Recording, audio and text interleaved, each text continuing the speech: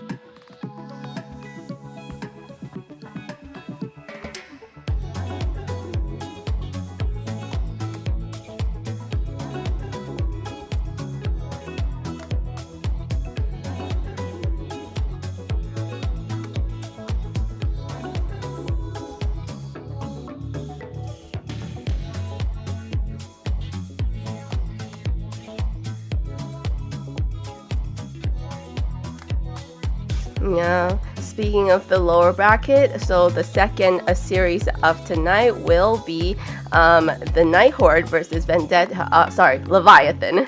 They're gonna battle to stay alive as one team's journey will continue and the other one's road is gonna end right there and then. So lots of pressure on that second series of tonight. Before we jump into that, we're going to quickly talk about today's or what we have already witnessed in terms of the playoff format. So let's have a quick look at that before we continue.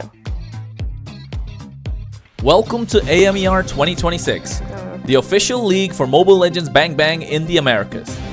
In this video, we'll walk you through the format of the competition. The league is divided into two regions, North America and South America. Each region features 8 teams, for a total of 16 teams competing in the ecosystem. The regions compete separately during the season before meeting in the Americas Finals. Each region begins with the Swiss stage. All 8 teams compete across multiple rounds. Teams are matched against opponents with the same win-loss record, ensuring balanced competition. Matches in this stage are played in a best-of-3 format. The playoffs are divided into 2 phases based on seeding. Lower seeded teams begin in phase 1, where matches are played in a single elimination format. Higher seeded teams advance directly to phase 2, which uses a double elimination bracket. Matches throughout the playoffs are played in a best-of-5 series. In phase 2, teams that lose in the upper bracket move to the lower bracket for a final chance to continue. The playoffs culminate in the group's final. The final match is played in a best-of-5 series to determine the group champion. The champions from North America and South America advance to the Americas Finals. Here, they compete to determine the best team in the Americas in a best-of-7. Everything leads here. AMER 2026 starts now. And that's the road our teams have to travel together. 4 teams left, and obviously is going to be the loser from the first series and then the winner from the second series, where they will battle it out for that spot for tomorrow to go against that winner from the first series. All that, right, is the road that they have to take. Now, Trex, when you look at the 4 teams remaining, which roster has impressed you the most throughout this playoff run? Impressed me the most, like just helps. All right, so I think everyone to answer that question would immediately say like, well, Alpha7 has impressed me the most. But honestly, I think in terms of, I think the team that has really impressed me the most has to be Leviathan. They're a team that started off on this really kind of rocky road, and there was so much hype behind them at first, and then they just kind of disappointed, and now they've come into playoffs just swinging. So I don't know, I got a lot of hype for this team right now. That's like the train I'm on right now. For me, in terms of just yeah, the Woompy train, man. It's just not just impressed, but like surprise me, right? I think my mind goes to more of like this team has surprised me the most. Impressiveness also, Night Horde, Vendetta, like these are all things that like we all knew what Alpha7 was going to give. The other 3 teams are the ones that like I think have really surprised me in terms of wow, these teams are actually that good, you know? Yeah. So. Chronos, what about you? Like, you kind of nodded already, so kind of, yeah, Leviathan, like, you want to say? Yeah, I would say Leviathan. Apart from Leviathan, even Vendetta, right? Alpha7, when we moved into this competition, you would say like they were already favorites to take kind of the whole thing, but still at the same time, you want to see how good they are, how much can they live up to this expectation. They did drop a couple of games, and it's off of their own faults, of course, apart from the one that Vendetta got over them. But apart from that, I think I'd say Vendetta has impressed a lot more compared to Leviathan, because Leviathan had an expectation coming in.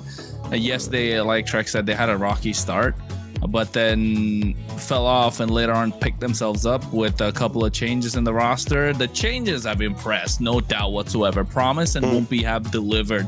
But I think overall as a team, Vendetta have impressed. They've made changes, and with the changes, even in the games when Ashley was playing, they did impress. They were playing really well, even when Tarzan wasn't present. So I think overall, Vendetta has been a team to watch out for.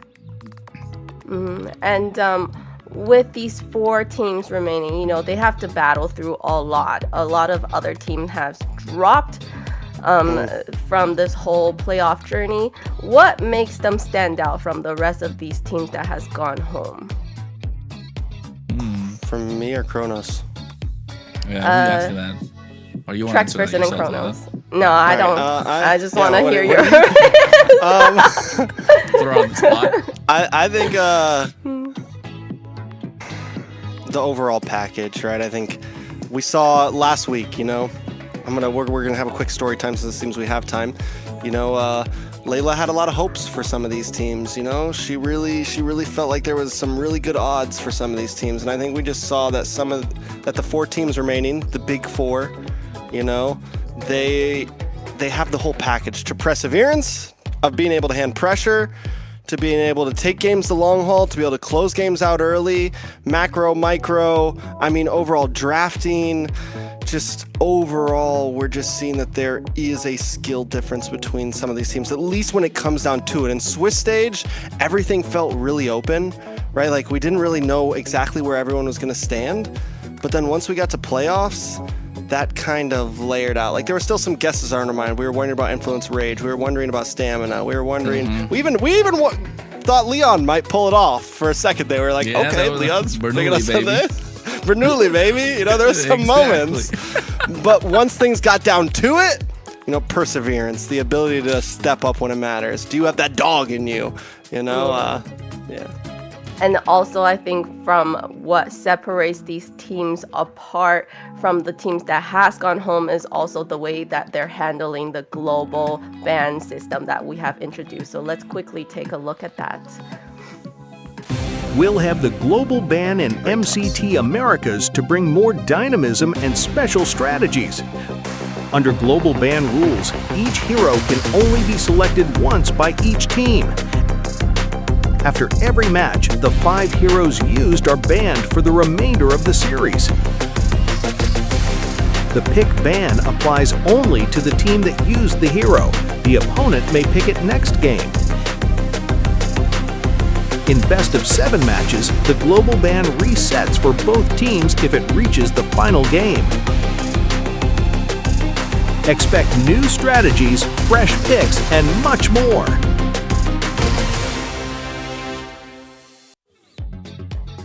And that's how the global ban continues to shape every playoff series here at MCT AMER North 2026. Now, Kronos, when you're looking at today's remaining 4 teams, which roster do you think has shown the deepest? Never mind. Which team has shown? Which team is Before I ask you that question, make sure you're following our official MCT AMER North social media channel. So the official one for us is MLBB Esports. I was like, dive! As we're heading into the biggest matches of the season, you don't want to miss any of the highlights, interviews, behind the scene content, and updates as we get closer to crowning our North American champion. So if you're not following us, make sure you follow. And also, if you're enjoying today's broadcast, make sure you hit a like for the stream and also show some love to my my handsome casters here. My handsome casters. And they're also bonita. Speaking of bonita, you know, Trex has a great mustache going on, if you guys haven't noticed. Yeah. Well, we're gonna put this mustache on the line later. Yeah. We're not gonna talk about that because before we talk, what our sponsors? Yes, as always, none of this playoff action could be made possible without our sponsors. So today's broadcast is proudly brought to you by Runestone.gg, esport infrastructure built for people shaping the future of competitive gaming. From real-time data to live fan tools, Runestone helps make esports more interactive, more insightful, and more engaging for everyone involved. So make sure to go check out Runestone.gg. Show them some support the way that they have supported us. And back to that bonita mustache of Trex.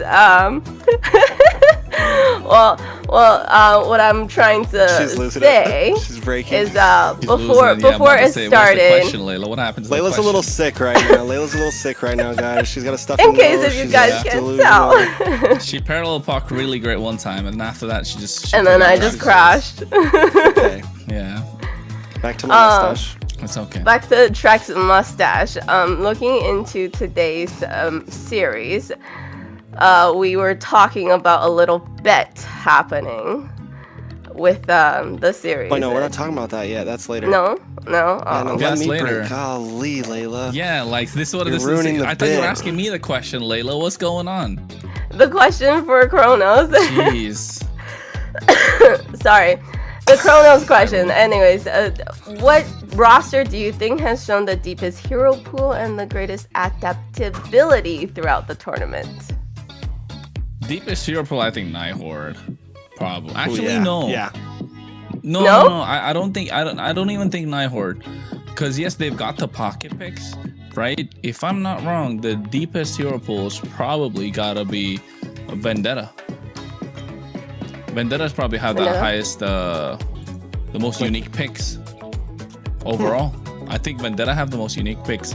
I'll take a look at it once more, but I think Well, he's taking a look at that.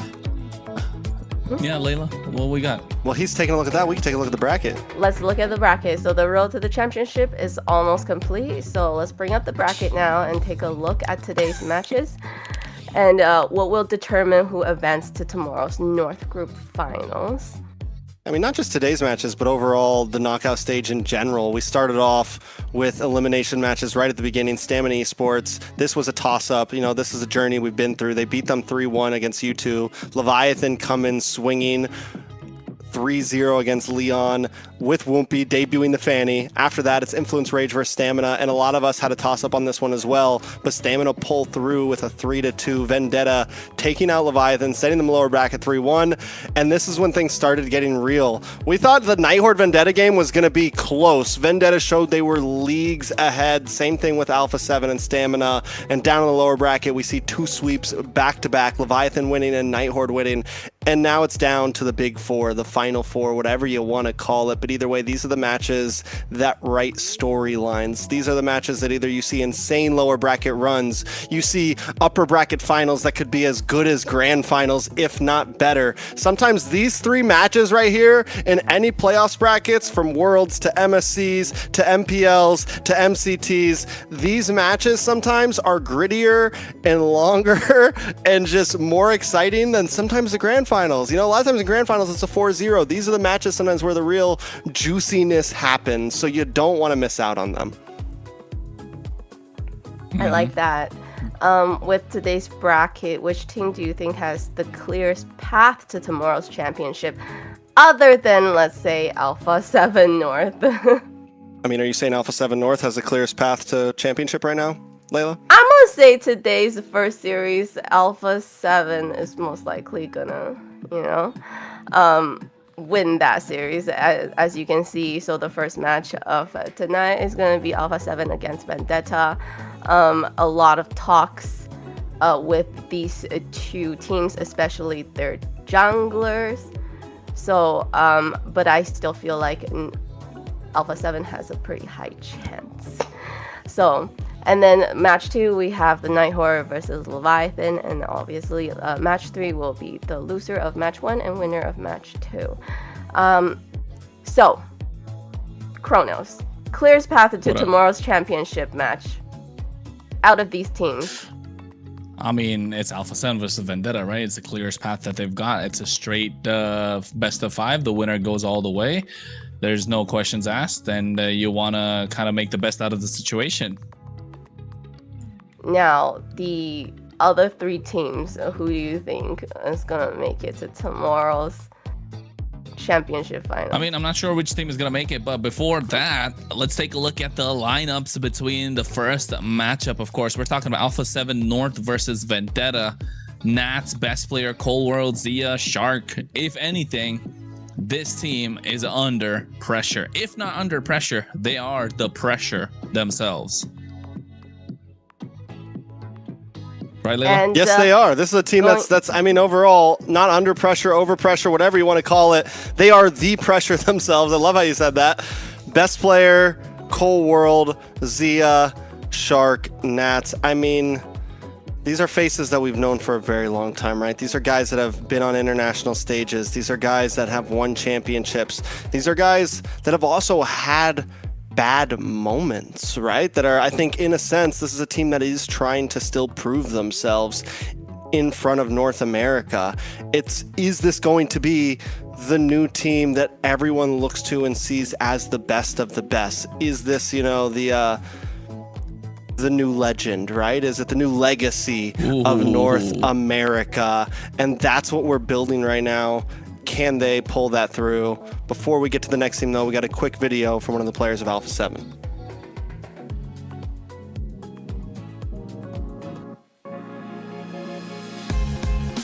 I would say the SB gonna be RR, the jungle gonna be 0, the mid lane gonna be Ashley, the roam gonna be Toy Boy, and the gold lane gonna be Melon. Yeah. And going up against these potential legends, right? We have Vendetta, Merciless on XP, Tarzan on jungle, Churobami on mid, Melon on gold lane, and T as our roam. Now, this is a team as well that's trying to create a legacy for themselves. Merciless, trying to prove a name for himself and be the best EXP laner, always living in the shadow. I mean, all of these players basically have been living in the shadows of other first placers, and they want that gold. T has won something himself. Melon, Anakuro Chrono says he's still a rookie. It's second season. Churobami, all of it. But before I keep on rambling on, we got another video coming from one of the players of Vendetta.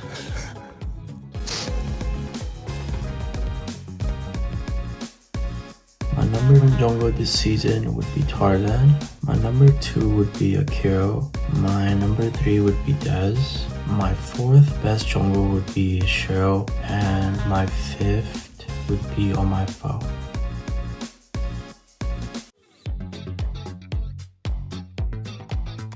And we're back. So interesting. Tarzan has a lot of confidence. He does think that he is the best jungler. What do you guys think? Right? So we've been kind of talking about the jungler versus jungler on these two teams. King of the jungle doesn't disappoint. Is there there's a reason he's got that moniker right now, right? In North America, Trex. I mean, is there a reason for him not to be a king of the jungle? There was before, not anymore. The throne is open, some would say, because whether you like it or not, down the decades, best player in Tarzan have never been the number 1 slot, right? And, you know, he who must not be named, whatever you want to call it, currently, Tarzan and best player are trying to take those shoes. They're trying to fill those shoes. And a lot of people would put best player on the top, but listen, there was times where Discord chats and YouTube chats would say Tarzan might have been the better jungler, just had the worst team. There was times when best player could have said that he was the better jungler, just had the worst team. Well, today, I think both teams have some great players behind them. Both junglers have some great players behind them, and we will get to see at least how these two face off. I'm hoping we get some 1v1s. I want to see him in the bot lane. Lord coming down the top. Something, cameraman, don't you fail me now. I will lose my mind. We got our eyes. Yeah, I'm about to say, like, we got our eyes on you. But this is the match of the summer. He's right what he said, right? For a very long time, they could never be number 1 in the jungle position. Yes, it all came down to preference with who they made teams with, but at the same time, you know, a best player is known for his assassins. Tarzan is known for his tank jungles. I think those are some of the most important points to keep track of. But some would say, I mean, I think the two of you would agree, Tarzan can play assassin jungle to a certain extent better than what best player can play tank jungles to, right? That's definitely up for. I mean, that is. You could debate that for sure, right? That is, and that's kind of where my mind was going. I don't want to say it for sure, but Yeah, I think both of them have some things. I think maybe over. I don't know, man. I don't want to say it. I don't want to say it. I know you don't. I know these guys too well. DMs. I'm gonna get DMs. I'm gonna get DMs. Not by Tarzan. I mean, here's the deal. Numbers wise, you just go by numbers, championships, placings. Best player has the better spreadsheet, right? He does. That's just the reality of the situation. But when you do look at a lot of things, Tarzan sometimes looks like he could be the better jungler, like just little things, you know? But we haven't really seen Tarzan under that huge amount of pressure yet. That's another thing. So Tarzan also hasn't beaten him yet. Is it the team? I think Tarzan has a pretty good team right now, and it's not all about Tarzan, obviously. It's about the team itself. But we'll see. I don't know about that pressure factor. I don't know about that pressure factor, Trex. I think we've seen over the years, we've seen Tarzan with more clutch moments than best player, right? But to be fair, you're right. Best player does have the better spreadsheet, and there are a lot of the top players of North America would like to play with best player and have him as their jungler, right? We've seen that time again before.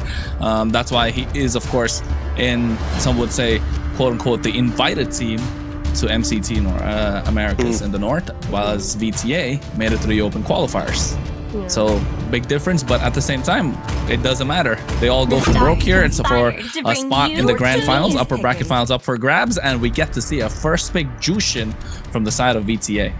I feel like a pick like that is to lead the charge. Almost a guaranteed win, I feel like, for whichever team. For VTA? What's Jushin's win rate for this season? That's a great question. I can check real fast, but I feel like, honestly, there hasn't been a single pick that just is a guarantee win pick yet.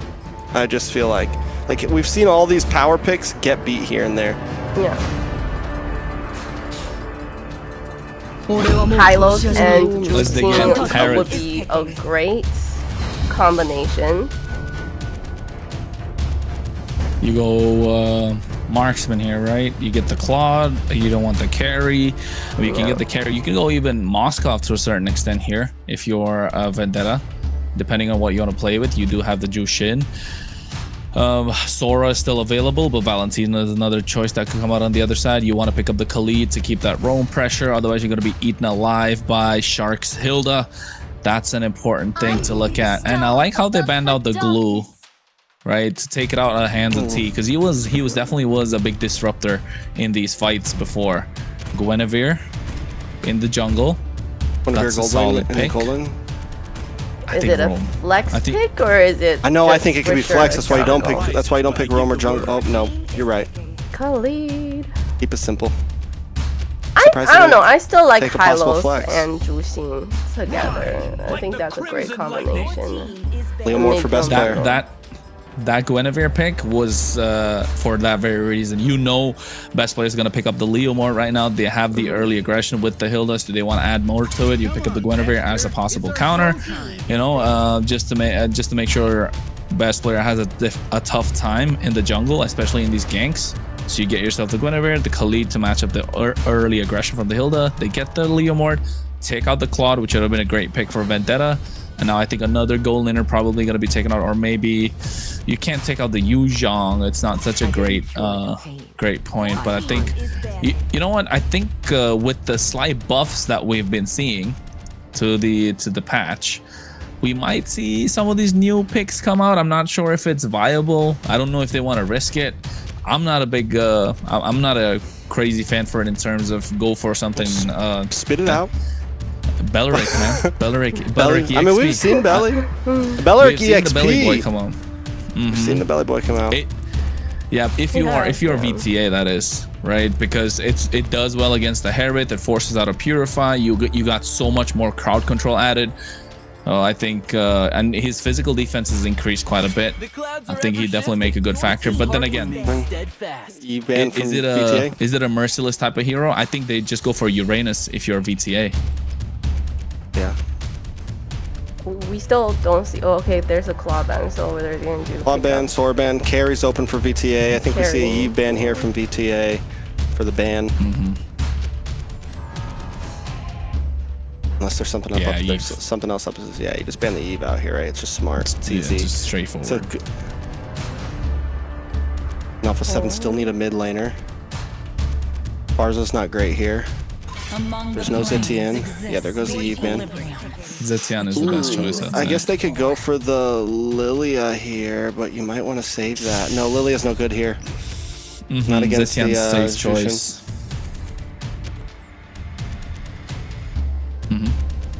Wait, She Gord? gets for the far side. No, Gord is not No, good. Zetian's banned. Gord is gonna just sit there for no, I mean- like No, Guinevere Gord is to good too. jump. Lilia, they go for the Lilia. Ooh.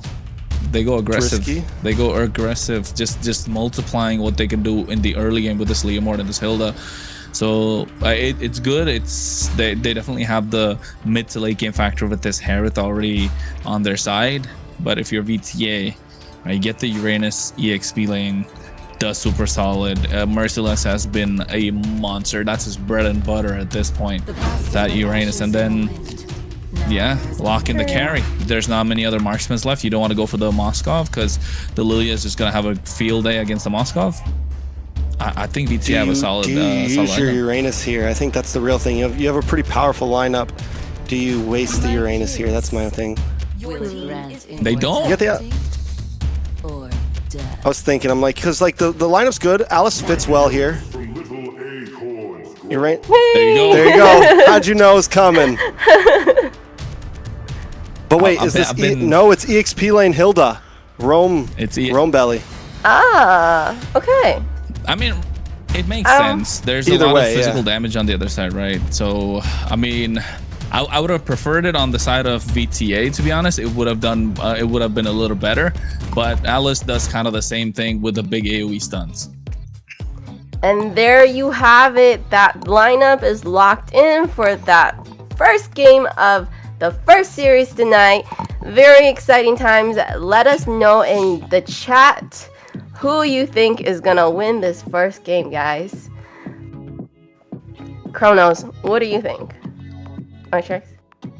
And we take a look at the lineups, and I feel like Vendetta, I like the amount of crowd control they have over here. A lot of AoE, a lot of combo possibilities. When you're up against a team that you could maybe put in the line of, this team might be a little better than me, this is a great way to go for game number 1. Well, it is a great way to get in indeed. Upper bracket finals. A ticket to the grand finals of MCT AMER North. And we're talking Alpha7 versus Vendetta, baby. Can we see this game or this series go all the way? We're starting off with game number 1, ladies and gentlemen. And we are underway. All right, so we've been talking about it, and that's who we're looking at right now. Tarzan versus Best Player. We got to see him face off before, both of them looking for something huge here, but some other lanes that I think we all have to keep our eyes on. EXP lane, Merciless versus Nats. You've got Merciless trying to make a name for himself against Nats, an MSC champion, a monster in his own right. And then last but not least, it's Zia and Melon, the rookie of the year, going up against the guy who has done this 100 times. We have seen Melon win out on the 1v1 before, be able to win lane. This matchup here, not the greatest for him because of the range, but if Zia plays it safe, he should be okay. But already, Melon's winning out in trade. Zia going back to base right now, possibly going to lose a minion here. That's huge.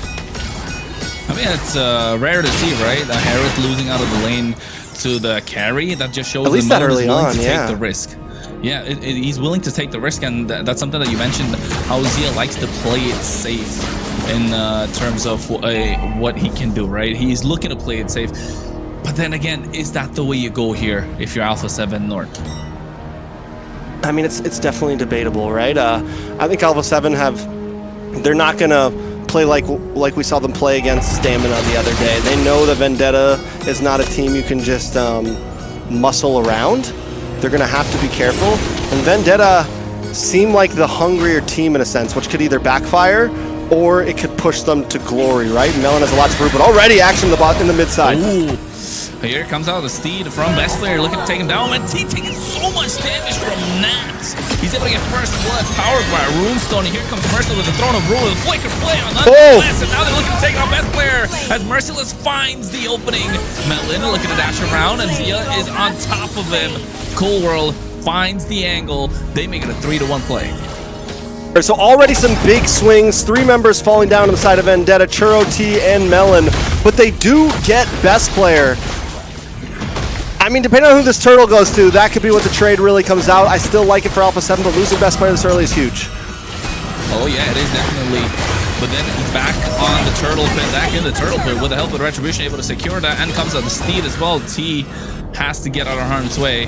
Alpha7, they still walk away with the turtle after all of that took place. Yeah, 3 kills, an 800 gold lead, a turtle into their pocket. I mean, it's definitely a beautiful start for them, but we are seeing some of the possibilities from Vendetta, some of the aggression. It just needs to be tightened up more, and this is exactly what we talked about from Alpha7. They're willing to kind of take their time, not only with the game, but with these fights. They will push things around, and if you make a mistake anywhere, like maybe Melon did there on his way down, they're going to capitalize on it. So whether you make a mistake in the turtle pit or someone makes a mistake on their way to the turtle pit, it is a problem. Yeah, it definitely is a problem, especially when Melon had a slight better early game, right, compared to what Zia did. And now all of a sudden, whatever pressure is applied on Zia early on in the first few seconds or first few minutes of the game, it's completely negated. And now all of a sudden, Alpha7 North have got the lead, have got the advantage, and we know what Alpha7 can do. They run and gun, baby. That's what they like to do every single time. It's a similar play style to what Alpha7 in the South go with as well. They get aggressive, and then next thing you know, you blink and you miss the game completely. But this case, Vendetta with T in the wrong position against Shark, he's trying, right? And even as a Khalid, he's not allowed to walk up to any one of them, and it's all thanks to Cold World on this Lilian. So where does he go from here, right? I think Alpha7 kind of just keep on choking the map. Wait for a little place. We're seeing best player steal some camps here. Doesn't have a huge advantage, just a little bit of extra XP. But if he can keep making steals like that, it will make the difference. But overall, it's a 900 gold lead. Still kind of a tie game. One big play from T, one big play from Shark could change everything here. One thing I'm worried about Shark though on this Belleric is there's not much surprise factor to it. Very telegraphed. You run in, you hit the ult. He doesn't have flicker or anything like that. Oh, and speaking of Shark. Yeah, he just gets part of the spatial migration. What a wrath of the Dryads and the Throne of Ruin coming at the same time. Churro goes in, but look at Zia dashing around, finds a double, looking for the third. Merciless able to make it out of harm's way. Churro, Bomby has to flicker, but still in a precarious position as Nat's able to find it, and Zia, a triple kill to follow. And all of a sudden, the hopes and dreams of Vendetta are starting to fall apart, and it's only game number 1. Yeah, Vendetta picking fights that maybe they just shouldn't. They go for the knock-up onto Shark, not able to do much with it. Tarzan, still not really tanky enough to take that many shots to his face. He goes in, he gets a Violent Requiem, and he gets brought down to about 10%, and he's forced to dash back. And now you got nothing with it. I think coming into these fights, Tarzan needs to be, you know, we've talked about this with a lot of junglers over the past weeks. You need to not be the engager. You need to be the secondary. You need to let the fight happen a little bit and then jump in, especially on something like a Guinevere, where the moment you hit that Violent Requiem, yes, you're doing damage, but you're also taking a lot of damage. I mean, at this point, who else can go in first, though? Right? That's the problem with the Guinevere. You are kind of like the primary initiator. When it comes to these fights, you have the spatial migration, you do have the knockup, but then maybe you're right. In terms of hitting the Violent Requiem, you don't go for broke at that point. Vendetta needs to find different angles. Merciless has been having a good game. He's 2-0-0. 2 kills that have been on the hands of Vendetta have come off of him, making those massive Throne of Ruin plays with the help of the flicker, catching the black backline, and of course, best player has got caught in that a couple of times as well. But in these extended fights, Alpha7 North will start shining just because of how they have their composition built around these kind of team fights, right? You have Shark to make sure you prolong the fight, and the more the fight is prolonged, Cold World does more and more damage. But here, T gets caught sandwiched, has to use the Raging Sandstorm just to make it out alive. Yeah, what is he even doing over there? They need to play this match a bit more passively. Vendetta cannot be cut off. A lot of damage onto this tower, and Alpha North will fall back. But that's what I mean. Tarzan seems, T seems to be a little out of position sometimes. I get it, get vision for your team, but also don't go too far away from your team. You just wasted an ult. Turtle's going to be up in 12 seconds. You might not have it back in time. We'll see. Oh, wait, he doesn't even have a flicker, but going in deep and baiting out the black shoes. But here comes the Throne of Ruin from Merciless, zoning out from the Zaman Force, and Zia dashes around, able to pick up a mega kill. And now all of a sudden, Alpha7 looking super strong. 4-0-2 on Zia. What's supposed to be a mid to late game Harith that's already starting to pop off. Yeah, and I mean, I got to give it up. Merciless is trying here. Churro Bomb is trying. Tarzan trying, but T making a little bit too many mistakes, going a little too deep. You got the black shoes on Cold World. That's not the target, right? There's no way to take him out right now, and you waste so much just for those black shoes. Oh no, Merciless, what are you doing? He just barely survives, but look at the Wrath. Oh my god, the Raging Sandstorm coming at the right time. Shark with the Wrath of the Dryads, baiting out the Purify is Tarzan. Goes into Spatial Migration, able to get Cold World, trying to walk out alive, but Nats follows through on the dash, coming in from Zia, almost catching Tarzan. Best player, trying to reach him, but Zia finds it. And now 9-3 is the score. They're looking to get through the mid lane next. Tarzan tried hard for that one. And I mean, there was a moment too where he walked against the wall for just a second and he gets hit by that basic attack and you're like, oh, and you think he's good, but that just shows how long the range on that fission is for the Harith. It's actually insane. Like, how much poke Harith actually has. The frame that he was able to catch Tarzan in there. And now Tarzan's sitting at 1-2-1. Still hasn't really been on farm. I'd love to see his items right now, see if he's going for a tankier build, see if he went a bit more damage in the beginning, what his route is. Because honestly, at this point, I don't think you want to put too much damage on the Guinevere. You need to be someone that can really hold your own when you get that knock-up. Yeah, definitely. It comes down to how they're going to be able to utilize that knockup, right? It's going to be the timing of the knockup, the pick-off potential. Just because the moment he goes in, you know for a fact they have 3 Purifies on the other side, and him being the primary initiator is going to make it slightly difficult for Vendetta to find any sort of plays, and T has to follow through. But every time he goes in, he gets taunted just like this. Oh, Shark able to pull out this Belleric. He just got a slight bit of a recent buff, and he's already making waves right now in MCT AMER. Alpha7 9, Vendetta 3. Alpha7 just looking for another possible angle to hammer away at this chink of the armor that they found of Vendetta. The Lord is up. They're already going at it. 20,000 HP. And I don't think there's a chance that Vendetta can try and contest it. They still want to go for it, though. Merciless walks in. There's the Revitalist coming in. Best player goes in with the steed, able to fight Tarzan. And now Churro Bombi getting caught on the Raging Dryad. Here comes the Raging Sandstorm. But look at Churro goes in along with the Crimson Beacon. But Zia is unstoppable indeed. Finds a double in the midst of it all. I mean, Alpha7 North have found answers and Vendetta have none. What more could you ask for there? You get a beautiful Throne of Ruin, paired up with a Raging Sandstorm, followed up by the Beacon. It's literally the combo everyone dreams of. You're just too far behind. Melon just 0-3-1. It's not enough. Tarzan getting, I mean, pretty much completely destroyed in a half of a second there.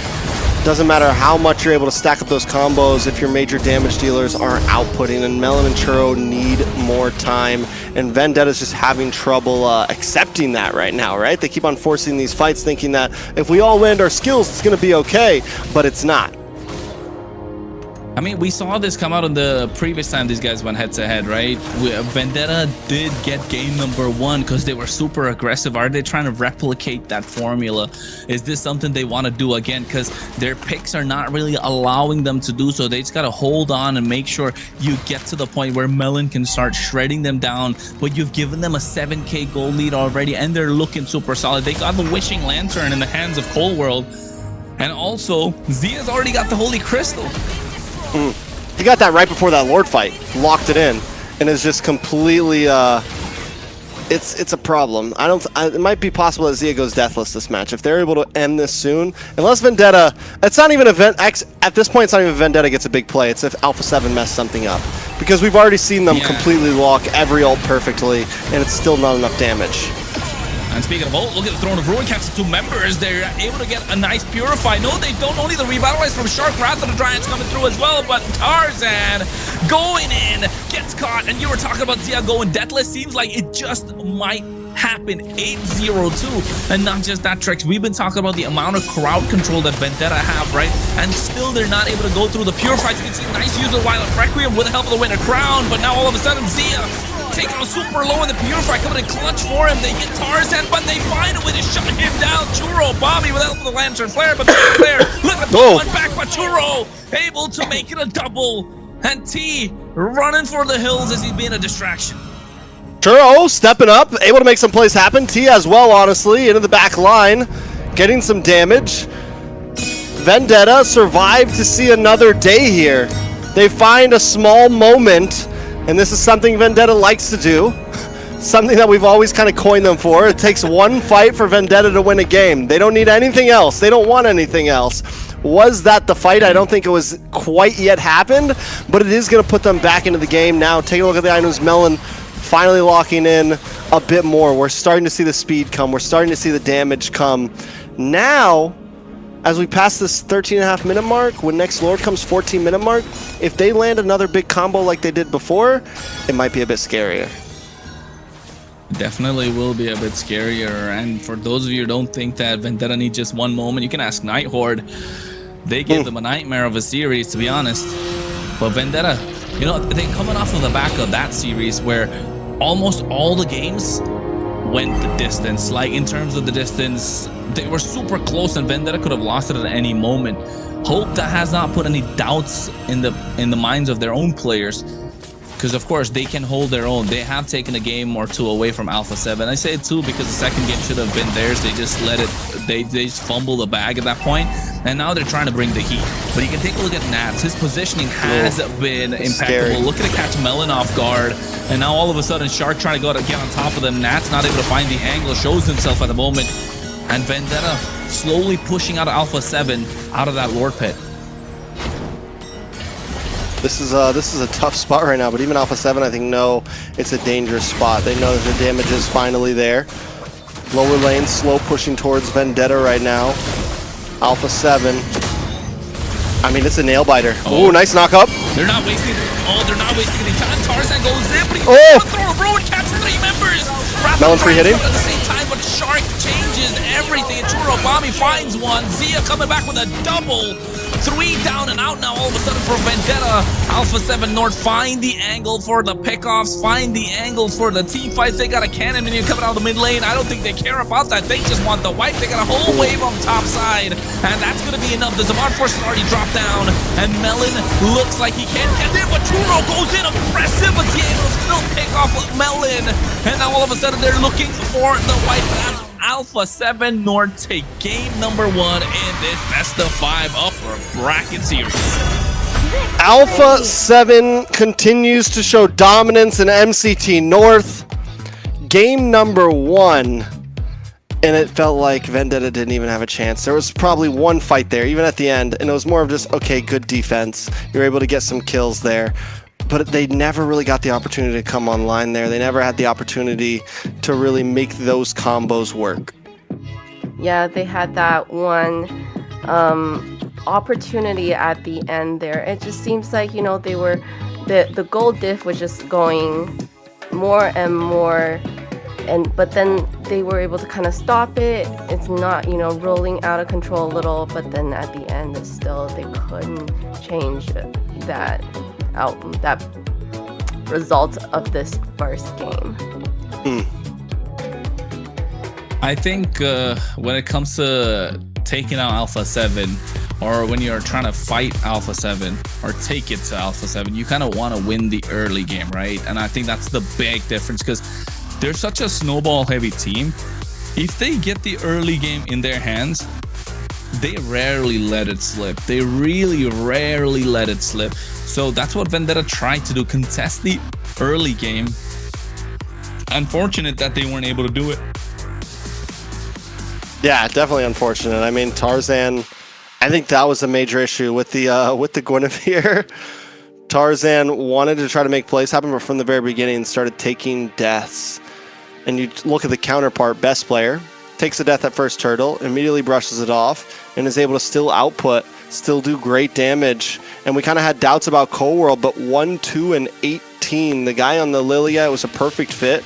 He was able to be aggressive, also continuously baited ults from T, from Tarzan, from Mercy. The fact that he even has those 2 deaths is kind of surprising because it felt like he was just never fully going down. And as well, take a look at some of the highlights that happened in this game. Not many present for Vendetta. The only ones that came through are off of Merciless. A massive throne of ruins. But look at Zia. He's just there, right? In the nick of time. MVP performance, Layla? MVP, well, I think we all know who it is. It's Zia, right? We've been talking about, you know, these two teams, junglers. They're doing amazing, and we were also touching up on the fact that you need to also have a great team. And what a great team could you ask for? Zia with this clutch Harith doing so much damage, able to delete at the end pretty much any of the enemy heroes. How did none of them go down there? How did none of them go down there? It's honestly insane. Like, there's nothing more you could ask for with that composition. It was the perfect combo. The only thing that would have made it better is if Tarzan was there with, if Tarzan was still alive and hit like a 3-man Violent Requiem or something. But it just goes to show how Vendetta's, the damage, just not enough damage. And this gets rid of their carry, it gets rid of their Jushin, gets rid of their Khalid. A lot of things off the table now for a lost game from Vendetta. Yeah, I think Vendetta it's going to be difficult, right, for them to try and get anything out of this now in terms of the global bans. And you're right, with Alpha7, they didn't even pick a lot of their power picks. We're talking about a Beleric being picked up. Yes, they do have Nats on the Hilda, but you know, it's still a big difference maker in terms of what's happened so far as these team fights go. MVP though this time gonna be the hands of Zia. Did we even have a doubt? 12, 1, and 3 KDA. Did a 95k total damage, 816 gold per minute. Have we seen 1,000 gold per minute this time in MCT? I don't think we have we? I don't think so. That's a rarity, man. 1,000 GP in a minute is crazy numbers. That's like crazy numbers. We've seen it though, just not this season in MCT. We might be looking at it in later on. But folks, the highlights of Zia playing this game. This is the fight that we're talking about. What a Throne of Ruin, getting 3 members. And look at Cold World, that Black Shoes being such a difference maker. Churro even going in with that beacon, but Zia being the big difference maker, right? Just dashing around.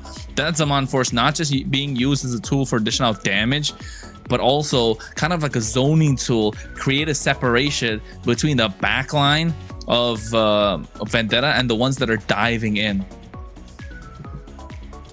So at this point, overall, Vendetta definitely has some things to look at, right? Do we think it was just a draft issue, or do we think it was something a little deeper than that, Kronos? I think you can say it's a bit of both. I don't think Vendetta's draft was that bad, was it?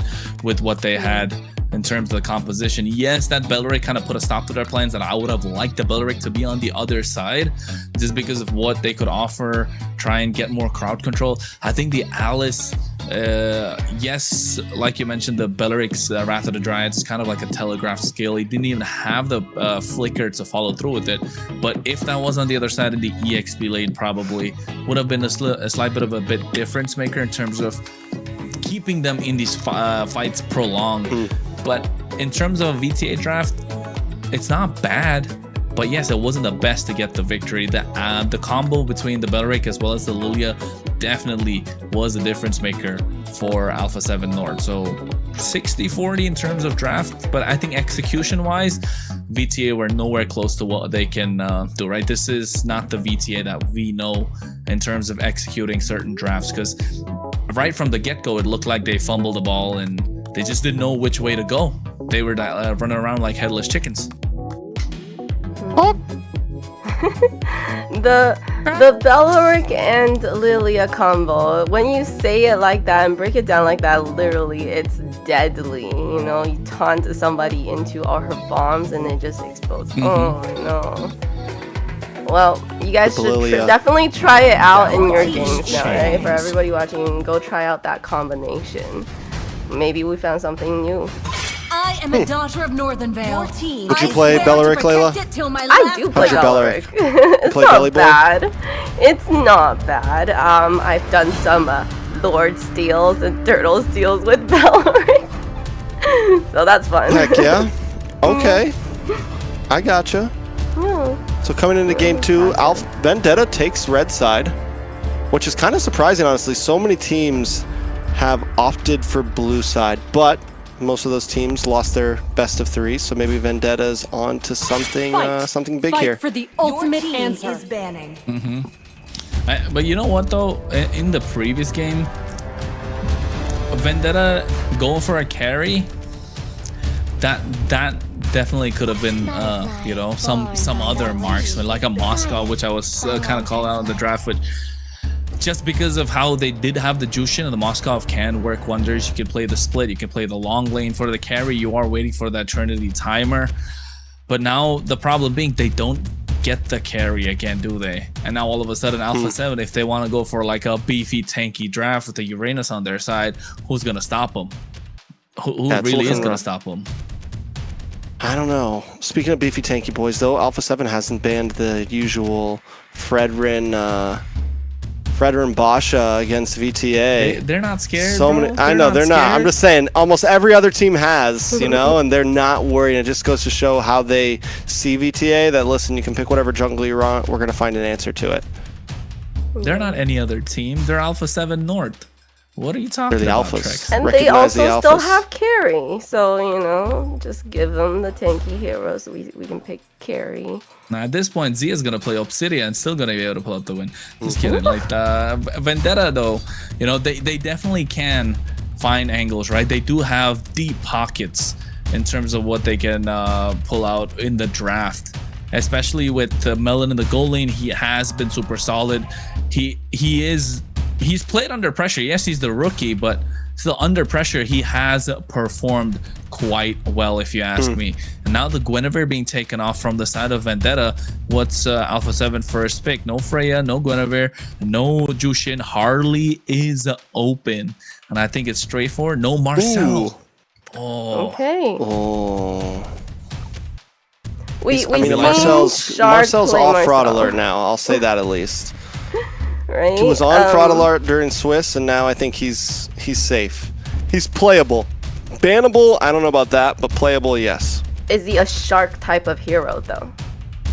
He won last week with it. Right? Shark won last week with it, and we were worried about it.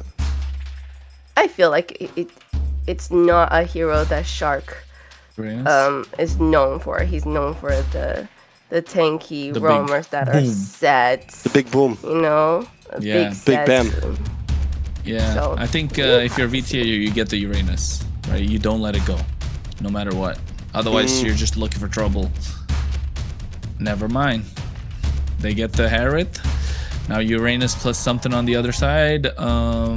What else is left open at the jungle apart from Leomord that's already used up? No Guinevere. They don't really have to go crazy in terms of the assassin. They can go Claude if they want to. They could even wait for gold, maybe. Yeah, I think Uranus plus something. Yeah, Claude plus Uranus, right? Alpha7. Alpha7 works. I mean, the Uranus works good against Harley. We've seen it. It's a great answer to it. Just kind of harasses it, stays in front of it, blocks damage, keeps vision on it. Nats can definitely rock it. Yeah. Oh, wow. Never mind. Okay. Never mind. We get some flash today. We get some pizzazz coming out of Alpha7 North. And I think this is the first ever Fanny game for best player we've seen all season, haven't we? We've only seen Fanny come on from Wumpy and Shiro. And Shiro, yeah. Wumpy and Shiro. Never from best player this season. Well, Last time I saw, I don't know when the last time I saw Best Player play Fanny. It might have not been his greatest game. It might have been on World Stage or something. We'll see how he does. Yeah. I mean, he definitely has it in the kit. VTA needs to be able to answer it. Do they answer it now? Do they pick up something like the Kaja now before bans start coming in, or Kalea? I think Kalea. Never mind, Cho. He got a buff. He did. And I think get this is a buff. comfort for T. yeah. Yeah, I think T likes those pick off kind of roams, not gonna lie. And he likes to recall while doing it. Yeah. He might not have time for recalling here. He needs to play this smart. But, I mean, the moment VTA starts winning, we still might see one from him. We'll see what happens. But the Fanny pick, it's interesting, but I feel like, you know, Howard is still hard to catch, and Harley's hard to catch. So it's like, you go in, and how are you gonna get these guys? But Alpha7 kind of forced out that Cho, didn't they? Alpha7 kind of put them in that position, to be honest. So I think if you are Alpha7, you must be pretty happy with the draft that you put up at the moment, at least for the first phase. With this Fanny being picked up, you push them to pick up that Cho, and now all of a sudden they need to get more crowd control in their EXP lane. Otherwise, they're just rocking with one single way of the dragon, which can be purified from a lot of the heroes, even with Shark on this Marcel. So I think that's a couple of the important points to note down. That's why you can see Alpha7 doubling down on these EXP laners that do have these crowd controls, like the Lapu, like the Yu Zhang, probably covered next. The Uranus taken off, which will be a problem for Vendetta, for if picked up by Alpha7. Even the Alice taken off. Wait a second. Is this Cho going to be in the EXP lane? Debatable? I don't think so, but definitely debatable. You think they're just banning out a lot of EXP winners? I mean, they still have something for themselves. They can still go like Dragon for themselves here. Terizla? They get first pick Arlong, on the EXP Terizla, lane. Yeah. Okay. Or banned out. Wow. Okay. Wow, look at all the ban from Alpha7. Look at the amount of EXP winners, right? Look at all that. Phoveus, Valentina's a good solid choice because no Sora. Phoveus, Hilda, Glue, Lapu, Sora. Jesus Christ, that's five bands of EXP laners from the side of Alpha7 North. And on the other side too, Freya's still playable EXP. Guinevere's still, I mean, debatable, not the hottest EXP. But yes, Alice as well as Uranus. That's 7 heroes in the EXP lane. 8 if you count the Hilda. Oof. What's left even? What do we pick up from us? Oh! Okay. The early game, That's man. spicy. So a Cold World Selena? Is this mid lane Selena or Rome for Shark? Gord? I was gonna say Gord would be Terizla. Oh my god. This I is was mid thinking lane there's Selena. literally no more fighters you can pick at this point when they ban out all of that. But the Selena, interesting. I like it. I like it. You get range. Yeah. It's safe from the Cho. It's semi-safe from the Harley, possibly. It's a nice poke. It's crowd control. It does supply. We have seen a Selena before in MCT. I think early on in Swiss we saw one. Can't remember exactly who played it, but it worked. Honestly, it worked very, very well. How is it going to do right now against the mid lanes of T and Ruby? Oh, there it is. I was thinking, I've been waiting for this. I was thinking. I've been waiting for this pick. I was thinking about it the whole time. I'm looking at the heroes list and I'm like, there's no other answer apart from Ruby and Akaja, but they do have Cho. So Ruby's probably the only pick of the EXP lane. It's not been the hottest, you know, in terms of what We it haven't can put seen out. it. It's a debut pick. We haven't seen it. But Yeah. not just that, they kind of forced them into this position, picking up the Ruby as well as the Cho. I don't know. I mean, I think Oh. it also is a decent answer to Cold World. You come in, you get caught up by the Ruby. It's something that can lock anyone that wants to move in and out a bit. It's a good answer to it. Sorry, I'm just a Ruby believer, so I realized that I'm gonna hype this up. They don't have that kind of physical damage you want. Like, what's gonna happen if you want to start pushing? It's gonna be a damage Ruby. Damage Blade of Ruby? Despair. I would No, think just more kidding. damage Cho. Nah. I don't know. I think you got to go tank Cho. You got to. You gotta brace it. You gotta brace yourselves because it's gonna be a tank Cho, and then it's gonna be a EXP lane Ruby. That's what we're looking at. You can see already the pressure piling on as T goes into the jungle of Alpha7 North in game number 2 for this best of 5 upper bracket finals for the marbles. Who's gonna punch a ticket straight to the grand finals? Yeah, I mean, if Alpha7 wins this, it's match point already. Vendetta have to break the momentum. That is going to be the key to beating Alpha7. I feel like in general, you have players in Alpha7 teams that, in my opinion, they've taken losses. They've taken 2 losses in games, and they've kind of fallen apart. If Vendetta can find a game to really kind of break their morale, you know, slow them down, then Vendetta can still have a chance at taking control of this best of 5.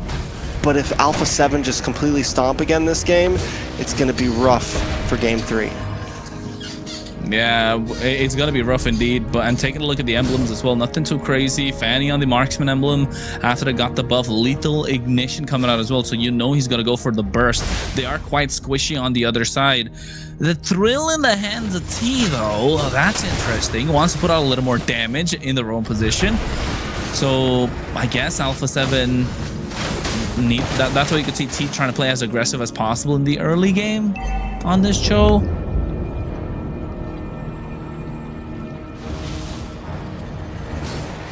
Yeah, at the same time, I think Shark trying to go in with a tracking shot, looking to catch them. T getting caught in an abyssal trap, and now all of a sudden, look at that, he has to flicker out of harm's way as well. Best player, Fanny. It's been a long time. It's been a while, has said Trex. It's been a while. Yeah. It's definitely been a while. He's playing it safe right now. He is looking for some possible hits. Tarzan able to get first turtle. So Alpha7 overall is taking things slow. They know they don't want to over push themselves. You come, especially with this Ruby involved. Ruby involved in that first turtle could be a death sentence to best player trying to come in, swinging in, getting caught off at the wrong moment, and boom, you're gone. Yeah, and it was textbook as well, right, from Vendetta with that, with Churro stealing away the golden hour, just using that as a complete zoning tool and not allowing Alpha7 to walk up to the turtle or even fly up to the turtle if you are the Fanny in this case. So, I mean, textbook in terms of what they can do and get objective control, river control. Vendetta are playing it right. What they wanted to do in game number 1 just didn't happen with that first turtle. So I think they're pretty happy with themselves, able to bounce back after what was a difficult loss. No, T walks straight into an arrow, and you know how long those stuns can be. Yeah, it's you're sitting there for a moment, right? And this is the pressure that Cold War is going to bring. This is the pressure that constantly causes, not even if you don't get the stuns, it keeps the enemy team moving, it keeps them splitting up, it keeps them on their toes. They're not only having to think about how we're going to engage in the next fight, but they're also constantly dodging arrows and having to think about that. So it not only adds a level of in-game pressure, but kind of mental pressure to the opposing team. Next turtle is going to be up in about 30 seconds. Neither team going for any hard lane ganks until about now. Maybe Tarzan, nope, just decides to help clear lane and then back off. Yeah, and I think at this point, if you are Tarzan, you're looking to get, pick-offs. And speaking of a pick-off, Churro in the midst of everything, just getting picked off by best player. 1 kill on the board, and that was first blood. I mean, and that's a late first blood, but it's okay. We're coming into some of these items. Nobody's completely stacked something up just yet. Down on the boss side, though, Nat's taking a little bit of damage. Goes in with a penalty zone as well after he used the I'm offended. Has to go out, but Tarzan going in front. Oh my god, that was dangerous. He was playing with fire. Even Merciless diving a little too deep, though. Best player able to get a hands on his turtle after looking at that skirmish down to the bot side, and now all of a sudden best player missing out on the steel cables. Churro bobbing and weaving. Alpha7 escape a little bit there. A little bit of action up top as well. This time Melon getting a little bit of the better in the laning phase, but this is something we saw before. Melon can hold himself against Zia 1v1. He can hold himself in the laning phase, but Zia overall, I mean, just in terms of in-fight mechanics, looking for plays across the map when it actually matters, not just me 1v1ing you in the lane, Zia has showed the much more promising side of things. And once again, T just kind of getting denied in a lot of this. I mean, what can he do, right? There's 3 members of Alpha7 North. Just move it around like a unit. And that's Cold World on a Selena and Shark on a Marcel. And every time T tries to walk into the bush, it's just too much pressure coming in from Alpha7 North. They have conquered this river. Although, yes, Merciless comes in to provide some support. Vendetta still not able to hold their own.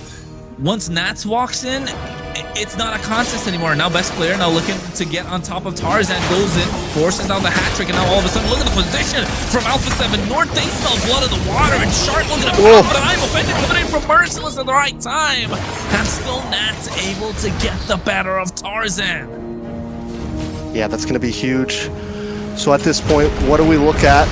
Alpha7 winning out in fights. They're getting stuns. More action in the mid side. Vendetta. I mean, is the slow play going to continue to work for Vendetta, right? When is T needs to either make a big play, Trouble, I mean, like somebody has to go for it eventually, and it just feels like from game 1 to game 2, Alpha7 just kind of slowly choking out Vendetta. We haven't seen a pop-off moment just yet from about anybody. And yes, the whole strategy of like, okay, we slow play, we wait for our time to shine, can work against some teams, but Alpha7 isn't the team to hope that they're going to make a mistake. Merciless now, he has to use the Don't escape. Look at Tarzan getting sniped by best player. Oh my goodness. We were talking about best player and Tarzan. I don't know. Is it even a contest at the moment? Tarzan's not been his best self at this point, and Nats goes into the penalty zone. Merciless tries to get the I'm offended, but missing out. T getting away of the Dragon on the opposite side. Merciless has to go in, but what a golden hour coming through from Shark. And now he's the best player edition on all the damage in the world, but they're able to find some time through the help of Churro, Bobby, and Merciless, but still best player walks out alive. And now all of a sudden, swinging his hammer is the Rizzler. And Melon trying to shot the damage, but still Vendetta not able to walk out with a lot. Oh, Tarzan though does get a kill on Zia, which is big. So I mean, that fight was so drawn out. Tarzan gets killed, comes back in time to still be able to get a kill from Zia at the end there. That's how long that went out. Death counter's up, and still comes back in. Does that kind of even things out?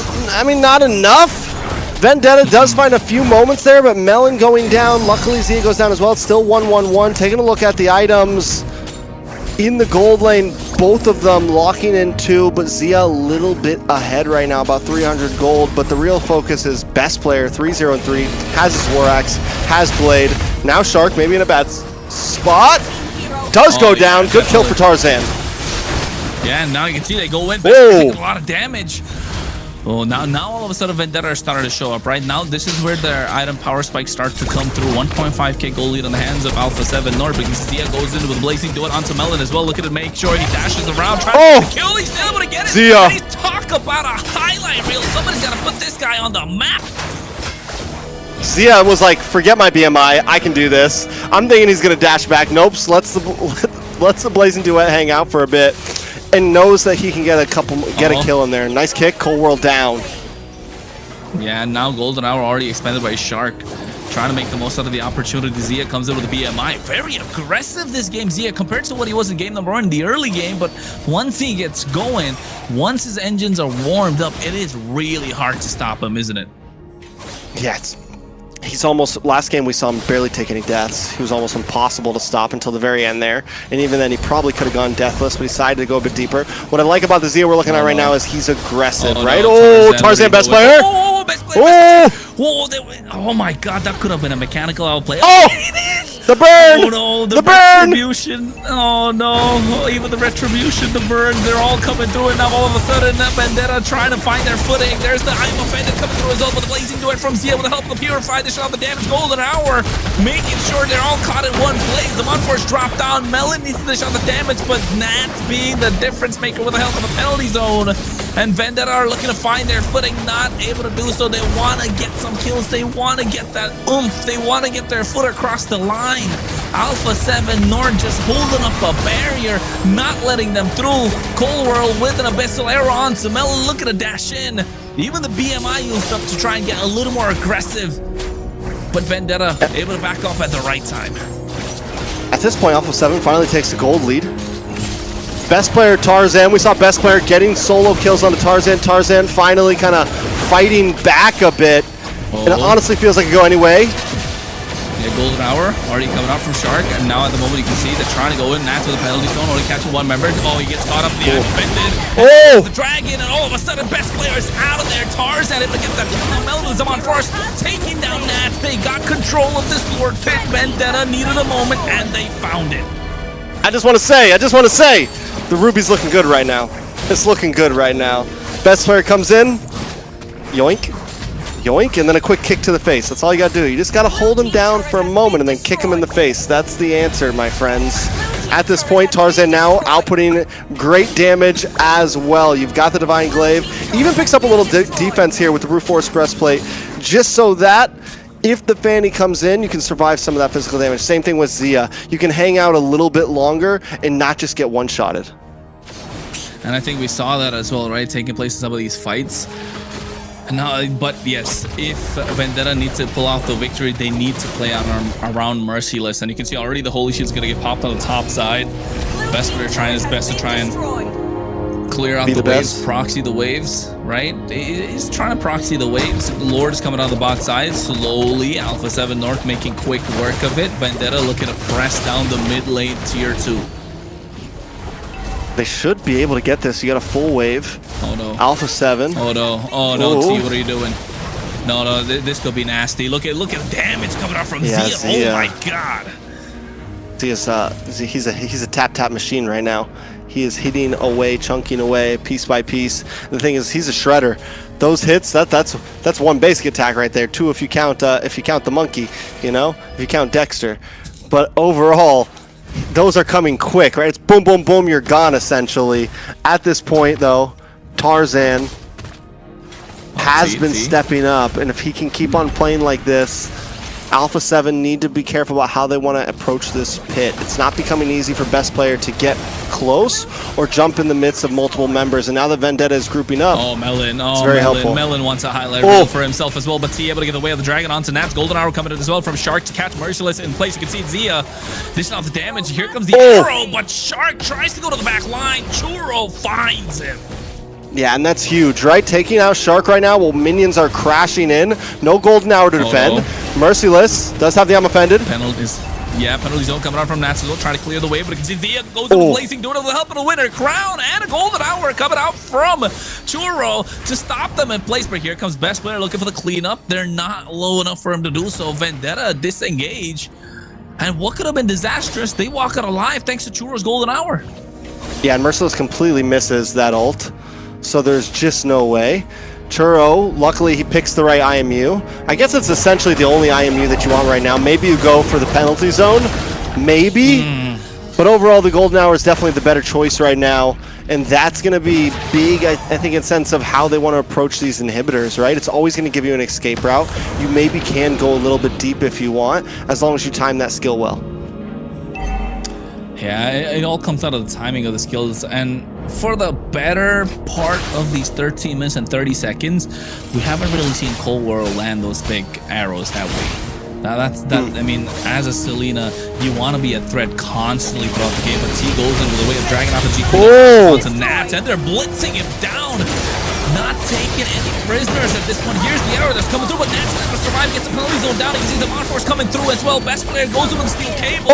Not able to walk out alive. Tarzan making sure he gets the revenge arc online, and what was looking of a shaky start to his game, 6-2-1 is his KDA. Yeah, at this point, Alpha7, there is no entryway. We just talked about how hard it's going to be for best player to come in on these Lord fights, and that shows right there. You got about 2 seconds to get at least a kill. Offended, what an I'm offended. Merciless has been a monster. And speaking of a monster, they got 2 out of that one fight, which was a dicey one. And Shark now, all of a sudden, it's not looking like a Shark hero, like Layla said. There's no boom coming through it, and thinking of the way of the dragon. And Vendetta find it. Ladies and gentlemen, new life breath into the series. It is 1-1. We got us a best of 5 at this point. 1-1. What more could you ask for? We're rubber banding back and forth. Vendetta tie the score, Layla. That was a great gameplay, a great comeback for Vendetta. I want to say, obviously, Alpha7 decided to do a little bit of experimental picks there, I want to say, with the Selena. With the Fanny, they don't have that much front line, and then with the Marcel, so you know, it's, I feel like, expected, but for them to lose it that fast, it was not expected for me.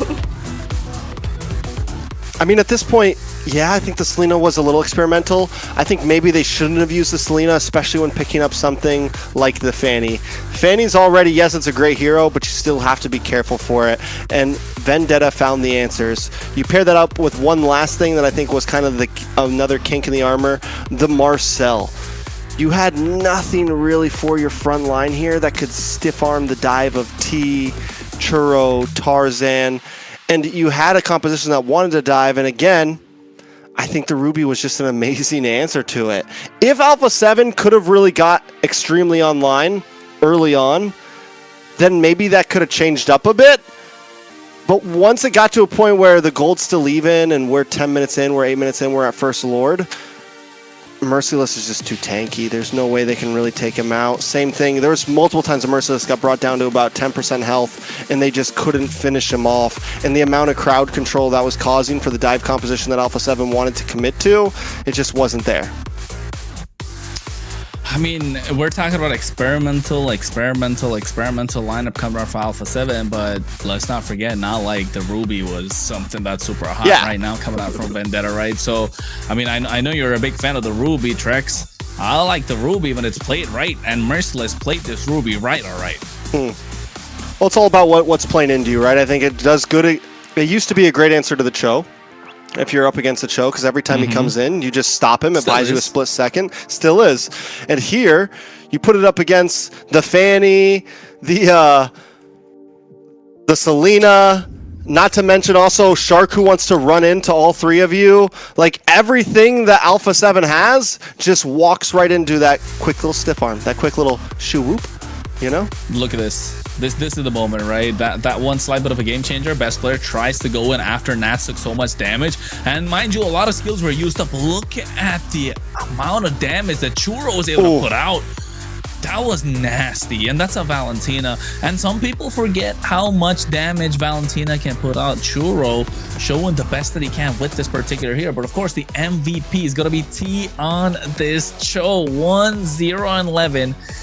What? MVP, you know, he did get. We thought, you know, he picked a Cho because they were forcing him into that pick there, but hey, he turned it around and be like, okay, well then let's play Cho, right?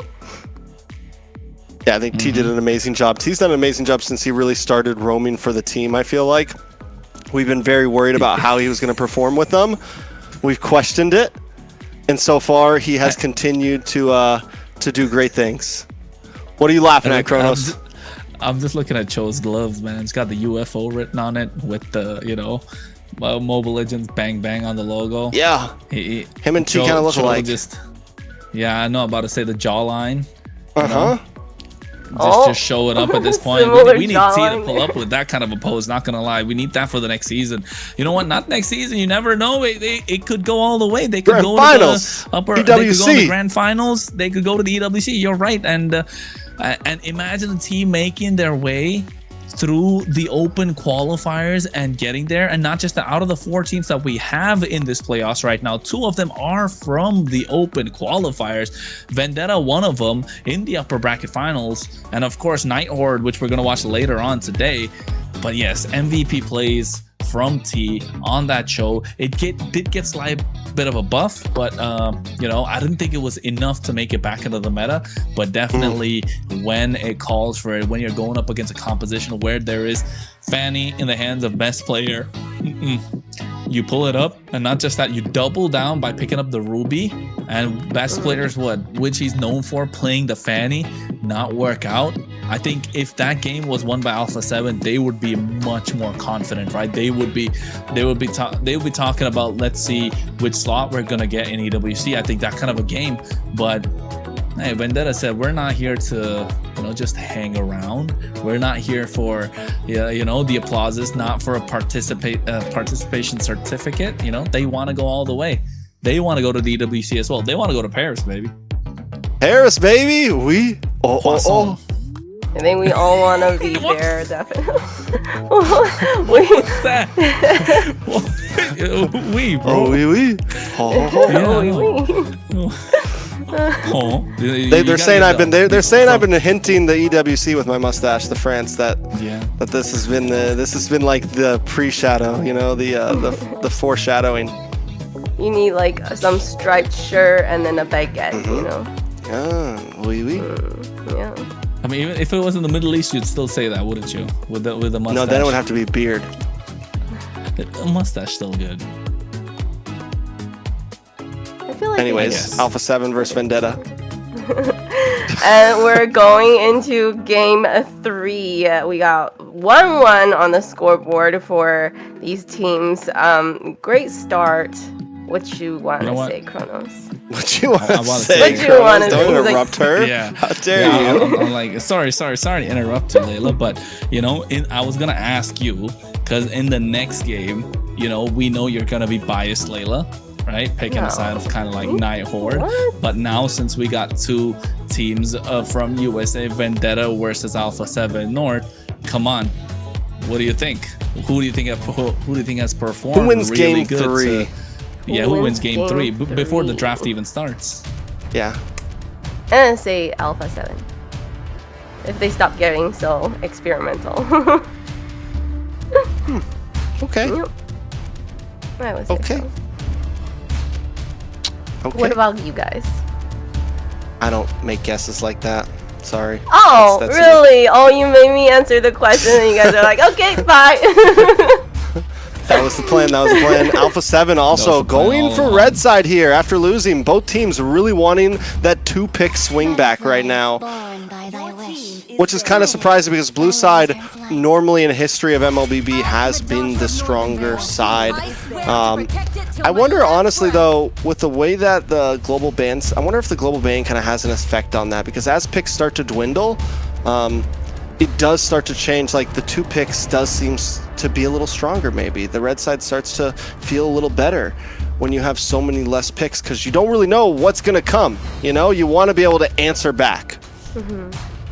Yeah, like last game that VTA was able to do with that Fanny pick from Alpha7. So time to drop the beat of the flash. With the Josh. I mean, my question is for if you are best player, if you're Alpha7, like, you know, best player is kind of known for his assassins. Best player is really known for his Fanny throughout. Every single time he's picked up the Fanny in a tournament so far, I think the last one he's picked up before the MCT was the international, like you mentioned. You know, it was a big whiff, right? So that's gotta be hurting his confidence a little bit. To be honest, if you are a Fanny player, if you are a Fanny main who likes to spam these cables, who wants to show off a little bit in the game, you want to be able to get that big dub, and when you do, it oozes out confidence from within you. You're aura farming a little bit, right? But at this point, I mean, you did the best that you could, and now back-to-back games on Fanny, you kind of had losses, although the first one was a while ago. Are we saying minus aura again? Minus aura all of a sudden? Minus aura. yeah. Fanny honestly hasn't done too well in the MCT so far. I feel like we've seen some nice games from it, but also we've seen some the fall off is inevitable, you know. Chiro did get MVP last week, right? I think the best Fanny we've seen in MCT is from Shiro so far, and all the other Fannies that came out kind of just was not that flashy, I want to say, you know. Best player felt like he had a point to prove. Look at, did you see the smile on Layla's face when she said that? It's not being so flat just because it's Night Horde. No, that's not it. But so I'm speaking the facts, okay? Okay. Yeah. Okay. What's up with this glue ban? I've seen a lot of glue bans. They don't want to let Shark have it?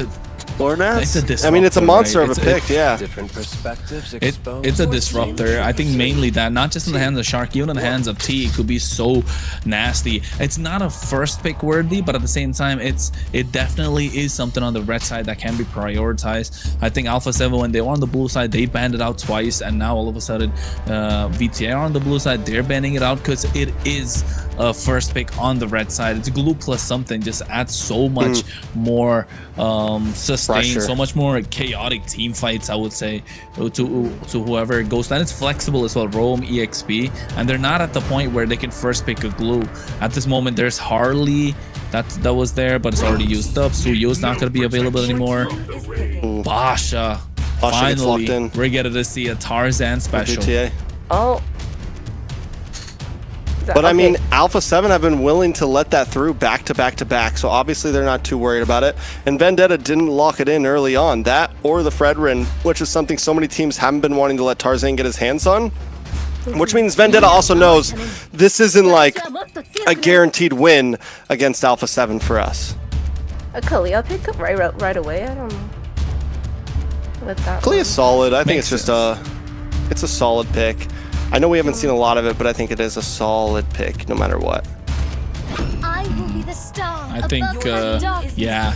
I was gonna say Guinevere is one of the few jungle options that are open for Alpha7, so you pick that up. Kalea, Guinevere, great combo. I think the third pick's probably gonna be a carry as well, just to add more to what they already have, more firepower. Vendetta, on the other hand, they need to find a way to stop this from happening, right? Because they can see, like, you can foreshadow the carry coming on the other side. You don't have the Harriet, you don't have the carry. You go for the Zetian, which is good. You play a little bit of a front to back, but what's going to be in the gold? Are you going to lock down the gold, or are you going to double down in terms of roam? Add more, add more aggressiveness. Maybe the Hilda Claude it is. At this point, it's like we don't want to play with our food. We need to try to get this match point. I think both teams, it's like this is an important game. You have the ZTN, you have the Claude, you have the Basha. Overall, well-rounded for VTA here. Alpha7 still needing a solid marksman. What do they go here, right? Carry most likely gets banned out here. Yeah, hero. Yeah, 100%. Claude can't be picked up. Harith can't be picked up. He has Moskov. Beatrix. Moskov. Oh yeah, the Zia Moskov. We see the Moskov ban then. Moskov ban. Or the carry ban. Which one? Oh wait, no. Okay, they banned the carry already. So Yeah, I was thinking they'd pick up the carry just on the third pick, because now all of a sudden they have like two combos with this Kalea. But Valentina's not a bad choice. Cold World is clean on the Valentina as well. You get to steal away the Fear of the Phoenix.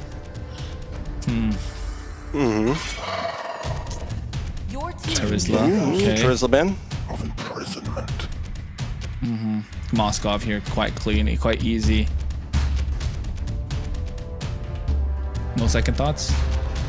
I don't think so. I think, yeah, you just go Moskov ban, and then Alpha7 on the other hand might not pick gold lane up front. Maybe they just go for their EXP laner first.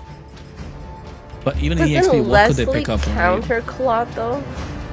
Yeah, I think that's what. I think that's what VT are thinking about, right? The Leslie, or do they take out the Moskov? I think Leslie. Zia has played the Leslie before. We've seen that, have we? Not in Not on this Zia. season, I don't think. Okay, Uranus. So Zia's left with a pretty good way to win his lane. Okay. Obvious. We forgot about that. You don't like it? I like it. I'm just saying it's not just a good pick for Alpha7, it's a deny for Vendetta as well. Because I was thinking Phoveus for Vendetta would look super solid. They do have a lot of dashes on the side of Alpha7, and more extended team fights means that Zetyan can free hit. They have to dive with the help of the Claude, so it does add more. But now all of a sudden VTA, they don't have the experience. Maybe a Lapu Lapu, but then you're giving away the the bravest fighter through the IMU, the Yu Zhang Black Dragon. You're giving it away again. So the Valentina pick is starting to show up right now. And VTR must be scratching their heads. Sora, Hylos. Yeah, they walked into it, didn't they? They're really good trap laid out by Alpha7. Oof. Okay. It's tough. This is. I mean, honestly, Moskov's so Any close marksman range will be here. alright. Yeah. Any marksman will be alright here. How do we feel? Like Vendetta? Layla, go first. Who goes first? You, You go Layla. first. Me?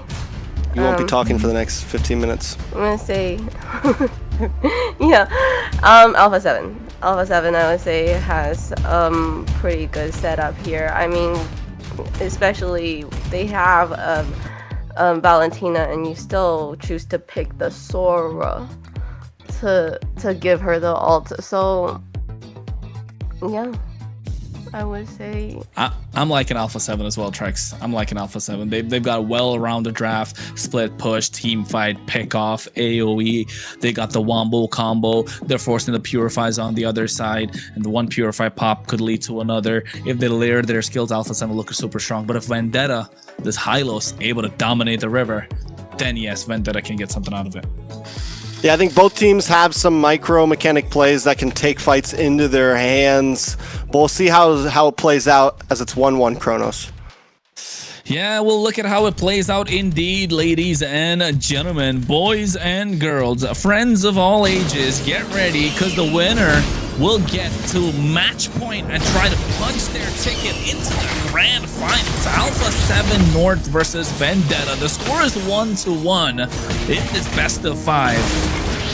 This is where contenders start to become finalists. So both, honestly, best player getting a little bit of a quicker clear, but best player is going to take a different route already. Maybe look for the steal here. Playing very aggressive compared to last game. Yeah, forcing on the flicker as well. Vendetta, but look at the spatial migration coming through. Revitalize bit out.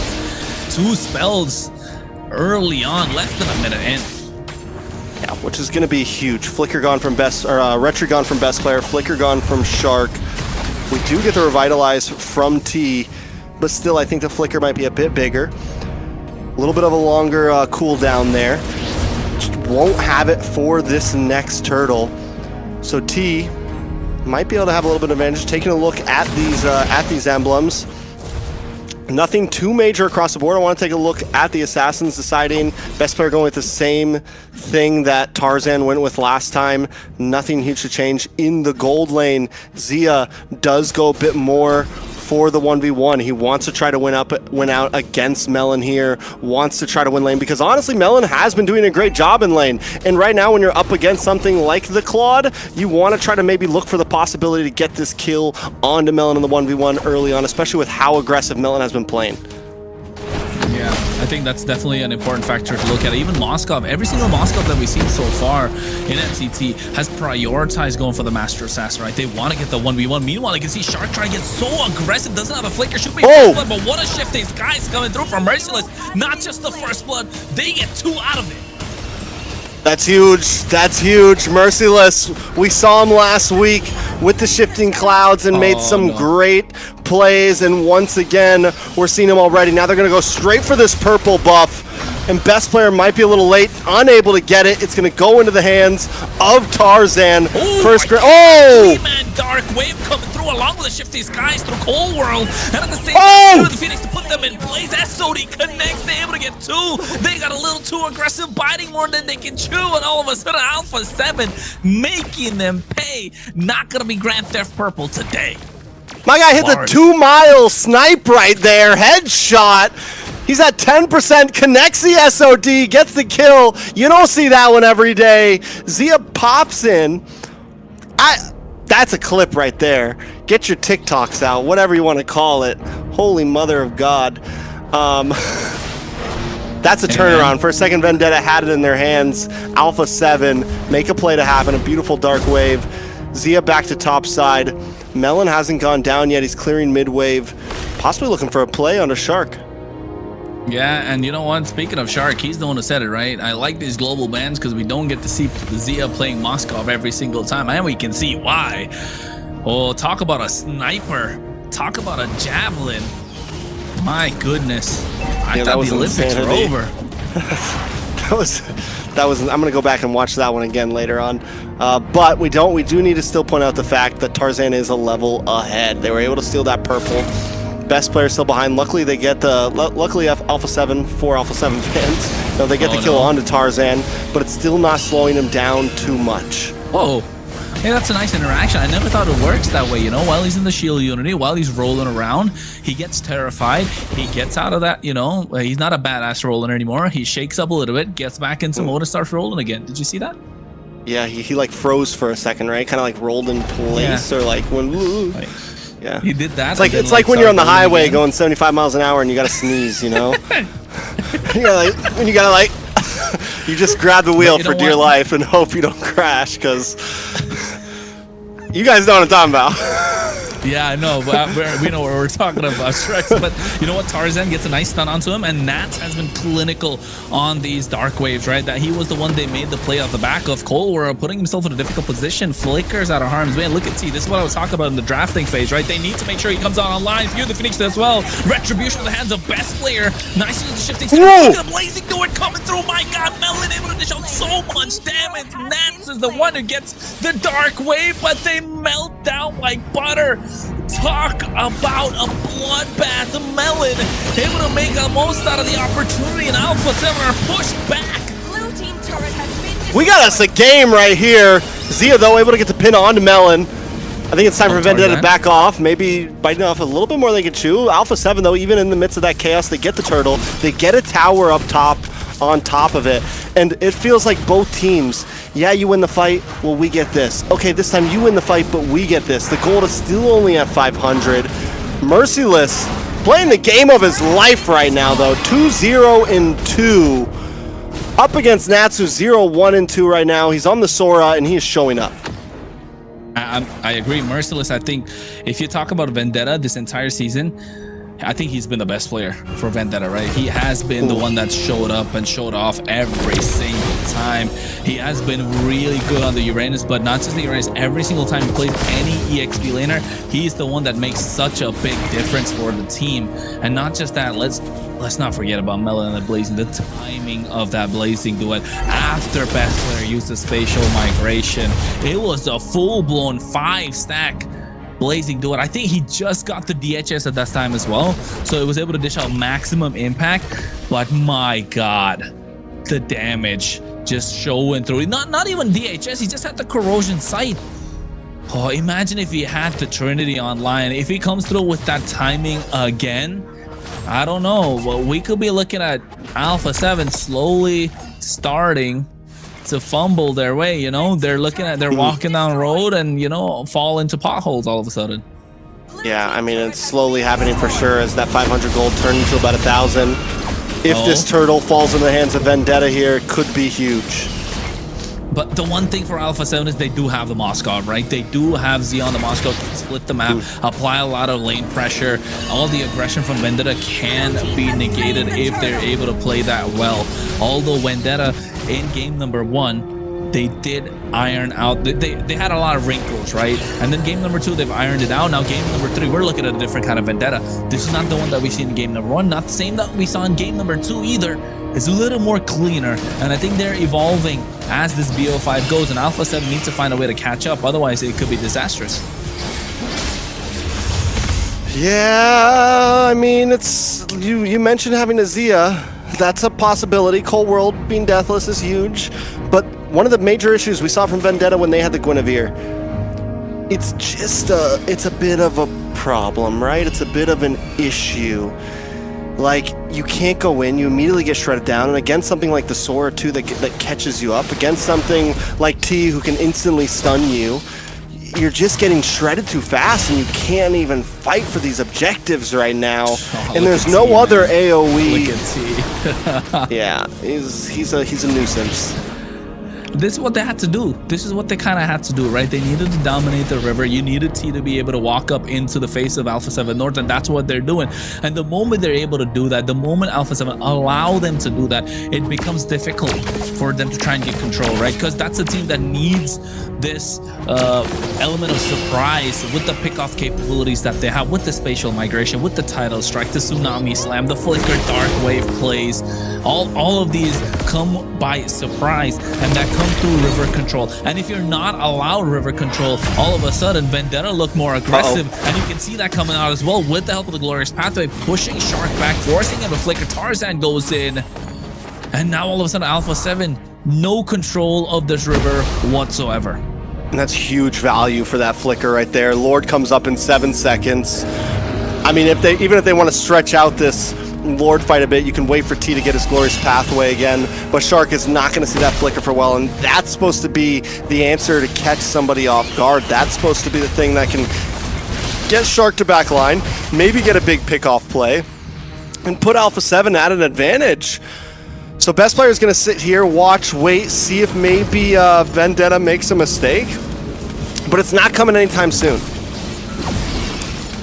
Yeah, and at this point, Vendetta just knowing how to play their composition. The same with Alpha7 North. Look at Zia on the map.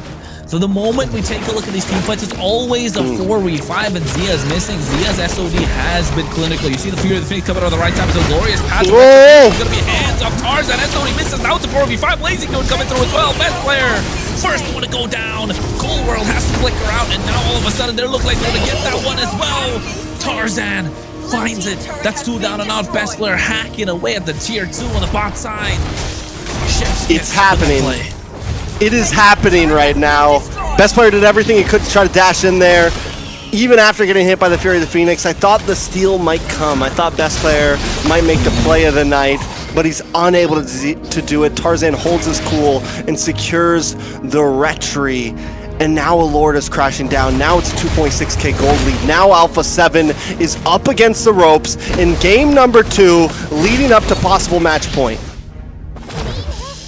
It could be that time of the day, right? They got to clock it at this moment. Alpha7 North, it's a low kill game, but this is where you get to see high-level teams of high caliber shine. Spatial Mike, what a glorious pathway. He got all 5 members. Oh! The Phoenix Blaze are not coming through as well. The Fear from the Purify at the right time. Merciless finds a double. Ain't no way that's happening. Yes, Zia gets 1 back, but my God, what did it take for them to get that 1 back?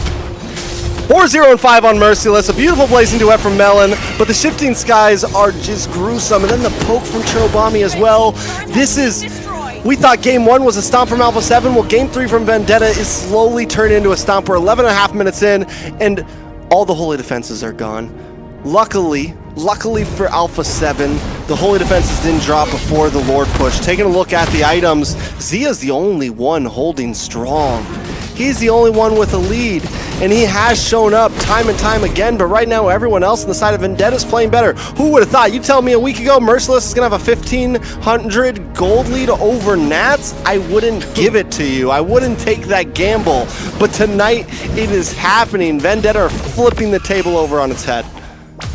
People are scratching their heads. Where did we put our guest coins at the moment? MCT AMER North, the upper bracket finals.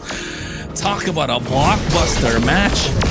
Merciless showing up, and not just that, right? If you take a look at the items of Zia, yes, he's ahead, but instead of prioritizing that malefic gun, went for the Wind of Nature, so he's prioritizing survivability, understanding that he's always under threat. Nice glorious pathway. Tia has been really good with those. He even caught a 5-member glorious pathway. I can't believe I'm saying that. You say 5-man Fatal Links, 5-man Tyrant's Rage, Tyrant's Revenge, whatever it is, 5-man Dark, 5-man glorious pathway is crazy, man. It's like the lamest 5-man of them all. Let's be real. It's like they're all walking in slow motion. They're all coming out of the marathon. Oh yeah, that's like the cool man walk. I wish you guys could see us on camera right now. I mean, it feels like that, right? Like they're just coming out of a marathon, trying to break the world record. But at this point, Vendetta, not just that, right? The Lord is up. Tarzan has been taking a back seat this entire time with all these fights for the past 5 minutes. For the past 2 minutes, Melon's showing up 1-1 and 5. The Purifiers have been coming in clutch. Nats has not been able to this dark web. Look at Tia again with this glorious pathway. Now Shark looking to find a pick off. All of a sudden, comes out as well. There's a lightning duet. Retribution coming clutch. Nobody there, but Zia might find it. Tarzan the first one to get.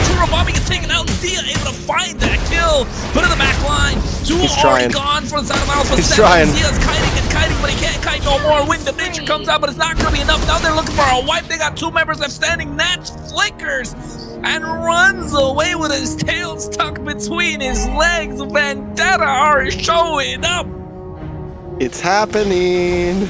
It's the worry on everyone's mind before this match came. It is happening right now. Is Alpha7 falling in shambles? Is the pressure getting too high? Coming into this match, It's not over yet. It's not over yet. Alpha7 can still pull something off, and they don't want to count him out yet. I guess we can get more into this topic if Vendetta win this game, but right now, Vendetta has momentum, and Alpha7 is losing it by the second. Oh, nice. Oh, my God. Whoa! Fell in the right time. After a while, Requiem be used up as well. Spatial migration catches 3 members, but now they got to go back. The damage coming in from Shark as well as Zia. It's too much, and best player walks in, but big whip for the spatial migration misses completely. Zia's left to defend with the rest of the members. Oh, the pressure, the pressure. Best player folded under no pressure at that point, but look at the title strike coming through. Shark able to find them as well for you, the Phoenix, to catch them in place, and Zia is the one that's holding on to the hopes of Alpha7, not letting through. There it is, the nice use of shifting skies. Nats and no and Melon again finds a blazing duet, and Zia goes down. That's a double, make that a triple. Only one left standing is Cold World, and Vendetta are looking to march down the mid lane. You wanted a nail biter, well, they're giving it to you right now. Melon, Zia, the Gold Lighters, both of them. Best player gets an insane, like, 3-man Violent Requiem down the middle. For a moment, Alpha7 had the game. For just a split second, we thought, oh, wait, this is about to turn around. This is about to get bad. But Melon holds on, gets a blazing duet in just the nick of time, and just cleans house. I'm wondering if Alpha7 went too far there. I think once they got them out of their base, maybe Alpha7 should have, let's not overcommit. We got a kill or two. We tied the game back up. Now it's looking dangerous, but here's the kicker. It's 16 minutes in. Both gold laners are almost max item out. Actually, yeah, both gold laners now max items out. We just had a quick sell real quick rebuy from Melon, getting in that rose gold. Oh. No, Zia's still got the boot, so SOD is trying to run out of harm's way, but you can see nice view of the Phoenix as well. Zia's able to flicker out of harm's way. Nice use of the title strike, tsunami slam combo. But look at T holding them in place. Melon goes in again, another too much. And now nobody's able to walk out alive. They're trying to go through. Best player barely standing. T with the help of the glorious pathway and the ring of punishment able to pick up 1 kill, and that's gonna be Shark. Oh my God, the ankles are breaking of Alpha7. They like control tricks, but at the moment, the way that Vendetta are making a move to their moves, woo. Rookie of the year right now, Melon, 6-1-8. Giving a tap to Zia right now, giving the hands. Here comes an SOD, does not connect. Alpha7 have to go for this one. This is the Lord to probably decide them all, and they know it. As Nats hangs out in the tri-bush, but he's already found by Tarzan. Oh, T, glorious pathway again. That glorious pathway has been clutch this entire game. Every single time he uses Alpha7 are nowhere near to anything that they can contest. That has been the big difference maker. Vendetta 17-6, 7k goal lead. If anyone had doubts about them in the second game, talking about Alpha7 coming off with, you know, experimental drafts, I don't know. This doesn't look so experimental no more. Yeah, so where does Alpha7 go from here? Can they defend? They do have Zia still, who is outputting. They have the possibility to maybe defend this? Maybe? It's tough. There's just so much utility on Vendetta's side with the Fury of the Phoenix, the shifting clouds, and then all it takes is one big blaze duet. Again, look at Zia's in a bad spot. Lock it in, and Fury of the Phoenix coming as well. Zia's looking to make it out low. Wind of Nature trying to survive. He has to kite back as well. Immortality purchased at the same time. They're able to catch Shark or Tarzan. But what a shifting skies coming through, and now Melon with a blazing duet catches nobody, but able to clear out the waves. Oh. They get Tarzan, and it is a massive shutdown. Best player goes into the spatial migration, able to make it out alive. Fleeting time purchased by Shark. He's looking to get the ultimates down quick, but Churro able to find Nat. A 1-for-1 trade. It could be extended. Melon with a Wind of Nature. What a summon Zia! Oh, he still has the immortality. He's still able to survive. Merciless caught in no man's land right now. He does have the immortality. He goes down. Does he have enough time to try and make it out of harm's way? No, he doesn't. Get pinned to the wall. And a massive shutdown. Vendetta makes some mistakes there. They start that engage with that Lord way too early. Melon not even close to the fight yet, so when they do get the big play to happen, he's unable to pop the Blazing Duet in time. After that, Melon kind of second guessing. He goes for some basic shots on the tower for a second there. He walks up and then he hits his Blazing Duet and barely connects onto anybody. I gotta give it up to Zia though. He gets caught on the other side of the wall. He's brought down to about 10%. He's able to just flick back to safety. And he's the one, once again, is able to shred down the Lord, put out that damage. And Alpha7 hanging on. We're at tie game territory. We're at maxed out items territory for just about everyone. I mean, Zia's been the one, right? Zia's him at this point. If you're a fan of Alpha7, if you're praying for Alpha7, Zia's him. You're believing in what he can do right now. 5-2-1. The rest that just have not showed up whatsoever. Yes, Cold World's been hanging in there, but hanging in there by a thread. Vendetta have taken this game by storm. And to be going up against the favorites of not just MCT North, but MCT as a whole, with Alpha7 as an organization, and Alpha7 North as a powerhouse star-studded team, yeah, Vendetta, they got no pressure. They know all the pressure on the side of Alpha7. And now they're starting off this lore. 20 minutes of the game. It's an evolve lore. And they're hacking away tap from Melon just to blitz it down. Shredding it. Oh, SOD. One basic attack at and a it time. connects. SOD He's in a bad spot though. Yeah. Oh, he comes in. He comes in. He comes in. You can see the back line. The water shifting. Skies coming through. Able to catch two members, but Zia goes in. Blazing Duet from Melon as well. Looking to catch everyone. Best player goes into the spatial migration. A lot of damage being dished out. Nats goes into the Infernal Pursuit. They're able to find Cold World. Looking to get Nats down as well. That's 2-3 members down and out. And still everyone is from the side of Vendetta. Zia still kiting. And best player trying to buy some time. Zia goes in looking to get someone, but now in a sandwich. He's in the midst Immortality. of 5 members in bad position. Best player's the only one left standing.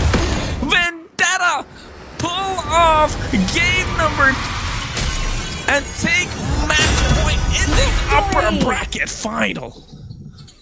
Match point secured first by Vendetta up against Alpha7, and not just any match point. That game right there might have been some of the best we've seen so far in this playoffs bracket. Zia, you put your faith in me now, doing everything he can to save that series. And I mean, it was not good odds. After it came down to some of those 5v5s, you could just see that all the Glorious Pathway, the Fury of the Phoenix, it was so hard to fight for those lords for Alpha7. That was not going to be the win con, and overall they just couldn't win through. What a great team coordination for VTA. Those fights that they bring to them is just amazing. Talking about the strategy, I noticed when they did that, with every engage, you have Tarzan coming from behind, and then you have T, you know, going in the front, and then they just sandwich them in and they bring that fight in like that. I've seen it, you know, twice, 3 times like that, and trying to catch them off guard like that. And oh, I was holding my breath for majority of this game. Zia really tried to hold this game, you know, get it to late game, get it to where it, you know, he could make more difference. But unfortunately, a Moskov against these tanky boys is just not gonna cut it. I mean, you have the Hylos, you have the Basha, and you have Sora, and then you have Hylos with a Revitalize. If I was not seeing this properly, I thought they had an Estus on the team, because what the hell is with that heal that they had? They just, you know, you see them going down in HP, and then all of a sudden they're all full. I'm like, what? You know what? If you're Alpha7, right?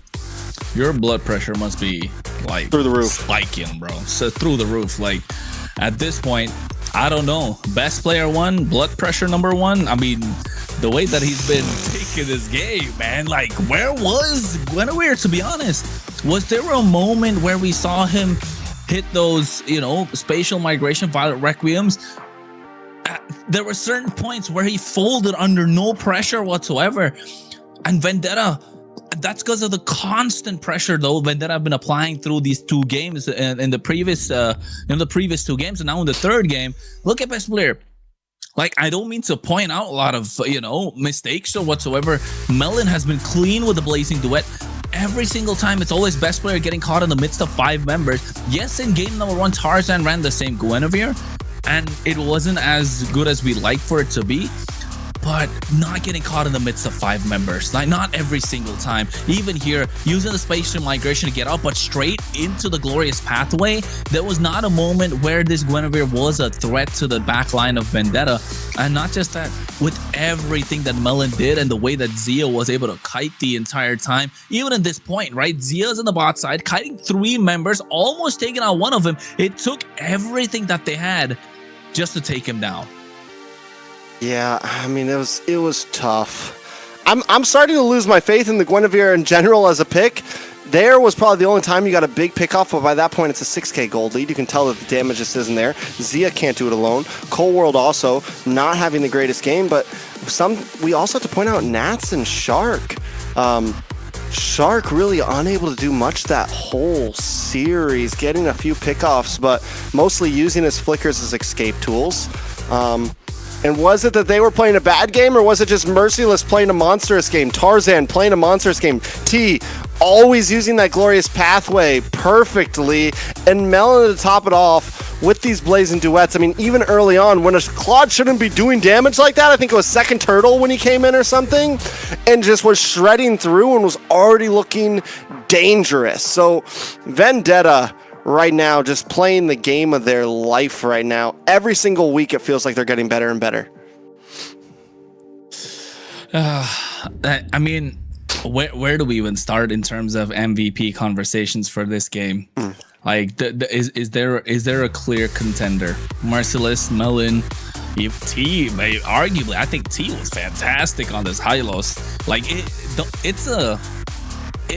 not the, hero. It's not a hero that kind of needs fast fingers. You don't need crazy micro. But look at this zoom in. Best player does find this moment, right? But no winner crown when you need it, because he used it up early in the previous fight. And then he has to get away because of how grouped up Vendetta are. And it takes everything out of Alpha7 just to get something down, just to get 1 member out of these fights. Melon with the aggressive BMI here Zia. too. Oh. Wind of Nature. Oh, Zia. Lord. Poor Zia. He just couldn't do it. He couldn't carry the weight on his shoulders this time. It was too much. Tarzan, Merciless also playing such a great game.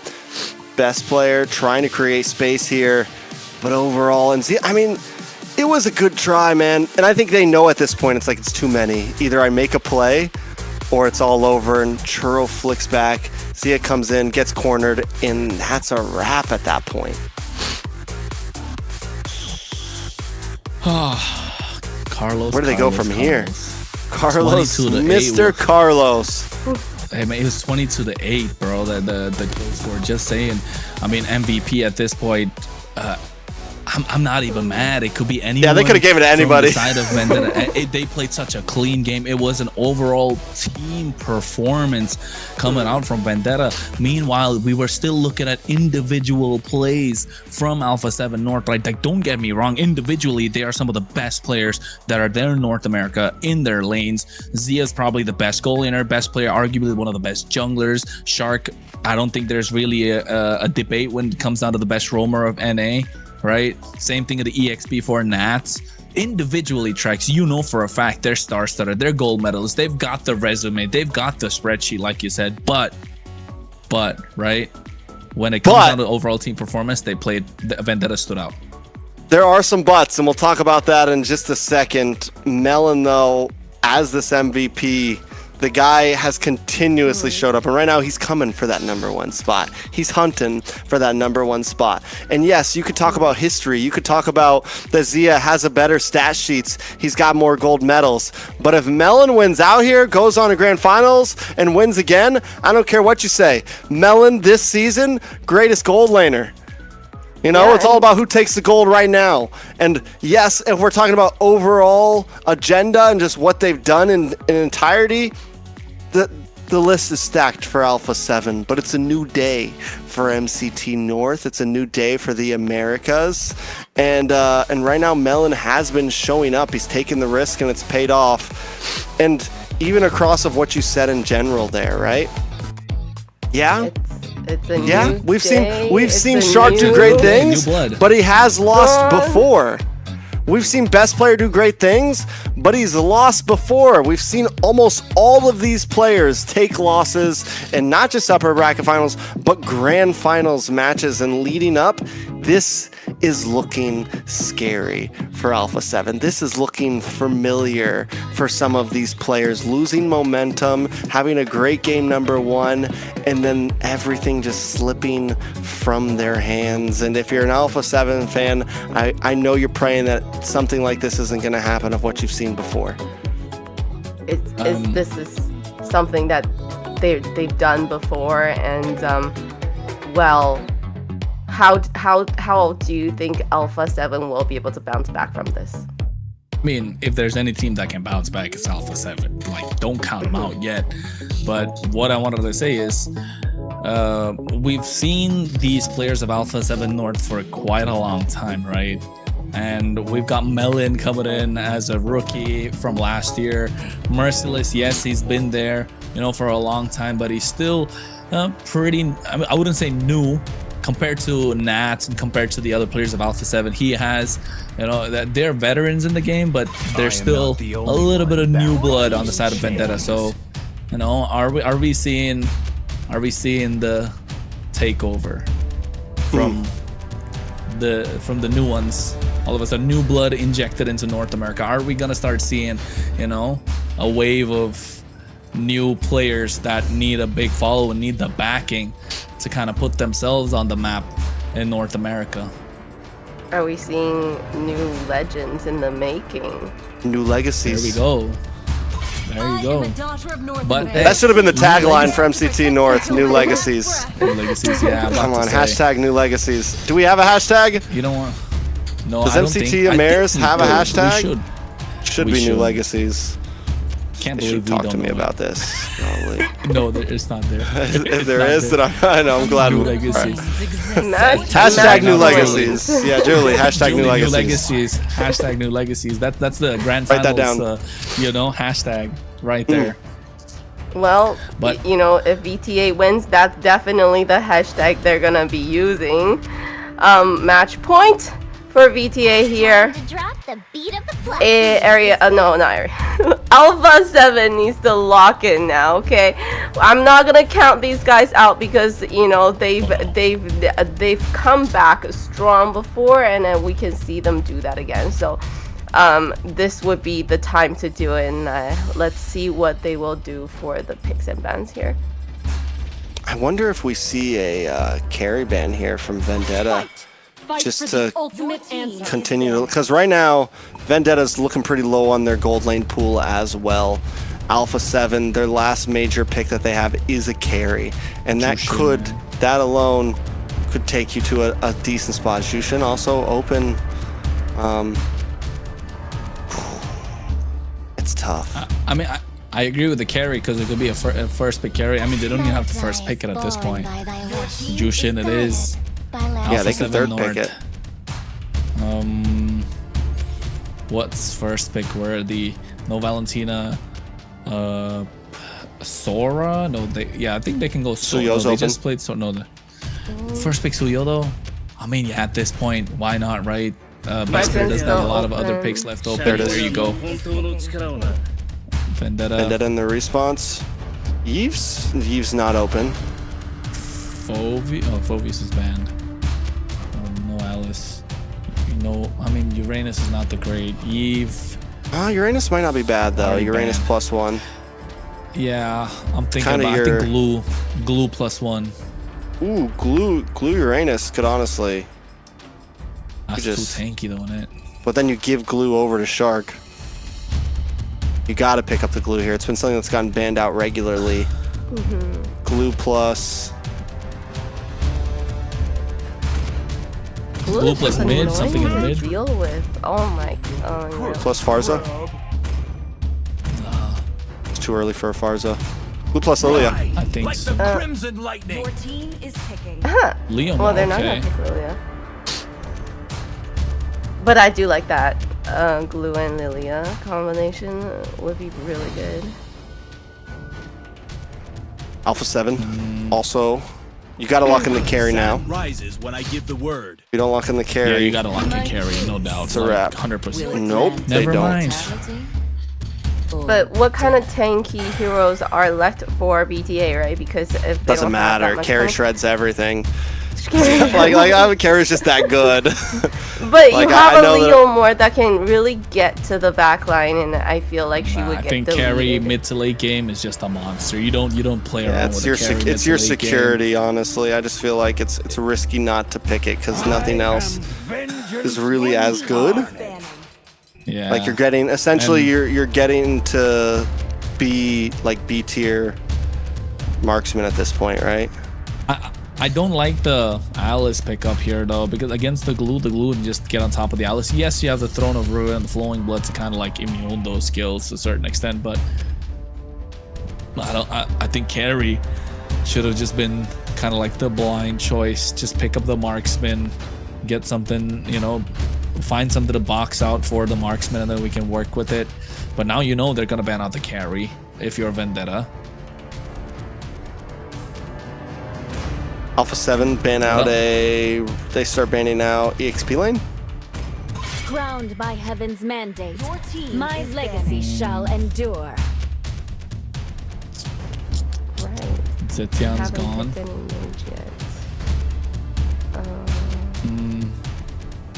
Well, I think VTA still have Lilia. I And out think the that's CC still maybe.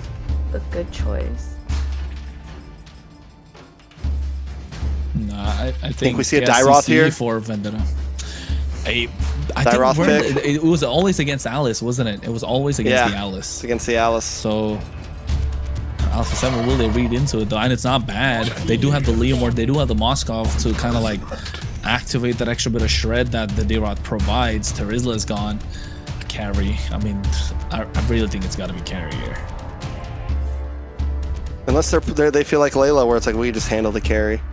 But it's a dangerous thing to leave on the field because Yeah, if it's it a does get to dangerous late game, game yeah. again, you get to late game again and carry just kills everything. Well, VTA can't pick carry, can they? No, but Alpha7 can. They need to. We're saying BTA should ban it. Last ban, take out the carry. Give yourself some safety. Then what marksman do you have left to answer? Exactly. There's not a lot. Combination. I mean, Granger? Beatrix, maybe. There you go. Beatrix, Granger is Granger, another choice. Leslie. We've seen Zia pick up the Obsidia before. Yeah, he's been good on the, and Obsidia is good here as well against the Leomord, so it's not bad. But the thing with Obsidia is it's such a single target marksman, right? It's not fast enough like the carry to shred somebody down.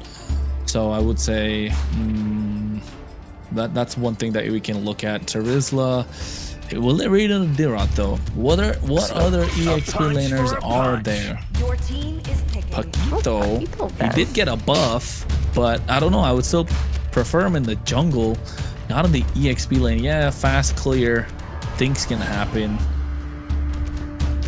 Dyroth last pick, but something else here Paquito's first. kind of Mid lane? crazy. He got a buff. He got a nice buff. He's good in the jungle. I tried him. What other We heroes need that a got buffed? EXP Because I lane. feel like these heroes that are just Rick. coming out from, you know, Ooh. like when we don't really see them Another in all of a sudden- VXP? Nah, I don't think it's good. Uranus, right? Lapu? Okay, yeah. Comfortable. Lapu, solid. Easy, simple. Alright. I am sovereign of the abyss, the And slayer then they of just have gods. the Obsidia. mage. And then I guess you go what Farza here? Mid. Do you though?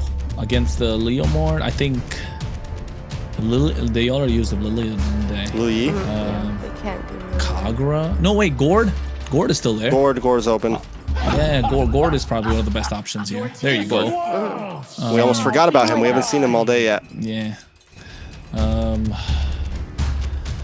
What did they go here in the mid lane though? You know what would be crazy? Odette. Oh, damn.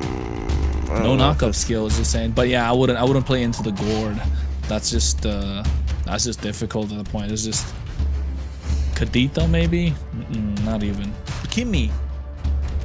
Oh yeah, that's another one we haven't seen it all day. It's weird. Yeah. I guess it is still just first series. Kimmy could be viable. I like that. Like Luke Even grabs somebody and then Delier's Kimmy just back there. And it does good against the Alice can kite back, as it does good against a lot of all of these heroes that want to chase you down. They still have the Oh Lilia. wait, they have the Lilia. Guess who's the stunning brainiac detective? Well, would you prefer the Lilia or Kimmy? Yep, it's me. I like the Lilia right think now. Kimmy. It's just Kimmy's. I would have preferred the Kimmy, but Lilia is not bad. We saw Lilia wave beat clear the side. Alice Khalid in game number 1, but it was in the hands of Alpha7. It's all about how you want to. Sometimes you just got to ignore the Lilia, honestly, because you can't get rid of those black. Because getting rid of the black shoes, you just waste too much. Well, there you have it. Game 4 out of this best of 5 match point for Vendetta.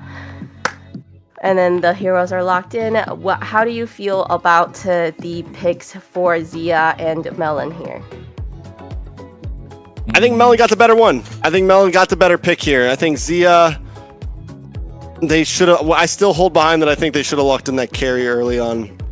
If there's someone that can pull off the Obsidia, though, Zia in the hands of him. We saw him do some great things with it last week. I think it's possible we could see some great things from him today with it. Hey, he's been the one standout performer for Alpha7 at this point, right? If you ask me. But this is where we're starting to look at grand finalists. They've got one step on that podium already. Vendetta, we're talking about at match point. Alpha7 looking to pull it back and take it all the way to game number 5. Ladies and gentlemen, we're talking about game number 4 right now in this upper bracket final between Alpha7 North and Vendetta. Yeah, I mean, I came into tonight expecting a 3 a.m. finish. I expected 3 best of 5s all the way. I'm not going to lie. I just had a feeling it would go that way. Vendetta, though, is looking good. Momentum is on their side, and some of the players from Alpha7, whether you want to hear it or not, don't do great in this kind of situation. So can they pick up the pieces? Can they show that they have the perseverance to get through it? It's not going to be easy. They're looking down at Patrick right now, who's bullying them back. They're looking down at Lilia right now in the mid lane, and VTA knows how to play their game. They're not chumps. They're a team that is ready to take advantage of every moment they have. They're not chumps. This is Patrick. This is Look Patrick. Yeah, look at the emblems. It looks. Oh my God, Shark! He's not a chump too. He flickers in, or rather, not even flickers in. Just able to get the basic attack. And Churro, I think, did he get a little too playful? Yeah, you don't try Shark like that. He's gonna get in your face. blood He's like, in the listen, water. I'm tired of this. I'm tired of this oppressing me, keeping me under my tower. One of us is going down, and Shark got the better of it. So 1-0, first blood, 600 gold lead already in the hands of Alpha. Turtle coming up in just a second. And that turtle's going to be crucial. Now Shark can walk up. Right, you already put Churro behind, but he hits the level 4, so it's still going to be all right. Forum has the black shoes. Now he's going to start dominating the river a little bit more. Flowing blood coming in from Natsu. Kid Merciless going over the Raven Spider. Zia joins the fight, able to get the first blood or first kill for best player this time. And on Asuyo, you want him to start snowballing as fast as possible. Here comes out the speed from Tarzan. Gets caught on the projectile. Coming through as well. Now looking at Shark going in quite deep. Tarzan's still able to survive. Look at he pull one back. He does find it. Nats slowing down everything as much as possible. Melon! Able to get one onto Cold World. As Churro is able to pick up the kill. Tarzan going down earlier. Best player secures the turtle. I mean, that could have gone much worse for Vendetta. Alpha7 taking a nice gold lead, getting the kill into the hands of best player, plus a turtle. Overall, very well played, but Melon comes down with that SOD and makes sure that they at least get something out of it. Tarzan gets a kill to himself as well after taking a death. So, I mean, it's not a complete and utter loss for Vendetta. Churro, though, he's got to stop getting caught off. He's feeding. Yeah. He's giving best players num-nums. Yeah, at this point, I mean, he's being a little too playful, right? Vendetta all that early lead, all that pressure that you applied in the past 2 games, all of a sudden started to slip up. And I think this is where you want to see best player coming into his own, right? You want to see him clutch. You want to see the clutch factor from best player. And what a better way to get it going than to give him a Suyo. Suyo has been his standout hero in MCT so far. And we honestly, can see why. 2-0-0 already. The Gush coming out and T is pushed back. And not just him, I think Suyo has been such a comfort pick for all the junglers at the moment. Yeah, overall, this is a lineup that stand out for Alpha7. You have something aggressive on Shark where he can dive and make plays happen. He's not just walking up. The past 2 games, it's been a Marcel where you're just kind of telegraphed walking up. Last game, what was he on? He was on, what was the last game? What was in Shark's hands last game? I don't even remember. That's wasn't exciting. I'll tell you that much. It wasn't exciting. It was Kalea. You walk up once again, and all of his flickers got used. I think this is a composition for Alpha7 where it's their comfort, it's the way that they like to play, and it's what they needed when you're staring Vendetta down at match point. Their match point. Only get the Mystic Gush coming out. Merciless, bravest fighter, able to make it up, but goes in with a flicker land shaker, trying to make a play, but best player able to get the turtle. Tarzan with the help of the Steed doesn't want to go in, gets latched onto by Zia with a Hunter. Throw to ruin, catching 4 members. Shark able to flank from behind as well at the same time. That was a pincer coming through and double kill in the hands of Shark. Alpha7 North started to show life. Oh my lord, best player just got another one. It's 3-0-1 at this point. Did he pick up Skypiercer first? Is he hanging on as a second item for that? We'll see exactly in just a moment next time we look at items, but Alpha7, a 3.5k goalie. Okay, doesn't go for Skypiercer, picks up War Axe. Might not even go for Skypiercer. He might go for Hunter Strike next or something. I mean, obviously the way he's playing, a Skypiercer would feel nice. We'll see exactly how he plans it out. It's been interesting the way that so many people have been building the Suyo. Because we see things like the Skypiercer sometimes. We see things like the War Axe. We've also seen Hunter Strikes, right? On the Suyo. So many teams have been, I mean, so many players have been kind of building slightly differently. And obviously because of that variability, a lot of it's, okay, how are we going to play this game? Are we going to play hyper aggressive? Are we going to have a lead in the early game? Do we want to play for 3rd turtle, 1st lord instead of 1st, 2nd turtle? Things like that. Yeah, and I think the Skypiercer not being picked up by best players so that Zia can pick it up for himself, right? I think that's the sacrifice you make. This is the one thing I've been behind always when it comes to Skypiercer. You don't want 2 players in your team pick it up because that's counterproductive. So best player saying that I'm not going to get the Skypiercer, let's give it in the hands of Zia, and then he can make magic with it. Here, Cold World, caught off position. He gets a grab. Tarzan with the Steed able to get the kill, but now Hunter Bone coming through with a wombo combo. What looked like it was just a normal skirmish. Alpha7 North turned it into an advantage. Now Merciless left the no man's land, used up all his skills. Churubam is going to be next on the chop-em block. He used the black shoes just to get out of harm's way. Zia, Shark, and Nats, they have been coming together, and every single time they do, it spells disaster for Vendetta. Yeah, and this kind of all ties back to the fact that this composition just works so well with Alpha7. They have combos, they have dive potential, you have nice crowd control, AoE, and it's something they're gonna land those hits every single time unless Vendetta can do something on it. Look at this, Magic Gush onto T, brings him down, he almost gets away. And that's a stack. That's a stack for Zia. He's got 2 stacks in the Skypiercer. And we know what he can do on the Subsidia. He goes for the crit build as well with a Windtalker. That's why you can see fast rotations across the map, 10-3 score. I think Alpha7 rejuvenated, have some life in them at the moment.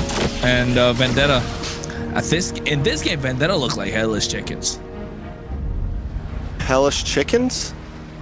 Headless chickens. Headless what chickens. Do you think hairless chickens? Hellish. Like hellish, like monstrous. Okay, yeah. I don't know. Yeah. That's why I was confused. That's a nice line, yeah. Bunch of hellish chickens walking around here. Yeah, Vendetta, walking around like chickens with their heads cut off. I gotcha. I hear it. But Tarzan might just get a kill for himself. Yeah, Throne of Ruin already being used up. You can see the projectiles coming through, but look at the back line. Merciless going in, looking to catch Cold World. He flickers out of harm's way. Nats, look at him at the time. He's by 3 members, fended off just by himself, but Merciless almost getting the better of best player, along with the help of Melon. But look at Nats, the big difference maker. All these games he did not have that presence, and now all of a sudden you're starting to feel the presence of Nats, and Vendetta might just get overwhelmed in this game. But also, you can't count Vendetta out. At a 5k gold lead, at a 5k gold deficit, they get one of their first big wins on a fight. They find a kill, they're able to survive, they don't lose anything major, nobody goes down on their side.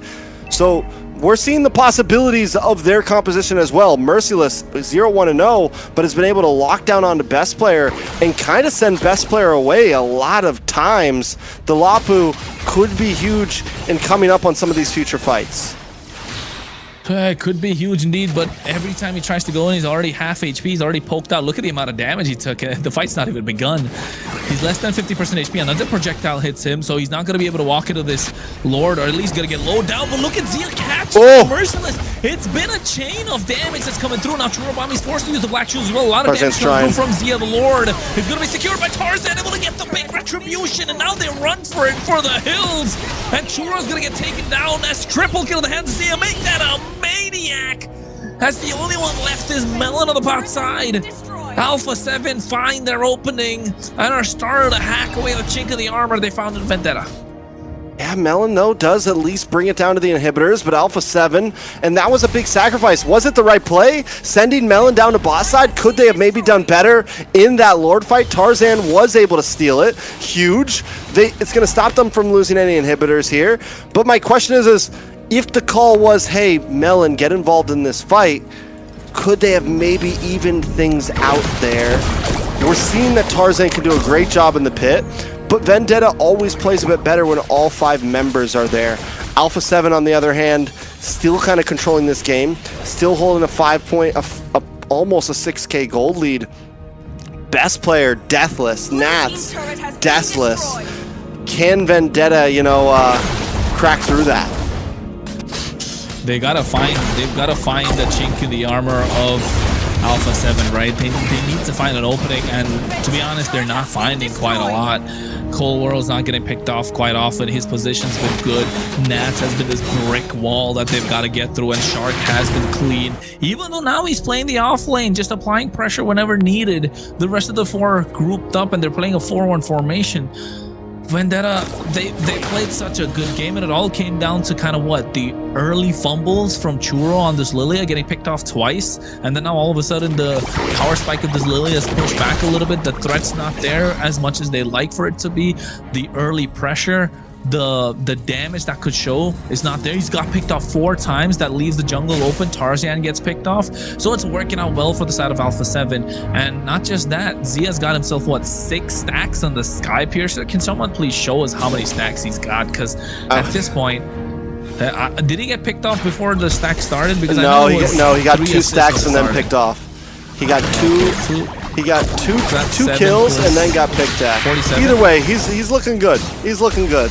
The stacks are with this one. Oh, 47. I think that's what it is right now. 47 stacks. Oh, Throne of Ruin. Look at a big one. 2-3 members. And now Tarzan getting caught up, and he's not able to move thanks to the hunts of bone that comes through. T looking to get on top of Nats, but doesn't want to bite the bullet. Vendetta, no matter what they try, Alpha7 just got their number in this game number 4. It's match point, but look at Nats into the back line, just not allowing them. But look at Melon. Yeah, I know, and T's going to try to stop. He's got to do. Zia's making his way down, though. Give me the 1v1. Give me the 1v1. Cameraman. Nah, it's not there. It's not there. No 1v1 yet. Melon knows it's not a wise idea to take a 1v1. Melon knows it's not a good idea. No, Melon's might get cut off here.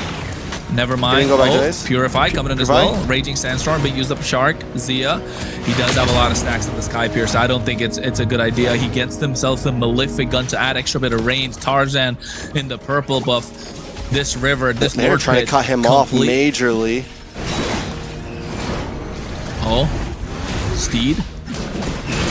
Best player. Best player. Oh man. The back of the tension right now. Yeah. The tension, knowing that at any moment, if either team messes this up, it's huge. I mean, the two of us are just like, like Chassis, Pauldron, the heads are merciless, so that's some good news. They're able to slow down the stack speed, but you can see Gush coming out. Team forced to flicker. Cold World without an ultimate, but they secured the Lord. Here comes the speed from Tarzan. Might be too little, too late. Team the first one to fall. Churro Bombi forcing the Black Juice right into 4 members of Alpha7 North. Zia now 8-1-4, even more into his stacks. Lord's going to be coming. They're already at inhibitors with a minion and a cannon minion. Might be able to break through this, honestly, before the Lord even comes. Look how aggressive he is. Hey man, new legacies. We want to continue our old one. That's what Alpha7 players say, with a new name, but old players. Players of old, right? That's how they say it. Players of old. Ye of old players. Ye of old players. The OGs. All right, let's see if they can pull it off, though. Can Vendetta defend this? I think the fact that they have Melon still in the field, they should be able to shred down. You also have Lilia, does great at siege defenses. She is using a lot of her glooms a little bit early here, though. Steed's going to come out from Tarzan, but it's all just in defense. Vendetta not trying to come out of this base, not trying to waste too many utilities. We haven't seen a big Bravest Spider from Merciless in a while. Are we going to see something now? Oh! Is a big play coming out at the right time, and now look at the double coming out from Zia, looking for the third. He might as well just get a Black Juice coming out from Churro just to try and survive Melon with Wind of Nature, but they get a massive shutdown. He wants to go Bravest Spider, they get it. Best player's gonna be next. He looks for the members. Melon is kiting and kiting, but the base crystal's looking to get locked in as best player finds the moment. And ladies and gentlemen, we are going to a game number 5. Absolute cinema. At this point, no one is disappointed. No matter which fan side you're on, no matter who you're rooting for, if you're a fan of Mobile Legends, you're here for a good time. It's game number 5, Layla. How we feeling?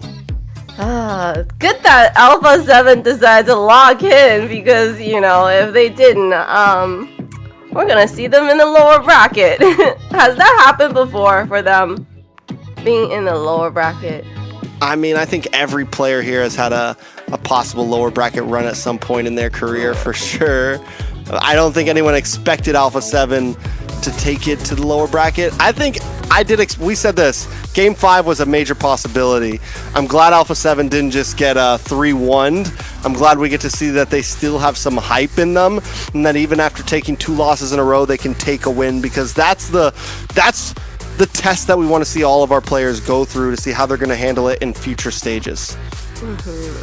And Zia coming in with an Obsidia pick that we did not think was gonna be a great addition to that team, but what do you know, right? He was just so fed, and the damage coming from Obsidia with a fed Obsidia is just, nobody can sustain that kind of damage. Yeah, and they still have a carry in the tank. They still have the possibility of a carry in the tank. You know, there's still things that they can do overall. Zia playing an amazing game there. Once again, being such a damage dealer, but this time we also got to see some greatness from best player, just from start to finish, able to finally secure objectives, able to kind of feel like he can be a part of the team and make plays happen, and actually make a difference in how these fights wins. But Nats, that Alice, so many Thrones of Ruin. Just, I think almost every single one of his Thrones of Ruin hit at least 2 to 3 people. Every single one. I don't think he ever had like a one-man. All of them mattered. Even here. Always 3, look at that. It's always 3. He catches someone on the edge. Always 3-member Throne of Ruin. And I think if you're Vendetta, it kind of fell off, or rather, it slipped when Churobami got picked off twice in the early game, didn't it? It got to the point where it should not have happened. Is Vendetta starting to run out of gas? I mean, in this economy, I can imagine if they're not going to get it back, but are they running out of gas at this point, right? They better refill their tank, because at this point, Alpha7 seems to be revving up, right? You got to. You got to do what you got to do. It's big money on the line, big glory, legacies on the line at this point.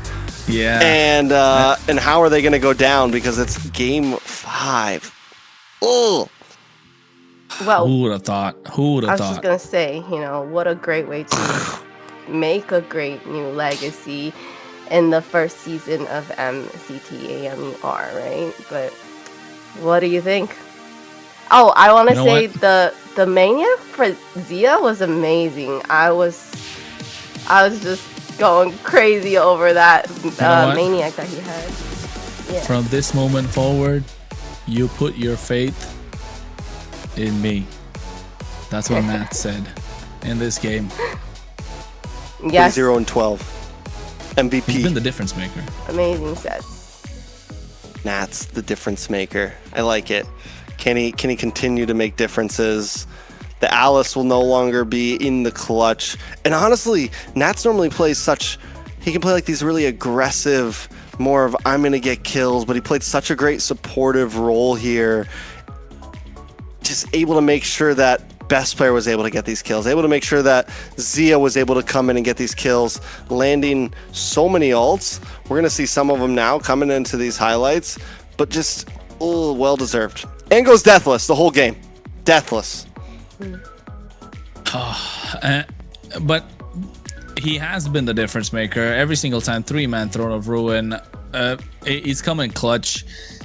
I think in the previous 2 games, the presence of Nats wasn't felt, but in this game, very clearly, especially in that fight down the bot side near that tri-bush, he's just there. He's just so dominating, zoning out 3 members by himself, and they couldn't come up to him.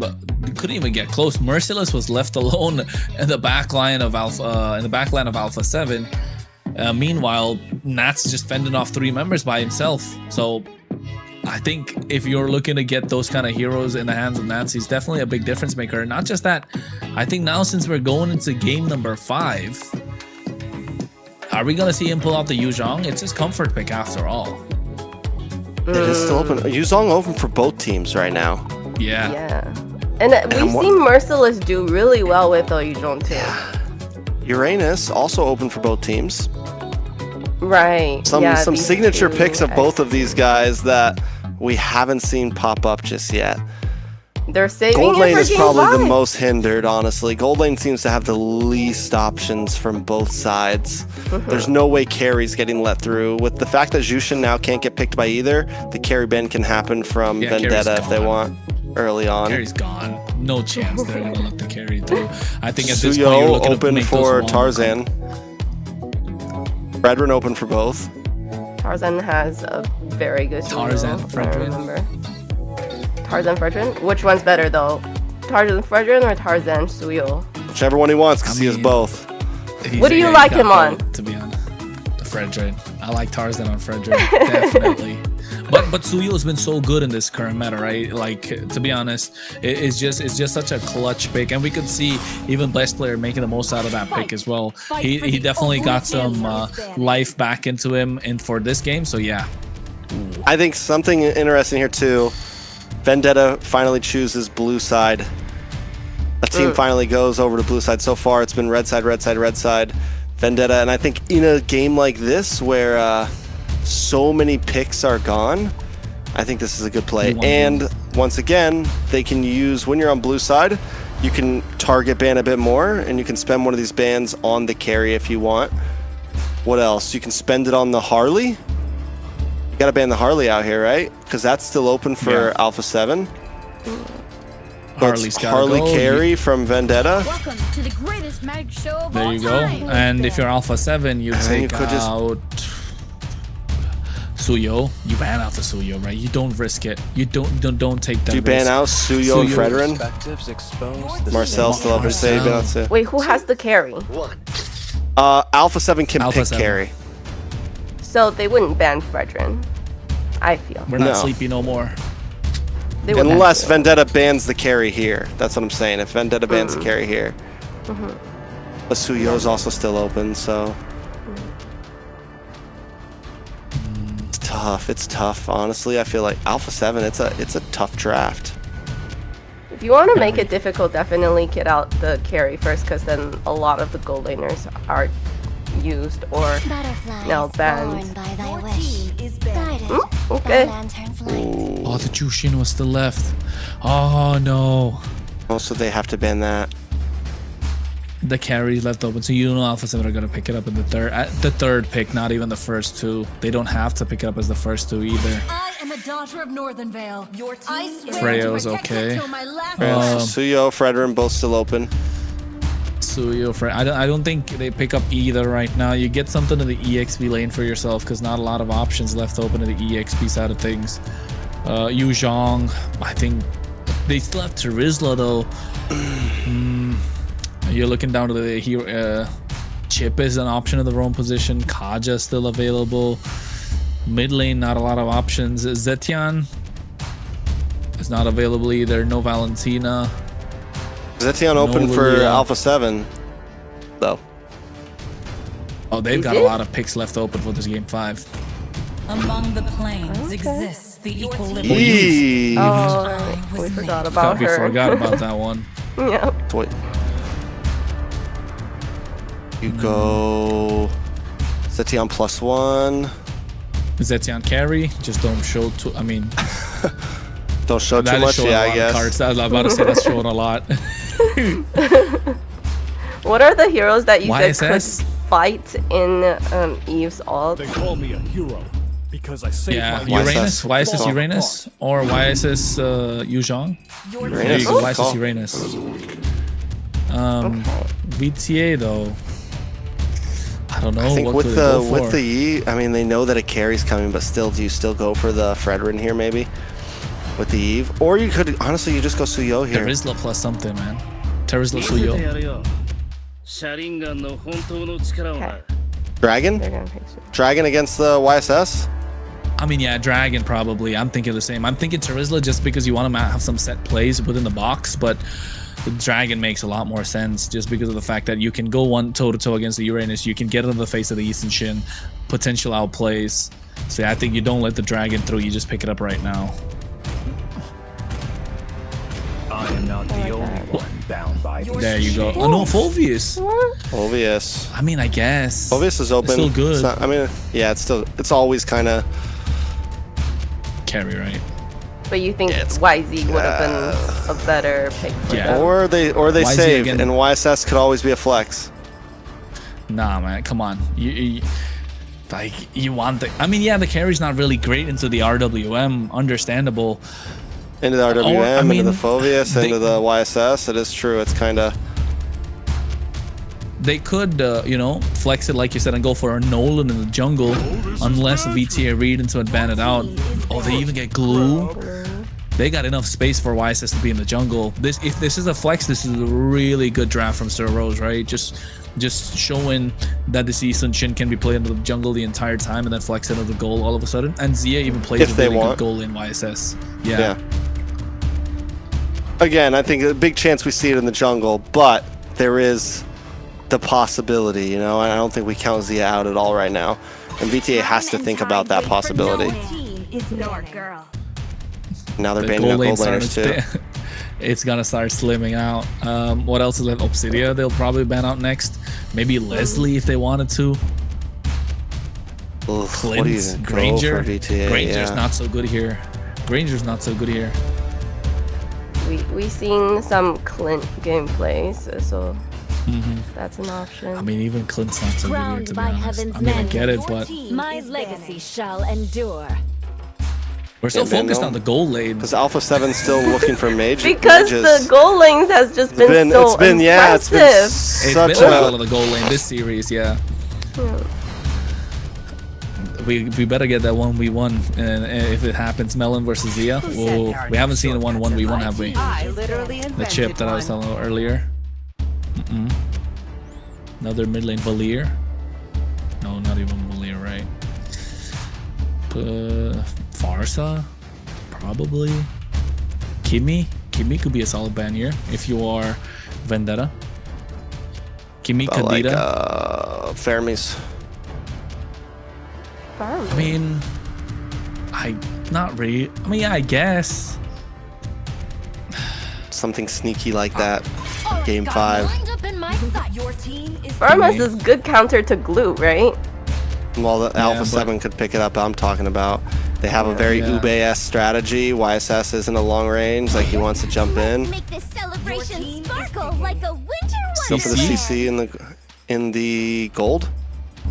CC gold lane, YSS jungle. So they're like it is hyper carry. 1-3-1. This could definitely. I'm telling you, Fermi's looking even more possible. Fermi's looking, yeah. Honestly. 100%. Oh, VTA on the other hand. Irito? No, right? Irito, no. Nathan?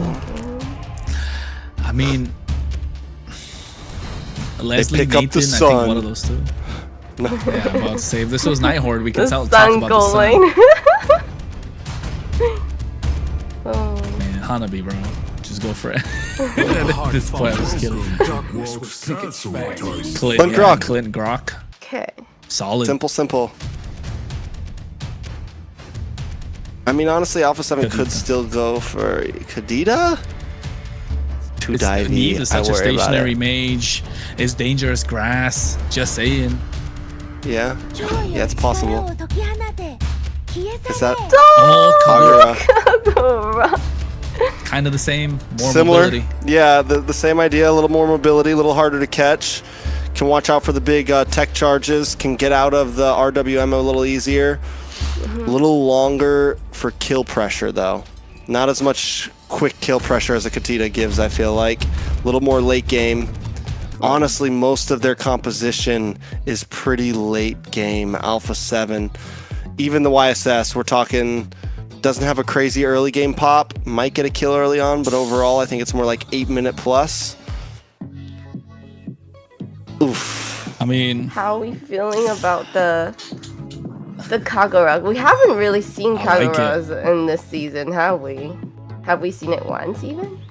we have seen it once, I think, once or twice, but I don't remember by who, but definitely we have. Yeah. Trex, what are you thinking? Take us in. All right, in a second. Just going straight to it, ladies and gentlemen. 4 games that could not separate these two teams. We're talking upper bracket finals. We're talking about where legends start forging their legacies. We're talking about 2 teams trying to take a spot to the grand finals, looking for a podium finish. It's game number 5. It is Alpha7 North versus Vendetta, an invited team versus a team that made it through the open qualifiers. It's down to the line here. I'm looking at these drafts. Alpha 7, like I said, it feels like it could take a little time to fully come online. The Uranus is going to be huge, but most of all, I'm looking at how is this Kagura going to play out. Cold World, in all honesty, has been probably one of the weaker links of the team right now, and he's not on something comfortable. He's not on something, as some would say, meta. So it's going to be time for him to really pop off, because if Tarzan pops off, it's a problem. And the thing is you want the YSS to be able to scale. You want it to get maybe a kill so those second items start coming in a little bit earlier. But the problem is you don't have much support around that. Luckily, Shark gets a power pick in this glue, something that was getting banned out in the early phases. But still, there's a lot of boxes to click on the side of Alpha 7 here. Vendetta, in my eyes, have a bit more of a simpler draft. And speaking of boxes, they got the biggest box in the game right now, that RWM. Everything that's happening inside the RWM is going to work for Vendetta. And look at the emblems, nothing crazy, nothing out of the ordinary. But you're right, with Cold World being on such a, off-brand pick on this Kagura, it can work, but it needs time, it needs the items, it needs a couple of kills in the early game to start showing up online. And then the Yin Yang overturn will definitely dish out a lot more damage. Turtle, though, this time, the pit conquered by Vendetta. Alpha 7 don't want to let it go. Yeah, T doesn't quite have his tech charge yet, but it looks like they might go for a kill on the Nats first, push him away. Yeah. Consecration already popped, able to flicker out of harm's way as well. Turtle being reset. Tarzan looking to get that beetle and get back online. You can see the Yin Yang overturn coming in from Cold World, but at the same time, T has to flicker out. What? Dark Wave into the RWM, and now all of a sudden Tarzan gets first blood, and it's going to be best player that falls down. It's not a good sign for Alpha7. They get 2 for the price of 1, but the best part being they're not letting them into the turtle pit, which could have been even more disastrous. Churobami bringing out a beautiful RWM there, catching 3, and that's what you have to watch out for when you see this Suyo Yve combo. You bring down the RWM, you catch a member or 2, and you'll watch Tarzan immediately swoop in to look for a kill. And early game like this, that's where they're going to find it. But Turtle will go into the hands of best player here, so they're able to regain some ground, bring the gold back to a standstill, and Alpha7 not just out yet in the early game. Yeah, and you can see the amount of space they're making as well, right? For best player to be able to get these neutral objectives. That's super important come through from Alpha7 North. Vendetta, on the other hand, I think that's something they need to work out and create space for Tarzan. At least poke them down just like that for him to be able to get the finish. Churobami gets this one, though. Yeah, and that's not what you want to see. You know, I was already going to point out the fact that best player in the YSS takes a death early on, sets you back a lot. Tarzan sitting about a level ahead. He's got a kill into his book. Churro has one. Items are going to start coming in. It's a 700 gold lead. Alpha7 needs to put a stop to this as soon as possible. How, though? How's it going to happen? Which lane is it going to come through? One thing's for sure, they need both their sides to start performing because their mid trio is not looking super hot at the moment, right? Yisun needs to scale, Kagura needs to scale. Like you see right now, T gets caught, tried to use the tech charge to get out of harm's way, and this is where you want to be if you're Alpha7. Start getting these kills in the hands of Zia. Start letting Nats become this unkillable monster. Be the difference maker once again.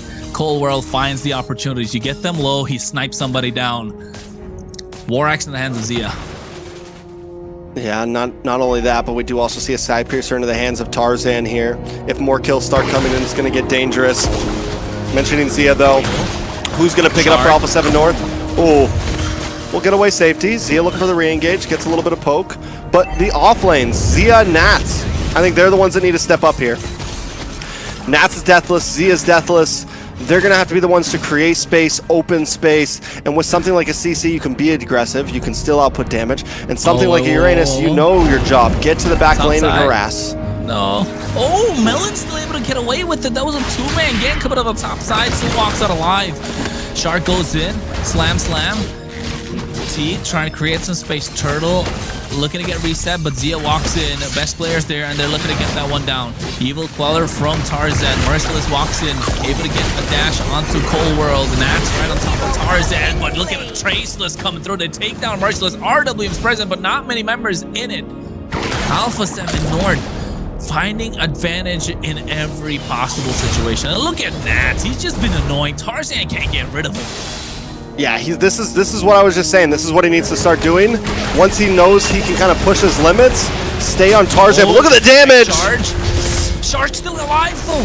Shark is still alive after everything that took place. And now Tarzan able to go in, able to get the nice use of the Soul Sever, able to find the kill.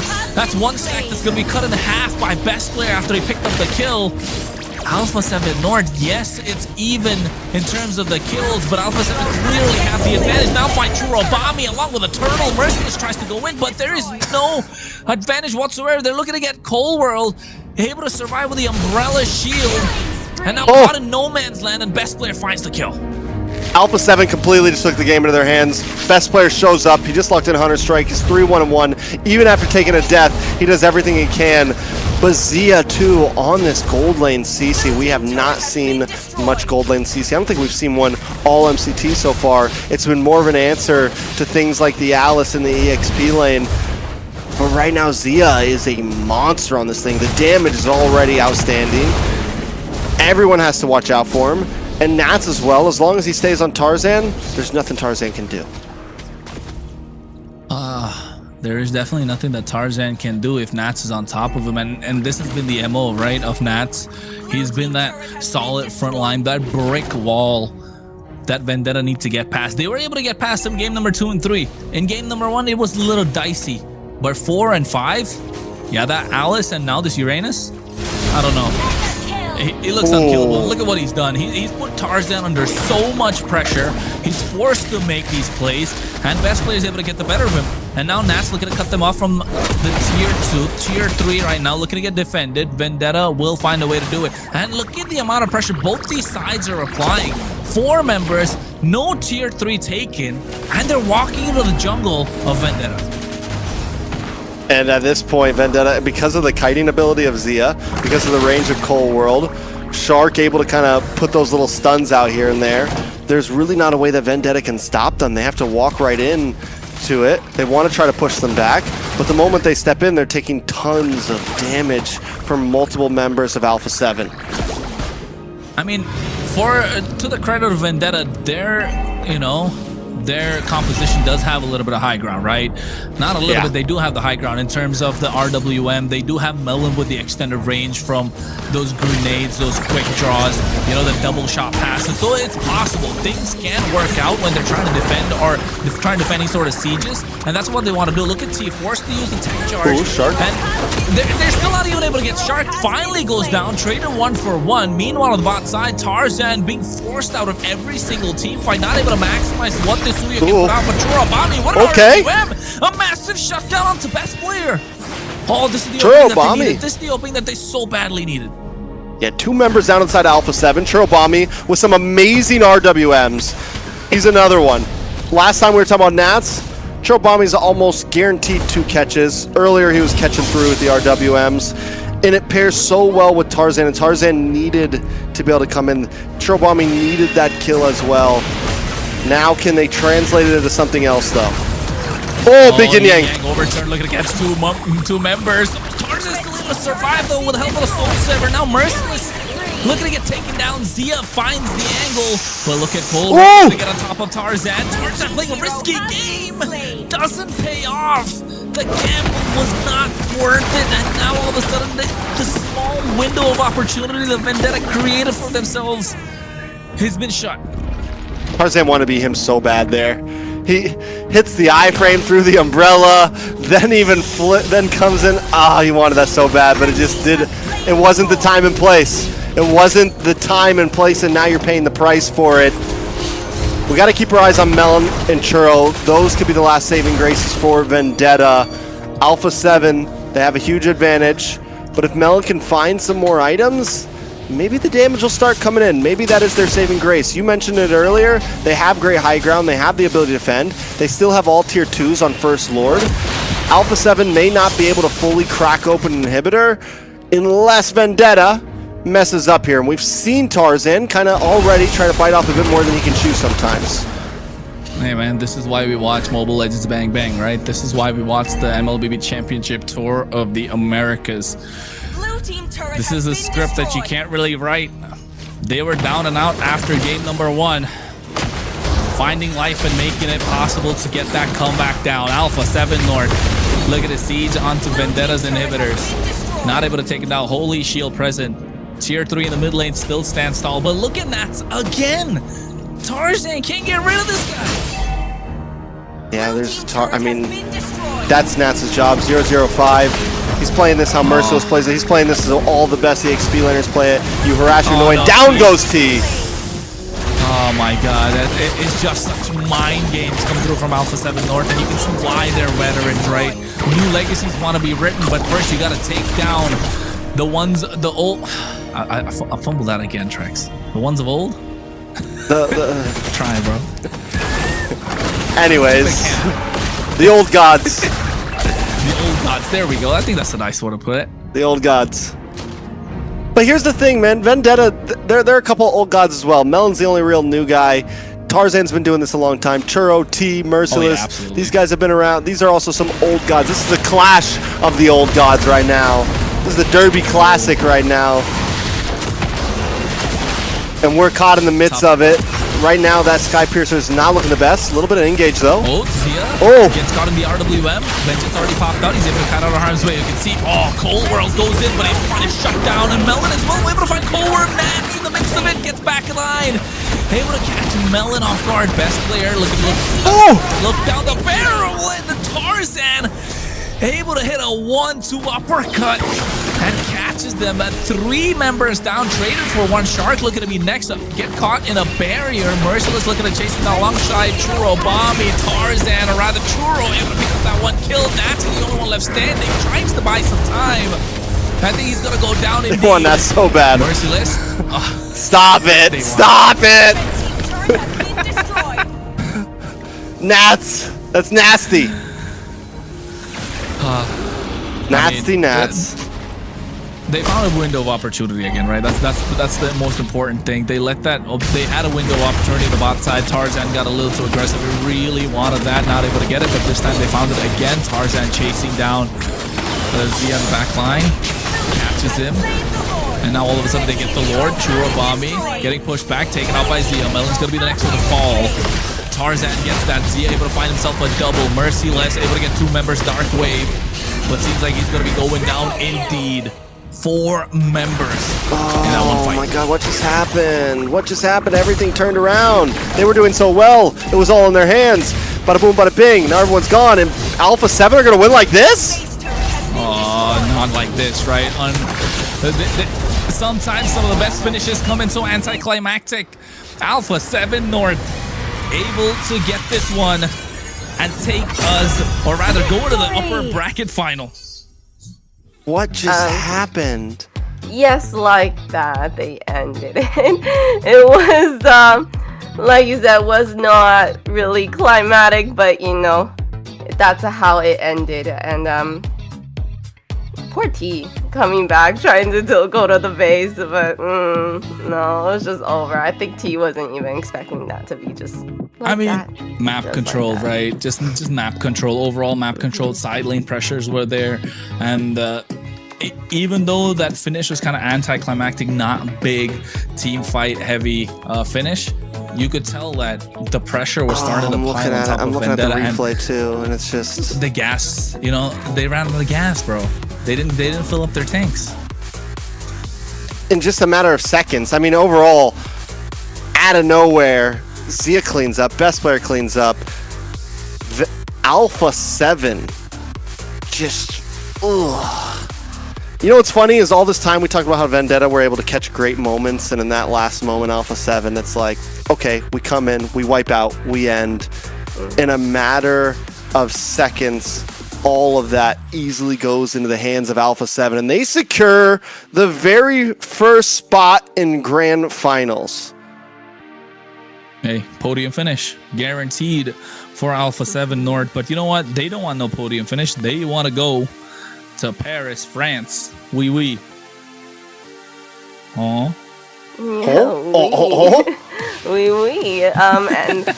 while they wait for us for tomorrow to meet another team that's gonna be there for that North Group Finals, Vendetta they still have a chance, right? It's not that they're out for good. They still have a chance to go to the bottom bracket and fight their way back to face Alpha7 one more time.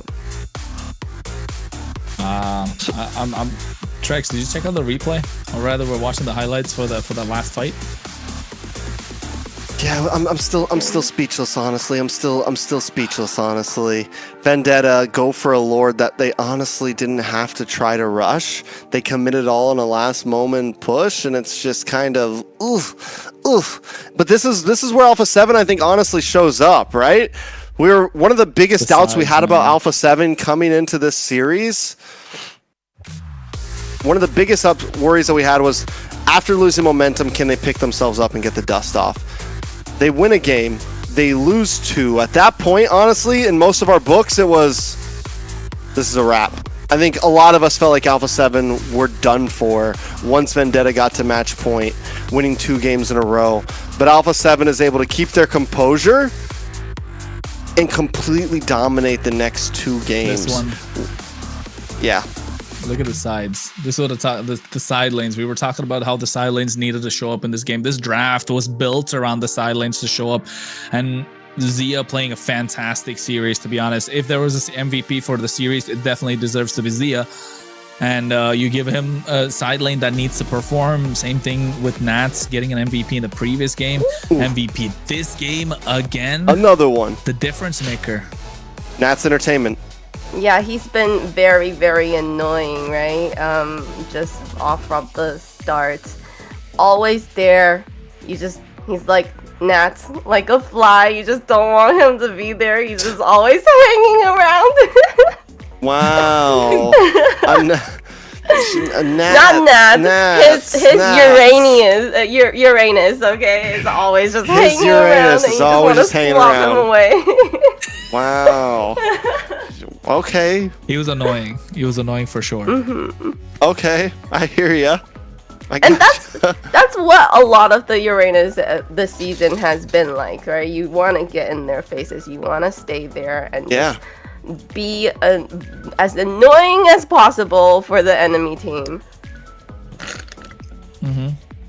I agree. I think overall, Nats, though, this game especially kind of played it and executed it well. And not only that, but he was a kill threat. There was a last push when they were up on the top side that he was able to flick and get that kill onto Melon, slowing down the fight a bit. Even there, they spent so much time trying to get that kill onto him. And he was just... Sorry, I was getting comfortable, guys. He was just... They still didn't get the kill on him. They wipe everyone out, and Nats is just running down the mid, hits Consecration, has no flicker, goes under the tower. Everyone dives under the tower. They expend everything. And it's moments like that where if they got that kill, they probably could have got more, but since they couldn't, they wasted all that time. They probably could have looked for tower space instead. It would have completely changed the way that big, when they finally got a 4-man wipeout, the decision to just try to kill him and not get him, what buys so much time for the other team to come back and possibly win that Lord, honestly. You know what? The players of Alpha7 North, their BP is quite low right now, right? They must be chilling. We need to put those heart monitors up, bro, for MCT North. Just maybe saying. Next season. MCT needs to we'll get heart that. monitors. Requests for heart monitors, please. Requests for heart monitors. What would be like the sponsor be? Who do you guys think has the highest heart rate? The highest what? Who do you think gets the highest heart rate? The highest heart rate. Oh. Out of all the players. Zia. I think Zia or best player, right? One of the two. Yeah. Because Zia I'm was sure we can ask. Really awkward positions. Yeah. I would say most of the time it's the carries. It's the ones that's gotta dish out a lot of the damage and try to stay alive when everybody's trying to jump your ass. Your Uranus. Jump yeah. Uranus. Exactly. Yeah. Exactly. So, oh my god, I didn't know Layla had that in her. She's such a pure girl. The moment. The moment. I was able to stop myself. It's okay. But there you have it. Alpha7 heading to tomorrow's group finals, and Vendetta, we're gonna see them later again in match 3 where they could fight back and try to redeem themselves again tomorrow and get that win in there. So it's not a loss for them. So if you're a Vendetta player, don't be too sad. You're still gonna see them. They still might come back. I like it. And now what? We're going to be having a quick interview here in a moment, I think with Alpha7. Who do you want to interview the most, Kronos? MVP, man. MVP. It's got to be MVP after MVP, right? It's got to be the difference maker. The difference what about maker. You guys? Nats Entertainment. Chat, what do you want? Yeah? I think they're all scared right now. I know, me too. Why? Why are they scared? Because Layla's here. No. Scare them, Layla. I don't ask crazy questions. It's all Layla logic. Just saying. Layla logic. LL logic. It's been going on. Yeah, I know it's LL. The Layla logic. Okay, I think we're ready. I think we're ready. For the interview. Yeah, I know. Pointing out fingers as well. Just to see who's gonna be the. who's going to be the one to join us in the interview. Let's bring him in. Are we going in, Layla? All right. And we are now going to have a best player join us from Alpha7. So everybody welcome him. Hello. Hello. Congratulations on the win and securing your place in tomorrow's North Group Finals. Thank you. How are you guys feeling? So I know it was a high pressure series. Definitely a lot of back and forth for you guys. So, how are you and the team feeling after such an intense victory? Well, I mean, I would say we're all pretty happy right now. But we also learned a lot, It was a pretty good series. It was a rough series, but it all worked out. All right. Kronos? All right. Congratulations on the victory.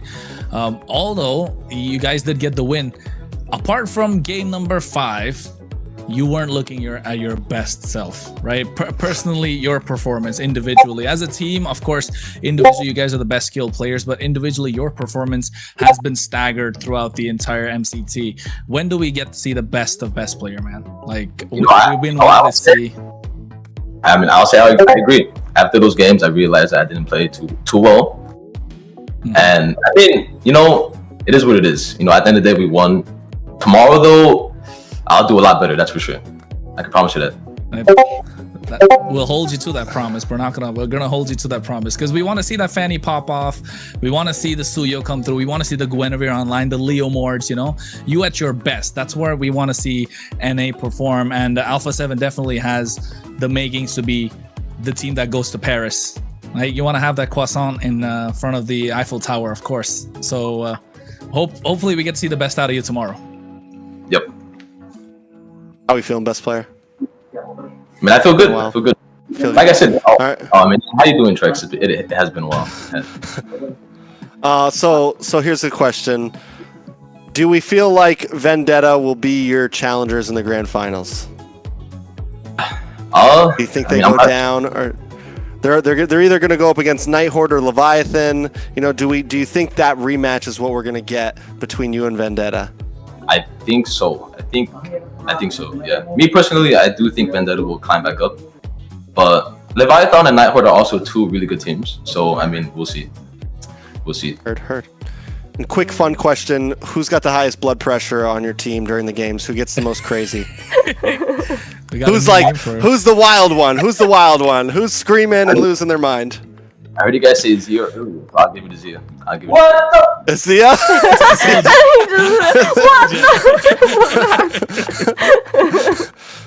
Nice. We were right. That proves everything, right? All right. Anything you want to say to your fans out there, to Alpha7 fans? Thank you guys for supporting us. Today was kind of sloppy, but we learned a lot as well as a whole team as well. Tomorrow, though, on my own personal behalf, I would say that I will do better, and the rest of the team will also do better. We'll all do better tomorrow as well. Thank you guys for supporting us. I like that. So thanks you once again for doing the interview with us, and we're definitely hoping to see the team doing the best they can tomorrow. Thank you. In that North Group final. Yep. Okay, see you soon. All right. Thank you. Yo, chill. They're still in the VC.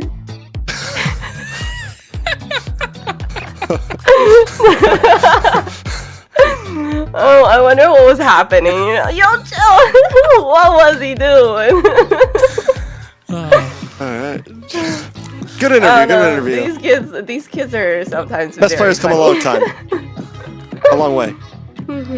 I think it shows as well character, right? That's what some of the best MLB players throughout the world have, and best player definitely has the character in him to make sure he can get to the top, and the humility to say that it wasn't the best games that I played today, but yes, tomorrow we're gonna see him get better, and holding himself accountable. I think these are some of the marks of a great player, and hopefully we get to see him at his best, because I think we all know that the best player on his best day is definitely the top jungler in NA. So just today wasn't it. And the moment he slips off, Tarzan's definitely gonna be there, breathing, breathing down his neck, saying that I am just right behind you, or rather even ahead at some point. Yeah, honestly, it was the clash that I think we wanted to see, and at this point, I'm honestly kind of hoping like, ooh, I want to see that again. I want to see a best of 7. I want to see it go the distance once again, because honestly, it could have gone any way throughout that series, I feel. Yeah, and these two teams definitely, they fought. Vendetta fought so well. Definitely gave everybody a great show for that first series today, and bring our attention to a second series, right? That's coming up. We have what's up? Who do we thank though? Who do we thank for our second series that's going to be coming up? Okay, I want to take the opportunity to thank our sponsors, Runestone.gg. Today's broadcast is proudly supported by Runestone.gg, esports infrastructure built for people shaping the future of competitive gaming.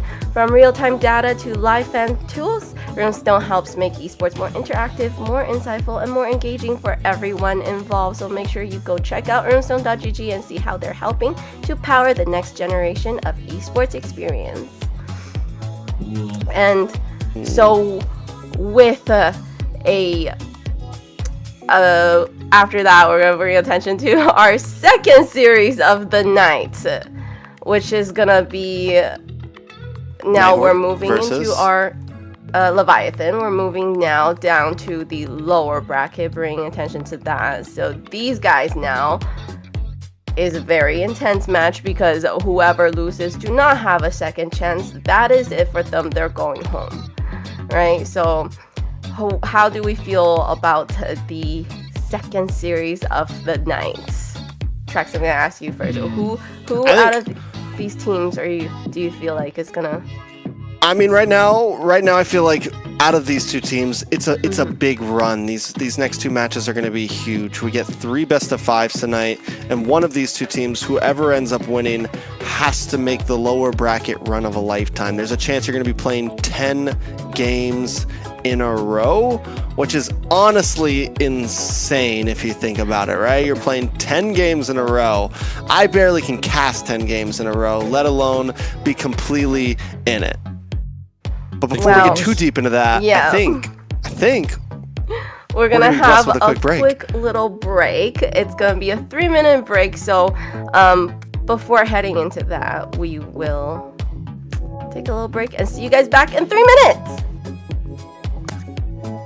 Every diamond count, and with Bonox, recharging is easy, fast, and secure. Jumping now, choose your top up and get ready to dominate the map. Plus, use the code MCTBNX to get 5% discount. Skins, events, hero, everything within reach with a single top up. Less waiting, more action. Recharge with Bonox and play it at next.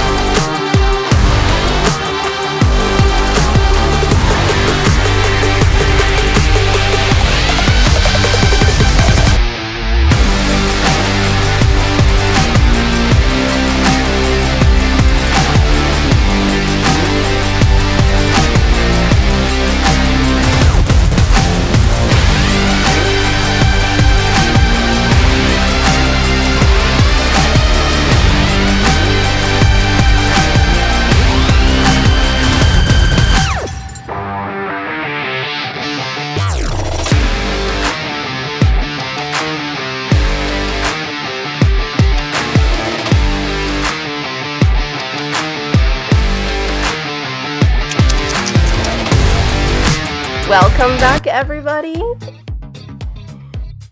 The one that's not back. All right, welcome everyone. From the quick little break that we just had, for everybody that's joining in that doesn't know what has just happened yet, today is definitely the last day before the North Group Finals, where we just saw in the first series the Alpha7 to win that series and move on to the finals for tomorrow. And coming up, the second match of the night, we will have the very long anticipated Night Horde against Leviathan. And after that, we will have a third match where we'll see Vendetta, who unfortunately lost to Alpha7 in that first match, go up against the losing team for the second series tonight. Yeah, Trex. and it's... Yeah. Me, yeah. And we got a banger coming up. Night Horde versus Leviathan. After that, Vendetta versus whoever. Send them our way. We're ready. We're waiting. We just played a best of 5 and almost took down Alpha7, the tournament favorites. Vendetta is hungry for their revenge. I feel bad for whichever team is about to go up against them. But right now, I got stonks on Leviathan, guys. I got stonks on Leviathan. I'm feeling good at it. Before we talk about them, we'll talk about the Night Horde, Layla. So for tonight, we have the team Night Horde, we have RR, Shiro, Siri, Kaiser, and Merlin.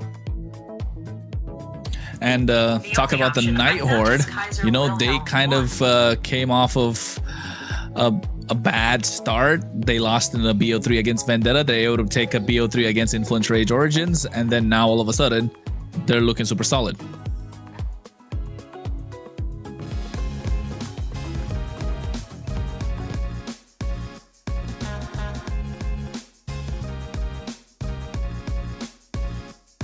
My nickname is Shiro.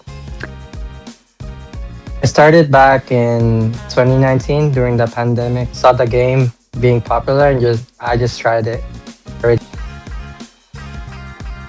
First main hero was Alice. It would be Kaja. I admire Kyrie the most. Lingard. Ling. Tempest of Blades, that's Ling, ulti. Retribution. Irene Plume, the Ling. Overrated for me is Grok. Saber. Balman. Adren. Lingard. Lingard for sure. Best player. Pavel. Yeah, Fanny. Early game. Harry. A little bit about Shiro, and now we're gonna go into the team that is gonna be versing against him tonight, the Leviathan team. We have Bethlehem, Wumpy, Yato, ISO, and Joybaj. I like it. This is a team that I've had my eyes on since the moment I saw the original roster. And since then, it feels like it's only gotten better. The problem is Joybaj back on the lineup. Yeah. Is this good? Is this bad? What does this mean to us?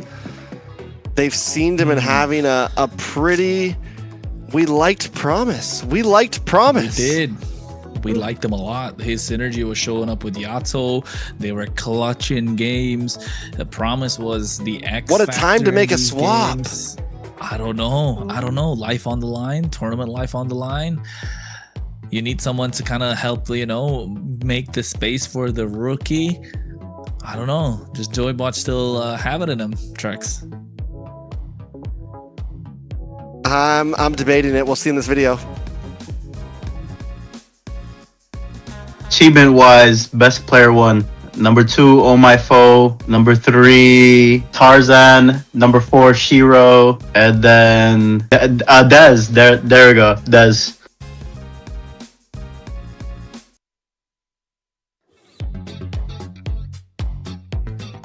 Well, Joy Bosch is definitely a surprise. It's a last-minute roster change. I feel like we definitely did not see that one coming. I do like Joy Bosch. I think Joy Bosch has played many great heroes, especially on pickoff heroes. So it's gonna be interesting to see. Now, who is the roam for the Night Horde again? Is it Merlin right now? Yes. Problem child. The problem child. Okay, We're just waiting to see if you'd get it. These two roams are very interesting to me, and I kind of want to see what they're gonna bring to the table and kind of probably make the games very interesting and spicy. They're both pretty wild childs, honestly. Both of them are problem childs. Baj in his own right, for sure. I mean, I don't want to. I know we've all sounded like, wait, Joy Baj, but maybe it wasn't exactly. I mean, I don't want to like throw everyone off with that, right? Because still, he's a great roamer. He's a veteran, and I think the major thing is Woompy also added a very great dynamic to the team, and we're not losing that quite yet. You know, we heard it in interviews the other day. The talk wasn't about swapping roamers. The talk was about bringing in what they felt like was a prodigy, a kid prodigy, Woompy, into the land of Dawn. So I think we still have to hype up Leviathan for this, going up against Night Horde, who just took a 3-0 sweep earlier on from Vendetta. They were able to win their games last week, but still coming off and, you know, a lot to prove here. Definitely a lot to prove. Kronos, what do you think about these two teams? I think when it comes down to these two teams, of course, Leviathan have a chip on their shoulder. If you ask me, they got a point to prove, not just to the others, but to themselves as well. That they still got it in them to try and, you know, try and be the best team in North America. Not just that, also Woompy looking to make a statement, right? As a new and up and coming jungler, he wants to put his mark on the map. And what a better way to do it than take a best of 5 against Night Horde. But if you are Night Horde, right, that's another thing. If you are Night Horde, with all these changes, with all these roster swaps, you still want to make a statement saying that you are looking to get this top 1 prize of MCT. Doesn't matter if you're coming through an open qualifier or not. So yes, I think if you're Night Horde, you have a bigger chip on your shoulder because you already lost the Vendetta 3-0. Right, you got swept, and then you swept the Rage Origins. So now what's it gonna be? Are we looking at another sweep? Or are we looking at 5 games? I think we're looking at 5 games. I think I don't know. I'm feeling good again. I feel like for some reason my soul's telling me Leviathan's got this. It is. Leviathan's got this. So yeah, what? Am I playing Peacekeeper again? Like you've got Leviathan, Layla. She's got the Night Horde. Yeah, because she's Canadian. Do you want to put something on it, Layla? Do you want to put something on it? It has to be, you know. Oh wait, we're not allowed to gamble. That's not allowed. You got to put the guest coins on it, man. Put a skin on it. If you shave your head, I'll shave my mustache. God damn. That's all. How much faith do you have? How much faith do you have in Night Horde? Oh, that's cruel. Yeah, I know. About to say that's really cruel, Trex. I'm sorry. I mean, first Mr. Fear, now Mr. Shave Your Head. I could get a wig after. She seems willing. She's like, you know what? I have faith that Night Horde's gonna win this. What's the worst that can happen? I shave it off and then I get a wig and I change my hairstyle every day. Yeah. Yeah, true. At least you're a loud and proud Canadian that way. I am a daughter of Northern Vale. Your team I swear to protect. See, I like it. Look at the positives. I'm looking at positives. Leviathan blue side, Night Horde red side, power pick Harley available. So Leviathan needs to go for the Harley first pick, right? There you go. Now Night Horde, Phoveus plus, I don't know. Phoveus plus Lilia. Lilia. I was gonna say Phoveus Lilia or Phobius plus different perspectives exposed. Uranus, Lilia. Ooh, the Marcel's open. Valentina. Uranus is banned out. You know Suya's code is a third pick. Actually, no, Leo Mord, right? Valentina's not bad. I'm a little about it. I don't know. What do you get, Phobius from Leviathan here? It could, but it's not the best, is it? Into the Valentina. I think no Hilda, Khalid. It's gotta get Khalid here. You gotta find some way to bully out this Marcel. Khalid or Hylos has to be picked up. Plus a Zetian maybe, but even that's iffy. I am not the only one. Not a Claude. Okay, yeah, Phobius plus Khalid. Your team Gord. Okay. Yato on the Gord. It has been a kind of a comfort pick for him. It's game 1. It's against the Valentina too. Does Night Horde to lock in their jungle right now? Your team is banned. There's their Honestly, jungle. not crazy about that pick into the Gord and the Phobius. I don't know, maybe. I don't know about the Marcel in the jungle. Just because Marcel's ult can kind of zone out Leomord too. Like you wouldn't want. Yeah, that's true. Can stop you him. don't want to go into that. Like you're gonna have to go around. No, like if you have the shield of the Marcel, you're gonna be able to walk in through the. So you just walk, yeah. Through the, yeah, you can. That's the can? new small. Yeah, you can now. Is that new? Like new update? No, I think it came out midway With through Marcel. the stage. Yeah, with the Marcel. Yeah. All right. Yeah.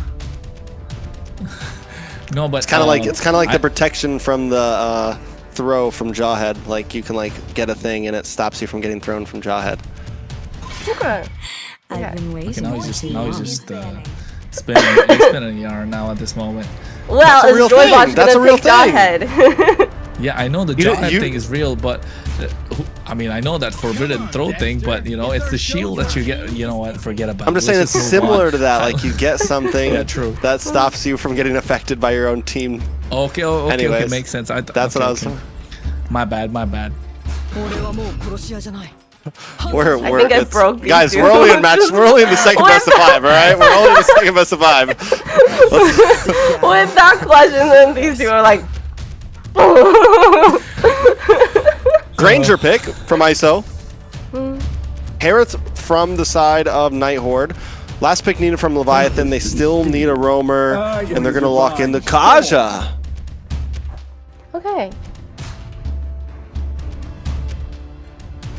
Well, I mean, none it's Baji. But this heart We It's saw. Baji. I feel like one of the last picks we've seen from Baj was the Kaja.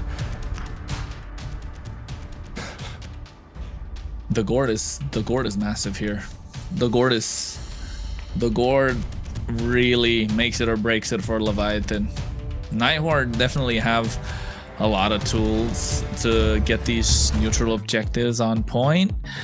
But yeah, if you're Leviathan, the better Yato plays, the better the game goes. Well, I do like the Harith, and we've seen Harith done really, really well in carrying. So we'll see how he does with the team comp that he has. I don't know about the Marcel, because we've seen when Marcel's there, you're missing that nice front line for your back line. So we'll see how that goes. Take us into second series, game 1. All right, well, it's the second series of the night. It's a lower bracket best of 5. Last life on the line. Leviathan facing off against the Night Horde. These are two teams that have both tried to prove themselves. How will they face off in game number 1?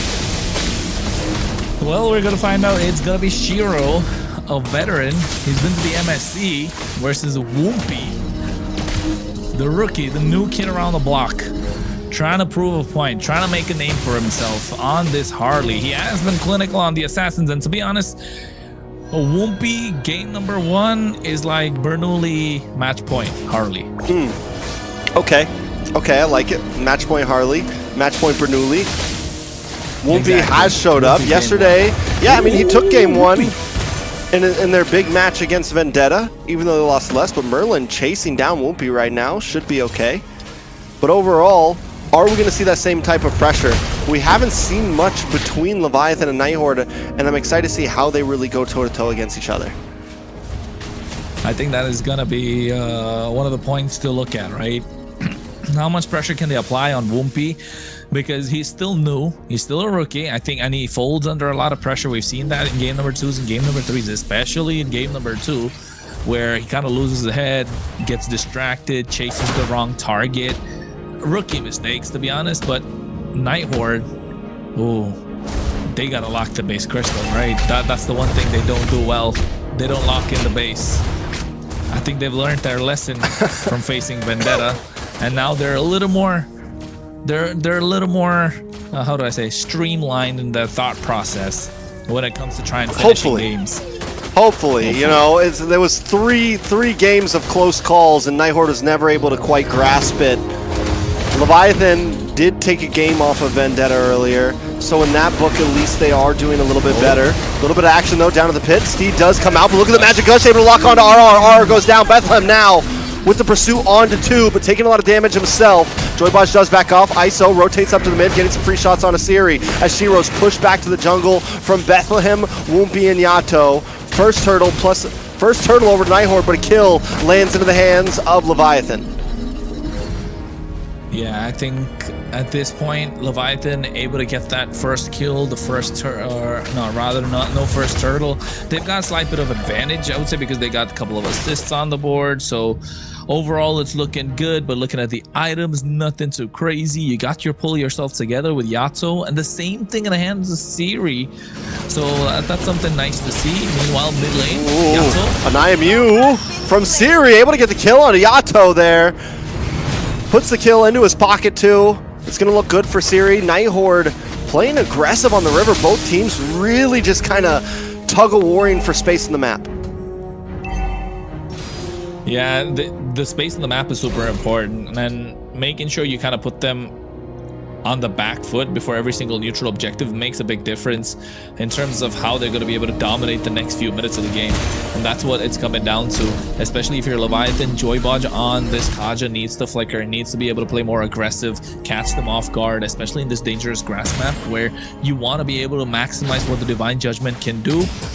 Definitely that's a game changer if you're able to play it right. And that's why I said if Yato is able to land these projectiles, it will be good for Leviathan.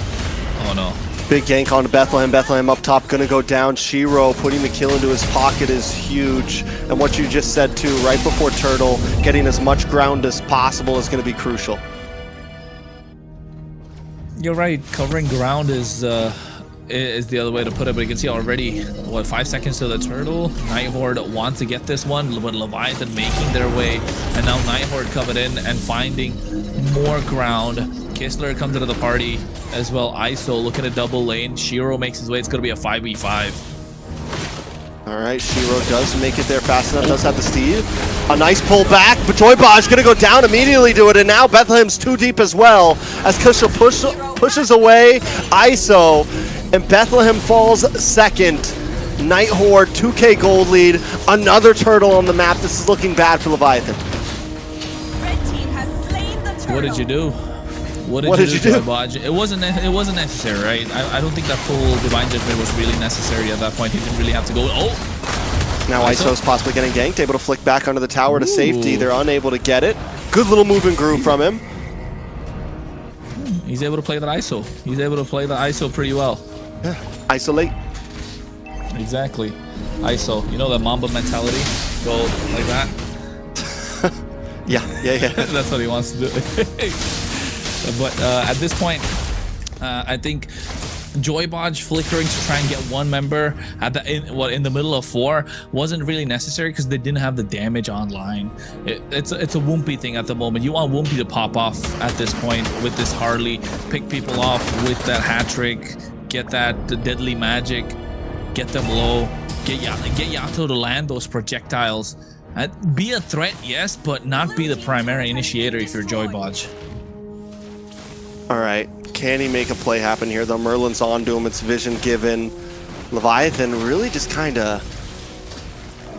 I mean, they seem to be moving a bit like they look for something, but overall Night Horde seems to have a much stronger game plan coming in to all of this from the earlier gank on the XP lane right before Turtle. Now though, a nice pick onto Merlin. Merlin taking a lot of damage. ISO goes down as well though. They're unable to save him down in the gold lane, so ISO for Merlin, not a fair trade. Definitely not a fair trade. It's what, a roamer for a gold laner. And at this point, if you're Leviathan, it's coming down to your picks, right? It's really coming down to your picks. They're not necessarily A-tier, S-tier picks. I mean, Granger has started to fall off. He needs to be able to snowball. You already got ISO who's got him taken down. It's coming down to Joybodge and how well he can conquer the river, and Yato's not able to land these projectiles as much as he'd like. The one saving grace is Bethlehem is able to make his rotations into these team fights, and I think this is a moment where he can pop off. All right, can Baj get a nice pull here? Merlin takes the turtle. Nice golden hour, locks onto Bethlehem. Joy Baj gets pushed back to big shifting skies. Baj down as RR dashes in and puts some stamps down onto Bethlehem as well. Yato forced to flicker back, and Night Horde just continues to press in as Leviathan can do nothing against it. Yeah, Leviathan can't really do anything against them just because of the fact that the composition of Night Horde is so aggressive, and Leviathan have a kiting composition, but every time Kistler's on fire. He's 1-0-3. We're only 7.5 minutes in, and mid-tier 3's going down. All the tier 3's off the map. And we're looking at what? A quick game. Don't want to jinx it. Let's take a look. 8 minutes in. Tier 3s are all gone. Tier 2s are already hacked away on the top side and the bot side as well. Mid lane's going to fall down quite easily if they apply the pressure on the sides. You have a dominating side laner in the hands of Kistler with this Harriet, and you know he's going to be oppressive in terms of what they provide. Already looking at his items, he's got the Starlium Sight, he's got the Feather of Heaven, so he's definitely online compared to what ISO can do. He's got the Sky Piercer, but no stacks on it yet. Genius one acquired for Woompy.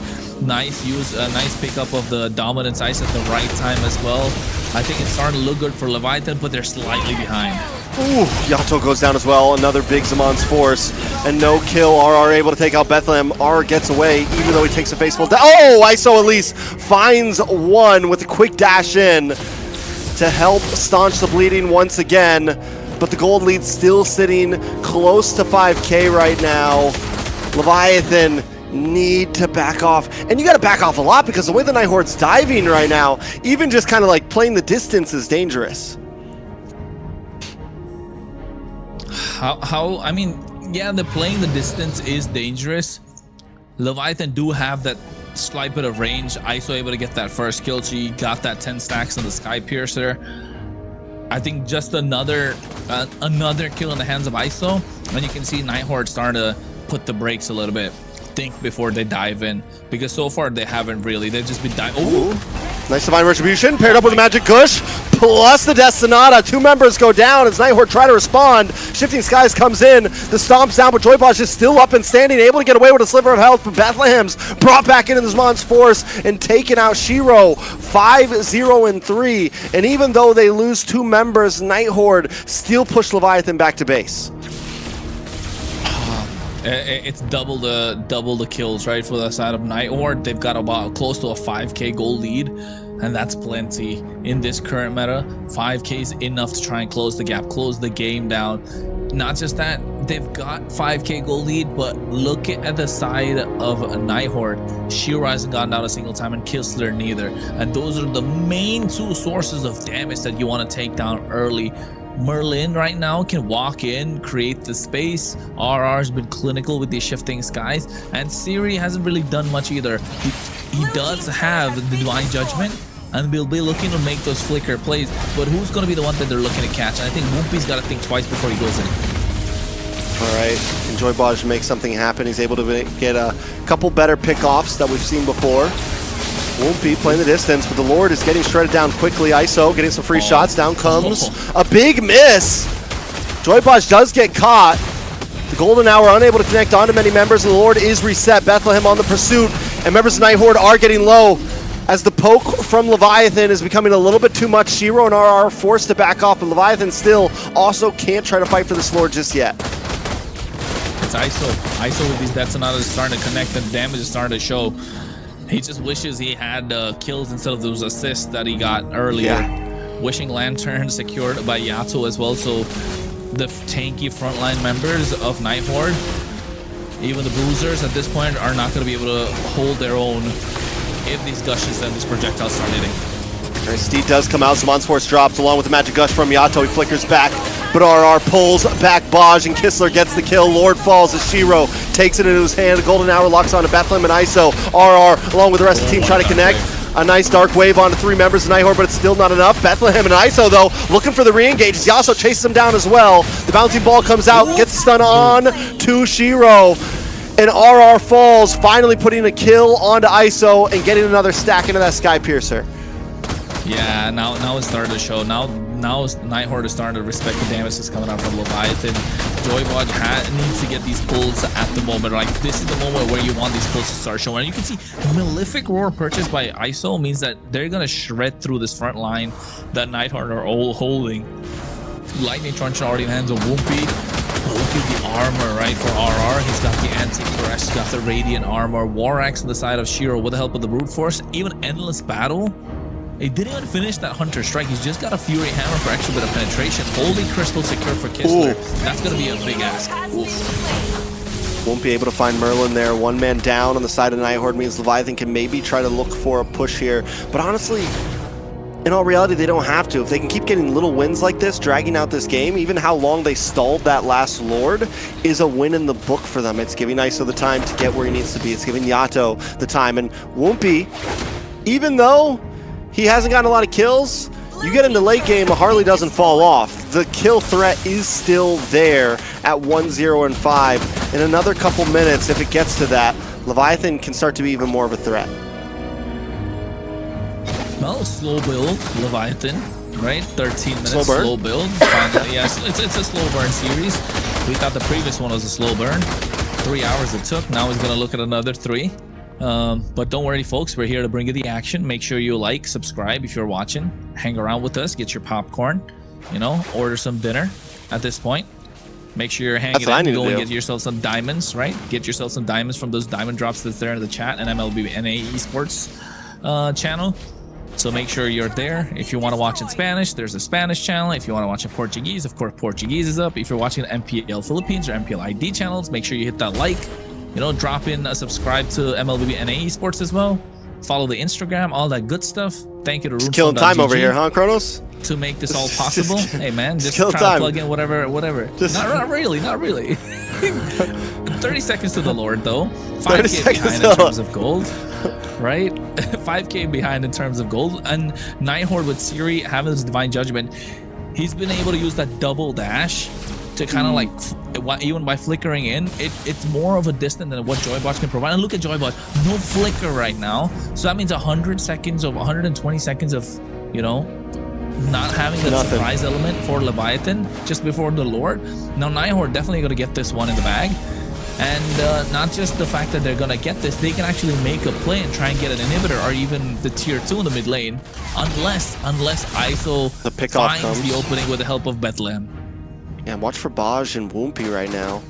Holding down this bot bush. Lord was reset. As long as they can get vision, we're going to see Whoopi move over to a different bush. And Night Horde, they don't have vision. Night Horde doesn't know where they are, so they don't want to risk too much just yet. I think it's a wise idea, knowing that ISO has the damage. That's the big difference maker at this point. With ISO able to snipe them from afar with the pokes coming in from Yato. Watch this. Watch for the trap for Shiro. Watch for the trap from Shiro right now. Give me the purple buff, cameraman. Give me the purple buff. They're going to move in. Deadly Magic locks in along with the Divine Judgment. Shiro, though, still standing. And he responds. It's a 1v2. What just happened? How does that happen?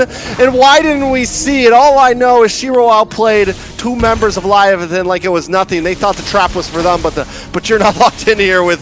I'm not locked in with you, you're locked in here with me. You fell for my trap card. That's what it was this time from Night Horde at this point. I think the fact that he had the Brute Force breastplate really helped out. An extra bit of HP coming in from the Endless Battle too. I just feel like, did Whoopi miss the poker trick, right? Did he miss the skilled one when he wanted to use the Divine Judgment? Guess what? We'll never know. Moving on. they get themselves the Lord. It's going to be marching down the bot side and looking at the item. Oh, the Queen's Wings. That's what it was. The Queen's Wings helping him survive. Queen's Wings. Definitely. Yeah, either way, that didn't make any sense. I have Divine Judgment plus a face full of deadly magic.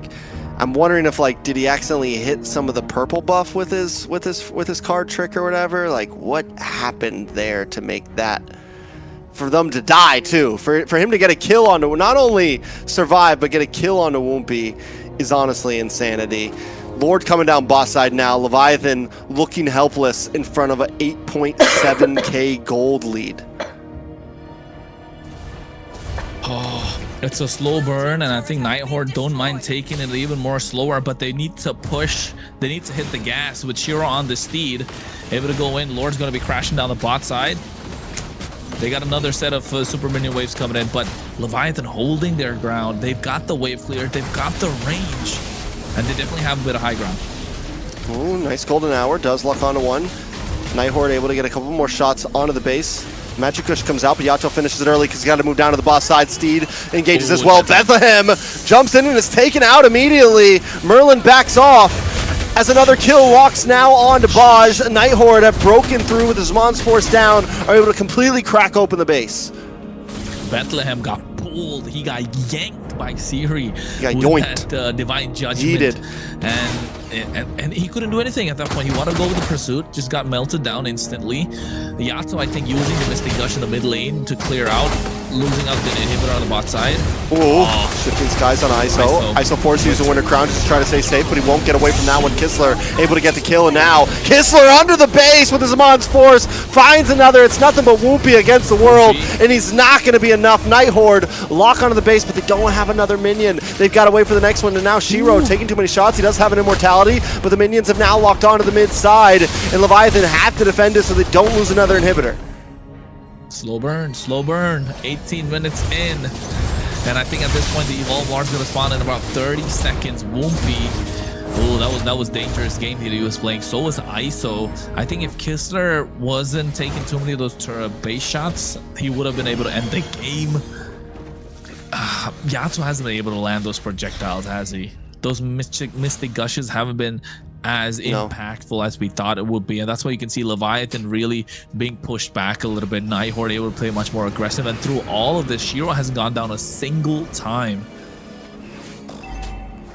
Yeah, it's a problem. Shiro, same thing with, I mean, even Siri, he's gone down once. Kistler too, everyone on the side of Night Horde. All the people that matter haven't been taking deaths. It's nothing but RR and Merlin, and they're the front line. Everyone that's out putting damage is fed right now. They're eating good on an 8,000 gold lead. I don't even think Leviathan can contest for this. Merlin's doing a great job of zoning them away. Knockup does land from the Lord onto Shiro. Yato throws out a magic ball, but still not enough. A nice golden hour just to buy a little bit more time, and that secures the Lord for the Night Horde, but they're not done just yet. They try to get a little bit of a push in. They back off. Baj with the flicker connects onto no one. Finally does find Siri. That's huge. One goes down. Leviathan able to defend, but they got to get back to the base to get these minions out of there. Night Horde still seems unfazed. Yeah, I mean, Night Horde do lose an important member, right? That's a key point for Leviathan to look into. They have some sort of advantage through that.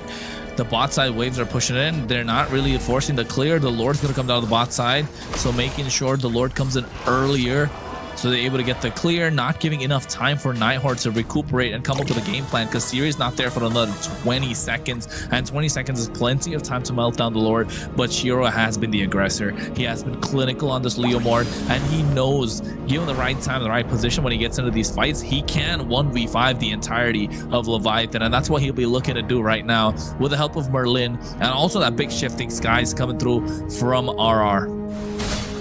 All right, so Leviathan on the defense, Lord walking down the mid, ISO and Bethlehem along with Yato are shredding it down, and Night Horde didn't get the wave synced up very well.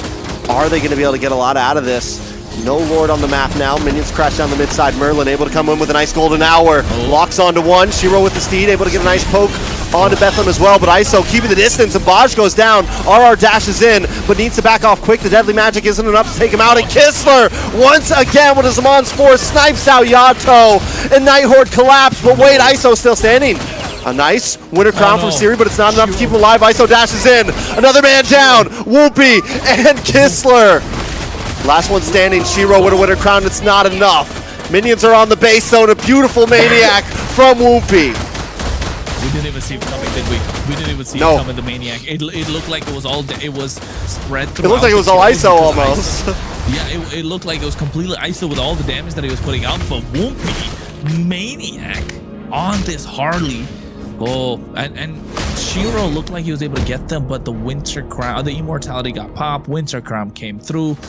Could have tried to go for an outplay, unfortunately, just didn't have the toolkit to try and make that happen. And what looked like a dire and difficult game for Leviathan now being cut back in half, because look at the gold deficit. It was what, 5k at 5.5k, now down to about 2.5. Now it's a game. $2.5 grand, and now it's maxed out items. It's 67k gold out of nowhere. We got to 21 minutes. It doesn't even feel like we've been here that long, but I think all the plugins got us there. In all honesty, you know. Now Lord down to about half health. Night Horde looking for an angle in. I mentioned it before, the Harley doesn't fall off late game. We just saw the proof on that. The proof is in the pudding. The guy just got a Maniac. Whoopi the Prodigy, the kid, the Wonder Boy, sitting here trying to take the game back when the OGs couldn't quite do it.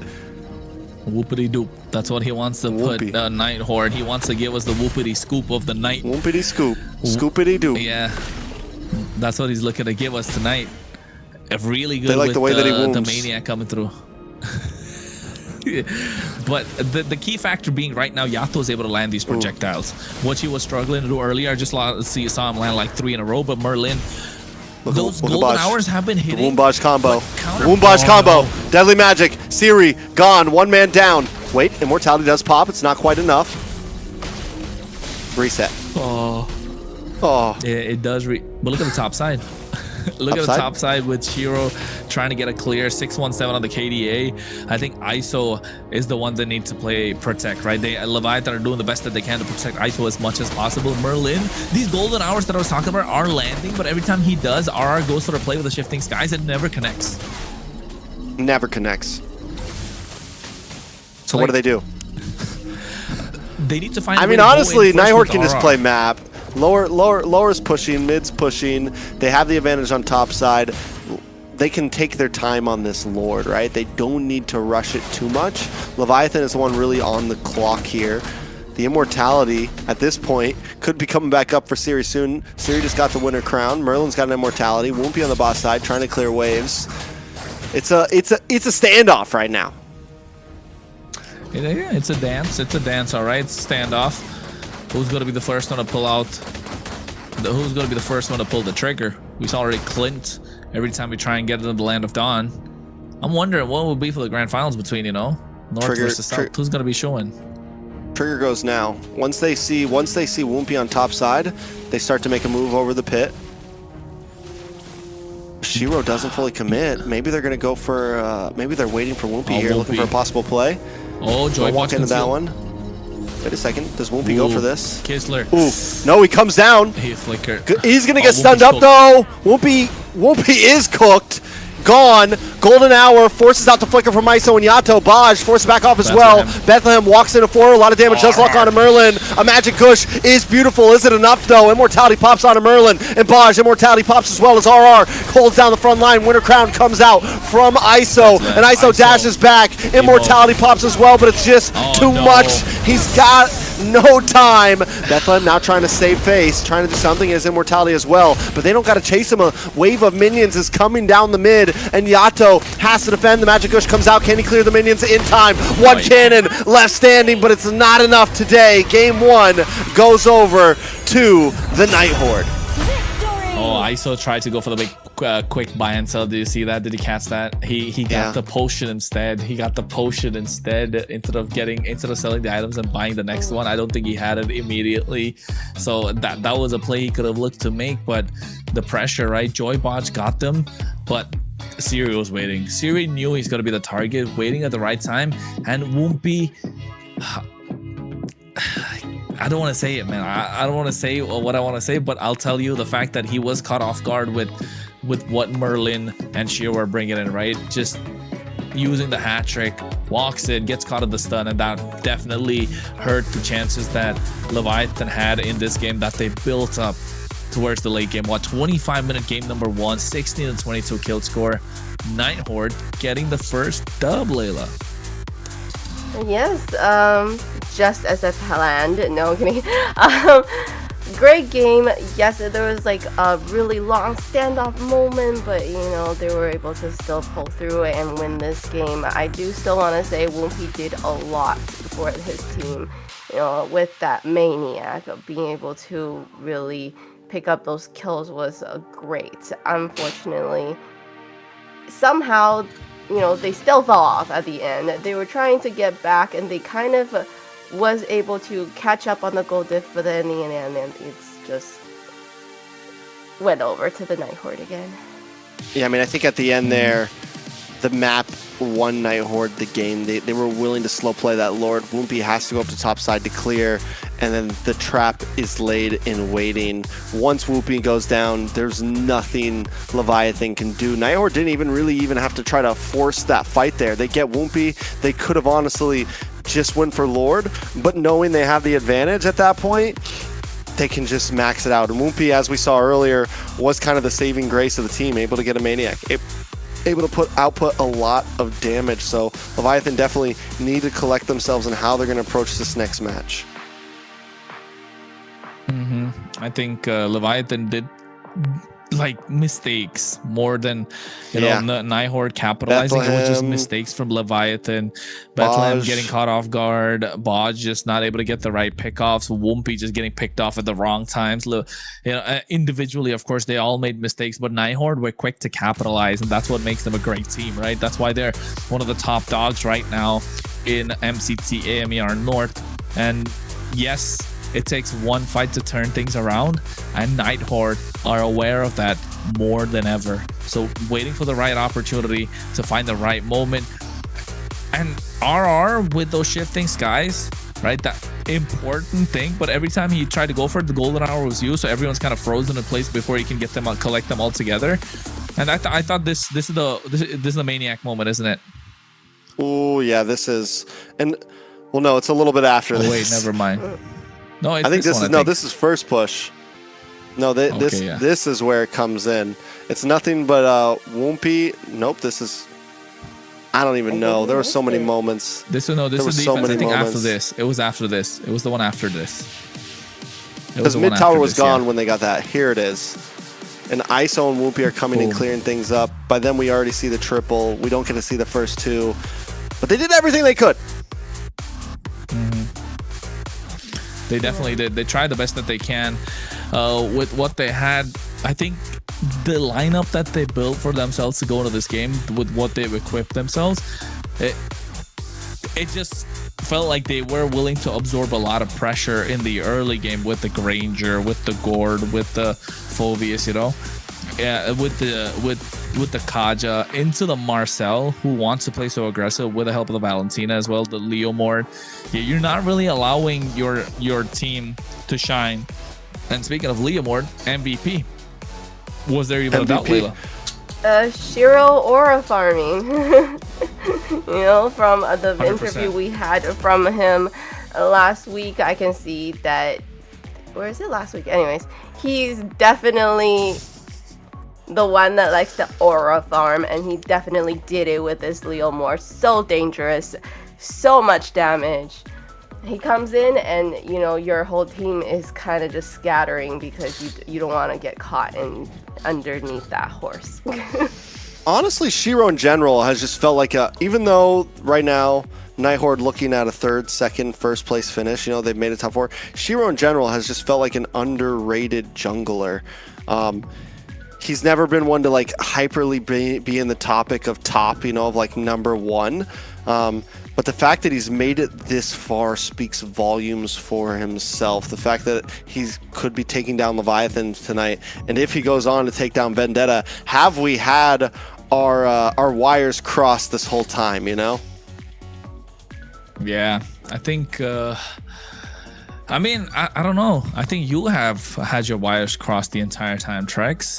Layla might be the one who had it right. I'm just here. I'm just a spectator at this point. I'm the one enjoying this from a neutral perspective. Unbiased caster is what they call me. But in this Mr. series, Unbiased. definitely. Captain Unbiased. I just want to.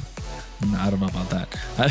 I just want to see some great MLBB, right? And we could see that, although at this point of the competition, with this point of the playoffs, you want to see them making fewer mistakes, and that's something we haven't seen from both these teams so far. And that's kind of like the difference between them versus Alpha7 or them versus the Vendetta, where they make fewer mistakes going in. And in this game, yes, Night Horde got the win, but it was very messy. Very messy. Very messy. Of making those mistakes. Very bad. Those very important mistakes that have been made. What do you think would be the main reason for those mistakes? Is it a team like a team communication, coordination, MS? I don't know. I think game one, a lot of it came down. Baj made some mistakes in the beginning, kind of jumping a little bit too deep. We saw it, I think, in first or second turtle where he did that flicker into 4 for Divine Judgment, immediately got melted. There was just a few things where the front line didn't hold strong. Same thing with Bethlehem. Bethlehem got picked off early game gank, and then from there on, it's like he just kept getting taken out. Once they lose their front line, when you have a composition like that, and especially you have a Kaja who's not really like a tank. He's a support tank in a sense. You know, he's a support roam. He's a little bit bulkier than something like a healer, like an Estes or something, but still, he's not exactly holding down the front line. You know, Yato and ISO just have no space to play. Woompy has no space to play. So once that front line crumbles in the first few minutes, they're just playing from behind so much throughout that series. So what I'm saying is more of a draft problem. Yeah, that's what I'm saying. I don't think it was a draft problem. I think it was, well, yeah. I think the Kaja may have been a bad pick, but their execution could have been better too. Yes, that's what, like, they're willing to absorb a lot of pressure in the early game, which they did. They dragged it out to a super late game, but then like when the Kaja needs to pop off, the execution just wasn't there, right? That's what Leviathan were struggling with, especially Joybodge. And if that happens again in this game, are we saying, you know, are we missing Promise all of a sudden? Yeah. Are we missing I might already be missing Promise. I'm sorry, Baj. Baj, you know I love you, but get it together. Well, Baj does play pick-off heroes, and I would think that he would do well with a Kaja hero as well. But I don't think I see him play Kaja that much. Yeah, he's a Joyhead. Jawhead, Cho. The Joyhead is He can play lots of things. He can play lots of things. You know, it's not like he's just. Those are like his like people know him for his Cho, right? People know him for things, but he can play plenty. That's not a problem. You know, it's not like he's only ever played Cho and Jawhead, and that's been his life. They are gonna prio this Claude up front. Can we just talk about the advancement of the meta, man? It used to be Basha was prioed completely. He's not even on the ban list or first pick list. Fredrin, no one's stressing it. We haven't seen one all 5 games last time. In 6 games, we haven't seen one pop up. Overall, just how the ban phase has changed a lot is quite interesting. Does that have to do with the update, or did they get nerfed or adjusted? No, I think just the meta has evolved as the tournament goes in. People start realizing what are the priority picks, especially given that it's a global ban. You understand which picks are more valuable, like the Claude. It's always seen. Whenever it's available, it's always picked up. Right? Never left through. Eason Shin being picked up. This is, I feel like, a gold lane Eason Shin. Eve is such a solid pick, but into the Claude, they're playing a risk. It's a risky game that Night Horde are playing. But I think at the moment, you know, those guest coins are paying off. You put your guest coins on Night Horde? I mean, with those two picks, it looks solid with the Valentina now pulling things back. I think Leviathan still do have the better first half, even with the two picks that they've got so far. 2 versus 2, Leviathan. And now Yu Zhang. Now Night Horde needs to find an answer to this, because you're forced to put this Yi Sun-shin in the goal lane. Suyo still available if you're a jungler. Harley still available, but you know, Leviathan are so mobile that you're not going to be able to catch them. Yeah, and it's comfort across the board, I feel like, too. Yureshi, Bethlehem's going to love the Yuzong. Yato plays amazing on the Valentina, probably one of his signature picks. And then ISO with the Claude. Overall, it makes sense why they prioed the Claude up front, right? Give over the Eve, it's okay. We get something that we all feel great on, and maybe kind of give us a bounce back for game number 2. What's open here for Night Horde? How do they want to be able to fight back with this one? You know what, Trex? Are we gonna see Shiro Fanny or Garome or like we haven't seen like Sun any Golden. spiciness from them, I feel like, in playoffs. When the body I mean, ever since Colleen's gone off, I think they've been more stable. He was the unstable child.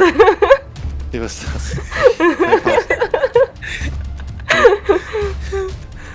No, we got a problem child. I don't know about the other one. Yeah. That's why you see the Venetta's taken off already. They're kind of reading into it. We don't want to see no Vendetta jungle or Vendetta roam. Fanny ban from the side of Night Horde. Jungle, right? Another Different jungle. perspectives expose the same Marcel. Marcel. Not a bad ban. Not a bad ban. Also really late Leviathan ban. didn't want to prio it. I feel like they weren't even gonna pick him. I mean, depending. It all depends on what Night Horde ends up picking here. It wouldn't be horrible. They have a decent front line with the YZ. But I do think, yeah, give Bosch something. Give him a Grok. Give him something aggressive. That's also tanky, you know? Kaleo, man. Would the Grok be better on Night Horde, though? On what? On Night Horde team? Or Grok? I mean, yeah, but like the Until they know what the jungler is. Big tech charge.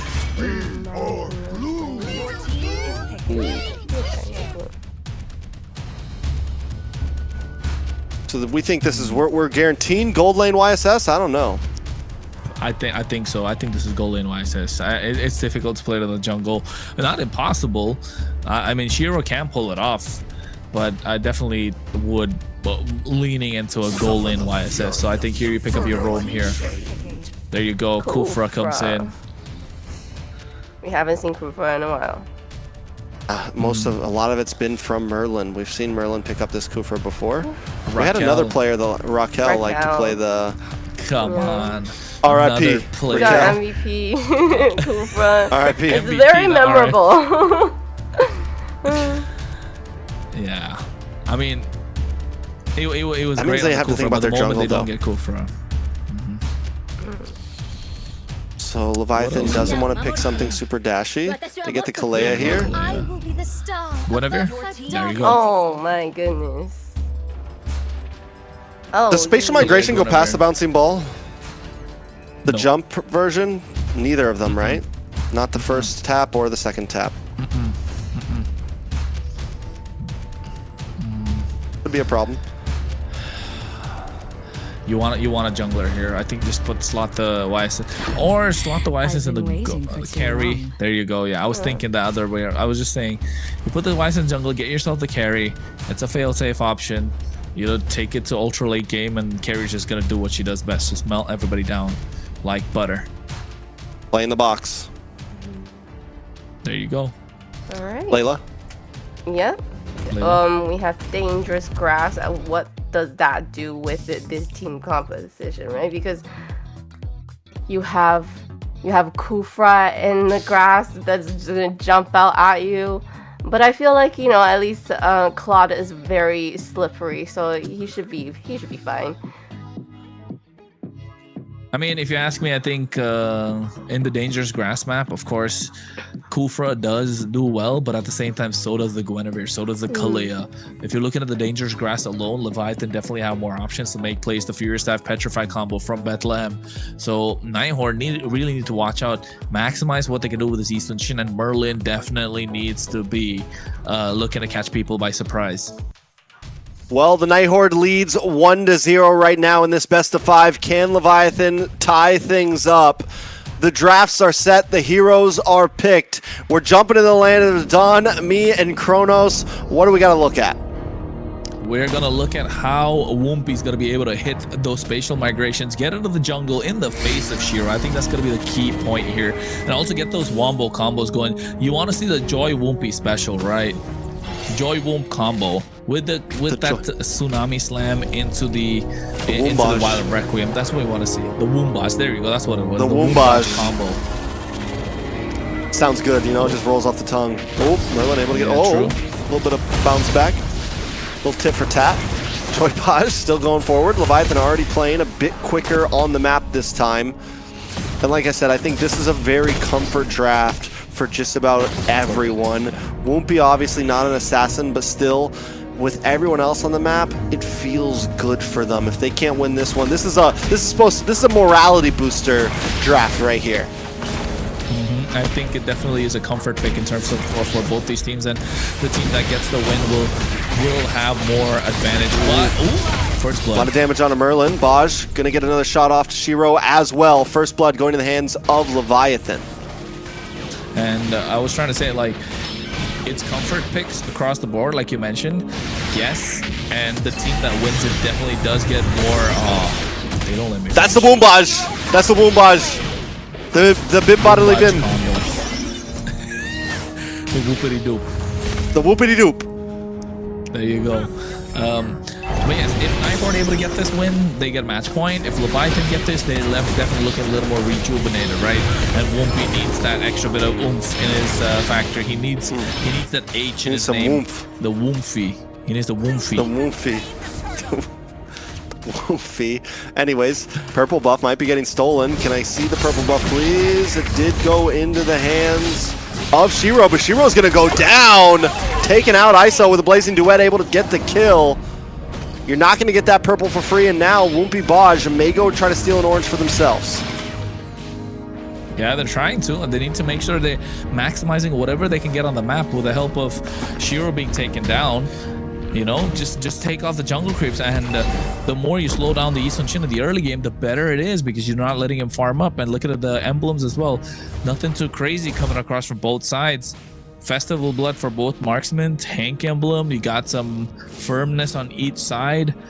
The only thing I would say that's kind of different, to be honest, there's nothing really out of the ordinary. Thrill in the hands of Shiro in for this Eastern Shin. So I mean, I'm satisfied with the emblems, nothing crazy to look at, but it all comes down to how they're going to be able to maximize what they have. Leviathan with a 1,000 gold lead, and Shiro needs to be a farming machine if he wants to catch up, and that's what he's doing, right? Even though he's lost a couple of jungle creeps, he's still able to catch up, able to hold his own, not let through the levels. But look at Woompy's pathing as well.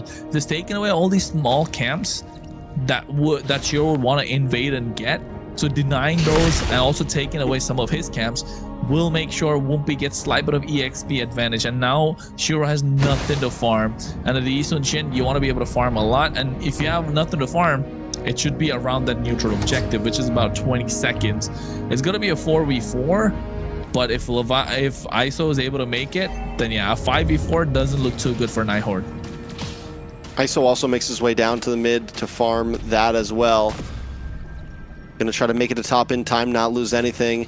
And the thing is, with Woompy's pathing there, he's able to get both those buffs, stall them for the right amount of time, and it perfectly wraps him back to this turtle. Night Horde making their way down. Merlin, I mean, Kistler getting involved as well, but a nice Violent Requiem. And down goes RR. RWM does connect, but into the backside, Bethlehem lands on to Syria and Kistler. Night Horde forced to back off, and now Merlin in a little bit of trouble. Going to be taken out as well as Joybaj gets the kill. 2 men down on the side of Night Horde. This is the Leviathan we were looking to see in the previous game, right? A little more cleaner, fewer mistakes. Night Horde this time push back a little bit. I mean, they're again comes out of the composition of the draft. They're willing to absorb a lot of damage in the early game with this Eastern Shin, with the Eve. They're okay to kite. They have the high ground. Oh, Whoopi! Whoopi is on fire right now. Baj tries to jump in. Maybe goes a little too deep. Now he's trying to get away as Shiro gets free hit, but Whoopi with another spatial migration onto Shiro. RWM comes out from Yato just to get Night Horde away and save Baj from death. Look at the top side though. ISO able to get that tier 3 on the top. Now on the bot side as well. You're looking at Bethlehem, looking at hack away at that. Shiro taking out super low. Whoopi is having fun. Yeah, he's enjoying himself right now. Shiro forced to back off, can't even get his own camp right now. Whoopi jumps in, blocks the arrow, and is able to get it. Well done by Whoopi. He's playing like a veteran right now. Yeah, he definitely is. And I think it all comes credit to Joybaj as well, right? Able to create the space for him, able to allow him or at least show the light, lead the way, saying, hey, it won't be, there's something over here, you can try and make these plays, and that gives more confidence to the rookie. And now all of a sudden, it's a rookie with confidence feels like he can conquer the world, right? That's what he is. He's fresh out the block. He wants to prove a point. New pair. Yeah, fresh out the block. New pair of Jordans. Yeah, new pair of J's. What are those? What are those? Yeah. Anyways, the way that he's been playing. Those spatial migrations, he's got a spring in his step. He's dunking. Night Horde though, 5K, 5 exactly. Yeah. He's going toe to toe with the pursuit right now. He's got air. Well, he's the Spurs at the moment. I don't know. ISO put locks in Golden Wand. Last turtle on the map right now. Way too deep. Leviathan. Leviathan should be able to get this turtle. 5K goal lead as well, and look at how they've conquered the map a little bit. It's a little more blue. They're playing towards the bot side. They're letting ISO play his game, giving him all the room that he needs. Not just Joybaj, Whoopi as well. And this combo, the Woombaj combo, might just be better than Promise. You know, I don't know. I don't miss Promise so much anymore. I mean, it's game 2. Let's not get carried away just yet. Baj, yeah, maybe Baj just needed to rev up. He needs some oil in the engine. You know, he had to get going. Because game 1, I was concerned. I was very concerned. I thought we were about to look 3-0 in the face from Night Horde here.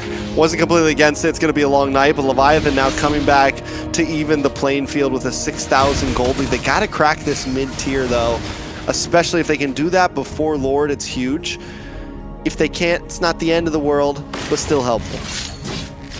Yeah, it definitely isn't, right? And I think that's gonna be a massive way on how they're gonna be able to look to conquer a little bit more of the map. If you're Night Horde, though, on the other hand, Merlin's not been able to land those time of revenge and rages, right?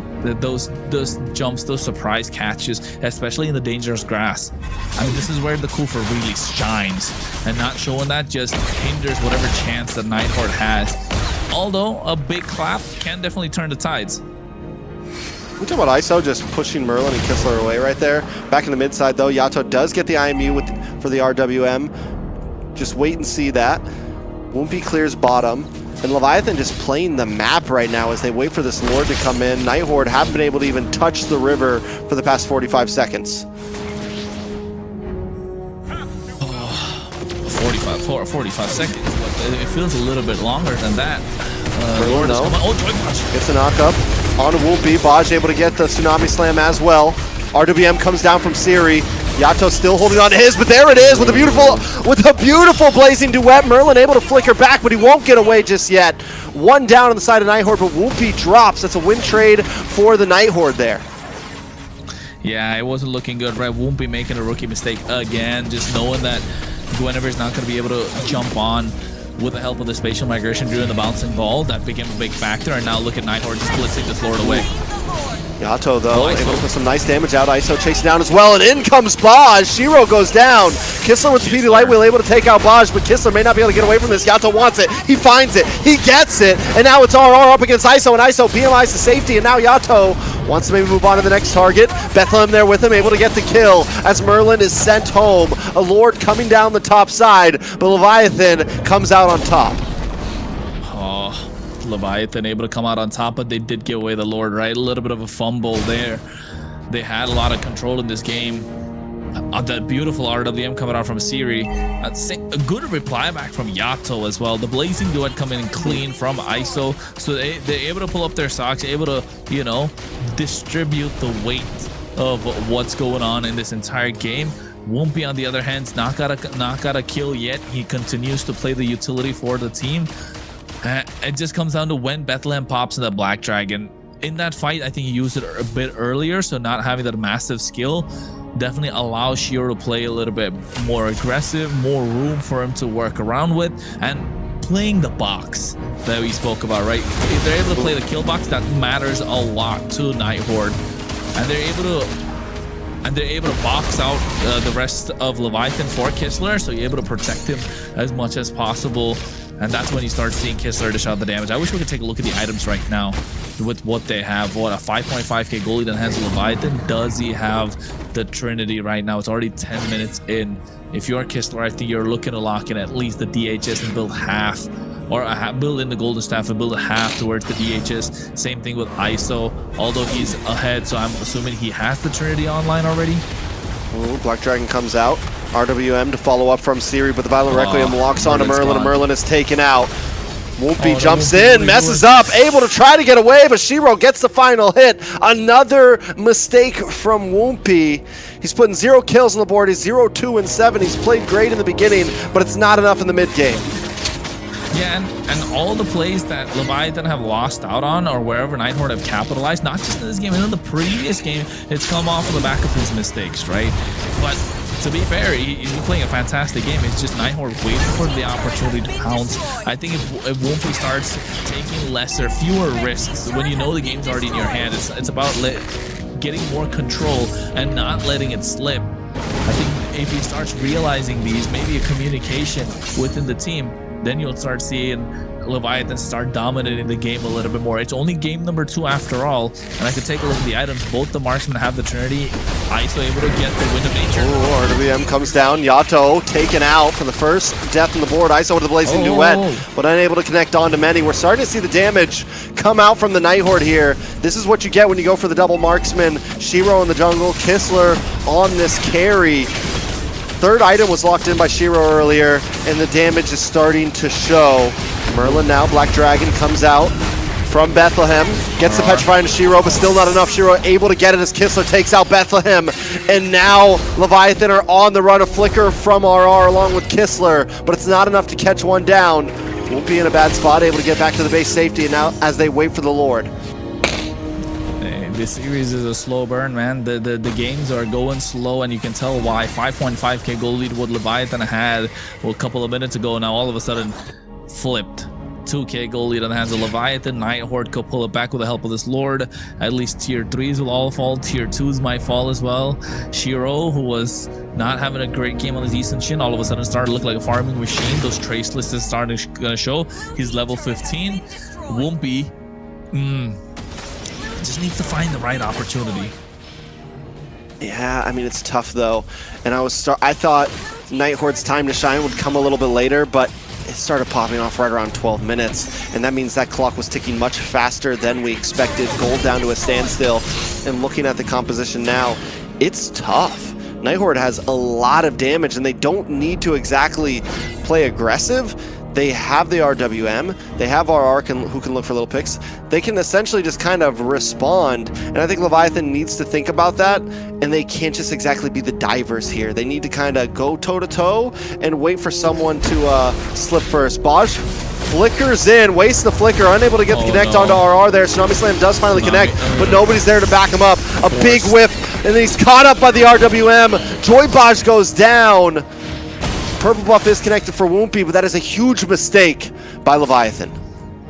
Yeah, it's a massive mistake, but at this time I think Joy Baj losing his head. This is what we were afraid of a little bit, weren't we? Yeah, Merlin does dive through. Inhibitor drops. Night Horde are going to try to cause a lot of damage here.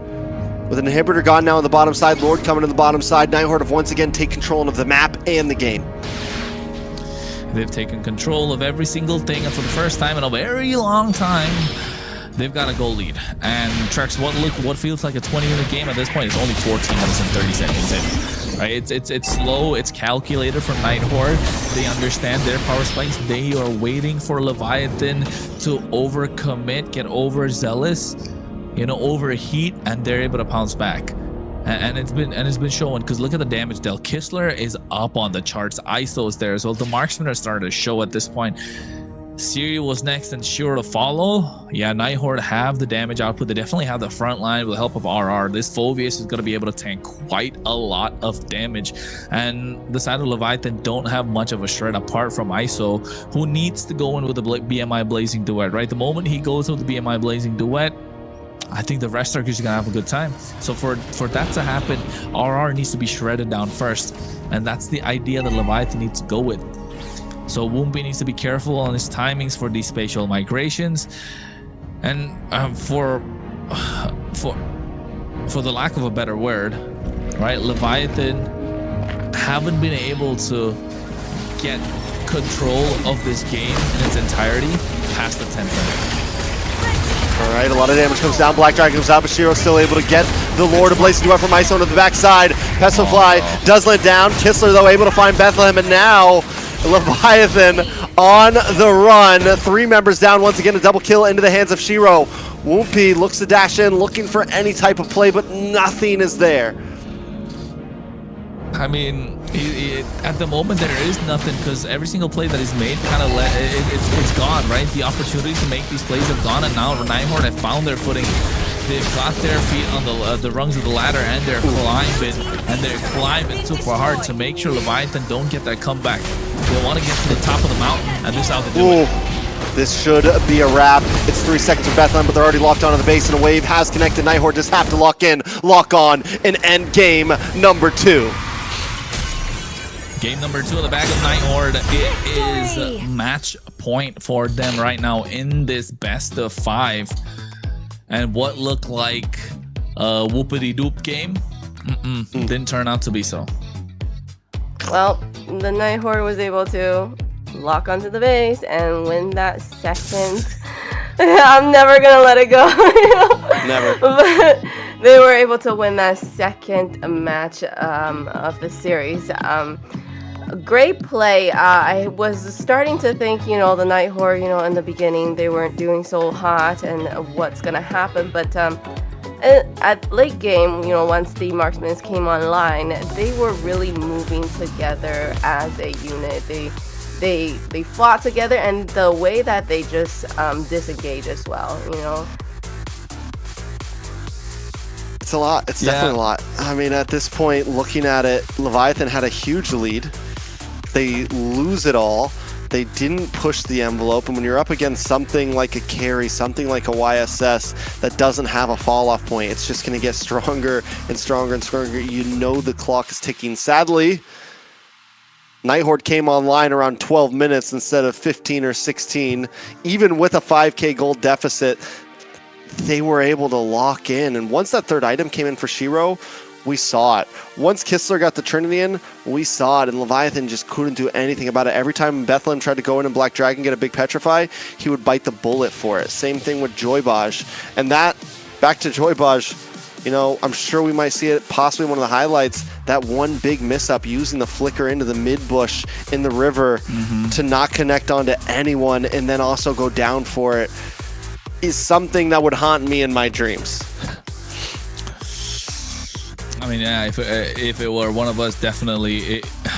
It was such a forced play, right? He knew he wasn't able to get anything out of the situation, but still, hey, I used my ult, guys. That's what it felt like. And if he didn't use the Tsunami Slam, there could have been potential to try and make owl plays, right? To try and go for a re-engage, but I think the lack of patience from Leviathan, knowing when to stop, when to, play the map a little bit more rather than keep picking fights. That's what really hurt them at this point. And that's what Promise brought in. Promise used to slow down the pace of the game, even though when they were ahead, able to zone out the members of the opposition. I think that started the show here. Yes, Woompy, the Woombaj combo was amazing, but sometimes you just miss the, cool and calm-headedness of Promise, right? Yeah, it's a problem. It's definitely a problem, and I got a feeling he's not coming to save the day. So Leviathan need to figure something out. It's a match point. Night Horde are making this series look easy, Layla. Well, you know, the Night Horde coming into this tournament as from qualifiers, you know, they had to fight through so many teams to get where they are. So I can see that they definitely have it together. Now for Leviathan, you know, we know that they are great players on their own, and you know, with Wumpy we have this new kid on the block, and it seems like, is that what they're missing, the jungler for this team to kind of bring this whole team together and work? I mean, I don't think any of the blame goes to Wumpy at all, but who we can praise right now is gotta be Siri, 0, 0, and 9, and even though he didn't put any big kills in the map, those RWMs were definitely official. It was something that was able to buy time for Shiro to come in and get those last minute kills, create space. In the game, once the game started to turn around, most of it was caused by a very clean RWM from Siri. Yeah, it provided structure, right, to the entire composition. That's what the lineup, that's what the RWM, and that's what this Eve provided for Night Horde. Yes, they were behind for most of the game, but there was always a game plan. Like, I got the RWM. When he drops it down, that's when these team fights were starting to take place for Night Horde, when they wanted to be the aggressors, when they wanted to try and take initiative into these team fights. And you could see it, that definitely amplified the chances of the Night Horde to take this entire game. So now Night Horde are a match point. What would you do if you're Leviathan, Layla? Go find Promise. Oh no, we can't say that. No, there's still a chance for a reverse sweep to happen still, right? Leviathan has a great team with these really veteran players, the players that have seen, you know, great get into really far into championships. So what is missing for them though? What is missing for them? I think make less mistakes. Make less mistakes. I'm honestly not in the boat of, like, I'm not going to sugarcoat it. It's not a draft issue exactly. Even game one, the draft was doable. Maybe it wasn't the greatest, but it was doable. There was execution that needed to happen. And right now, what's happening for Leviathan is in-game issues, you know, making mistakes. And whether that's a comms thing, we'll never know. Whether it's, you know, whatever it is. But the result of it is they're just not playing as good as they should. You know, I think that's just the reality. Most of the big mess ups there were from one or two players kind of either going too deep, making a mistake, you know, things like that. Yep. Well, is there? So make less mistakes, Leviathan. Play better. No. Keep it simple. Keep it simple. Very simple. That's what the about idea. the Night Horde? And keep doing what you're doing. You're playing the patient game. You're waiting for them to slip up. Yeah, they're literally, that's what they've been doing. They've just been waiting for Leviathan to slip up, because Leviathan have got the early game. Leviathan got the advantage. You know, even in the game number one, they had a little bit of control in the first few minutes, and then Botch flickers, and then all of a sudden the threat of that divine judgment is not present. Wumpy makes a couple of mistakes. Shiro just capitalizes and steamrolls them, and at this point, that's what happened in game number two as well. Shiro didn't have a great start. The rest of Leviathan did, but the moment a couple of mistakes started showing from the entire lineup, you know, they just steamrolled them. So game number three, I think, keep it simple, go with the same game plan. Don't go into Night Horde territory when it comes to the draft. Just you know, have multiple win conditions rather than look to thread the needle. I like it. I mean, at this point, Night Horde's on a good momentum run. They're feeling good about themselves. They've been able to not only completely stomp in one game, but then come into game number two almost losing and take a dub. So, I mean, you've completed both missions in terms of the ways a match can go. So yeah, you just do what you need to do. You get your third game in here, and at least you're maybe not too burnt out for the next series. I think at this point, you go all in as Night Horde. Well, if you want to make Don't be scared to tonight a use little any bit power easier. picks. Just Yeah. So whoever's gonna win is gonna go up against Vendetta. Vendetta after this, yeah. Vendetta is Gauntlet like run. they're resting. They're kind of, you Waiting, know, watching, coming up with the strategy prowling. going into. Maybe taking Yeah. a nap. That's what I would have done. Really? I feel like they would have just like, you know, looked at this game here and be like, okay, what are we gonna do going into the lower bracket finals? Immortality or death. Right. Get the eyeless ban from Leviathan. Leviathan has continued to pick blue side this way through. Zushin ban from Night Horde. Marcel's Suyo. open. They don't Marcel's open. Suyo. Leviathan didn't go Marcel's for it not gonna last be time. picked up on the other side. Yeah. Yeah. Suyo. Leviathan doesn't want it, right? Put Just lock Suyo in to Whoopi's Suyo. hands. Yeah, Keep it just simple. lock to Suyo. Yeah. Suyo or carry. I mean, you don't even need the carry. Phoveus can be picked up later. I think Suyo. You don't give it to Night Horde, even though they have like a lot of options to choose the jungle hero pool. But you give them the Suyo, you know you're looking down the barrel of a shotgun. Never mind, Lilia. What's the first pick? Okay. Okay. Well, Night Horde locks in Suyo here then, right? Suyo Yeah, plus. Suyo plus. Suyo plus you can't even go Phoveus. Suyo plus Claude. You don't even need to prioritize Claude. Nope. Suyo glue. Glue's open. Yeah, I was gonna say Suyo. Ooh, Basha. Never mind. Ooh. Is that a jungle Basha for sure though? Most likely. 100%. Like it's like, okay, yeah, not 100%, like 95. 99. Because I feel like 99%. 94.32. I mean, if this would be the time 96.67. for Afghani, maybe you know, see what Leviathan has. Ooh. Farsa. I mean, I think the third pick's gonna be a Claude, and we know what a Claude Farsa can do, right? That bombardment into the blazing duet, yeah. Yeah. Leviathan, what are they gonna do to stop it at this moment? It's a lot of AoE. Lapu. Or you still pick up the Dragon? Suyo here? Oh yeah. Suyo Sora? Wait, Never knockups mind, does carry. stop Farsa, right?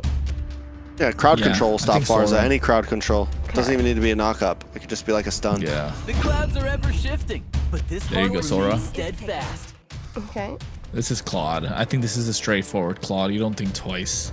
Unless you want to go like hit Khalid or something. But still, I think Claude. Such a great combo. You already have the Basha. You're already pretty well rounded out. Keep it safe. Keep it easy. What do they need for EXP lane though? Going against a Sora. Glue. If they want to go glue here. Moskov. Okay, play the long lane. Comfort. I still think Claude would have been crazy, wouldn't it?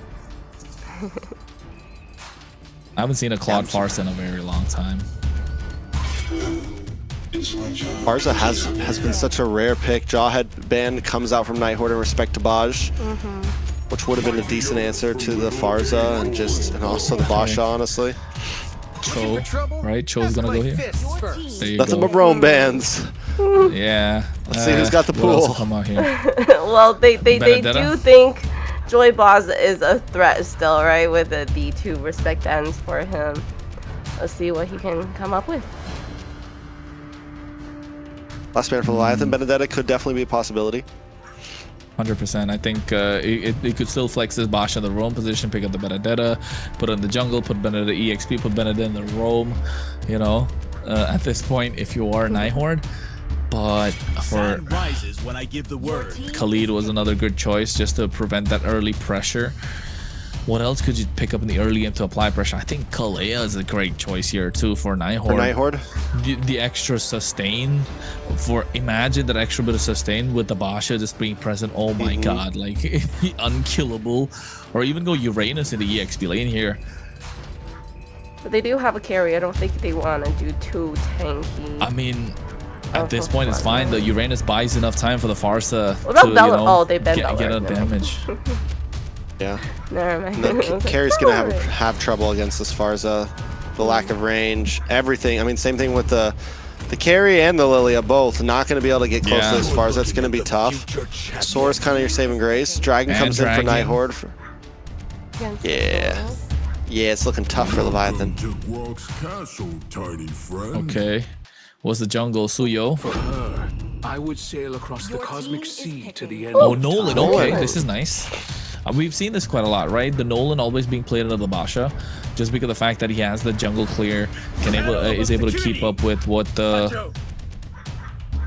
Well, then there you go. That was not a jungle Basha. Sheesh. 96. 6-7%. Not gonna show up. Amen. Yeah. Okay. Which not a horrible answer to the Nolan, right? Something that can kind of get there with you. You still have a beautiful front line.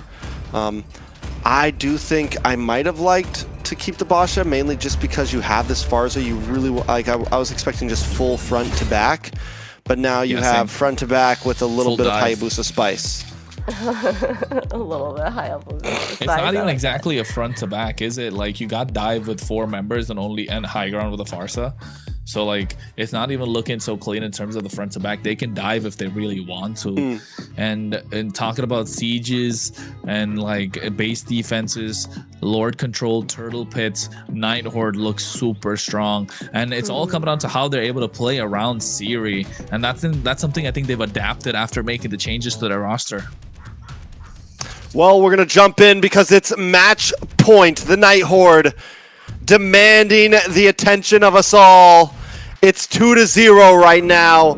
Can Leviathan finally strike back, or will Night Horde move forward to face in the revenge match against Vendetta? Well, Siri already taking so much damage wings by wings. Oh, no Purify popped it, but look at Whoopi though. Looking to get an invade early on. Shiro, quad shadow. Very well done. Shiro gonna get a nice dash back in. Merlin gonna get vision, look for the possible knockup, but Leviathan once again playing an aggressive early game. This is what we saw from them in game number 2, and it went well until it didn't. Yeah, and I think the fact that they saw this Nolan being picked up, they shifted his Basha from jungle to roam, just knowing that he will look for an invade, and Basha is such a big chonky frontliner. Just would prevent them from doing so, and Shiro having the mobility to dive into whoever possible into the back line, because that's one of the things that they were missing, the executioner. Yeah, they got the damage, they definitely have the DPS, they've got the splish push capabilities. They just needed someone to finish them when they're taken out super low, and this Hayabusa started to show and it's coming in clutch. And I think Shiro, we know how clean he can be on the assassin. Take a look at the emblem as well. He's got a war cry going on, so it doesn't matter if he sticks around long, throwing those shurikens. The more the merrier. Stacking those up is going to be dealing a lot more damage. Meanwhile, the rest look solid. Weapon Master from the side of Siri. Rupture picked up as well. Don't need those extra boots because you got the wings by wings. Baj able to hold down as well, but so far, out of the past 2 games, there's normally been a death a little bit earlier than this. We're already on to the first turtle. Shiro down at purple buff as Whoopi clears his own. Black Dragon comes out, able to push Bethlehem back, but watch for Whoopi and ISO. They do get find out. So Whoopi has to reposition. Both teams taking this first turtle very, very slow. Yeah, and I think they're biding the time. Oh, Bethlehem! Nice shifting skies, paired up with the fracture. A lot of damage on RR there. But the air strike does come down, gets a couple free shots on a Baj, but Merlin won't stand a chance. First turtle will go over to Leviathan. Yeah, and you can, and not just the turtle, I think it could be a Grand Theft Orange as well. You can see Whoopi not able to, SOD connects. Not able to use a Retribution. Walks in, steals Whoopi takes the it. orange buff. This is where you want to be if you're a Nolan. This is where you want to be for a Nolan advantage. You want to get 2 levels ahead of the opponent jungler. And all of a sudden, for Leviathan, it will look like they're starting to pull away with the game. 1.2k goal lead. But this has been the MO for the previous 2 games as well, right? Yeah, I mean, it's definitely been the strategy from Leviathan after they won game 2, and I don't think it's the wrong way to go. It's what they should be doing here. It's where they hold a nice advantage. Big shadow kill comes in. Shiro gonna be able to take out Baj, but Whoopi finds Siri on the backside, and now Shiro walks into more enemies. Can Yato get the final hit along with ISO? ISO gets it. And now Shiro's down 1. Kistler also under the tower. Yato doesn't want to give this up. Gonna take another shot, pays the price for going too deep. Yeah, and I think it's getting to the point where Leviathan are starting to pull away, but you're right. This is what they need to do, right? Anyways, every single game, get the aggression, get the early advantage, and find a way to pull away with the game. It's just that they haven't been able to convert it. They haven't been able to translate it from mid to late game. And I think that's the most important part. Wumpy here able to get the Blade of the Heptases. Meanwhile, Shiro looking to go down the Hunter Strike route. Wants to get that as fast as possible so he can dish out maximum damage. Whew. Siri down on boss side along with Kistler. Get the gank onto ISO. Night Horde not giving any space up. Now, if they're like, listen, if Leviathan wants to go toe-to-toe, we're going to look for plays as well. SOD connects on a Baj. Kistler just trying to get back home safe. But look at the damage. He's able to flick back very smoothly there. Now Leviathan want to try to move on to this turtle.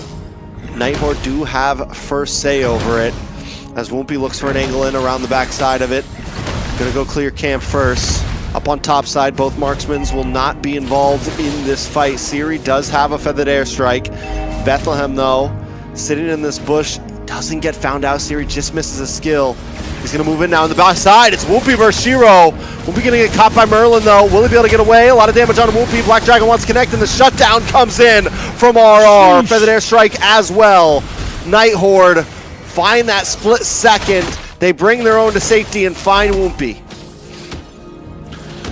That's what they're doing. They need to find Wumpy, who is getting the big snowball rolling for Leviathan. Although Leviathan do have the slight bit of advantage, Night Horde are able to close the gap. And that's what matters the most for them. 5-4 is the kill score, 500 goal lead. Kistler to get the 1v1 against ISO. Yeah, I feel like everyone's been catching 1v1s. ISO, Kistler, we just saw Shiro and Wumpy go at it. It is definitely, for what started off slow, the heat is rising. It's starting to boil over a bit. And it's getting to the point where what will Night Horde do if they're not able to get these mistakes coming out from Leviathan, right? Leviathan are making fewer mistakes as we get in. The deeper the series goes, the fewer the mistakes they make. And you're right, though. If you are Night Horde, you want to get this game in your hands so that you're rested up and, you know, you got time to focus in for the next series. All right, a lot of damage. Won't be able to secure this. Night Horde doesn't want to try to force it because Shiro's up on top side, but they are going to look for a gank on the gold lane. It's going to be bad for ISO. Shadow kill doesn't connect. ISO able to just keep the distance, and Shiro can't pop it. Baj coming to help out now. It's a big loss to Night Horde. They sacrifice a turtle for that and aren't able to get the gank.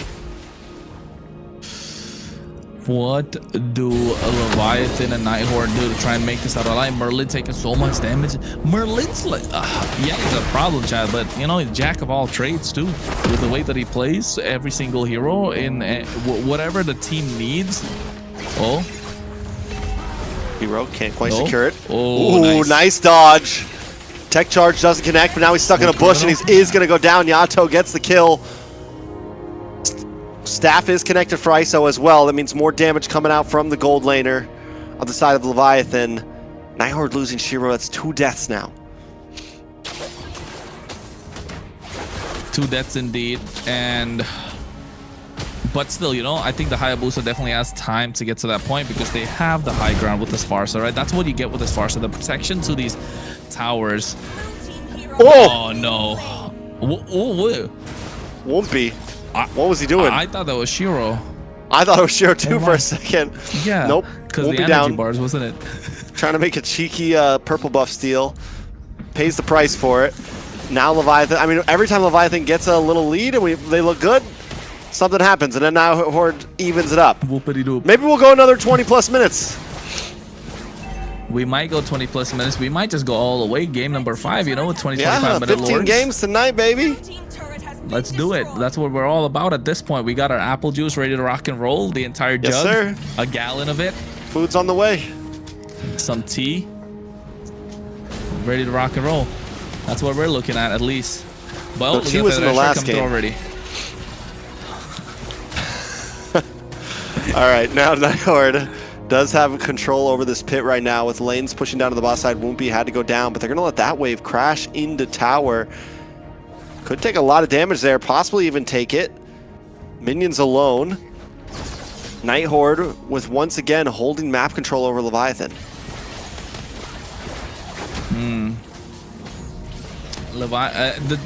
The two deaths that Woompy has come off of mistakes again, but then again, like, we can't really be too hard on him, can we? It's Night Horde forcing 1, 2, him. and 1. Exactly, Night Horde. Oh my God! Every single time there's a kill, you know, it's always Siri in the thick of it, and we don't see it. Now Leviathan, on the other hand, does see it. They feel it. They know what happened. Yato's down. 2, 2, and 3. Merlin. Lord is on the map. One more. Merlin's over here flexing, showing off. That new skin. Do you like that skin of Aksha? Honestly, it doesn't look that different, like, from this view. It's just really a little overrated. Black Dragon. Oh, now it looks cool. Yeah, Black Dragon does come out. Yato gonna get caught off once again, though. Oh. A nice feathered airstrike from Siri to keep them all away, and Lord will connect. SOD to the heavens over there. Down on the bot side, Bethlehem able to get a nice shifting skies, but he's right in between Siri and everyone. Bethlehem gonna go down. One more shot, and he's taken out. Kistler gets a kill, but now Merlin, Bralo as well, may be able to get away himself though, and they all walk into death. Yato's down as well, but ISO with a speedy light wheel to find 3. Can they find another? Shiro trying to get the move and groove on, but ISO doesn't want to let him get away. Shadow Kill does connect. A lot of damage on ISO. ISO bites the bullet, and so does Baj, and just when Leviathan has a moment, they lose it again. Yeah, and it was great, right? It was great from ISO, able to get a massive shutdown, and the next thing you know, what happened was they overextended a good tech charge from Joybaj in that long bush, able to catch them off guard just after the feathered airstrike was used, so it was clean. It was a clean engage from Leviathan, able to find the opening, but overextending their welcome or overstaying their welcome didn't really feel right there. They had the Lord to defend, but to be fair, they did, you know, slow down whatever momentum that Night Horde have had in this entire game. Tier 3 on the top side is going to be taken down. Tier 2 is looking to be next. The Merlin flexing again. Chastis Baldred picked up by him as well, so now ISO is not going to be hurting as much as he was, although he will still be hurting. All right, Night Horde with control over the map. Leviathan can't really split up, because if any of them split up too much, they get taken out. We've been seeing it. Well, we haven't been seeing it, but it's been happening off cam. So they have to be careful. They have to go for the more grouped up strategy, and that's why they went out in the early game. They're able to kind of hit these quick little, you know, the pick and rolls. Move 3 or 4 people together, find a pick off themselves. And once it gets to late game, Night Horde continues to show dominance in 3 games straight now. The macro's on point. Knowing exactly where Leviathan's going to be and finding those weak points is always there. Feathered airstrike comes down to zone them away. Siri's having a great game right now overall in terms of using that feathered airstrike correctly. The pick and roll, where's the screen coming from? That's what we need to look at, right? The screen needs to be found. And where's the screen gonna come from? Because for Leviathan, the screen's gonna come through from Joybaj or Bethlehem. Ooh. Bethlehem has been clean, but SOD connecting. SOD connects, a lot of damage on ISO, and Shiro comes in with a shadow kill, able to get it. Baj also brought low, RR able to find that one. 2 down for the side of Leviathan, and Night Horde have smelled blood in the water. Shiro bringing out the recalls. Tier 2 about to drop. Yato finally gets his glaive in, but it might be way, way, way too late. Night Horde now looking for the kill. Shiro got his BOD, man. He's got the Blade of Despair. And Leviathan's looking at Despair at the moment. They lose their mid lane inhibitor. And Sirius holding on to the shots from the feathered airstrike for a very long time so that they can't come in and get the clear for the last cannon minion. And now look at them blitzing this Lord, knowing that Leviathan have no way to try and contest. Yes, they've got the flying cloud, but the moment Whoopi got taken out twice in the early game, the threat of this Nolan kind of completely neutralized, and Merlin was just dominating the map, right? As a Basha, that's what you want to do, but you're in the jungle position, so you're not really allowed to rotate as much as possible. You're trying to get those items, trying to get the jungle clear, but as a roamer, yeah, if you're able to neutralize the threat of the opposition jungle, you're just going to be able to walk in and eat all the damage that are putting out. Now the Lord's coming down the mid lane. They're looking to sync up the waves as much as possible. They definitely have the items for the defense, especially the Wishing Lantern in the hands of Yato and the Divine Glaive, so it is possible. And Wind of Nature for Aito as well, so don't count them out yet. All right, Night Horde making their way in. This is it, match point. Can they try to finish things here? RR takes a lot of damage, but a beautiful petrifying ISO, and ISO is immediately taken off the map. RR pays the price for it, but it's a good trade in the books of Night Horde. Shiro doesn't have the shadow kill right now. Will dance around as Kistler tries to get some free shots out of the base. It's getting brought low. A nice shift these guys brings Kistler back, but Kistler doesn't quite go down. A tech charge isn't enough as Shiro gets the killing spree, and they're moving on to the next base is at 20%. All they have to do is try to finish it here, but Siri isn't going to let anyone save it today. The Night Horde will sweep this series and end it 3-0. Hey, they gotta feel rejuvenated. They want to feel refreshed going to the lower bracket final, as it's going to be the Night Horde versus Vendetta, a rematch, right? You know, Night Horde are looking for vengeance, but yes, there's a good side, but there's also a sad side of the story, isn't there, Layla? The sad side is, unfortunately, from Leviathan, this is the last game that we'll be seeing them play for this season, but we'll see them back next season most likely, right? These guys are definitely still a force to be reckoned with, and we would love to see them back here next season. But speaking of the Night Horde, yes, a rematch with Vendetta in the lower bracket, which is gonna be exciting. Okay, they came off of a sweep, but they got swept by Vendetta. Oh my god. Vendetta. When they played with them. So how do you think that's gonna go, right? But amazing gameplay by the Night Horde. Who thought it was gonna be a 3-0 sweep? Who knew? Who would have known? Who would have knew? Not me. Who would have known? I guess if I knew, never mind. Who would have knew? Who would have known? Knew. What did he do? Whoop did he do? I mean, let's give it up to Whoopi real quick.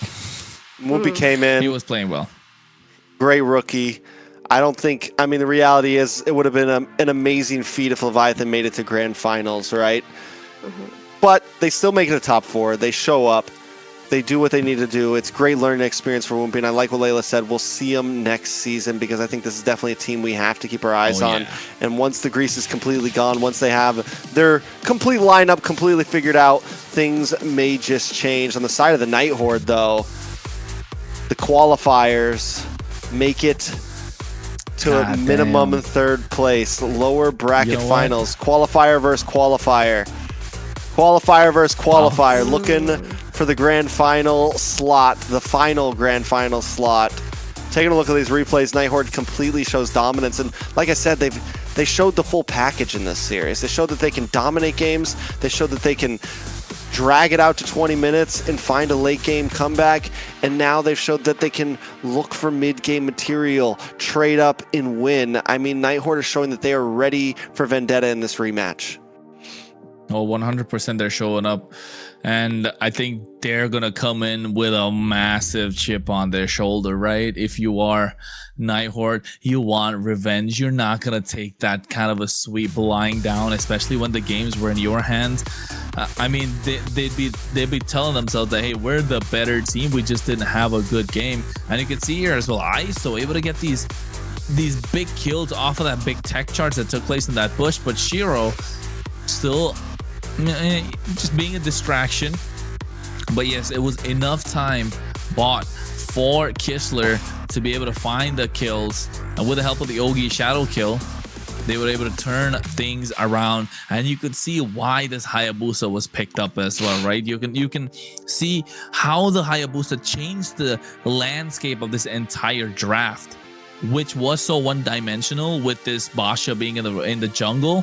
All of a sudden, you got an assassin present to keep up with the 1v1s that Woompy wants to go with this Nolan.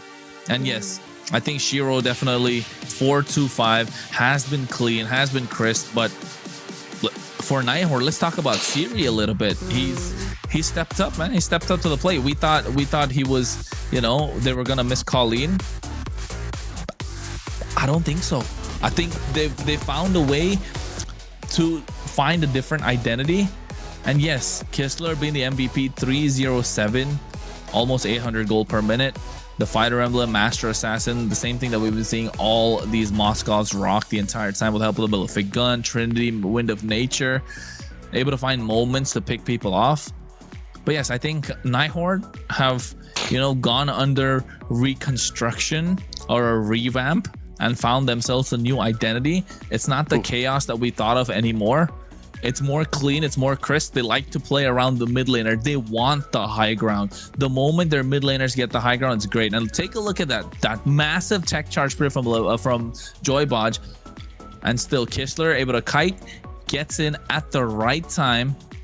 Shiro, knowing that Joybodge comes in, gets Kistler into position, goes back into the brush, now uses the Yogi Shadow Kill, gives enough time for Kistler to shout the damage because ISO is panicking, he's taking so much damage. Good team play, good communication, and of course, a lot of credit to that goes to Shiro as well. Yeah, Kessler did do really good. That little duo that happened with Shiro was pretty funny. When I saw that, I was like, okay. Like, he got into the position, he brought them in, and like, okay, dish out the damage now. So they worked really well together, actually. And a good thing for the Night Horde, you know, yeah, they're gonna go into now the third series. They're gonna go into the third series with just only 3 games, you know, so they could be able to, you know, go for another many games? Don't do it. I have to. Every time I see it, I have to. I already got the message from Julie. She like just took a screenshot of that and sent it. But yeah, I think this is where we see Night Horde kind of ironing out the wrinkles that they had previously. There were a lot of mistakes in game number 1. You know, they translated game number 2, fewer mistakes. Game number 3, fewer mistakes, but there are still mistakes. And going into the lower bracket finals against Vendetta, there's no more room for mistakes. And I think if they do get to the point where they start making these mistakes, Vendetta are gonna get the game again from them. I think we can call that, right, Trex? If there are more mistakes, it's going to be difficult for them to pick up the game or pick up the series. Yeah, I mean, I think Night Horde definitely has a lot of opportunity coming into this. I like what you're saying. They've just evolved completely as a team. We've seen so many different faces from them, and I don't think that they still don't have those old possibilities. I think they can still pull out a cheese pick here and there, still pull out something. We haven't seen anything from them crazy yet in playoffs. But I just want to say that if it comes down to crunch time, maybe they have a saving grace moment of like, oh, this is it. Doesn't have to always come, but occasionally the possibility could come that could change everything, right? So I think Night Horde is in the best place they could be at to go up against Vendetta right now. Well said. I do think the Night Horde, the team themselves, have been looking more centered during these fights and patient. So we're hoping that they take these kind of qualities going into that match against Vendetta, because I think that's what that is needed for them to make that less of those small mistakes, which could turn those games around for them. And so we have joining us somebody, or a farmer himself, or a farming. Yep. All right. So let's, without further ado, let's bring our interviewee, Shiro from the Night Horde. Hello. Hello. Hello. How are you? How are you feeling? We're feeling pretty good. Yeah.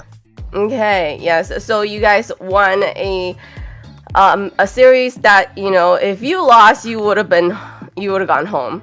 Okay, so coming into this, how confident were you that you were not gonna go home and ended up actually doing a sweep? Well, honestly, it's not that we were expecting a sweep.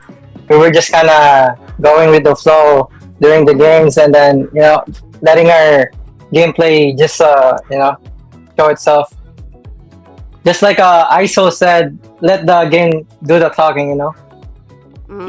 Damn. Oh, okay. Shots fired, huh? Shots fired. Yeah. No reply till next season. I too. like it. No reply till till fall. About to say. I like it. Well, go ahead. Speaking of things to say, you know, last time you guys took a loss to Vendetta, you get your rematch tonight, right? Big match. No pressure though. No pressure. You know, just grand final slot. But you get the rematch. Any words for them? How are we feeling coming into this match? Luckily, you got to finish that 3-0. You guys aren't burned out after playing 5 games. You know, you get a little break here. How do we feel going up against Vendetta for the grand final slot?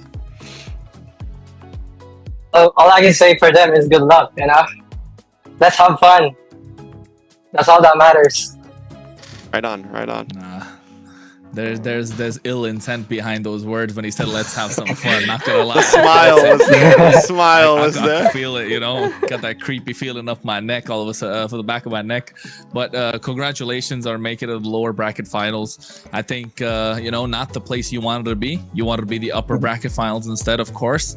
A tough loss to Vendetta, right? That 3-0, it not only hurt you guys, it hurt us as well. Like, I mean, yes, we were super hyped for Vendetta, but the kind of loss that you took definitely hurt the morale. You guys came back with Influence Rage Origins, now another 3-0. So back-to-back 3-0s for the next series, lower bracket. What can we expect from the Night Horde?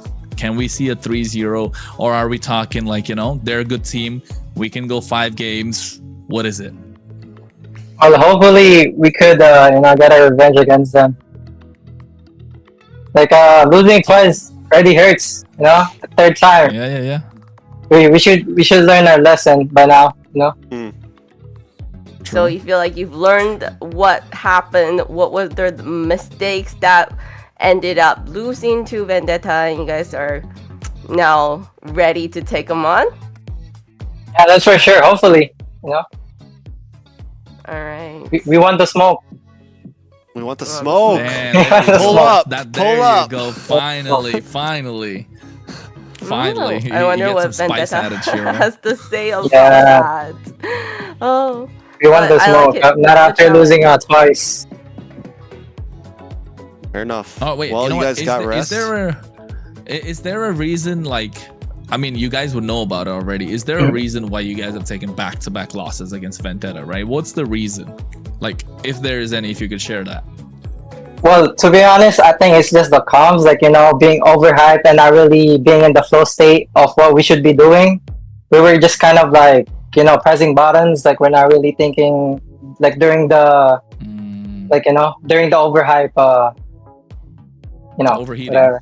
Yeah, overheating, like we were almost close to ending the game, but then that's where it starts to, like, you know, kind of fall down. Yeah. Okay. We just have to calm down a bit, and then, you know, maybe we could take some of the games versus Vendetta. So what we saw in that series, you know, more patient, being more centered as a team, is probably what's gonna bring you a win. So we're looking forward to seeing that. Thank you, Shiro, again, I want to say, for joining us and taking the interview with us. And best of luck for the third series to come against Vendetta. Thank you.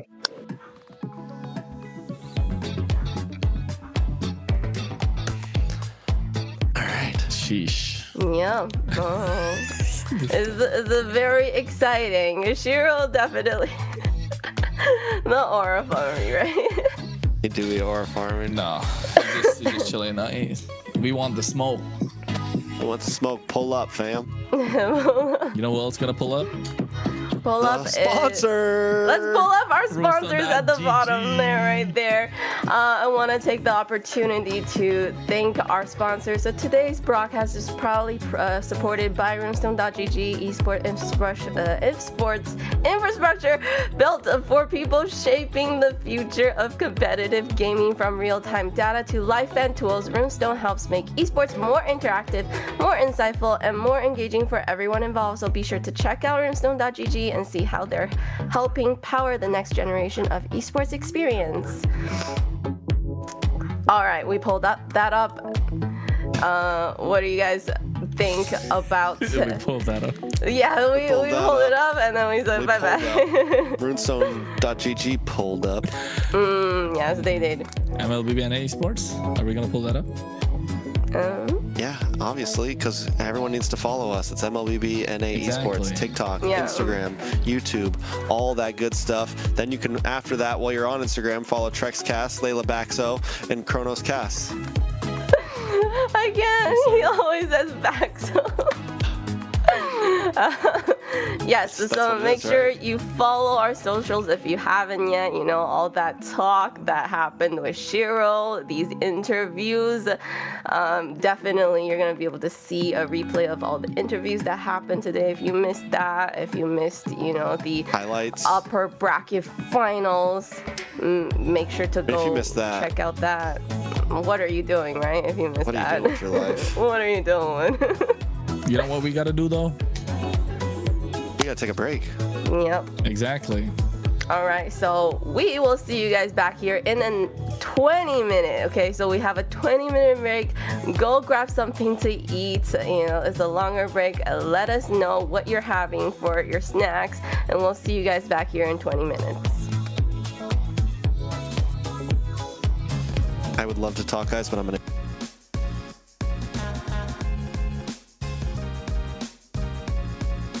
Yes. Finales de 2018. Arif. Marcel. Jun. Rosa. YSS. La ulti de Argus. Flicker. La Collector de YSS. Edith. Nolan. Hylos. Marcel. Jung. Instinct. Best player. Shark. Vaxia. Laken. Show color.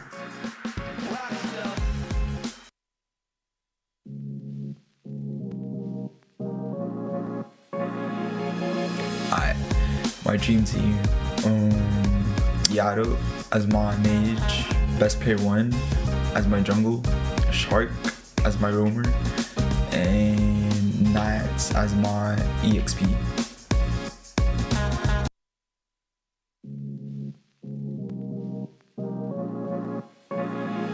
Hola, soy Dalicaeto del equipo de Influence Rage Origins y hoy te vengo a traer el equipo ideal para la AMER Norte. Para la linera jungla me traería Best Player 1, es un jugador que ha competido en torneos internacionales, tiene bastante experiencia y es un jugador bastante reconocido en su región. De línea media me traería a Jun del equipo de Estamina, un mago también bastante reconocido, ha viajado internacionalmente y es un jugador que tiene bastante nivel, añadiendo que tiene un amplio pool de héroes y me gusta mucho cómo juega Selena. De Roamer me traería a Zultra, un jugador también bastante completo, ha competido internacionalmente, usa bastantes héroes y es un jugador que lleva años, pero años jugando su rol y eso lo hace un jugador excepcional. En la línea de oro me traería a línea de oro del equipo de Vendetta, un jugador bastante completo, amplio pool de héroes y de lo poco que lo he visto jugar, juega excepcional esta línea. Y por último, en línea XP elijo a Nats del equipo de Alpha Norte, un jugador bastante destacable, tiene mucho nivel y ese sería mi equipo ideal para la MER Norte.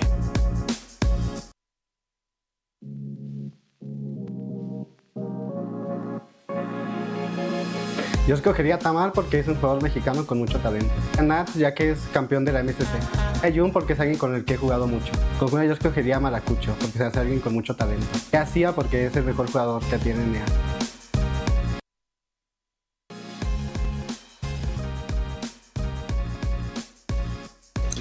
Hola, soy Hayase y este sería mi top 5 líneas de experiencia para el MCT AMER. En primer lugar me pondría a mí, luego sería a Jinu, luego sería Instinct, Dalicato y por último PK UXP.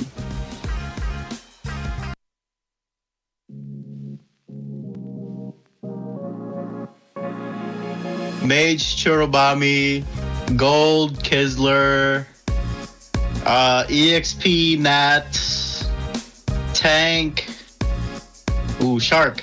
There we go.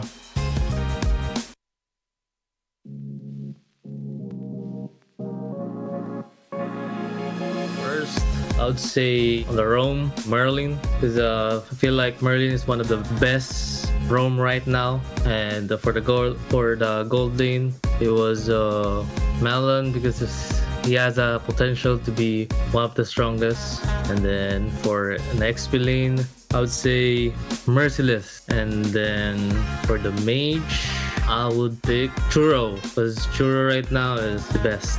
Not the best, but really not an average player. And for the jungle, I would choose Shiro. He's a versatile player. He can play utility and then assassin at the same time. That's my 5 players to pick.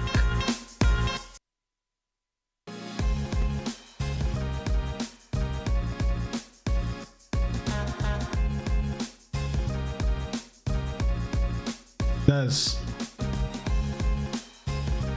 Finales de 2018. Arif. Marcel. Jun. Rosa. YSS. La ulti de Argus. Flicker. La Collector de YSS. Edith. Nolan. Hylos. Marcel. Jung. Instinct.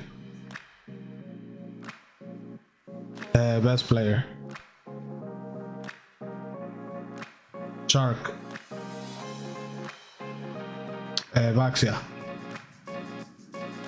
Laken. Show color.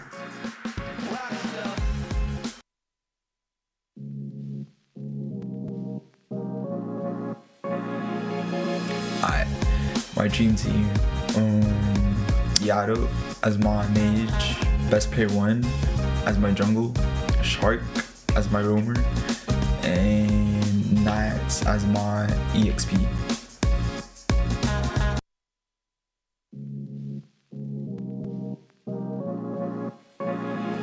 Hola, soy Dalicato del equipo de Influence Origins y hoy tengo a traer el equipo ideal para la AMER Norte. Para la linera jungla me traería Best Player 1, es un jugador que ha competido en torneos internacionales, tiene bastante experiencia y es un jugador bastante reconocido en su región. De línea media me traería a Jun del equipo de Estamina, un mago también bastante reconocido, ha viajado internacionalmente y es un jugador que tiene bastante nivel, añadiendo que tiene un amplio pool de héroes y me gusta mucho cómo juega Selena. De Roamer me traería a Zultra, un jugador también bastante completo, ha competido competido internacionalmente, usa bastantes héroes y es un jugador que lleva años, pero años jugando su rol y eso lo hace un jugador excepcional.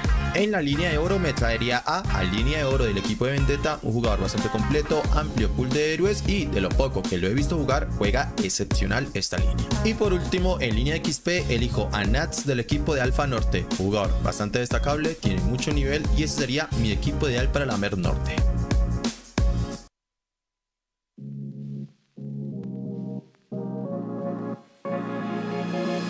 Yo escogería a Tamar porque es un jugador mexicano con mucho talento. A Nats ya que es campeón de la MCC. A Jun porque es alguien con el que he jugado mucho. Con Juno yo escogería a Maracucho porque se hace alguien con mucho talento. Y a Sia porque es el mejor jugador que tiene NEA.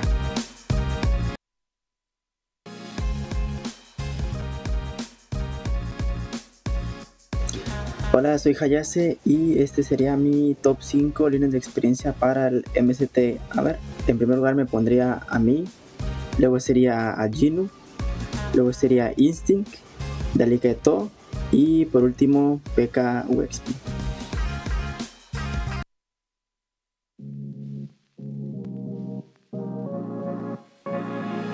Mage, Churubami, Gold, Kisler, EXP, Nat, Tank, Shark.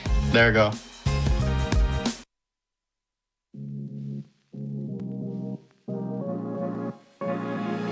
First, I would say on the roam, Merlin, because I feel like Merlin is one of the best roam right now. And for the gold lane, it was Melon because he has a potential to be one of the strongest. And then for an XP lane, I would say Merciless. And then for the mage, I would pick Churro because Churro right now is the best. Not the best, but really not an average player. And for the jungle, I would choose Shiro. He's a versatile player. He can play utility and then assassin at the same time. That's my 5 players to pick.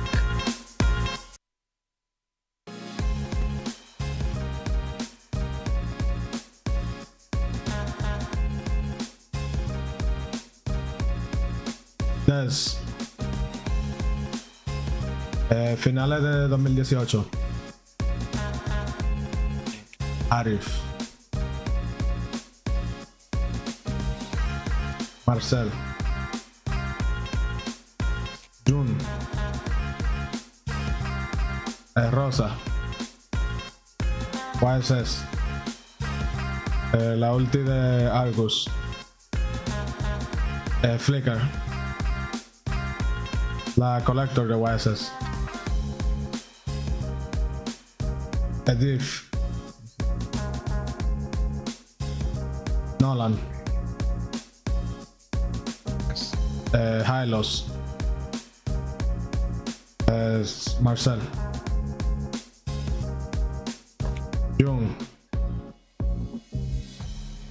Instinct. Best player. Shark. Vaxia. Laken. Show color.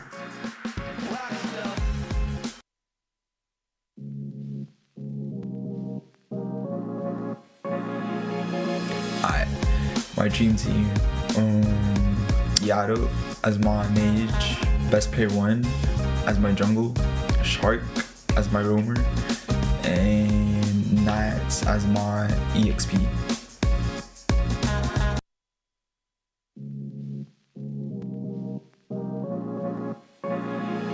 Hola, soy Delicato del equipo de Influence Origins y hoy te vengo a traer el equipo ideal para la AMER Norte. Para la linera jungla me traería a Best Player 1, es un jugador que ha competido en torneos internacionales, tiene bastante experiencia y es un jugador bastante reconocido en su región. De línea media me traería a Jun del equipo de Estamina, un mago también bastante reconocido, ha viajado internacionalmente y es un jugador que tiene bastante nivel, añadiendo que tiene un amplio pool de héroes y me gusta mucho cómo juega Selena.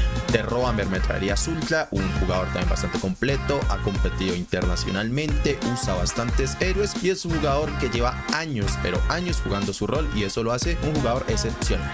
En la línea de oro me traería a línea de oro del equipo de Vendetta, un jugador bastante completo, amplio pool de héroes y de lo poco que lo he visto jugar, juega excepcional esta línea. Y por último, en línea de XP elijo a Nats del equipo de Alpha Norte, jugador bastante destacable, tiene mucho nivel y ese sería mi equipo ideal para la MCT Norte.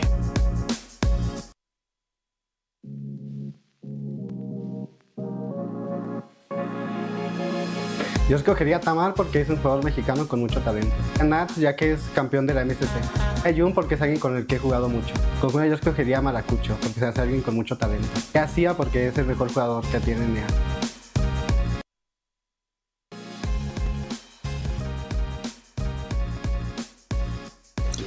Hola, soy Hayase y este sería mi top 5 líneas de experiencia para el MCT AMER. En primer lugar me pondría a mí, luego sería a Jinu, luego sería Instinct, Leviatan y por último PK UXP.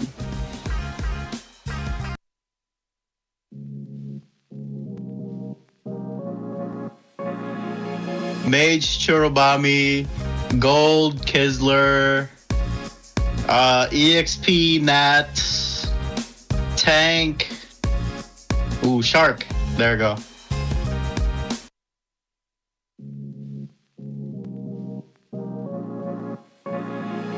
First, I would say on the roam, Merlin, because I feel like Merlin is one of the best roam right now. And for the gold lane, it was Melon because he has a potential to be one of the strongest. And then for an XP lane, I would say Merciless. And then for the mage, I would pick Churro because Churro right now is the best.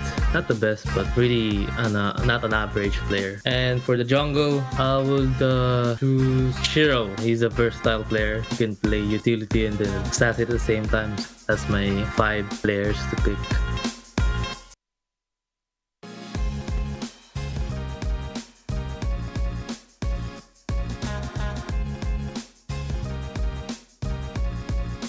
Des.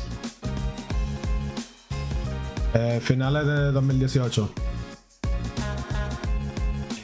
Arif.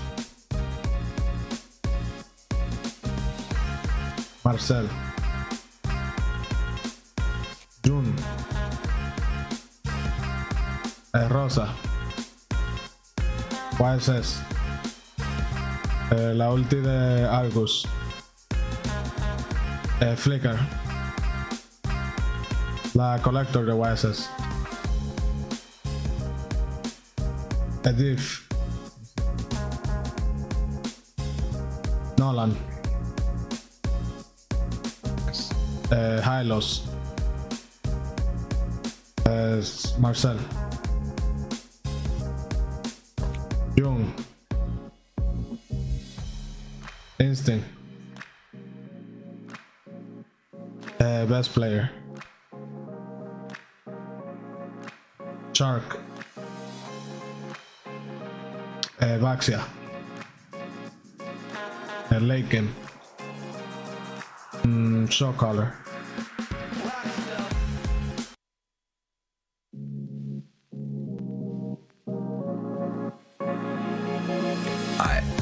My dream team, Yaru as my mage, best player 1 as my jungle, Shark as my roamer, and Nats as my EXP.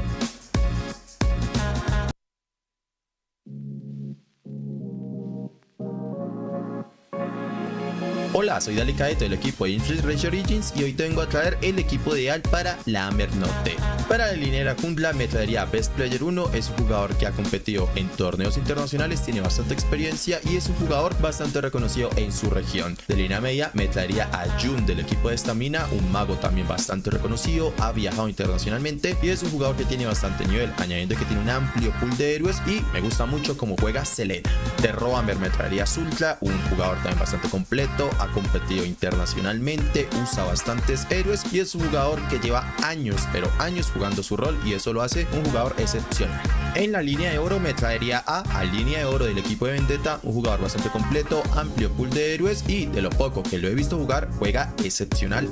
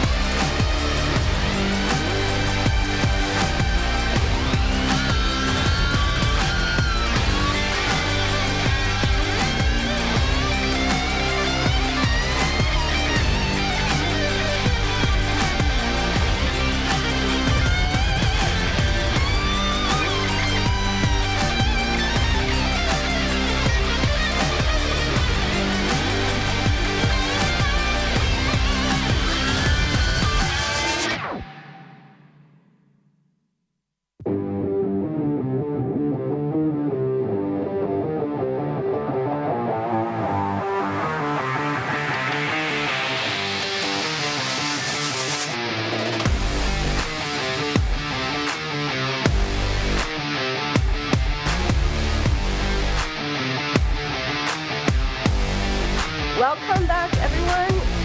We made it to our final series of the day, and the stakes couldn't be higher. Alpha7 North has already secured their place in tomorrow's North Group Final, and now only one spot remains. Will Vendetta bounce back after falling in the upper bracket final, or can the Night Horde continue their lower bracket sweep and go for that win finally? And that's, I think, the big question now coming up for this series, the question between these two teams, right?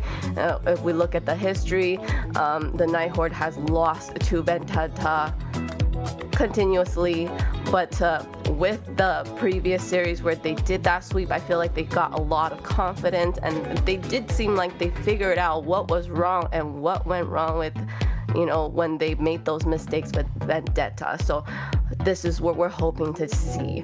Kronos, who do you think has the edge going into the series? I think if you ask me right now, Night Horde definitely have the advantage when it comes to momentum, just because of the fact that they got a 3-0 sweep against, you know, Leviatan.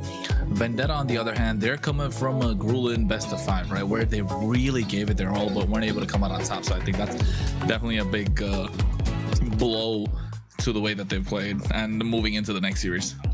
Yeah, so quick recap of what happened in the first series today with Alpha7 versus Vendetta. For that upper bracket final, Alpha was able to win 3-2. That means Vendetta was dropped down to the lower bracket final where they will be facing the Night Horde later on today. For the second match of the day, the Night Horde stomped with that sweep of 3-0 against Leviathan. Unfortunately for Leviathan, that is it for them today or this season. And now that brings us to here. Match 3, we have Vendetta versus the Night Horde.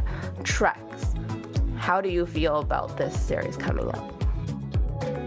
I am excited for it. I think we're about to see the lower bracket finals, and like I said before, sometimes matches like these are hyper than grand finals. A lot of times you'll have all this build up and then grand finals you see a sweep or something. I think we are in for a banger here. At least I hope we are. It's Vendetta versus Night Horde. This has slowly become a rivalry right here, right? A qualifiers rivalry. Both of them have worked so hard for this spot, and who would have thought that they would be the ones to knock the other out, right? There's only one spot left in grand finals, and only one of them can make it. And it has been a hard fought road for these two teams. I would say I think Vendetta's coming in as the favorite here. I think they have the momentum, but Night Horde on the other hand, I mean, they're feeling good. There's nothing that gets, there's definitely going to be some mentality involved of like, ooh, we just got a 3-0 sweep. Hopefully they don't come in too overconfident, but yeah. Yeah, and I feel like, you know, yes, they lost to Alpha7, but it wasn't like a sweeping loss of Vendetta that lost to them, right? There was a 3-2 for Alpha7, so they got 2 games against Alpha7, which is pretty good, if you ask me, against what is considered to be maybe everybody's favorite team in North America. So we want to see Vendetta. We don't want to see them down here, but we feel like, you know, they're still in a pretty good place, I would say. But for me, I'm cheering on for the Night Horde. Canadian to Canadian. Ooh, okay. So, you know, a lot is riding on this series, this last series of the night. Well, I'm ready for it. I'm very excited for it. So we got Night Horde. What about you, Kronos? Who do you feel? I think Night Horde definitely got the advantage moving in terms of momentum. So yes, but Vendetta on the other hand, they did beat them 2 times in a row. So I think that can be a factor that would, you know, give them the edge. But still, coming into this series, I think Night Horde have all the momentum moving forward. Yeah, and looking at the series, we have Vendetta's lineup. We have Merciless, Tarzan, Chirobami, Melon, and T. This is the same comp that we saw earlier going against Alpha7. I like it. Vendetta's been a monster. They're a team that has really kind of earned their place. Merciless, Tarzan, Chirobami. These guys are names that we've gotten to know. Melon, the new kid on the block, and then T. We completely underrated him, but now he showed up. Before we get any farther, we got a quick video from Vendetta.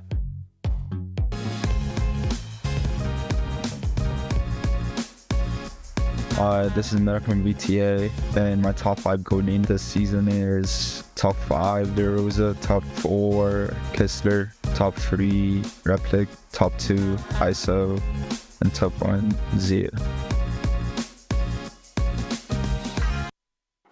Point flip. I have a. Oh wait. Layla. Welcome back. So that was a little bit about Vendetta there.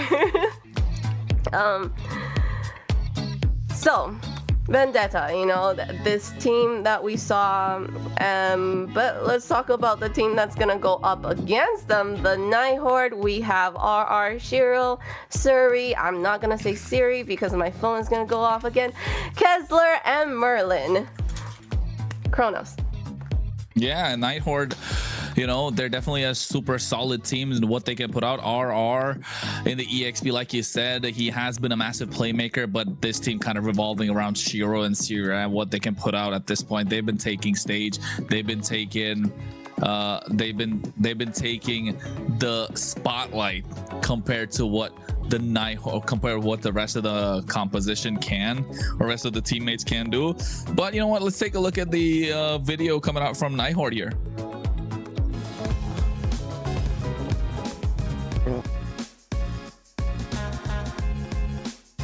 The first one is best player, because you could tell by his achievements that he's proven a lot. Like you know, he's a champion for like several times. I mean, not consistently, but you know, he's got achievements out there. So for second one, in my opinion, it would be Akiro, like the main jungler for Vendetta. Unfortunately, I don't think he's gonna be able to play for the American League. The third one is Tarzan, because you could tell he's also got achievements in the past tournaments. And the fourth one is Fall. I think he's just confident in like tournaments, like he's good at macro rotations and everything. And the fifth one is Dez.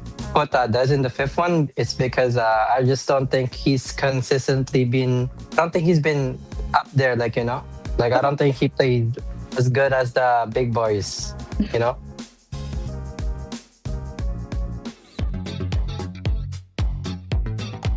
That was a quick little video from the Night Horde, the jungler from Night Horde, Shiro. Speaking of junglers, okay, so we have jungler from the Night Horde, that's Shiro. He's been performing quite well, I have to say. And then we have Tarzan from Vendetta, and we feel like well, I would say Tarzan is definitely that focal point of the team. He does make a lot of the shots, I feel like, and you know, the team seems very put together when he is around. What do you think, Kronos? About these two junglers? So who's your favorite? Let's say. I like Shiro. Shiro has been, you know, I've been warming up to Shiro a little bit with the way that he's been playing. I've watched him for a couple of seasons now, and he's been clean. You know, he's always flown under the radar. Doesn't have a massive presence outside the game. The name's not such a big name compared to Tarzan, but in the game, he does what's needed, right? He shows up when it's required, and he's got a deep hero pool. And I don't think there's a hero that we can say is a Shiro special. He's quite good on every single hero that he plays. You know, we saw the Guinevere that I was a fan of earlier on in the season. Then the Fanny pops up, now the Leo Mord. So he's definitely got a deep hero, but the Hayabusa as well. That tiny bit of a play to allow Kistler to come into the bush and then, you know, maximize the damage and get those 2 kills, that takes high IQ and good level of communication from the team, of course. So I think for me, Shiro has been great, but when it comes to that Lord pit, right, when your backs are against the wall and you got one retry button to press and you gotta, you know, fight for jungler v jungler for the Lord, yeah, my guess coins are all on Tarzan, man. I've never seen him miss a clutch retribution ever, like very rare, and that I have not seen. So you're saying Tarzan's the retro god here? Sort of. That's why he's the king of the jungle for me.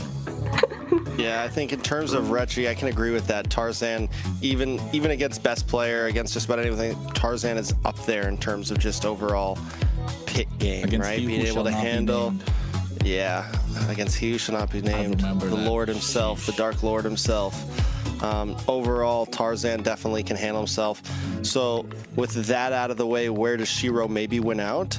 I think what we saw earlier, like Kronos just said, some of the micro mechanics, that bush work there, it seems like a simple thing, but to be able to just bounce in, lose the hit for a second, re-engage, those small moments are where Shiro has really shined on heroes like the Hayabusa. We've seen him do amazing on the Fannies. I think in terms of just raw micro mechanics in team fights, Shiro has showed up as possibly one of the best we've seen so far.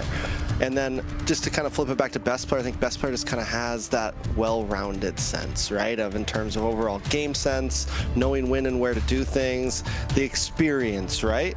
So Shiro may be lacking the most in experience here compared to Tarzan. It's definitely a battle, right? And who can evolve the fastest here? You know what? I think Shiro's been to the MSC last year, right? Yeah, but still, that was like... I know what you're talking about. I'm just saying on paper. I'm just saying on paper. I think for at the in-person moment, on-stage experience, Shiro maybe, but overall competitive experience, Tarzan's been around the block longer. He's got years. I'm a fan of Tarzan for a while now, right? I've been there for a while watching Tarzan. I remember watching him from Guapo, the NASL before that days. So yeah, I've been watching T-Rex Senpai. I've been watching. Yeah. Thank you. Go check out them Facebook chats. You'll find my comments and shit. But yeah, I think looking at the way that he's been there for such a long time, we spoke about how Promise has always been forever second, right? At least in with the way that he's had this entire career in NA. But Tarzan has never really, neither second nor first. Yeah, I think second one time. One time. That one time was crazy. Against he was not be named the Dark Lord. No, they beat them. I'm pretty sure. I think they lost to. That was what. Anyways, we're getting too lore deep right now. Yeah. Hey, that's what we want. The lore galore tonight. Yeah, I think he was with. That was late in the night. That was when he was with Basic, and it was in LA. Wasn't it? Wasn't he on the team with Basic and them? And Basic did the cry face to he who must not be named.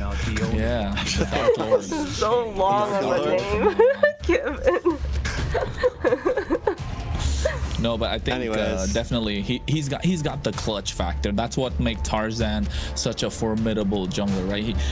We have seen him in the clutch, in flow state, like Shiro mentioned it. His flow state is like when Tarzan is peak, he's peak, right? There's no one really we've seen come close to that. It took the Dark Lord to really take him down when he was in his flow state.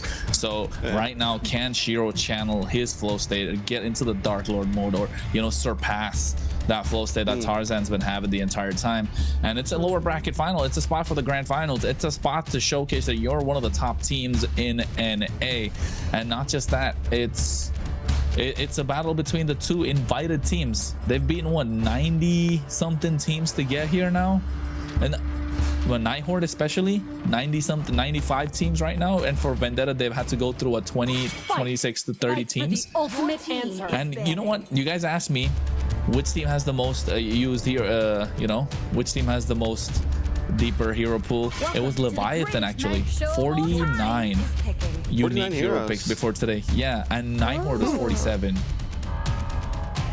Okay. So Night Horde got deep pockets, but Freya left open. Whoa. This crazy. Game one, Freya left open. Night Horde risking a lot here. Have we found it? But what else is left open then? What's the trade here? Is there anything? Magician? There's no Fulvius. Oh, come on. This is a blind Freya, right? There's no Fulvius. This is a straight Freya pick if you're Vendetta. Unless you want to go Harris the other day. Fulvius. I swear to protect it till my last Freya pick for VTA. Yeah. Starting things off great.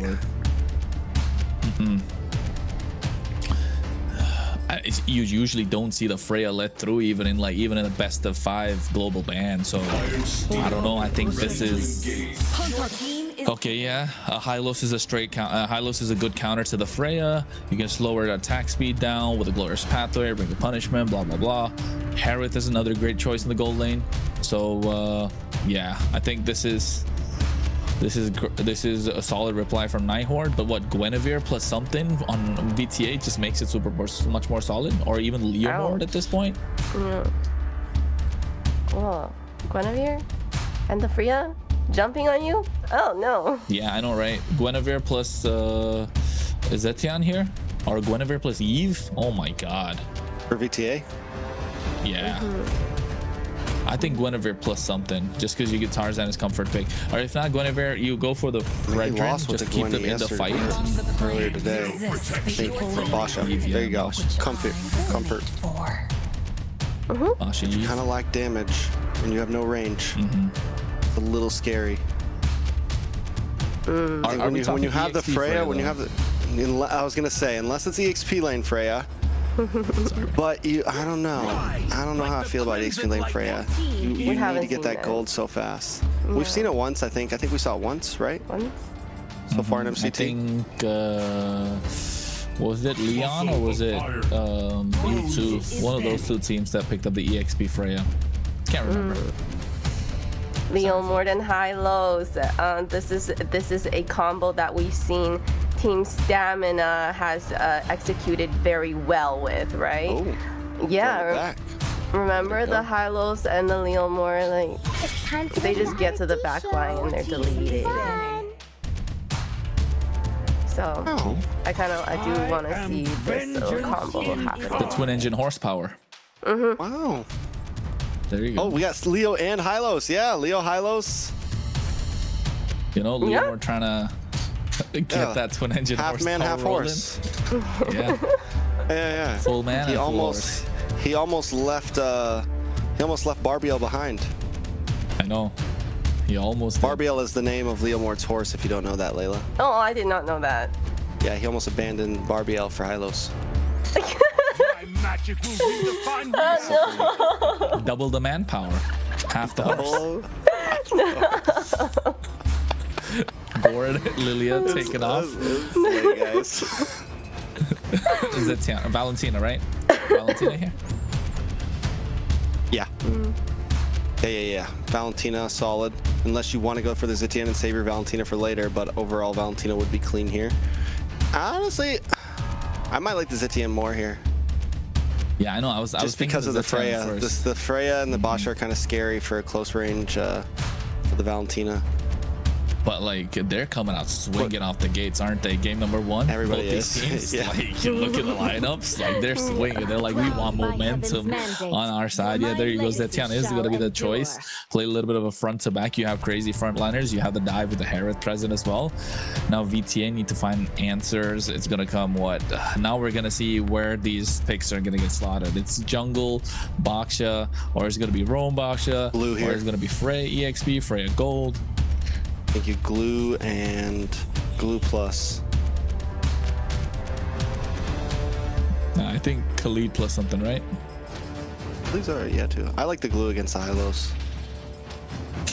Yeah, it's Glue against the Leomord is great too. So, but then they're just lacking so much. I mean, yeah, I guess it makes sense, but I'm just looking up the physical damage department. If you go Glue, then you go with the Lapu Lapu in the EXP lane, or possibly like a marksman. There you go, Khalid. I guess, but yeah, the Khalid gives you some nice physical damage early game. That is true. And the Alice, this is just, do they have enough? Is this enough damage though? Like everything's on. Yeah. I mean, I guess, yeah, Yves does decent damage. I don't know. It's just kind of weird. It's literally four fighters and Yves. One mage, a conductor in the back line. With the team comp for VTA, you know, you pick one and you dive that, and as soon as the one that you dive dies, you good, right? And you're just trying to set it so that it's always a 5v4. I think definitely that 5v4 is possible, but I love the CC coming through, right? The CC is such a great pick. Like, it's such a great pick coming out from the side of Night Horde. That's why they saved it until the end, just to see where this Freya is going to be slotted. Yeah, Freya Golding. All right, this is the lineup. CC's great. It counters all of it. For the last series of the night, first game of this last series, we have Tarzan on Basha, which he's really well known for and he's done really well with. Shiro on Leomord, but Leomord and Hylos combo, I'm telling you, I really do like that a lot. And I feel Twin engine horsepower. This is gonna be a banger match. All right, let's jump in to the last best of 5 tonight, the lower bracket grand finals. Vendetta and a revenge match up against the Night Horde. If you're just joining us, this is the first match of the series. Kronos, what do we got to talk about? we're gonna talk about how this game has been put to a halt for a few seconds, ladies and gentlemen, because they're trying to make sure the excitement cannot be contained. So call all your friends, you know, get all your Discord friends to start looking at this, because this is the game of the night. And you know what? The winner goes to face Alpha7 North in the grand finals. And if you blink, you might just miss it, because I feel like this series might be more exciting than the grand finals of the North, MCT North. Just say, I feel like. What are you implying, Chrono? Look. I don't know. If Vendetta makes it, we could go 7 games. Yeah, I know. First up, we need to make sure, you know, everyone is on the edge of their seat, of course, for this series. And no, it could be a banger. No, I'm just saying. The other thing is lore galore. Like, we've got Vendetta, who've beaten them twice, right? And Night Horde coming back with a vengeance.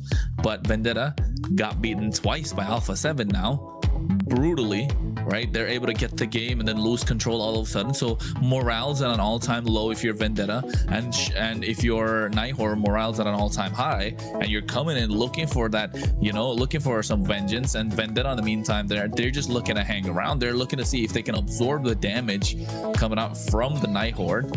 And I think this is gonna be a battle of more than in-game outplays, mechanical, macro. I think it's a battle of mentality. Do Vendetta still have that mental to take it to Night Horde after losing out in a best of 5 in what was so close for them to get to the grand finals, right, of MCT North? Meanwhile, Night Horde, they just want revenge. So tell me this is not a great story. It is. It's peak storytelling, honestly. It's exactly what we like to see. It's why we love esports. It's not just about the game. It's about the players and the teams that take us where we are. Fun fact, it's been 6 games. 6 games, and Night Horde has only been able to take 1 from Vendetta. And overall, and that game was 6 games ago. So Vendetta on a 5-game streak against the Night Horde right now. Can the Night Horde change it in game number 1 here? Oh, how can it be possible, right? What's the way to make it happen? And you can see already the emblem setups coming through. The marksman emblem being run by Shiro. He knows what's up.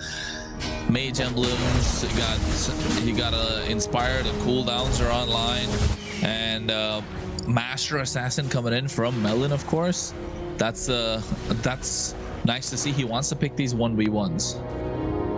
Yeah, so at this point, honestly, even with the pressure from Vendetta having this lead in this laning phase, Night Horde dealing with it well.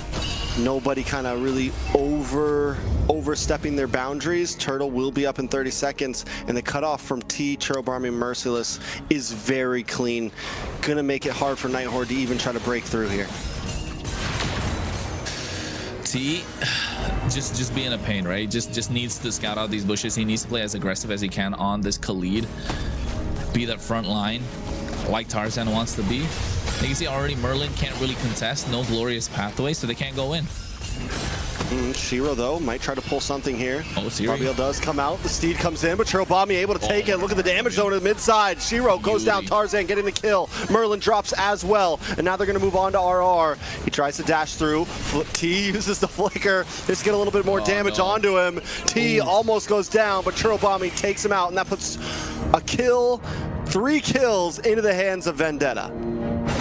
How are they able to do this, right? How are Night Horde allowing them to do this? And did you see the position of the RWM come from Churro? It felt like he was playing on the red side for a second. That was a red side positioned RWM. Yeah, so I think Vendetta just...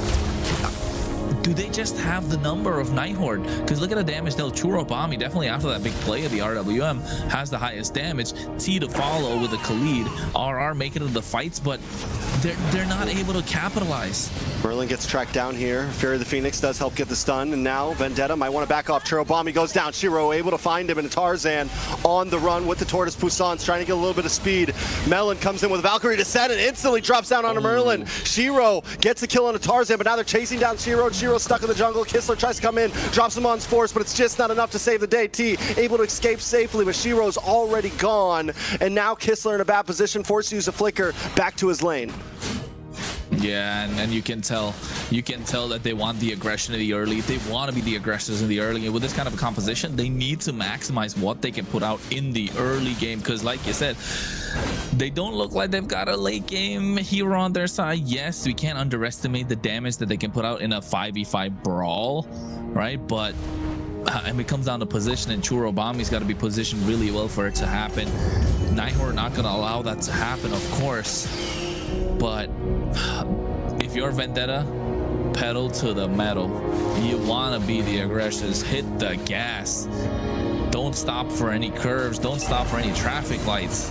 You want to drift your way through to the finish line. Otherwise, the later the game goes, the harder Kistler starts hitting. Yeah, but it's the same thing for Melon right now. And Vendetta, you're right. They've already got this lead, and when you have a huge fighter composition like this, just keep running it. Barbiel does come out. RWM drops as well. Look at the damage on a Shiro. Shiro able to get the turtle right before he's taken out, and Merlin drops next.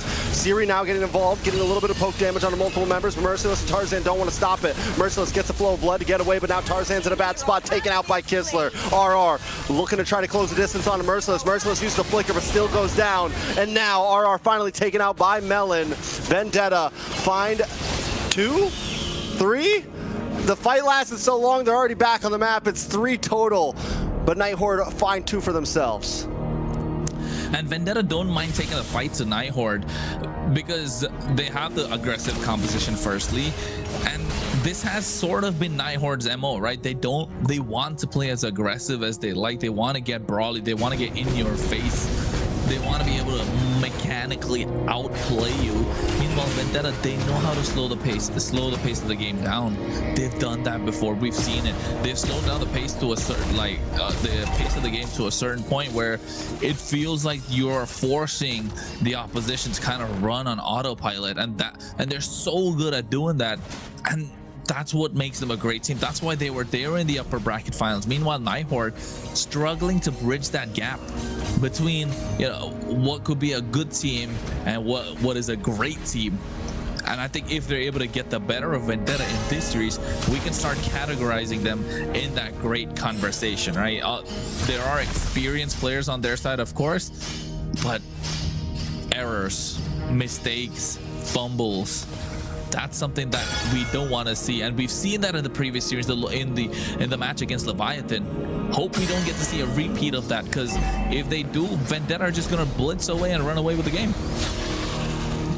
All right, so Night Horde, they just need to try to stall it, right? Buy time, and they are holding all their towers up still. 6.5 minutes in. If they can keep it this way, and I think RR is going to be able to handle this Melon a little bit better here, but Melon's already making his way down to the turtle, and if third turtle goes in the hands of Vendetta, we could look at a possible close to 2k gold lead, especially if they get a kill along with it. Night Horde, on the other hand, want to try to fight for it. Nice poke damage on to Melon there. Merlin gonna hold the front side. Shiro not being allowed in. The Steed does come out, trying to break through, gets a push back on a Merciless. Fear the Phoenix, maybe popped a little bit too early, but RWM lined up with a Valkyrie Descent and a Raging Sandstorm, and Shiro's instantly taken out along with Merlin. Now T's gonna move down to the boss side as Melon chases down RR. Siri under the tower, caught up by Merciless. Melon look for the re-engage. Siri cannot escape the flicker through, but T wants to go hunting. 4 members down on the side of Night Horde, and Vendetta will take the turtle as well, boosting them up to a 3,000 gold lead. Hey, they went hunting. They got more than the turtle. They definitely got a face full of Night Hordes. And all of a sudden, whatever hopes that Night Horde had kind of starting to slip. But if you are Night Horde, you know you've got a late game composition. You got a beast that's sleeping right now. You want to wake up Kistler on this Herald. You want to get him online as quickly as possible. And not just that CC. Once you start getting those damage items going, maybe the War Axe plus the Hunter Strike, yeah, you can see those damage start coming online with that Curtain Call being used up at the right time. And I think Tarzan's going to be prime target, maybe even T, even Melon's certain. Actually, anyone at this point. It's just Churobami is going to be so difficult for them to reach into the back line. And those glorious pathways, will be crucial, and we've seen insane glorious pathways coming out from T today. Can we see the same thing from Merlin? Right, it's not a crazy pick that we like to see in the hands of Merlin. Nothing mechanically outstanding. It's just now, how are you going to play the map? How are you going to outthink what Vendetta are trying to put forward? And realistically, Merlin's not having the greatest start to things. He had some decent plays earlier in the series, but right now you're up against Vendetta. And normally Merlin wants to hold the front side, but there's just so much damage on the front side. There is no marksman, right? Everyone just tracks you down, and that's why Merlin's sitting at 0, 4, and 3 right now. So time is of the essence for Vendetta. Night Horde wanting to buy as much as possible. I like how you mentioned Kistler, 1-0-1. He hasn't taken a death. He has been able to farm, but still, it's going to be hard for him to drop a good Zamon's Force into the midst of an Alice, a Freya, you know, Tarzan. Yeah, timing is going to be key. He's got to play his mind off this game to really pull things back together.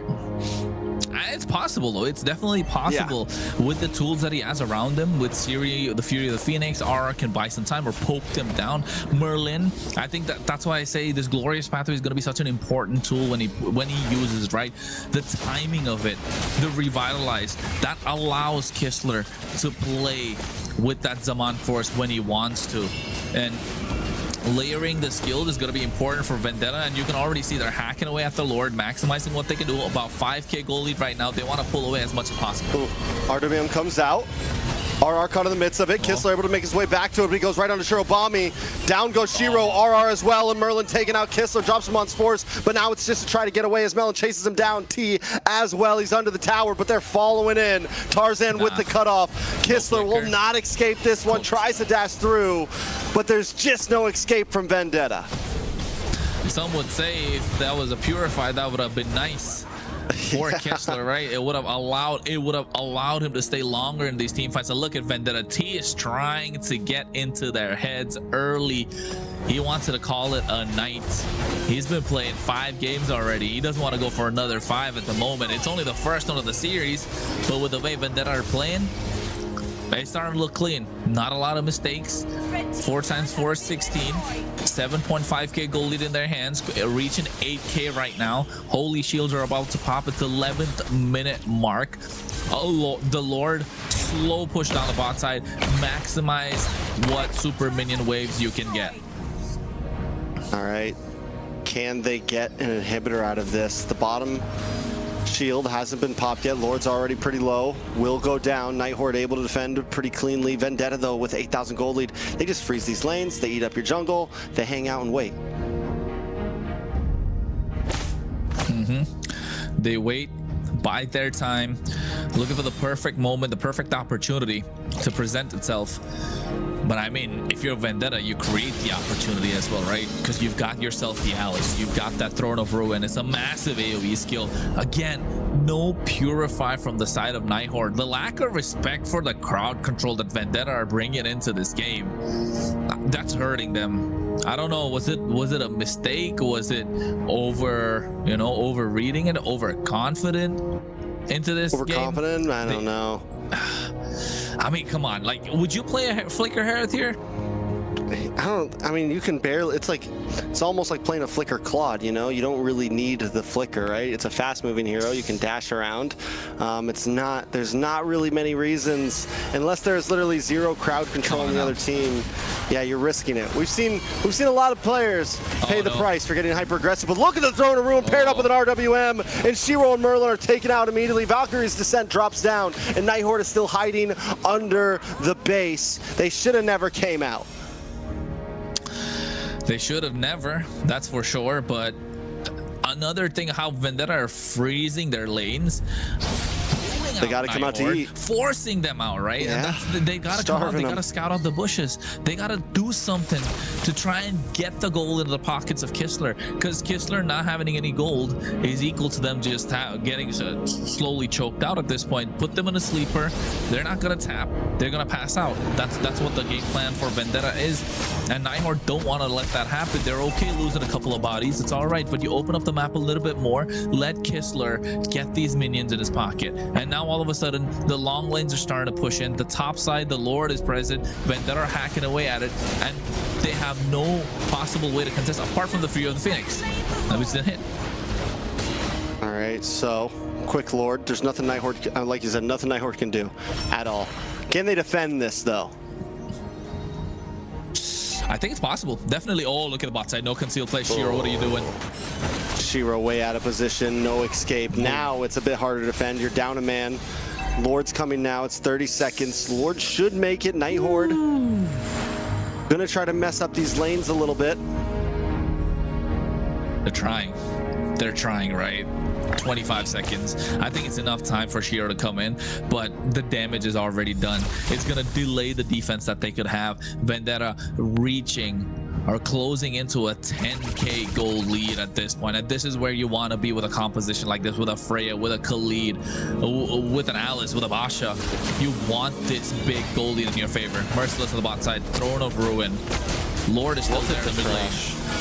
Yeah, Lord connects on to mid side. Up on top, Tarzan hangs out, trying to clear the wave as well. Inhibitor finally does break as Lord marches forward. Shiro tries to chip away at it. It's brought down to about 20%. Vendetta, switch tails, go to the top side, wait for the next wave to connect.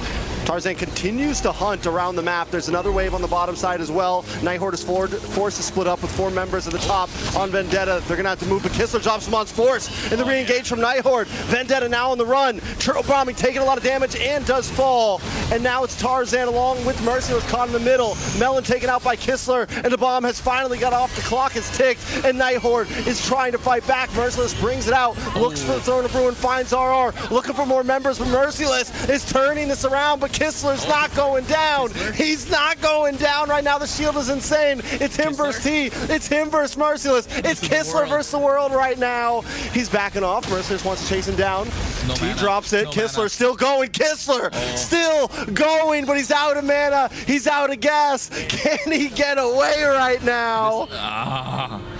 He tried. He really tried. He really tried. I thought he'd sell some items to get the immortality, and then next thing you know, he pops back up with full mana. That was a possibility, to be honest. But I think at this point, Vendetta just had their number, right? They tried everything that they could possibly in that fight. Yes, it was a good clapback, but Vendetta are too far ahead. They're just too far ahead. 10k goal lead now. Yes, 8k, but 8k is massive. That's what, 3 BODs at that point, 3 holy crystals. Oh, Vendetta full build. The Wishing Lantern was purchased by Churro a while ago, before that fight even started, and that was his last item. Tarzan's getting to a full build. Melon and T are almost full. Yes, Night Horde not there yet, and it's gonna take a while for them to get there. They're 10k behind, and it all coming down to the aggression that Vendetta have. The Lord is down on the bot side. It's not even evolved Lord, but they don't want it. All right, T able to get a stun on a Shiro. Shiro on the backside, looking for Turbo Bobby, trying to get the closing. Can he do it? Arduino comes down to Shiro, gets the kill. Shiro's still up, able to just get away. He escapes safely, and now Night Horde is closing in once again. Tarzan down, Turo gone, and Melon drops the Valkyrie's Descent, able to take out Merlin. Can they get the re-engage? Kistler in a bad spot. Melon trying to close the distance. The passive from Siri pushes him away, and it buys Kistler just a moment, a second, and Kistler flickers in, looking for Melon. Zavon's first drop, and Melon goes down. Kistler is carrying this team on his shoulders right now. Hey, that back's got to be hurting at this point. Boy, Kistler's put Night Horde on his back for this entire game.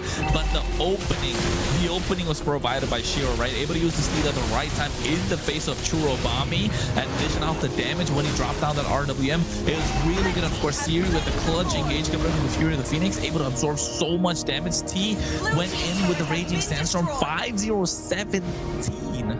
On a Khalid. 0-7. I thought that was going to end at 7, but then you threw in the teen, and I was like, wait, what? I had to recheck. I'm like, oh, wow, that's real.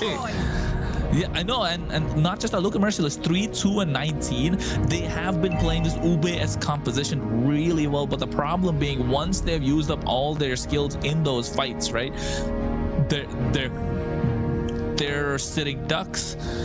Yes, Merciless doesn't have a lot of skills to, you know, put out apart from the flow and blood, but T has been the primary engage, and T not picking the right targets is really hurting the chance of the Night Horde. Again, I cannot, you know, call me a broken record. They don't have a Purify. If T finds the right engage on the right target, Vendetta can cook. And look at the goal lead. It's caught up.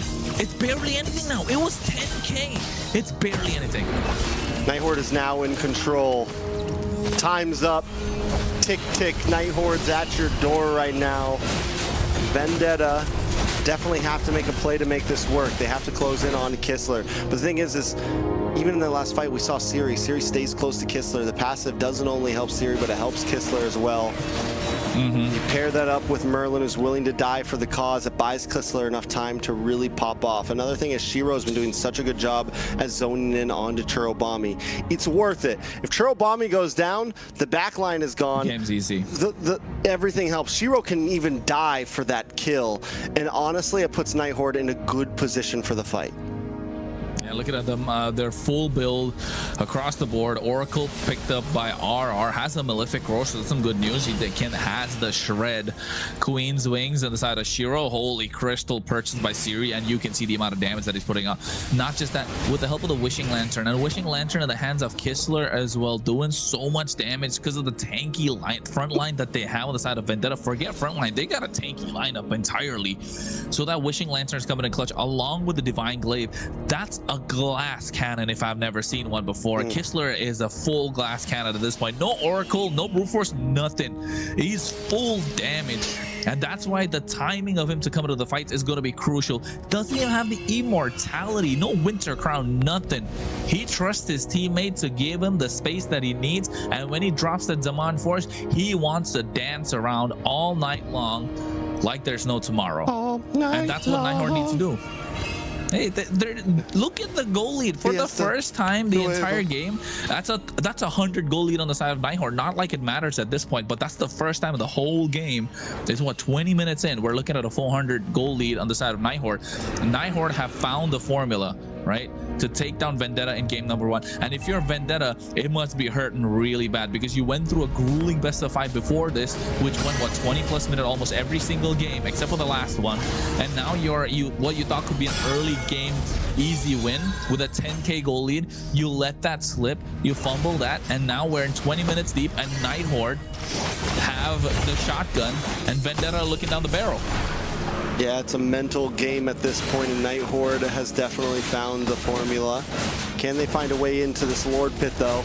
Shiro also there, and that's one good thing about this fighter lineup that Vendetta has. They have great zoning capabilities. They can build the wall, right? They can just kind of keep them at bay, and Night Horde has to fully commit. If Night Horde wants to go for this, it's an all-or-nothing fight, right? There's no catching someone off guard. Vendetta's sticking together. Kistler and Merlin are going to try to make their way into the river. They do get vision onto the Lord, and it does get reset, though.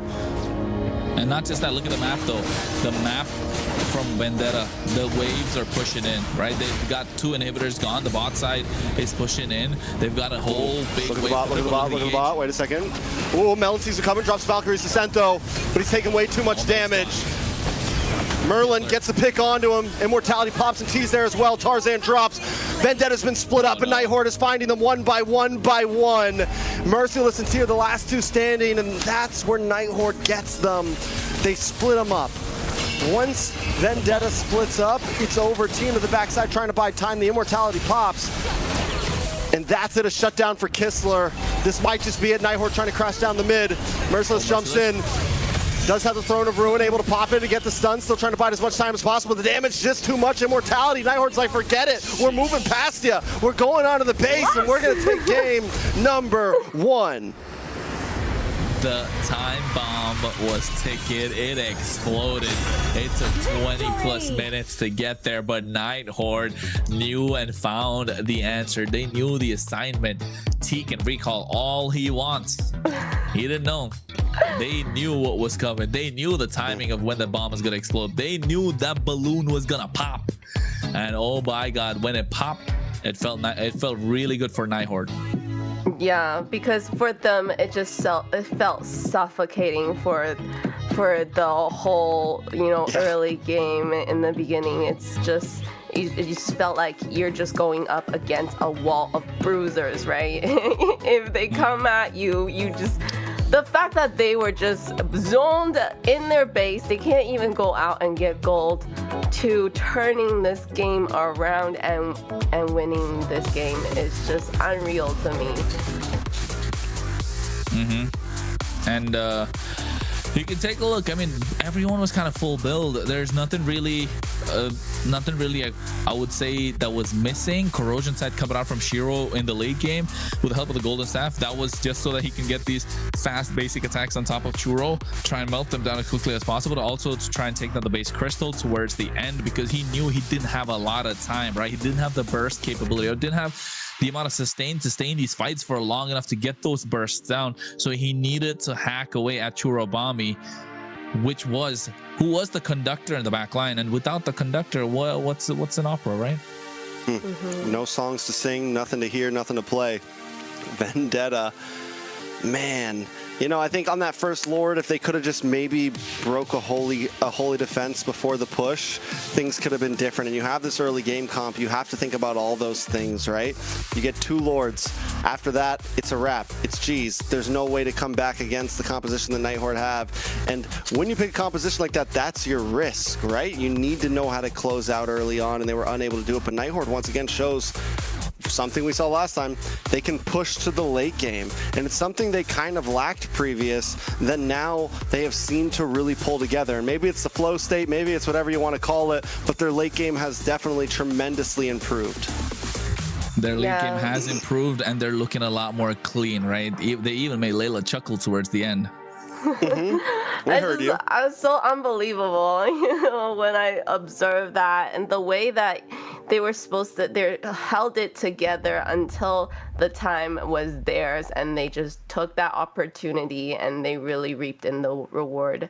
So yes, this team looks completely different than the last time that they went against Vendetta. I mean, you know what? The other thing though, if you're Vendetta, this game's got to be a little demoralizing, isn't it? You're coming off of a great best of 5 where you fell short, right? You were at match point, and then you let Alpha7 take 2 games off of you back to back, off of the mistakes that you made. And not just that, now coming into this game, or into this series, you get yourself a 10k goal lead, my guy. 10k goal lead. That's insane. The only thing that was left was the base. All they had to do was play the map. They tunnel visioned. They just wanted to they just want to beat down Night Horde. Unfortunate, they walked up in the wrong alley. Night Horde were waiting. They were waiting to pounce on them. They bought enough time for themselves for Kistler to pop off, and when he popped off, it was difficult for them to stop. But not just that, I think in the last fight, Kistler wasn't even there. Kistler wasn't even doing all the damage. It was Shiro, RR, and Siri. And Merlin was the one who was able to provide that glorious path to slow down the opposition. Look at this fight. The amount of shield that Kistler has. And this is full damage. No Oracle, needs an immortality? Nothing. Who needs an immortality when you got shield like that? He said he was a glass cannon. He was a bulletproof glass cannon. It was hard to break that glass right there. My guy was able to sit in the midst of it all and just output. And even in this fight, this is where things really kind of turned around. This is where the last one, it was close. But God, the pushback. Watch for Siri, right? T tries to close distance and get the final hit on the Kistler, and the passive saves him. Kistler's like, oh, game time. Flicker forward. Damn. I know, we know what happened though. That was amazing. Yeah, it definitely was. You can see Kistler here as well. Like this is the one fight where he had the damage. He didn't even bother. Flicker forward, try to get the base. Siri was the one dishing out the damage from far off. And you can see Shiro getting the Windtalker in the end just to be able to hit the base crystal much faster. MVP Siri, well played with those engages with the Fury of the Phoenix. 2-1 and 13. Yeah, the rejuvenated Night Horde. After that roster swap, we were questioning it, man. We were questioning it for days. It's starting to show now. It has a delayed effect, but the effects looking good. It took a little time to join the mold, you know? Everything had to seal up, and now he feels like he's been part of the team the whole time, right? It honestly feels like Night Horde is grooving together even better. Siri so far has showed he's gotten what, multiple MVPs just today, or has just been on fire mostly today. I feel like the guy, in terms of aggressive MMs, we've seen him on Lilias, we've seen him on kiting people like this, we've seen him on, you know, siege mages, everything from front to back. He has the full package right now. That's definitely true. He's done very well since coming in, you know, into this roster, this team. I think he's earned his place here now, finally. You know, first I was like, what about Colleen? But no, he's doing great. Going into second match, what do you guys think? I mean, Vendetta, it was a scary comp what they had. It's just, you know, there's so many dive. Now they're out a lot of the heroes. And they're really good heroes. Yeah, that's true. They did use up really good heroes, but for me, I think it's not the lane matchups or the heroes. It's just a mentality thing at this point. Both teams are kind of drained out. They played a long series. Yes, Night Horde played 3 games, but 3 games where they really had to focus, right? 3 games where they really had to stop. There was a lot of macro, a lot of micro, a lot of movements around the map. Yes, they got a slight bit of a break, but I think like if you're a Vendetta, that was demoralizing. You're hurting right now. You're licking your wounds at this point. How are you gonna make it out in this game? It's dangerous grass once again, but they get the blue side. I don't know, man. Like Vendetta, I think their mentality is starting to crumble at this point. Different perspectives. And I think the Night Horde really found what is, I think, Churl Bomby, right? Just get rid of Churl Bomby and your team is doing great. I feel like, yes, Churl Bomby has done great in Vendetta, you know, in terms of being there during the team fights, able to really zone and then also do what he needs to do. And I think he's a very important puzzle in this team. And I think if they keep on focusing Churl, Vendetta is not going to have a good time. It's now Vendetta forced to ban out the Freya even when they're on blue side here. It's going to start limiting things down. Marcel banned out, Jushin, Phobius. Fanny still banned out from Vendetta, which I'm kind of surprised we didn't see Shiro get crazy on the Fanny last time. But Vendetta knows it's still something that could get put into the tank here, and they don't want to let it through. Vendetta on first pick. Basha not there, Yves not there. Khalid not there. They lost a lot in that first game, especially for them to be on blue side, you know? But what else is there, right? There's a Suyo that's still open, which is really nice. You still have Glue. Aerith. Good, Hilda. I haven't seen Hilda in a while. Ooh, Hilda is open right now. Wouldn't be a bad first pick. And he did really good with Hilda. Merciless gets his comfort pick. All right. Yep. Hilda plus something. We didn't see him get to play the Uranus at all against. He didn't play the Uranus once against Alpha. It was never like, it was always like it could have been a first first phase pick, but it never got to that point. Not like it was even banned out, but it was never a great pick for them moving on to the rest of the draft. So it never really gave him that opportunity to shine on this Uranus. So now getting it first pick though, because I saved my nation from falling apart. Right? They're so confident. You're picking a Easton Chin into a Uranus, man. Like that's some confidence right now. To lead the charge. It's a vibe. Is picking. Okay, there's the Hilda. What do they have now in terms of roam for Vendetta? In terms of, I mean, Glue could be a possibility here. Here you go, Harith. You lock in your jungle. I think Glue. I think you pick up the Glue here. If they lock it in now, yeah. Ride like the Crimson Lightning. Oh, Leomord for their jungle. Okay. Okay. Eve. I'd be a little bit scared as YSS with the Leomord. I don't know. I think Eve here.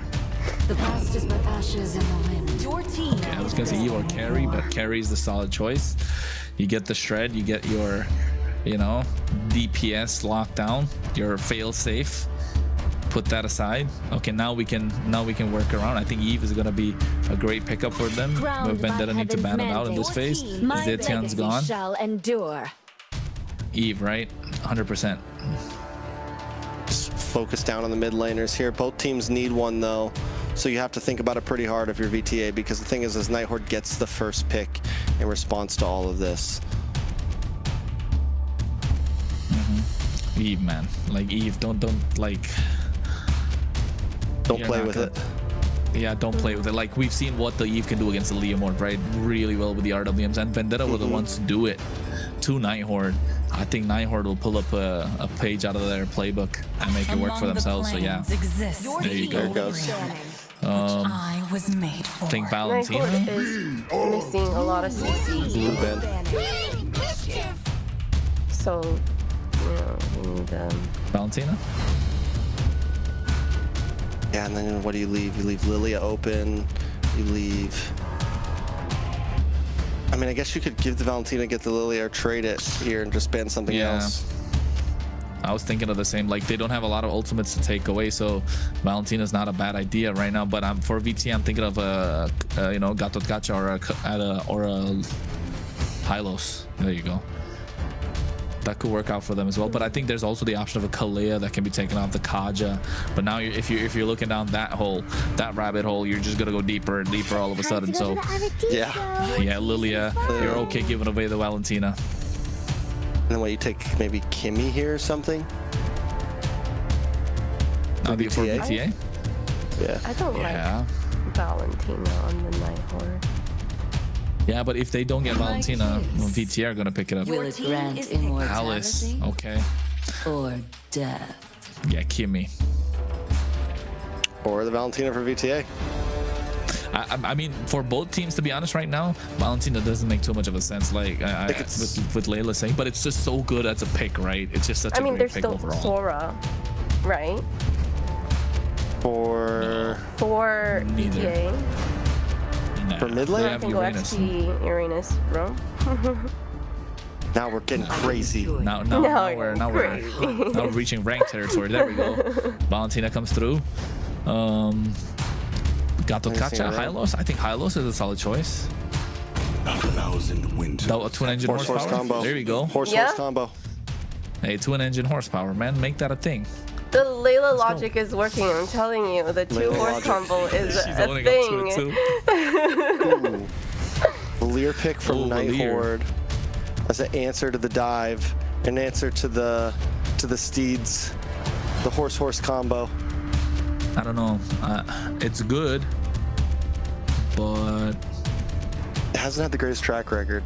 On paper, it looks good, but it just hasn't had the greatest track record. But still, I think there definitely were plenty of other options. But it's all right. I mean, Valir works just because of the fact that they can push back, you know, slow down, burn the tires of this twin engine horsepower. But at the moment, folks, Layla, what's your logic telling you? What? What's your logic telling you? My logic is, well, that pick with the Valir, is that just so that, you know, they can deny Valentina? Because they could have, what else could they do? Like Gord? Kimmy was good, Gord was good, yeah. Those are two great picks. But hey, coulda, woulda, shoulda. We don't know about that, Trex. Game number 2. It's game number 2. Night Horde takes the distance in game 1 and steals it away. Vendetta having to try to tie things up and not let Night Horde get to match point here. Shiro versus Tarzan, King of the Jungle versus someone that just wants to steal the throne. What's gonna happen? Yeah, I think King of the Jungle definitely looking to take it all away. They fumbled the first game. Hopefully they're not on autopilot. They're able to shake it off. You know, back-to-back losses. What, 3 losses in a row right now? That's definitely affecting the mental of Vendetta. And you can see Night Horde are making sure they're doubling down on the aggression that Vendetta are throwing at them with the help of this Hilda. Oh, contest on the golem. Ooh.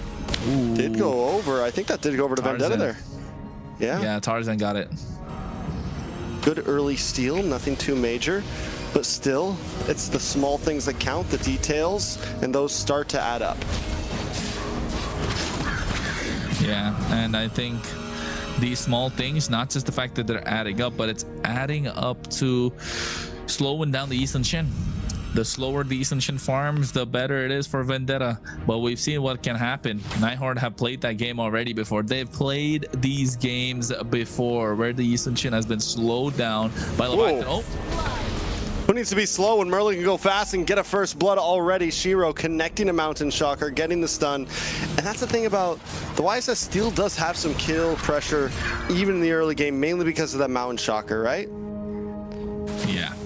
Like the quick change, right? That stun just helps him out quite a lot right now, and he's able to take those 1v1s which he couldn't earlier. Meanwhile, on the top side, a little bit of, you know, give and take action, push and pull. You can see Shiro taking, oh, he's getting the purple. He doesn't want the turtle. Purple for turtle. Night Horde's gonna back off. Not a horrible trade. I think Night Horde knows it's not a fight they can take right now, so at least they save face somewhere. Yeah, they do, and not just that, right? Shiro is able to make back that deficit of that camp that he had, not just by taking away the lizard, but also the purple buff right now. And so he should be technically ahead in terms of EXP, and Tarzan just got one lonely golem on the bot side to try and clear.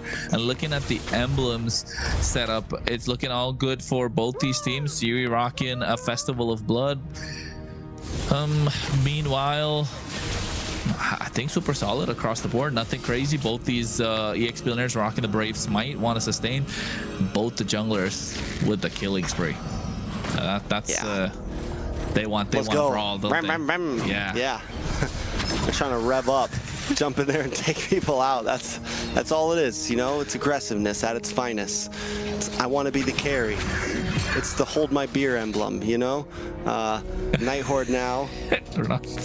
Gaining back some ground in the river. RR on the boss side, keeping tabs on Tarzan. A little bit of action, a little bit of trades, but overall, nobody's fully investing yet. Oh, they're investing now. They back off. Back off indeed. At least they bait out a glorious path along with a revitalize. So, oh, Melon, he walks in. Oh, no. A lot of damage. Shiro, so aggressive under the tower. Might go down for this one. Shouldn't be able to live. Definitely unnecessary, but it's okay. It's Shiro, the hero. Easy though. Easy gonna be the hero for Night Horde right now. He was in the previous series. He was. Shiro, the aura farmer. He just wants to watch the world burn, man. Yeah, I know, right? He doesn't need to be king of the jungle. He just wants to make sure everyone else's crown burns around him. He's the antagonist. He's the antagonist of the story of Vendetta at this point. And Night Horde, they want revenge. They really want it, and it's best served cold. It's already midnight. Throne of Ruin does luck on a T there, but Tarzan still able to get the turtle. Night Horde backs off. Merciless though. Looking for a nice pincer onto Merlin and RR. Merlin forced to use the flicker. Siri and Shiro now trying to get involved. Mountain Shocker does connect onto T, but Night Horde doesn't want to fully invest. Chirobami dashes in, gets a nice hit onto multiples. Siri misses, and now Vendetta back off once again. It's 1-2. We're 5 minutes in. This is unknown territory. Yeah, this is slow pace. It's a slow burn. What did you expect? We're talking about Night Horde. Expect the unexpected. Vendetta, they like to slow the pace of the game down. We know about this, but Night Horde say they're not shying away from slow pace games. Ooh, merciless. Tarzan on to 3 members. Night Horde completely stomped through in their own jungle. God damn, just when I said they were slowing down the pace of the game. Talk about 3 kills on the bounce. Tarzan able to get a blow to the gut of Night Horde. Yeah, a massive blow to the gut of Night Horde. And you can tell as well on the top side, VTA just doing the best that they can to try and push back Night Horde, but Night Horde are not letting up. They've got a late game composition as well. They've got Kistler. He's left untouched at the moment. He's left untouched, unchecked. Merciless is only now getting on top of him, but I think he should have enough, you know, items to try and keep him at bay to a certain extent. Yeah, I mean, we saw what happened last game when Kistler was left untouched, unchecked, having the gold lane experience, just able to farm up and on something like this. The glass cannon. Well, this time he's on the carry, and that's even scarier at some points, especially against... Oh, wait a second. 1v1? 1v1? We'll never know. We'll never know. We will never know. The world may never know. One thing's for sure. Night Horde definitely want to watch the world of Vendetta burn by picking up this Valier, but this Valier is just not, you know, it's not the... It's not him. Not that. I'm just saying he can't really be the one to take charge in these fights, right? He's someone that's waiting for Vendetta to dive on them, and then he gets a pushback. Basically an anti-dive hero during the draft, like we called it. But that's the reason Night Horde are not able to initiate any fights. The moment they do, Valier's gonna be in no man's land. He's practically a support hero, honestly. Like, it's not crazy damage. We've never seen a Valier pop off and get a double or triple kill. Oh no. Down on the boss side though, Merlin gets caught up by the steed. He's able to get a couple stuns off. Kistler. Well done, Kistler brings out the speedy light wheel. Gets some nice shots on the Merciless, but Vendetta still get away safely. Now Shiro once again caught off in a bad spot. Is he gonna go for the outplay? Oh no, not today. Not today. Melon is locked in. Not just Melon. Anyone on the Herod today has been locked in, haven't they? Anyone Herod's can catch these hands. Great pick. Like, Herod's been a great pick today overall, and we can tell why. Merciless right now, you can see why this Uranus is always, why we sing praises of Merciless Uranus. Yeah. All day. Vendetta now takes the tier 2 in the top side. Night Horde, I mean, yeah, it's just once again a time, right? But it's already 8 minutes in, and this time Vendetta might not want to make the same mistakes as last time. They're trying to get down these inhibitors before the Lord comes. If they can do that, look on the boss side. Merciless zoning away Kistler, trying to get this inhibitor down so that maybe, just maybe, they can pop a Holy Shield before the Lord comes. Yeah, and I think it's reaching that point where they could get their 30 seconds to the Lord. And I think this is the moment where Vendetta needs to apply the pressure and take away the mid-tier 3. A lot of damage. They do dive through, looking for the tier 3. Throwing everyone comes out, but it does not connect to many. It is able to defend. It is able to keep them away. Flowing Blood comes through as well. Mountain Shocker on a Merciless. Merciless does have the Consecration still. He's going to be safe, and on the top side, Vendetta continues to kind of keep these lanes pushing in. They want to get that tier 2. Merciless will finally be able to secure it as Night Horde is grouped up in the mid, defending their mid tier 3. As long as they can do that, once again, this Lord becomes much more dangerous, especially if they can maybe group up to this top side or group up to the bot and get those holy defenses down. Make sure the Lord can get a full crash in. That's exactly what they're looking for. Night Horde, on the other hand, they're onto it. They smell it. They know what's going in. So they need to try to defend. The tier 3 in the mid side as well is kind of a wall that keeps Vendetta from rotating to top to bottom. It makes their path much, much slower. So if Night Horde can keep this standing, it's also huge for them. Lord was taken out on a decent timing, so it won't come out to the next wave. It's going to be coming out now. That means it gives Vendetta a lot of time to see how they want to approach this, find their positioning, and push in. Night Horde still not overstepping. They know they're caught in the late game, in this late game clock.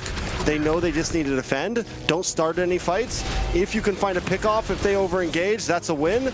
But it's not the end of the world if you lose a tower here and there, as long as you're not falling too far behind in terms of deaths, in terms of gold, etc., etc. So Lord marching down top side. Vendetta looking for tier 2 on the mid. Still a wave coming down on the boss side as well. Vendetta just slow pushing, so similar to last game. It is a slow chokehold. It's a slow chokehold, but you know, Night Horde have seen this before already. They've been there. They've played these games. They've got to the ropes. They were able to break past that chokehold and able to make a comeback. But this time, They do have the lineup, and Kistler's still not gone down. He just got the DHS. It's going to be enough, I think. And Lord's looking to be taken down. Pathway comes out. The Throne of Ruin is not fully committed from Churobami there. On the top side, Shiro takes a lot of damage from Tarzan, but Vendetta still unable to crack through. This means they get even more time to go. Yeah, and I think it's going to be important to see how these games will go out, how far the game will extend, right, at this point. And you can see on the top side already looking to take down the inhibitor. Terrified RR, Merciless trying to go and get stunned up. Melon trying to buy some time, able to get the inhibitor on the top side. Mountain Shocker already used up by Shiro. Oh, they're trying to maximize whatever they can, Vendetta. All right, and if Night Horde can just kind of keep this pace going, they do stand a chance. We're at the 12-minute mark. Glorious Pathway comes out once again. Throne of Ruin connects onto 3 of Vendetta. And now Tarzan forced it back off. T and Mercer is caught under the tower, under the base. Zamon's force drops. Night Horde just still trying to keep them away, not fully committing, but the defense does hold strong. They definitely hold strong, all right. With the way that this game's been going on, Night Horde have been able to slow down the game as much as they like to. We've seen that in game number 1. Vendetta 7.2k goal lead. This time they have a little bit more of an aggressive lineup in terms of how they can play the map. But a pause being called on. Whoa. A pause being called on.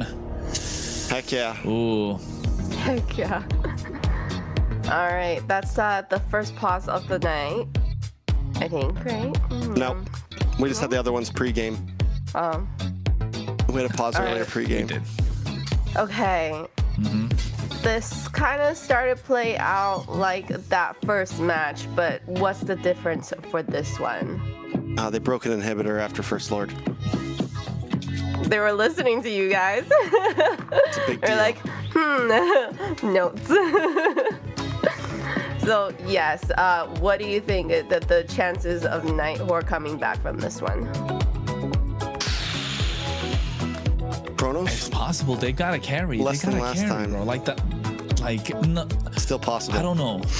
I think yes, in terms of you know, the composition that they have to box out everybody else just so Kistler can dish out the damage, they're really good at doing that, right? They've done that before, but this time Shiro is playing on a marksman, right? He can't really play as aggressive as he'd like. Ethan Shin into a Leomord is tough. It is difficult, but not impossible. But now with the composition that they have, they need to box out 2 players, or rather 3 even, with the carry, Kistler, Shiro, and as well as the mid. So I think definitely not impossible, but gonna be more difficult. But if Vendetta overstep even a little bit, they're gonna clock it. Yeah, I've been thinking about just the Uranus. Oh, Layla, we'll see you on the fly. We'll talk about that later. We'll see if Night Horde can turn this around. Kronos feels good about it. There's the possibility there for sure, and I can't agree with that. But Vendetta doing a much better job this time than last time at trying to close things out. Already breaking inhibitor. Towers already down to about half health. The last 2 remaining for Night Horde. Vendetta will take the second Lord with a much larger advantage than they did last game on their second Lord. It's slow. 12 minutes. Feels like forever. Only 8 kills, 7.5k goal lead. Lord coming out of the top side. Churobami has a lot of damage. So does Siri on a Valier. And Merciless topping the charts. Been in the face of Shiro. And this is why I said, like, Shiro pretty confident playing Eastern Shin into that Uranus, just not allowing him to play the rest of the game. They've got a tankier front line, but I think this is where positioning is going to be key. If you are the Night Horde, protect Kistler, protect the President, and everything will be fine. Can they do that? T drops down the Glorious Pathway. Night Horde just trying to defend this tower with everything they can. Tarzan brings out the Steed, but walks into RR. RR keeping him at bay right now as Shiro looks for the Mountain Shocker. Unable to connect it, but still able to shred down this Lord. Another wave comes down the mid. A nice land from Siri, able to get the stun on Merciless. Merciless unable to break through. Brought down to about half health as RR still continues to hold down the front line. Tarzan with some poke, Churro with some poke, but it's still not enough to break through. Night Horde continues the defense. Yeah, and it's possible to defend. They've got to carry.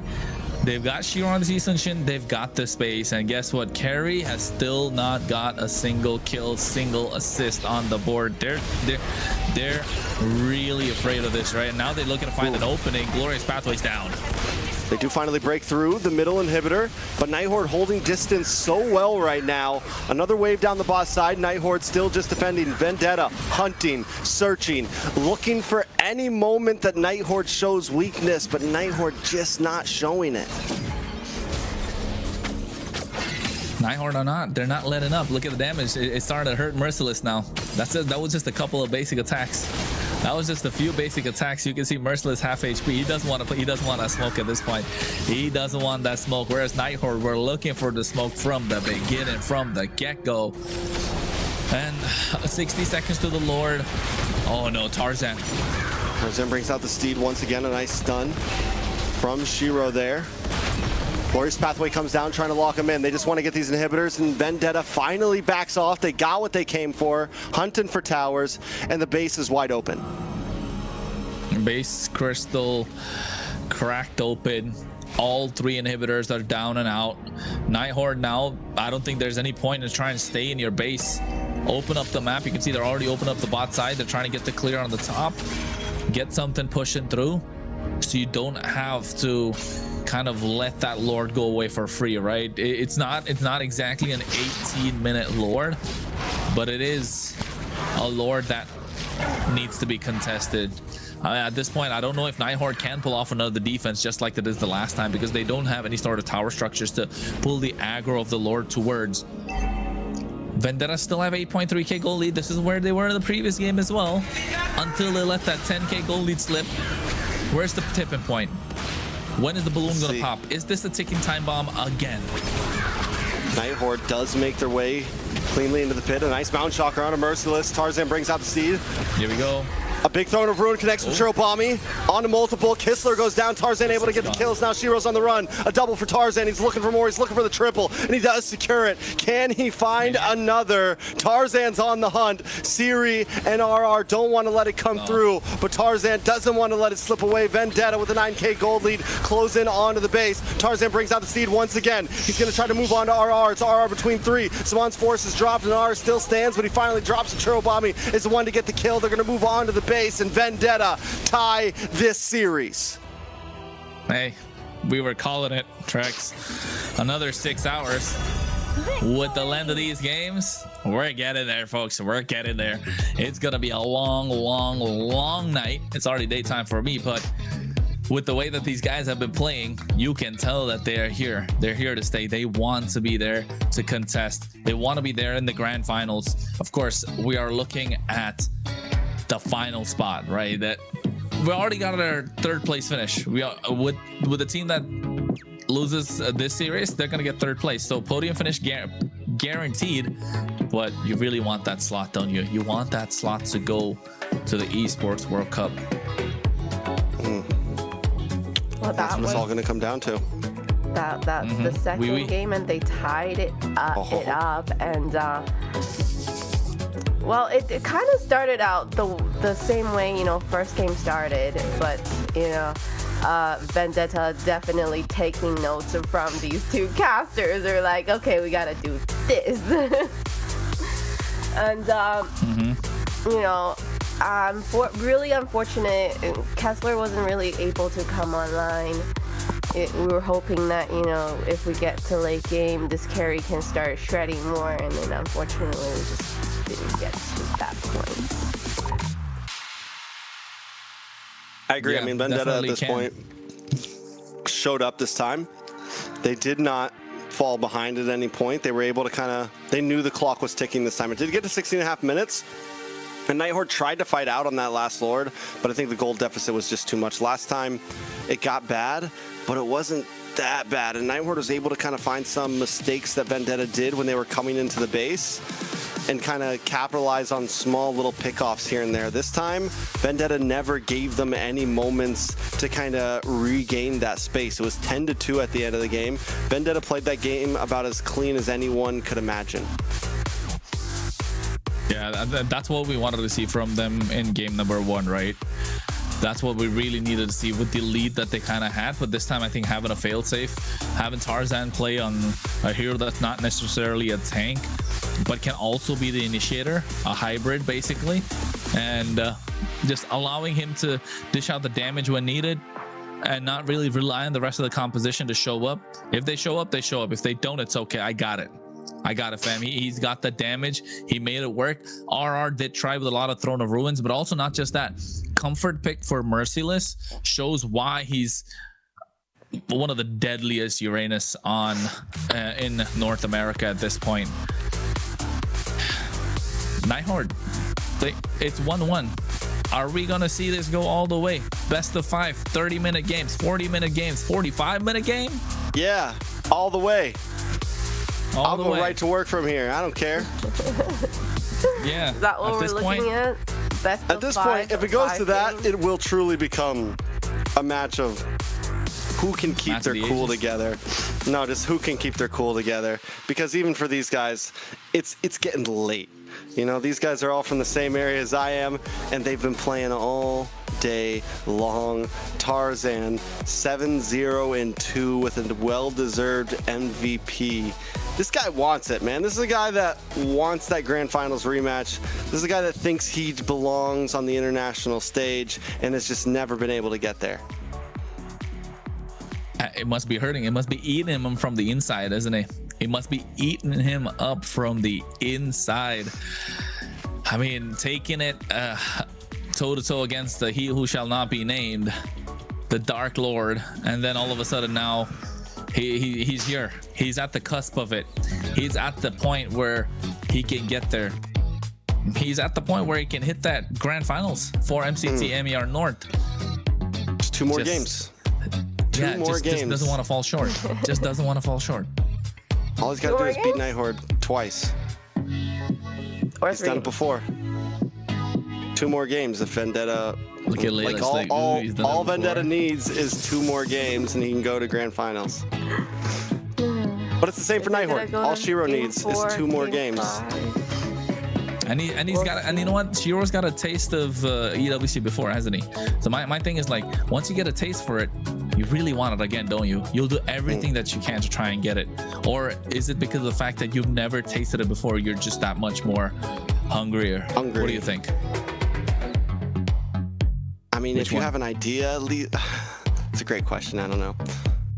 I do think that, you know, once you've been to that kind of world stage, you played against the teams that have made it there, you would have some experience and kind of know, I think, just improve in general. I don't know. Everyone likes the chase. Everyone likes the chase. Tarzan's on the chase right now. Tarzan loves the chase. And because, you know, Shiro's already had it. So he's kind of like obviously he wants it again, but you know, Tarzan hasn't. He's hungry for it.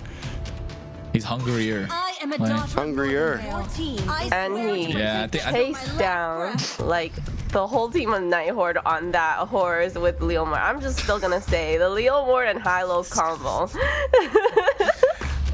the twin engine horsepower. Listen, there's no more Leomord or Hylos coming in at all for the rest of the series. So yeah, thanks to global ban. It's over.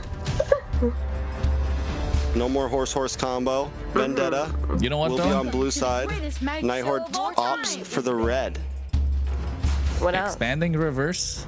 And this is where we've seen Tarzan play some of his best heroes. Yeah, the Fredrin. It's got to pull through, right? It's got to come through right now. No Akai. We don't want to see the Akai no more. I mean, it's great, but we want to see those taunts, that big bonk, the big appraiser's wrath.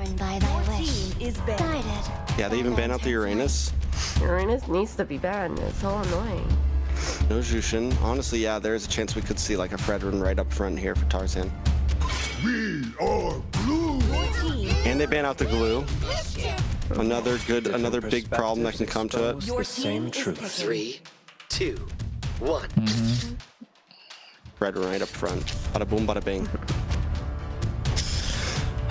Up front though, I think Guinevere is still available, so you wouldn't really make that choice. Phoveus is. no hair from either side, so there you go.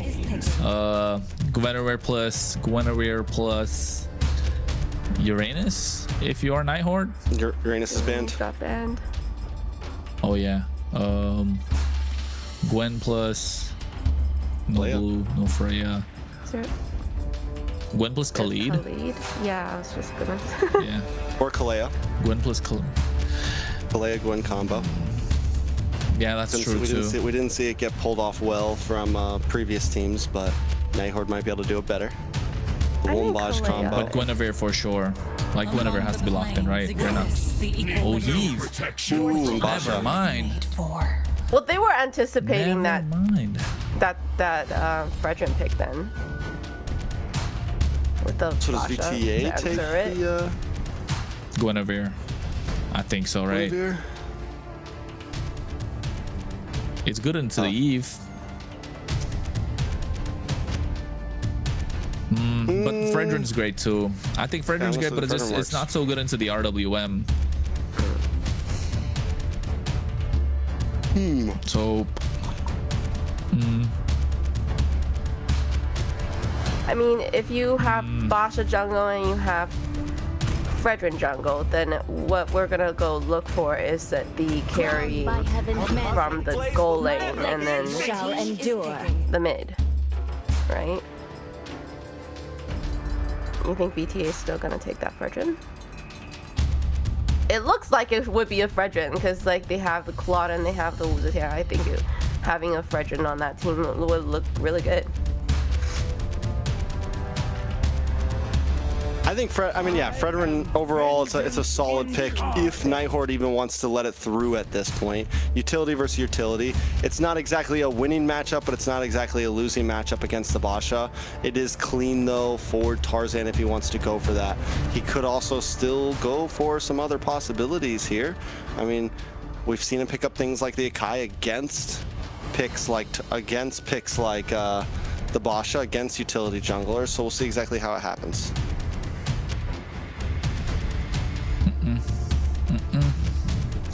EXP. Oh, sorry, Rome. No jungle. Fredrin, Guinevere. Both gotta get banned out from Night Horde. If you're VTA, you take out the EXP laner. Sora. Fanny. Okay. All right.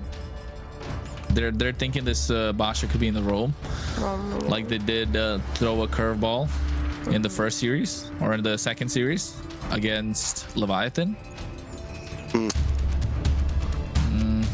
What could it be here? I think Fredrin, right? Just straightforward. Is there any other Leomord's already used up? Is there any other fighter jungler that's kind of like available at this point for them?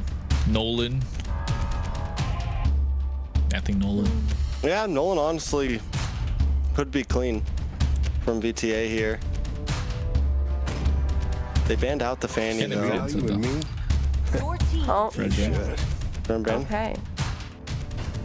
But do they just have to go for the assassin pick here? I think Nolan's gotta be it, right, for VTA. I would like Nolan now if there's no Fredrin. That would be good. Yeah, Tarzan will play it right to where it's not like you're going head to head against the Basha. You can still get kills onto the Moskov. You can still get kills onto the Eve. There you go, that's Sora. You know what I was thinking about? We haven't even spoken about the Suyo this entire series. Like, I just mentioned Suyo. You guys didn't say anything. My bad, Layla. My bad. No, but I think I would prefer Nolan over Suyo here, though, for VTA. I agree. I think Nolan is definitely a better pick here in this case, just because of the fast clear speed against the Basha. But then again, Suyo is always a great option right now in this current meta. We could save it for a different game though, but it's match point, right? It's almost time for a match point. It's 1-1 at the moment, and if VTA are gonna go all 5 games, yeah, their mental is like they need some sort of caffeine in them, man, at this point. And Trex said what, it's 2 a.m. Trex, and they're still 2 a.m. on the East Coast going at it. If you're on the West Coast, it's 11. So you're somewhere between 11 and 2 right now. And either way, 7 a.m. Vendetta's been here as long as we have. And it's like, 7 do a.m. you in even... England. Do you, 7, yeah. No, I mean here, what you go for the EXP lane. Lapu Lapu is a great option. Yu Zhong's another great option. There's no Sora, there's no Glue, there's no Uranus, right? Terizla is another solid choice if you want to go for that. I'm thinking Alice. If you no, they already used up the Alice, right? Arlott. Do they want to go with the Arlott though? Oh wait, it's Night Horde. They can go Sun, right? We're not That's a doing good that. one That's a to Kistler pop special. the Zitan's passive. Yeah, and it's though. failed repetitively. So I don't think it's I don't think it's it should get picked here. You also are up against a Zetian, which you can't really target down as a fighter, right? You jump in, you get knocked back, you got to deal with that kind of thing. They're really taking their time though, I'll say that. Did something happen here? The clock stopped at 27. I think it's a pause. I've been Picks looking at and the clock bans for a while now, I pause. think. I love that. Yeah, there you go. Definitely do. We definitely do. I think at this point, Khalid's probably going to be the choice for the Night Horde. In Rome, get some aggression, easily pop the passive of the Zetian. But on the other side, what could it be though? Jungle, Nolan or Suyo plus what EXP? Oh, not right, EXP Rome, Kalea. No Hylos, no Khalid, no Hilda, no Marcel. No Hylos, no Khalid. You could get a Khalid on Night Horde side. Oh, Hilda's still available. And Khalid's available on Night Horde side. BTA. Yeah, so I think it's gonna be Khalid and Hilda. They're just gonna, you know, I think that's gonna be a gentleman's handshake at that point from both these teams.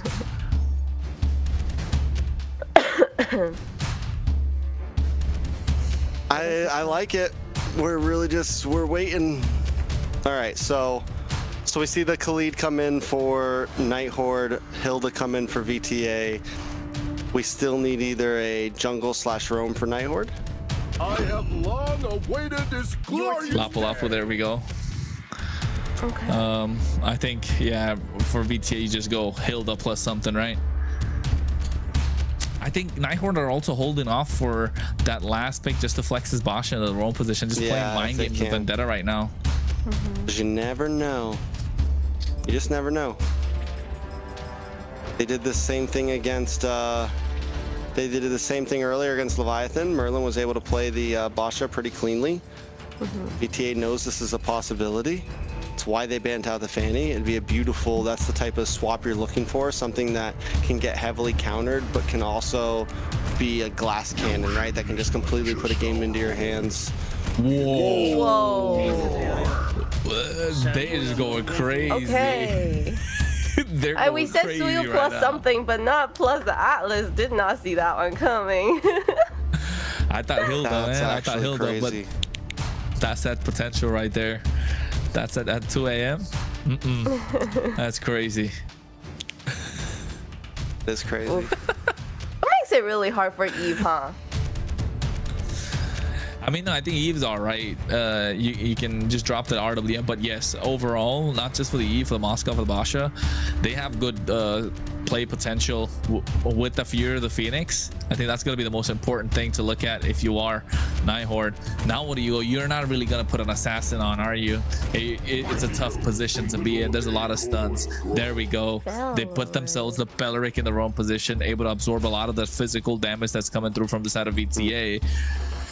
But still, I think the Atlas, he's gonna be stopped a little bit from using those fatal links, but I'm excited. You know what? Just for the thrill of it, we go with Vendetta on this one, just because we got an Atlas. Well, I think I think it's doable. I think it's possible. I think both teams have some chances here. I think if you know, the Rome and Mage has skills do connect, it's gonna be scary for the Night Horde, and I hope they brought Purify. They better have brought some Purify. And for everyone still watching, I hope you brought some coffee, some snacks, and all that good stuff. Because we are in for it right now. It's 1-1. Vendetta tied it up. There's no sweep coming. The night's not ending soon. Night Horde and Vendetta are giving us a banger. 25 minutes a game, 30 if we're feeling it. Yeah, 30 Kronos, a pop take us every in. single time. And not just that. I mean, looking at the fact that they've got a Eve on the other side, they need a Flicker too. So Flicker purifies, unless I'm mixing up both these lineups. But you know what? Where we're not mixing up the fact that it's going to be a best of 5, 1 apiece. Game number 3. It is on, ladies and gentlemen. We're in for the long haul. The one spot that gets to the grand final. The lower bracket finals are what we're talking about. Vendetta versus the Night Horde. Game number 3. Ding, ding, ding. All right, so Vendetta already kind of losing out in lane a little bit. Night Horde keeping it aggressive. You get the range with the Eve. You're able to clear wave fast. Shiro's going to be able to get this Lethal Wander. And this is the type of pace that Night Horde's already setting in the early game. Normally it's been Vendetta who's been controlling the laning phase. For the first time, we're seeing Night Horde kind of take the wheel. Yeah, definitely. I think when it comes to how they need to get control, who's going to be the captain of the ship for both these teams, right? Need to find a way to start playing aggressive. But also at the same time, you can see, oh my God, Merlin. Nice damage. He'll be okay. It'll be okay, Kronos. Keep going. Yeah, I know. I think at this point, Merlin, I was going to say Merlin needs to kind of be the aggressor, but at the same time, look at T, right? He's got that split. He's going to go in. Not as tanky as Merlin, but the playmaking potential from Vendetta is off the charts. There's only one Purify on the other side. That's going to be in the hands of Kistler. Apart from that, they're okay. Everybody else got flickers. T goes in, gets the split. Look at it, catch Shiro. Tortoise is Poissons for the disengage. Turtle's gonna be up in about what, 3 seconds? And now getting it started. Vendetta looking to make their way. Yeah, Night Horde keep control over this RR, and Merlin hold the wall against Merciless and T. T is going to look for the stun here, able to get it on 2, and in comes the RWM. But Tarzan's able to dash through and get 2 kills anyways, right through it. A double kill. Turtle falls in the hands of Night Horde, but still, it feels like a positive for Vendetta. Yeah, no fatal links used up as well for that one. Just able to use the flicker on the hands of T. I think it's just a T special. I think we've seen T play it before on the Atlas, right? If I'm not wrong, in previous, have we? Like MCT? It feels like it could be a T special. He would play some weird stuff like this. Yeah, it feels very familiar for some reason. Give me a little bit of deja vu vibes. It's giving you a little bit of familiarity. Oh my God, it's late. You can tell. It's getting to Trex.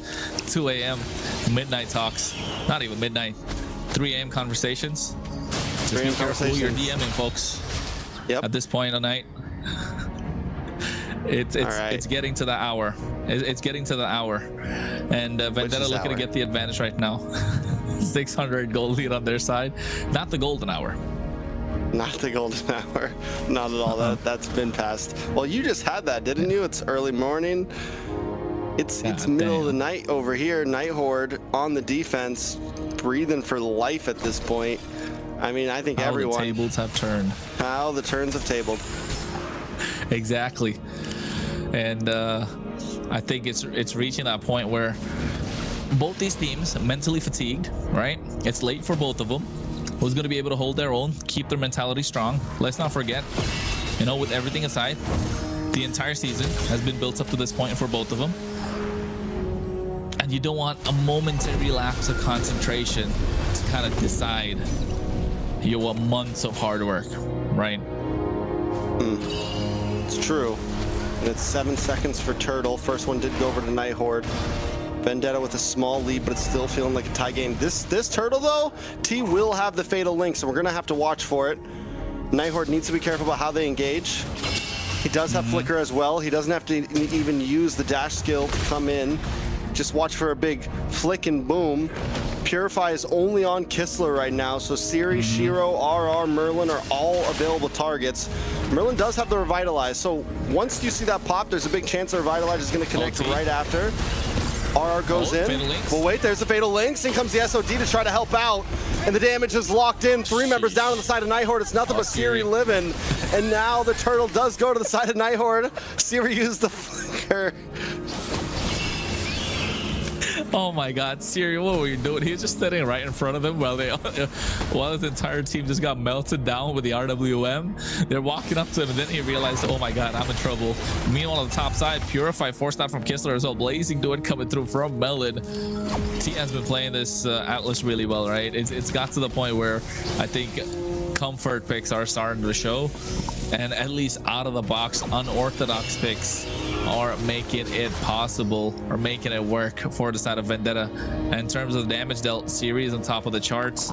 Merciless is next. Churro Bombs there. Kistler's following through. Down to the bottom, Shiro, of course, it is a jungle Basha. You want to see fast rotations. You want to see him being present, being what tilt the numbers advantage to the side of Night Horde. But at the moment, Vendetta, every single game that Vendetta have played against Night Horde, they've been the aggressors. They've been the ones to kind of get the early game in their favor. And Night Horde have always given away this river control. Not even if not given away, they've not been able to win it out from Vendetta. All right, so Night Horde, though, have been great at staunching the bleeding before and slowing things down as much as possible. The problem is here, though, is Vendetta has late game potential as well, right? Yes, they have the bridge and Tarzan and Suyo, but they also have Melon. Merciless does go down. Boss side, beautiful gank from the Night Horde. Shiro takes out Tarzan as well. 2 members down on the side of Vendetta, and instantly the gold is brought back down to a median. Yeah, and I think it's all thanks to the pressure that RR can put out, and now all of a sudden, without the presence of T, everything is looking good for Night Horde. They get the turtle started. They have the numbers advantage, hacking away the bot tier 3. They're probably going to be able to get it. If not, it's just going to be hanging by a thread. T is trying to do something. Merlin's waiting for the right opportunity to get on top of Tarzan or even Melon.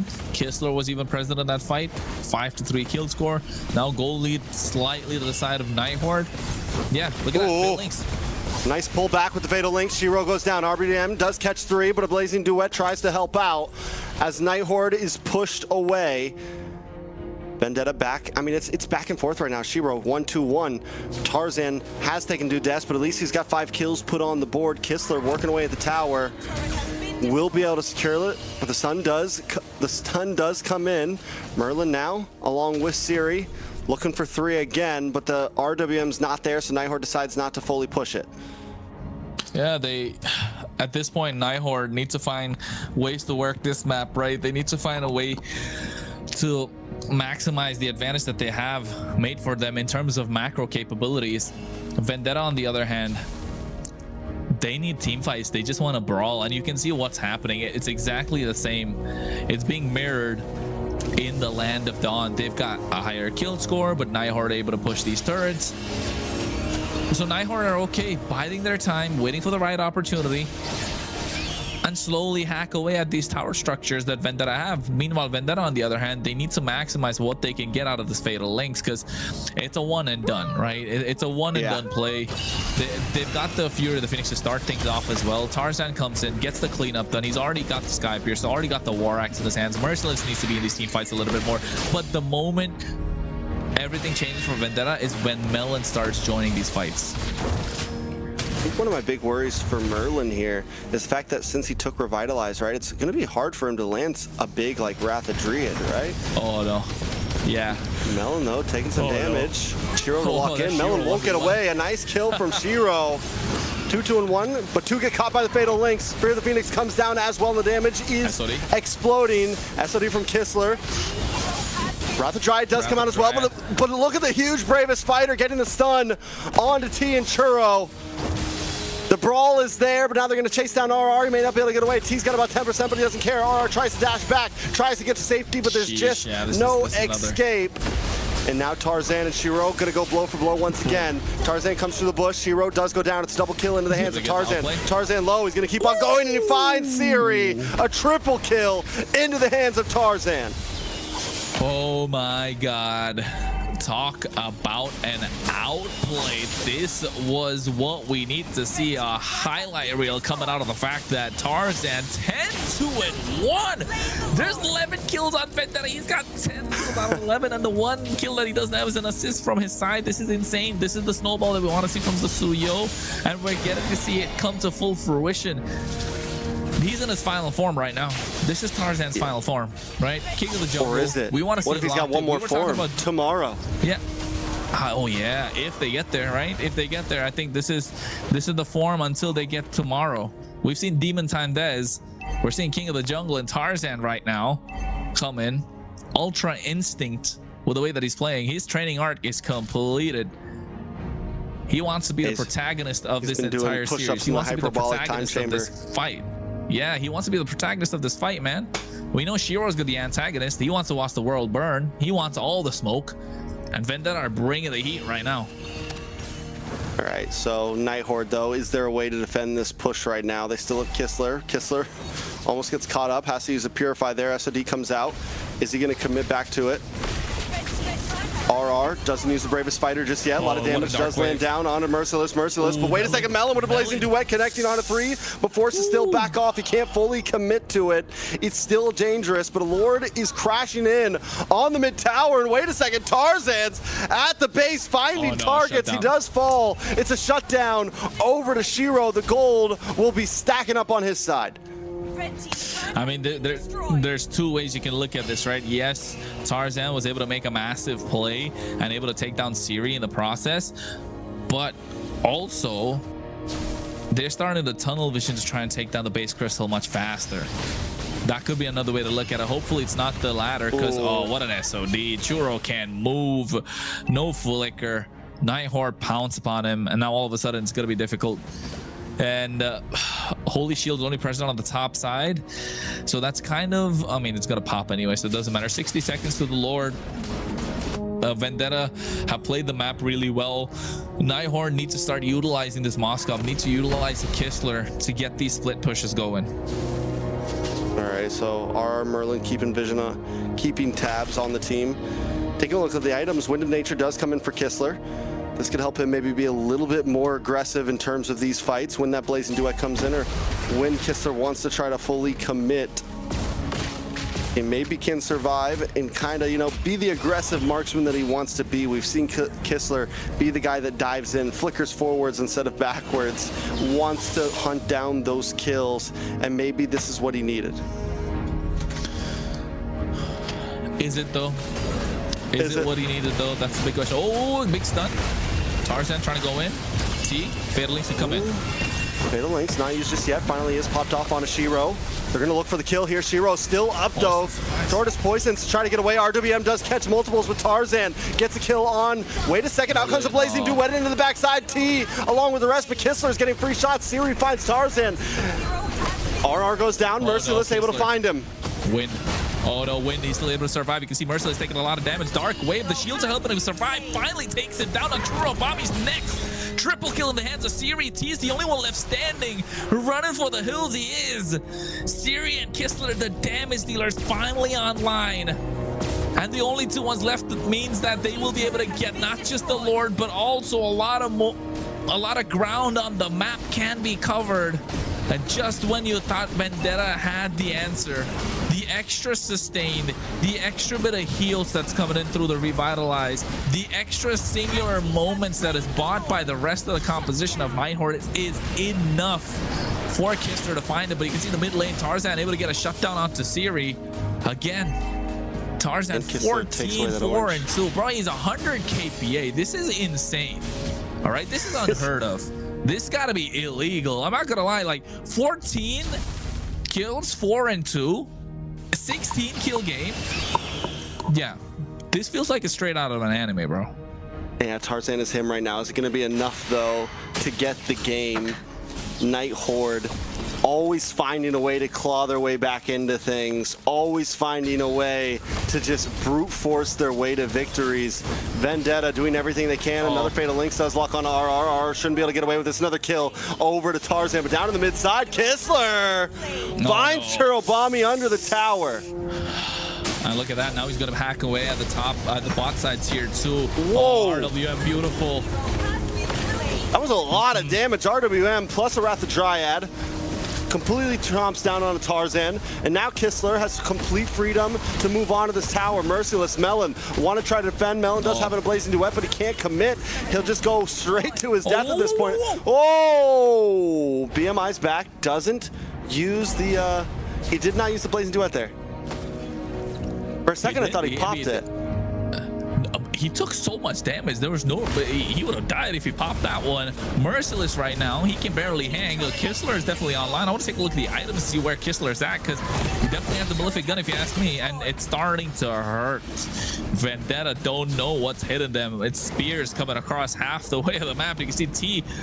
He's trying to get these fatal links on point, right? But the problem is the target he wants to catch has a purify, and not just that. To get to that target, you got to go through these 3 beefy boys. First thing is that badass roller Basha, or rather the bartender in this case, and then you got Merlin on this Belleric, RR on this Lapu Lapu, and Siri just gonna pop that RWM, and yeah, he's no got a full gun build with the Wind of Nature too. Oh, Malefic gun, yes. No Malefic Roar. That's what I was thinking. So he goes for Malefic gun, Wind of Nature. That's where it gave him the sustain before. Kistler in a comfortable spot. Look at the damage on the T. And this is their roam, right? Nobody right now can stand in front of Kistler, and because he's got the Purify, it's a tough cookie to crack right there. And I think, if I'm not wrong, the only Chastis Pauldron that was present was in the hands of Merciless. So Merciless should kind of be the one that's really tanking or taking the front line to Kistler. Otherwise, he's going to be free hitting, and he's free hitting quite a lot. Like, it started it's not right kind of damage. All Wrath of the Dryad. Wrath of the Dryad up with the RWM as well, and Tarzan is instantly melted down. T also on the run. In the backside though, Merciless. Melon comes in with a Blazing Duet, but still the damage just isn't there. No. Night Horde completely pushing through. Merciless split up from the group, and Shiro and RR want to find more. Churro bombing Melon on the run. T forced to use a flicker just to try to get away, but Shiro's going to chase him down under the tower. Churro able to find Shiro. He's a little too deep, but now it's T. Where are you? What are you doing? Where are you going? Buying time. He's trying to buy some time. The T's got a steep at this point. Vendetta understanding that they need to split them apart. They need to be able to get some precious time for the others to spawn back up. And you can see T just playing hooky a lot against Siri. The one who was recalled at the beginning, not able to take it back, or rather eats it in the face from Siri this time. Night Horde hacking away at the Lord. It's not an evolved Lord. It is a luminous one. 17 minutes, 30 seconds of the game. It's going to be popping up in the next 10 seconds. And now all of a sudden, we were talking about 20-minute games. We're getting 20-minute games. And Vendetta are... Yeah, it's really good games too. It's not like it's, you know, low kills, you know, not a lot of macro, waiting for mistakes. We've seen these kind of games before, but right now Melon gets his hands on the Rose Gold Meteor, so no boots, nothing. He's going to be running bare feet along with Dexter in the land of Dawn. Lord's going to come down the bot side. All 3 waves are going to be cleared up. Mid lane's the only one left to be cleared, but they don't have a wave coming through. Kistler and Merlin, the big difference maker. Or rather, in this case, T. No flicker. He wants to pop that Fatal Links, but who's going to be the target? It's got to be Kistler, right? He has a Purify, though. Yeah, it's so tough. Honestly, there's barely any answers for Kistler right now. Night Horde, honestly, maybe not go for Kistler.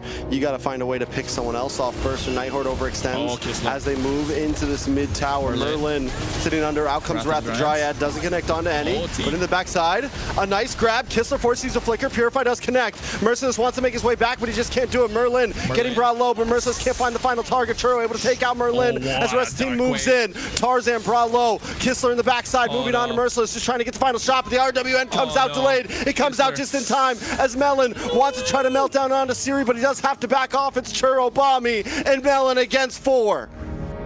Yeah, and they're trying the best that they can, trying to defend. Kistler able to kite so well, even the RWM coming in clutch. But look at Churobami taking so much damage, and Kistler hacking away at the crystal, taking down Churobami. They don't want to hold no prisoners. They want a full wipe, and they're able to get that full wipe as we move on to game number 4. Ladies and gentlemen, the 3rd game in the hands of the Night Horde. 2-1 is the score. It's a best of 5, and we might be going all night. Yes, sir. The series. Oh my God, what am I watching? That game was crazy, okay? You know, I really thought Night Horde, again, they're always just like being backed up to a corner, and then they figure out something that works, and then they just go for it and they turn things around. Wow. How did it get to that Kistler result? Kistler. Exactly. He did it in game number what? He did it in game 1 or number 1 too, right? Yeah. He's got the clutch factor. Yeah. Yeah. And he did bring his Purify, so great. perfect. Yeah, other players also played great. That was able to make sure that Kistler got there. But in the end, yeah, Kistler's the ticking bomb, right? If he can find the time, he will pop off. Boom. Taking a look at this though. I mean, taking a look, items overall pretty simple. Kistler did pick up Wind of Nature. We saw him also pick up the Immortality towards the end with a quick little item swap. Almost got cut off there, able to use the Purify, brought down low, but his survivability in those fights is honestly what continued to turn things around.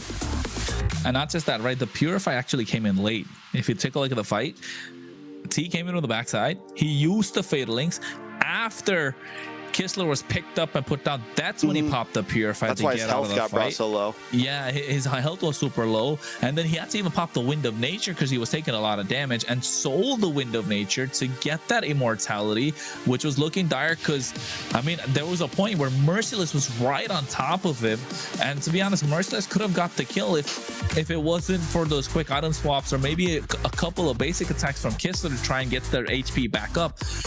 And you could tell it started out pretty slow this game, but it went the distance. It got really brawly. It got to the point where Tarzan started yelling at his teammates, probably in the in these voice chats, saying that guys, I'm more at 14-2 and 14-2 and 2 when team had 16 kills on the board. And to be honest, Vendetta did play really well. It's just that the Night Horde, when the moment presents itself, when they have to hit the gas, even though they don't got a full tank, they're pressing on the accelerator, right? They're locking in, they're shifting gears and going all the way. Life ain't stuck in second gear no more for them. All right, so this is one of the last plays of the game. No. Come on, bro. Jeez. Okay. It's okay. Sorry. I apologize. Oh, that little chase at the end. It was funny. Yeah, T. All right, so this is one of the last not fights. this one. But this is something we got to point out, because the RWM started to be such a problem.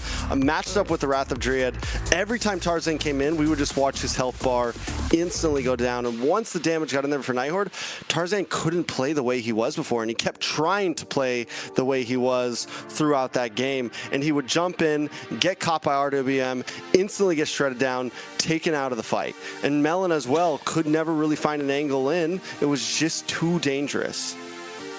I mean, the thing was, they were able to box out for Kistler pretty well, right? If you're able to box out for one of your main damage dealers, like if he's a three-point shooter and you're able to box out for him, he's gonna keep shooting threes all night long. And that's what Kistler's been doing. He wasn't able to do that in the second game because they didn't have any sort of a front line. And I think right now the idea is starting to grow into into the Night Horde, that they are probably better off playing junglers that are a little more beefy, that can be a little bit of a diversion for Kistler to get the space and dish out the damage in the late game. But one thing is for sure, even if they haven't figured that out, both the teams will rely on late game marksmen to do a lot of the heavy lifting past 10 minutes. 515 KDA on the Moscow for Kistler. MVP performance. This is what I was talking about, right? I think after look at the dark wave coming through, and now Merciless gets on top of Kistler. Kistler almost getting picked off thanks to the great RWM, caught on the edge. Kistler finds the moment, buys the immortality right now, gets back into the fight, and the winning play, that was it. Like the flicker dark wave, right? The flicker dark wave that from Merciless was such a great play, and I thought that could turn things around. He got 3 members with that dark wave, and Kistler is still able to survive that. Yeah, that goes to show late game monsters are a thing right now, and I think both these teams are looking to draft a little more late game than we would like. some of those monstrous late game marksmen are starting to run out, right? We're coming into game number 4. Drafts are definitely going to change around, and the way these teams approach it has to change as well. Night Horde, though, the momentum is there. They're a different team than Vendetta remembers, right? Vendetta last time, I mean, don't get me wrong, Vendetta had trouble. Night Horde should have won, but Night Horde has now kind of cleaned up those small issues, and they're not having them anymore. If anything, they're exploiting Vendetta's small issues of being unable to close out a game with a lead. Yes, sir. That's what it is, right, Layla? Yep, exactly. Yeah. I'm trying to conceal it. No, you guys can't see me being so biased. Full bias. No. All right, possibly the last draft of the night. Possibly. Night Horde on blue side. Vendetta on the red. They opted for red, which a lot of teams have been seeming to do, at least between these two. Night Horde, what do we ban here? Both teams missing 15 heroes from their pool. And so many power picks got let through. Yeah, Harley's the... Well, Night Horde won't ban it. Vendetta's going to have to. Night Horde on one hand. Suyo as well, right? I'm born with talent. Gwyn, Suyo, Hilda. Yeah, I think on the other side, Suyo and Marcel. They even have to ban out the Freya, even the Jushin. That's crazy. Like, the Night Horde really have like a plethora of options to ban out. I think Phobius already used up by Vendetta again. Like, yo, Night Horde can cook. Like, they've got the ingredients, the recipes laid down. Carry's still available for BTA, right? Yeah. Carry is still open for BTA, still, yeah. Jushin, Freya. I think they should ban Carry.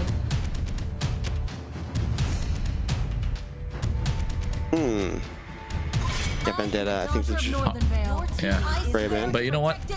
I think Harley should get out from Vendetta because they don't even have the Uranus right now. And if the Harley's let through, Harley will get picked up. No Hilda, no Marcel, no Guinevere, no Freya, no Suyo, no Basha to block it, no Leo Moore either. Like, the early pressure that could keep up with the Harley is kind of gone. Even no Khalid on the other side either. No Uranus. Ooh, the Harley started to look a little dangerous. There's also the Jushin. Yeah. So Night Horde just have, you know, they've got options. They're drafting pretty right now, for sure. Them play the hero. They take out the Yuzong. This is how this just shows how many options they have. It's like, we're gonna ban a Yuzong here. Why not? They can pick up the Phobias too whenever they want. Welcome to the greatest mag show. There you go. Now Jushin first pick. Yeah, for Night Horde for sure. 100%. Stars conspired to bring you to me. There you go. What can come out on the other side though? Fredrin? I mean, not even Fredrin, right? It's so hard to play the Fredrin into the Jushin. No. Pick up something like a Hayabusa here, honestly. I mean, you don't need it now, but you can lock in a Hayabusa later on. Something like that. A Glue carry. Oh, so tough still. Eve. No, they already picked up the Eve. They picked up the Valentina as Honestly, well. Glue carry is clean, I think. Well, they don't need to pick up the carry right now. You could glue Claude. Sora, no, they picked Claude. Bad. But then they're not flexing the glue as much as they'd like to if they pick up the Sora right now. Zetian's already picked up. What are the mid lane? Lilia? Lilia's still open. Glue Lilia? Or Glue Carry? Welcome to my castle. I bet there you go, Glue Lilia. Night Horde. Phobius. Khalid. They could go, what else? They got Harriet as well, right? Okay, they don't have Harriet. Phobius, Khalid. They can't go carry. Fredrin, if they wanted to, really, Fredrin's just to deny. Fredrin's a little rough against Suyo, the Lilia Claude, and the glue. Yeah, Suyo, Claude. Keep it simple. Boom, boom. Easy peasy. Tap, tap. Tap, tap. Vendetta. Vendetta on the other hand. Bless you. Bless you. Layla. Thank you. Bless you. Bless your soul. Vendetta's the one who are like, I think honestly Vendetta could go for the Fredrin here. I mean, I agree, but into the It's not Jushin, perfect. like, Yeah, but still, it might be. They don't just- have options. Or again, else you go could for they something get maybe like the Hayabusa, the Nolan. Joy. Yeah, Joy, Nolan, Nolan. Hayabusa, you're right. Saber. Fredrin. Okay, they're going to pick that. Comfort for Tarzan. Fredrin. If you're gonna I go know, out, just- you go just out in believe. style. You go out with one hand in your pocket, like Fredrin. Lots of swag. There you go. There you go. He's the You're swaggiest locking hero it out in there. Come on, let's be real. Yeah, that's true. And then now what? They ban out a couple of roam options. The Khalid's got to go, right? They want to give more extra early game power. The Grok's another great option. Hylos already picked up, yeah. So Kalea, no. Kaja. For who? Gatot For Vendetta? No, Vendetta ban out whatchamacallit, Khalid plus Gatot Kacha, I think. Oh wait, Uranus. EXP lane. Okay. But I mean, that they makes can't. sense. Oh, they can pick it. Okay. Yeah, but Night Horde can pick it. Moskov. Valid and very Moskov valid. ban and Phobius. a carry ban. I think if you're looking to double down EXP, just take out Phobius here as well. They also need an EXP Phobius. unless they log glue, unless they swap glue into EXP last minute. And go chip in the roam. That could work out for Vendetta. Ooh, yeah. So they're not gonna ban the Leslie. Khalid, there you go. Because Leslie does counter claw. No? Leslie? Yeah, but is it like Yeah. overall, is it a threat? That's the real thing. Yeah. I don't think a Leslie in Yeah, that carry. team comp is gonna be that good for VTA. Yeah, Carrie's Leslie gone Smesly. anyway. Granger. Beatrix. Kaja. Kalea. Obsidian. More options. Melissa, if they want Obsidia. Obsidia. Yeah, Obsidia is a great choice. Mia is a great... I'm just kidding. Melissa? Not again. I mean, I guess maybe against a Suyo. I don't know. And you have decent poke to deal with the Jushin. I'm not completely against it. I think Granger's your more straightforward pick. Yeah, I agree. We've seen the Beatrix get picked up as well. It's not bad, honestly. Bruno? I was going to say Bruno. Bruno's Forgot another about great Bruno. choice. Yeah, Bruno can hack away at the towers, and I think with that kind of a front line, Bruno definitely is a strong pick. Right, Melons showed up on the Bruno before. Night Horde.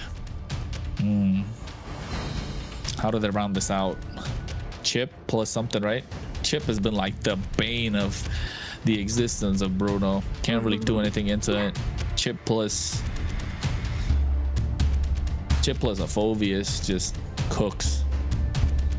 And then there's still Turismo open, yeah? Or if they want Chip plus a Lucas is great too in the EXP lane. Oh, Lucas. They don't want, not forget Lucas. They've got a Sora still available. No Valentina whatsoever. There you go. Sora plus Gatot Kacha. Sheesh. Night Horde been cooking. Night Horde been in the kitchen.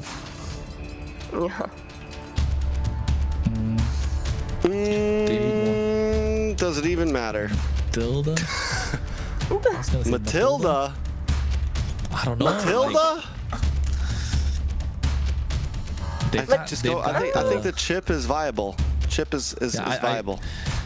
I agree, but like the surprise factor. They're slow, or you man. just go Like, glue roam and pick up an EXP pick.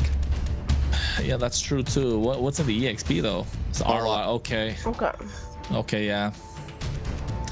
Makes sense. Hasn't had the greatest run in MCT. I think it's at like 0% right now, honestly.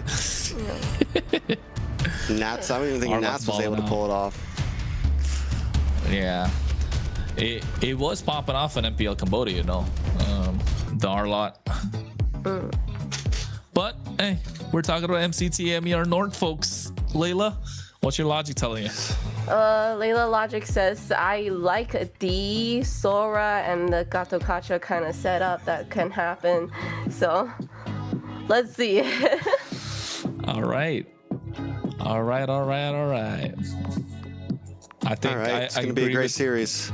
It's 2-1. I agree. It's match 2-1. point. Could be 2-2 after this. Could be. Let's see find how out it goes. Trex, you're taking us in?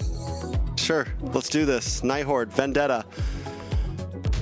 Possibly one. All right, guys, listen, if you're just coming in, we've seen 2 amazing best of 5 so far. Vendetta knocked down to the lower bracket and Night Horde on a lower bracket run of their lives, both vying for the final championship seat. A grand finals to face against Alpha7. Can Vendetta tie this up 2-2 and take us the distance, or will Night Horde shatter their dreams of revenge against Alpha7? Yeah, Ramin. You know what I mean? But yeah, Ramin. But now I think, at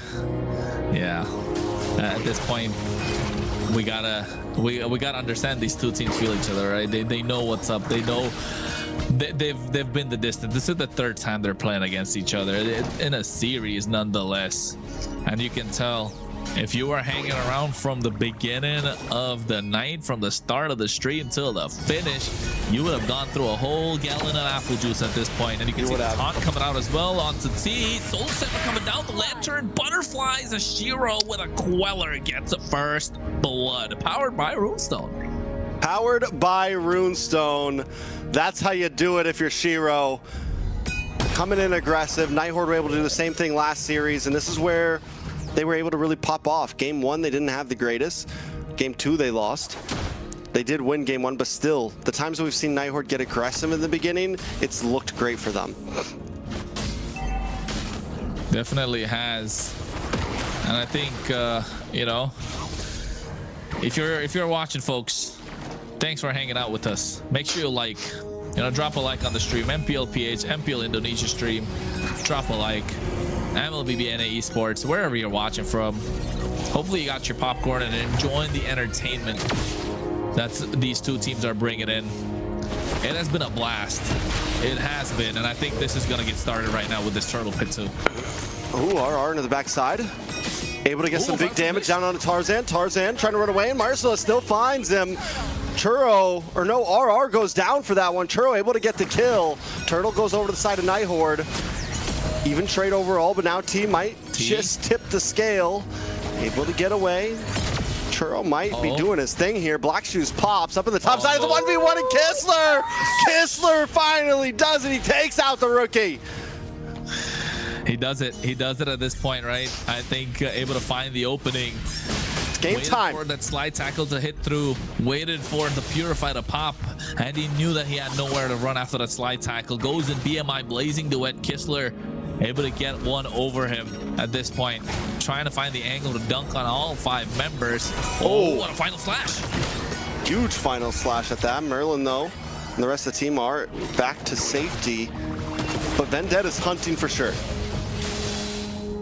Yeah, they're hunting because I think Vendetta needs to find a way to pull one back, right? They need to take it 2-2. They don't want to get out of the competition yet. You said it yourself. Tarzan's not reached his final form yet, my guy. It's, you know, we want to see him hit that final form. When are we going to get that? We've seen him evolve throughout the many years in North America. Night Horde, in the meantime, they're a rambunctious bunch. Yeah, a bunch of aura farmers on the side of Night Horde. And who would have thought they would have taken it this far?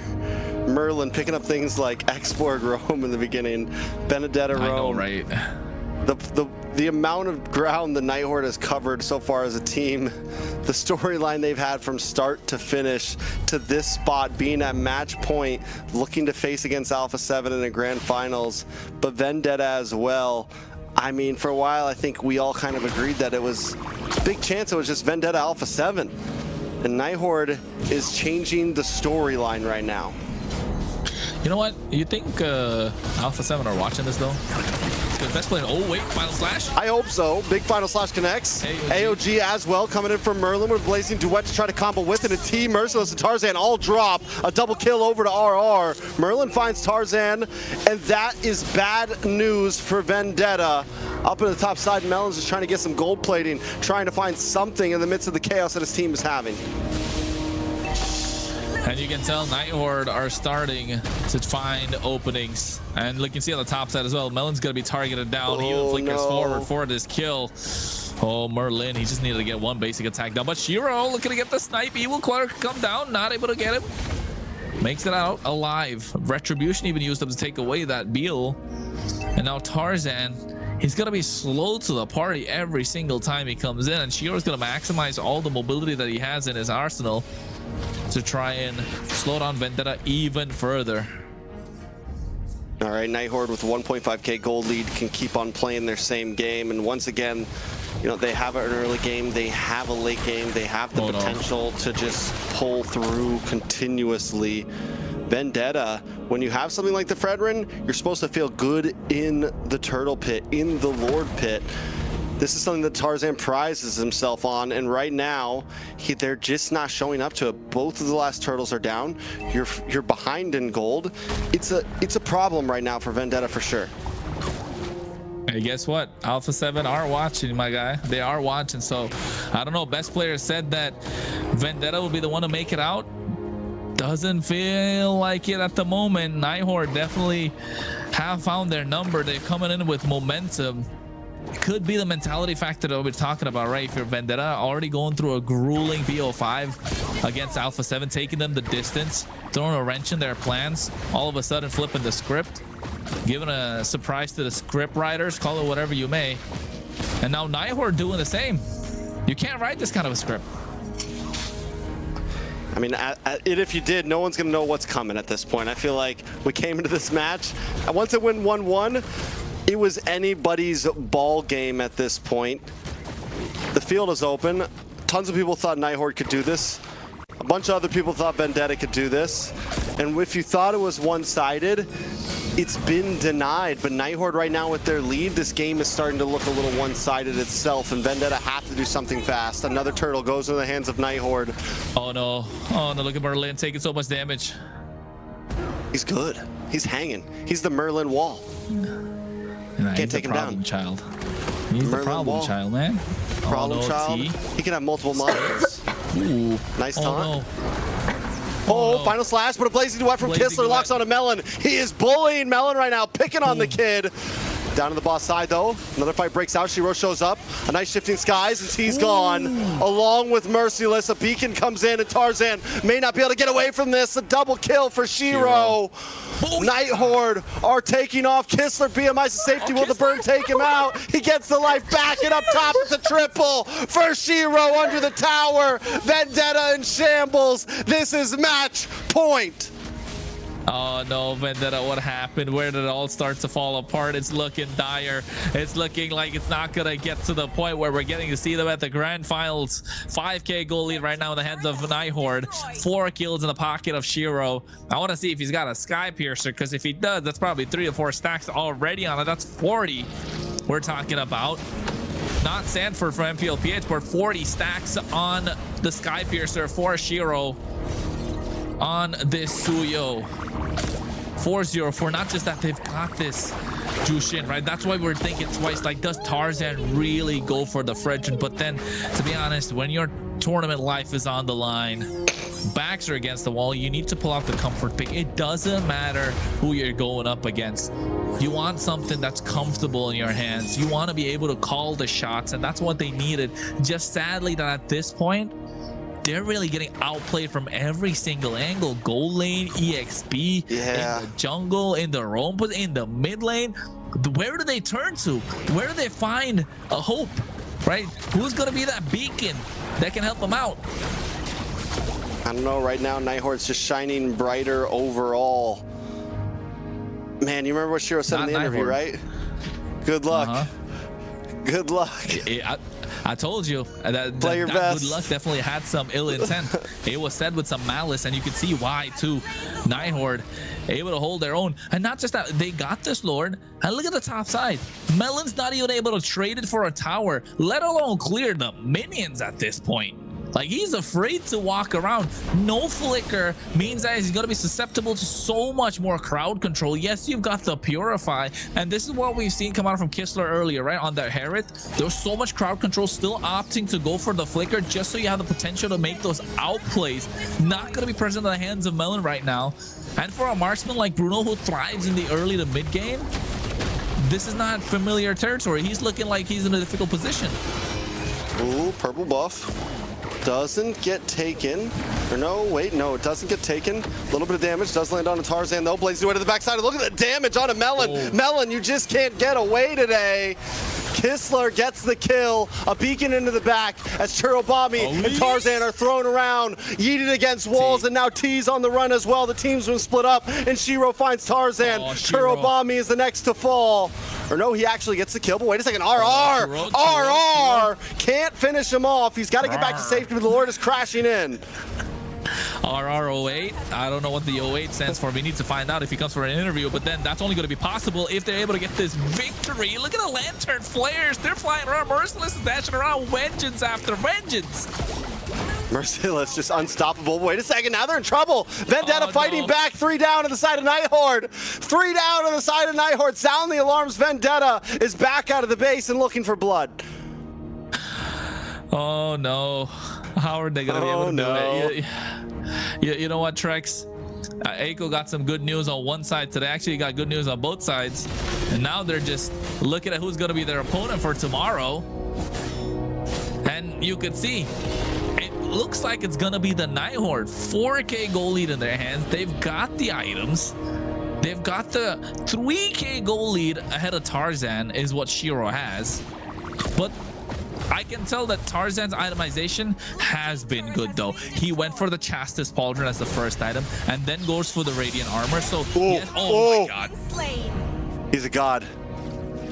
He is him. He is descended. We were talking about final forms. Well, Shiro's been in base all along. And Vendetta, just when they thought they had space, they were wrong.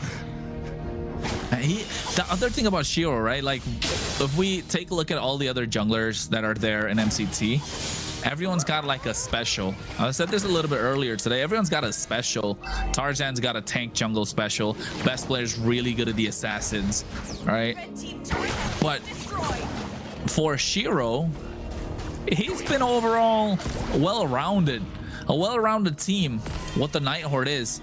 And you can see it's coming to fruition at this point. They're not cracking under pressure. Vendetta really struggling mentally, not finding answers at all. Their movements are so haphazard. They're trying to find openings. T's trying to open up the map, but at the same time, Melon's not in a great position. Churobami's doing the best that he can. But look at the Lord being hacked away. And they're dancing. They're waiting for the opportunity for them to pounce. But meanwhile, in the mid lane, a fight. Ooh, a lot of damage. Shiro up against Merciless. Shiro doesn't want to let him go. He's going to back off. Blazing Duet does connect. A nice beacon to come out. Siri's still there. Oh no. Shiro gets a snipe. Tarzan brought low, but look at the damage on RR. Melon now trying to get involved. They're able to get the kill. Tarzan finds RR. But now more damage packs onto Melon. As the taunt locks in. Tarzan brought low as well. Can Merlin get the final hit? Melon takes out Merlin. And now it's Melon, though. He's going to get tossed against the wall, taken out. And now Merciless in the backside with the Vengeance. It's blow for blow right now. 3 down on the side of Night Horde. Merciless up against Kistler. The final slash, but Kistler drops. And it's Zero, the hero, looking for it all. He gets the kill. It's 1v3. Can Shiro do it? Can he prove him wrong? Another one down. Shiro is him. It's him versus Tarzan. He dashes through. He goes down finally. Tarzan saves the day, but Shiro almost proved him wrong. Oh my god, that could have been so crazy if he got the outplay against 4 members. It was possible. It was so possible. It was right there in front of him. Oh, Tarzan pulling a rabbit out of the hat for Vendetta, keeping their hopes alive. Now dashing in. There's the Appraiser's Wrath as well. RR doing the best that he can to make sure they don't get this Lord. 15,000 HP. Merlin's there as well. Siri, RR goes down. Tarzan down to about 20% health. Nice reset. Kistler's coming in as well. Can they get the steal? A stun. No. Tarzan able to get it with the retry. AOG to safety. Siri to back off. Vendetta back in the game. My God, they're back in the game. All right. They're not letting up. We thought Night Horde had it right. They had it in the bag. They had about 4.5k goal lead. It didn't reach the 5k mark. It was about 4.6, 4.7. Vendetta, though, now finally able to be up on the board. Look at the damage. Del Shiro has been a freaking monster. Somebody's got to put that as a highlight reel. He got us at the edge of our seats. Got us jumping off the ground. Oh, my headphones almost fell off. I know. We could hear it. I mean, at this point, it's getting where Night Horde, Tarzan, it's just Tarzan and Shiro. They've taken stage. It was Kistler versus Melon before. Now Tarzan and Shiro have been taking stage for what, the past 2 games? And Tarzan has been a monster, and Shiro's replying back. Protagonist versus antagonist. Let's go. Oh, a lot of damage on Tarzan. Tarzan not going to be able to get away from this. AOG to keep Vendetta away and make sure they take down Vendetta's jungler. Lord's still coming. Night Horde going to move to the mid, try to clear these waves. As Siri handles the Lord, RR's going to join him up top, and Vendetta get nothing out of that push. Well, at least they're able to get that 1 kill in the hand. I mean, for Night Horde, but yes, Vendetta able to open up the map a little bit more. Able to get a slight bit of a goal lead, try and take back control. But losing that 1 member, losing Tarzan in the process, just negated the effect that they had early, or rather in that fight with that Lord pit. Just completely negated. Night Horde behind. I mean, at this point, goal lead doesn't even matter. The damage is just showing. And Tarzan is, of course, at the bottom. But can we take a look at the damage taken stats? Because definitely Tarzan, if he's not dealing out the damage, he's definitely up there in terms of the damage that he's taking. And look at Melon. They're funneling everything into him, right? He's got double buff at this point. Looking at the items, Hosclaws, Berserker's Fury. He's got the Sea Halberd, Malefic Gun, Wind of Nature just to survive because he doesn't have the Flicker. Full items on both these marksmen. The tanks as well. Dominance Ice has not come through yet for T, so that could be a slight bit of a problem, but they do have the Glowing Wand in the hands of Churubami. Queen's Wings picked up as well by RR. And Shiro's full build. Shiro just, at this point, he can look to outplay anyone. He can look to outplay anyone. Like, it was close. That was very close. I think if it was anybody else, he could have died a little earlier too. 16-11 kill score. Yeah, I think it's gonna come down to which marksman is gonna pop off first. And Melon right now, he needs all the protection that he can get. Okay. So Night Horde regains power over the map a bit here. Even with Vendetta taking this small gold lead, the presence is still there from Night Horde, and Vendetta has to be careful how they approach it. Honestly, kind of surprising. Once again, Tarzan on this Fredrin, you think you'd be able to pull up a bit more, but the problem is, I think, is Siri, the distance, the kiting capabilities, and then the taunts from Merlin. It just makes it hard to kind of be the ones to push back. They have to wait for small openings, small cracks, and that's what Tarzan's doing, trying to come back from the backside. Look at the wave on the boss side, though. Someone's going to have to go for it. Possibly. It's going to be a slow push. Purple buff is getting stolen, but Lord's already low. Tarzan looking for an angle in. Shiro comes in the nick of time. Tarzan. Can we get the steal into the backside? Kistler able to get a beautiful pick. Tarzan looking for a way in, but Shiro's still able to get the Lord as Merciless jumps into the backside. Kistler brought low. Tarzan now in trouble. Merciless goes down, and Shiro finds the kill. Tarzan pulled back to the team. This could be it. A double kill for Shiro. Lord coming in soon. They don't even need the Lord. Only T and Churubami left standing, and T is trying to proxy the waves on the mid lane, but the Lord is already marching to the bot side. It's 20 seconds too late right now for Vendetta. Look at on the top side. They're going in quite deep, and now Siri trying to buy some time by clearing out the waves. But no, it's not going to be possible. Kistler's already in, and so is Shiro along with Siri. This should be it. They're clearing out the waves. T's getting held back. Night Horde doesn't want to go for the base. They want to go for Churro. This is vengeance. This is a vendetta. The Night Horde, 3rd time's the charm. They will take us to grand finals to go against Alpha 7. back and forth, rubber band, but finally, third time's the charm. They've got their vengeance, they got their vendetta, and now they move on to the grand finals.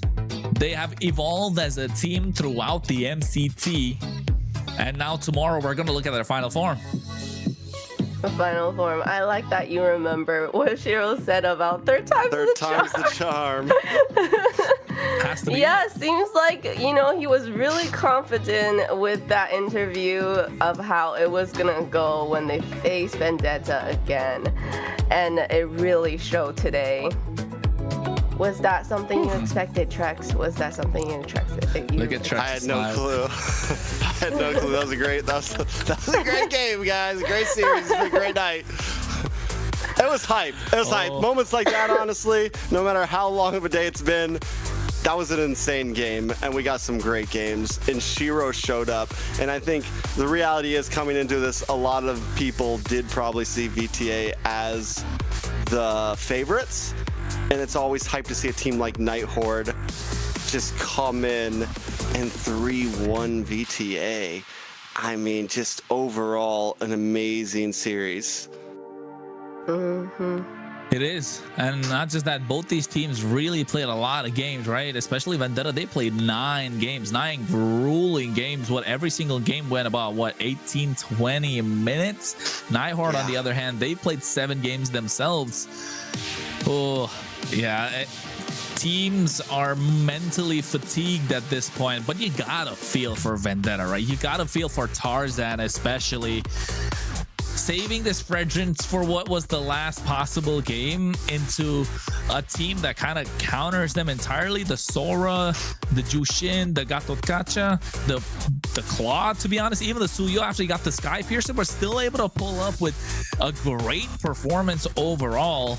Unfortunate that, you know, they did find a way to bounce back too with Merciless, with those final slashes, vengeances going in and in. They just fell a little bit short. Just a bit short today. If not, you know for a fact they've beaten Night Horde twice. But when it mattered the most, when the chips were down, when the backs were against the wall, Night Horde said they wanted the smoke. And they pulled up. They wanted that. They did want that smoke, and they pulled up. They wanted the wipe, man. They wanted the wipe in the end. They did. Unfortunate. Insane. It was absolute cinema. But this is what we live for, right? This is peak MLBB at his best at this moment. Shiro, oh my god, that he could have, if Tarzan didn't have a taunt, and this play could have been Tarzan immediately go to the bush, just try to make sure he can catch him, because if he did not, then you wouldn't be able to spot him because of the RNG, and he could have actually got there, a triple kill and a maniac possibly. Shiro tried the best that he could, and you could see it started to show later on. What a way to play this, man. What a way to play this. Overall, crazy performance from the entire team, and the MVP for this game, Kistler. Who would you even give it to? Like, it was such a well-rounded performance. Yeah. Shiro really just did pop off with that Suyo though. So I probably would have given it to Shiro. But Kistler, that 1v1 against Bruno, come on, that was so good. Kistler had some amazing plays that game.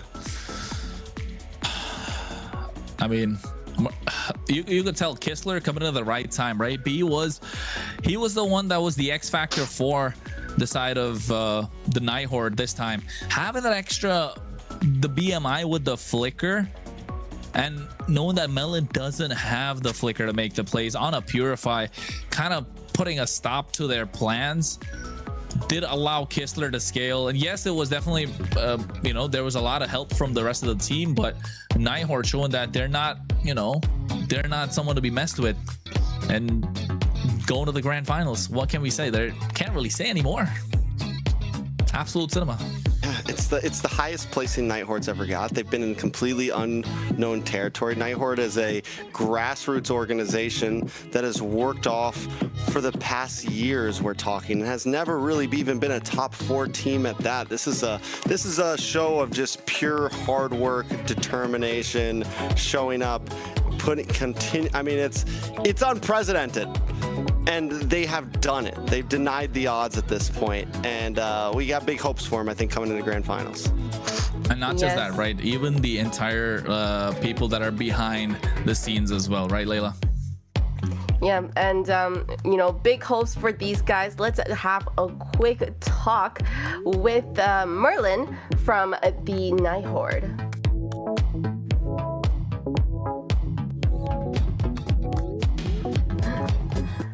Hi Merlin, how are you? Hello. Congratulations on the win. I'm gonna now be biased and say I was very proud. Thank you.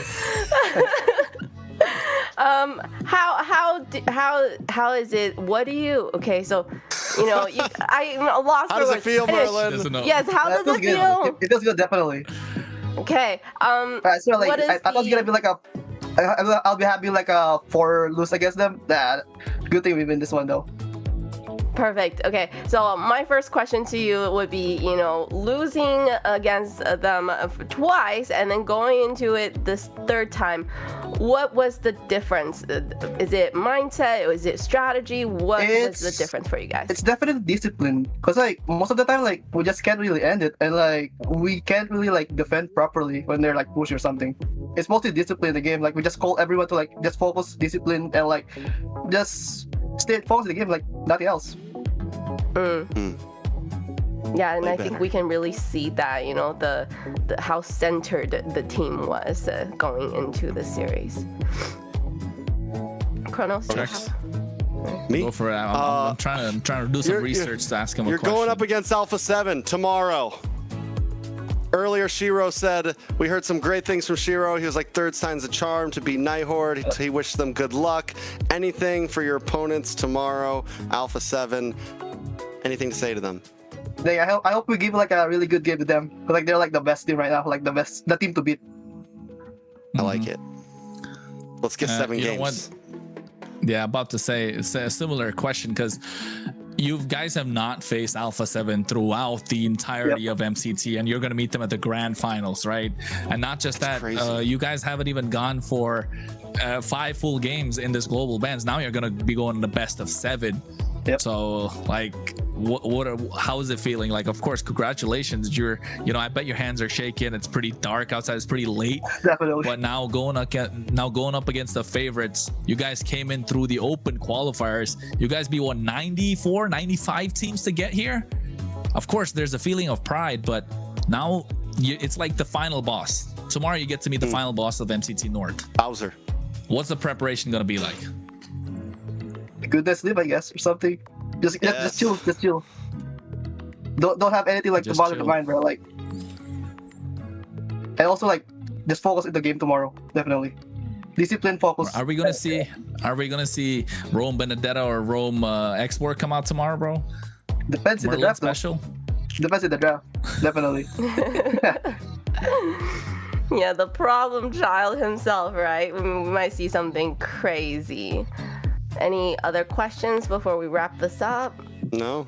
Anything to say to your fans, Merlin? Yeah. Shout out to my team, bro. My whole team. All right. Thank you, Merlin, for doing this interview with us, and we hope you the best tomorrow at the grand finals for the Americas North. Thank you.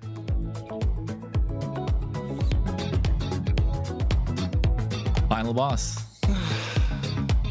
Final boss moment tomorrow for me. Very exciting tomorrow. You know, for everybody, you do not want to miss the series tomorrow. Everybody that's watching, I'm going to tell you right now, it's very important.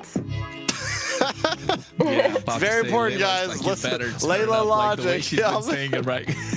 Well, listen here, y'all. It is the last this is game, serious. right? Last game. And speaking of last game, let's take a look at the bracket and how we got here.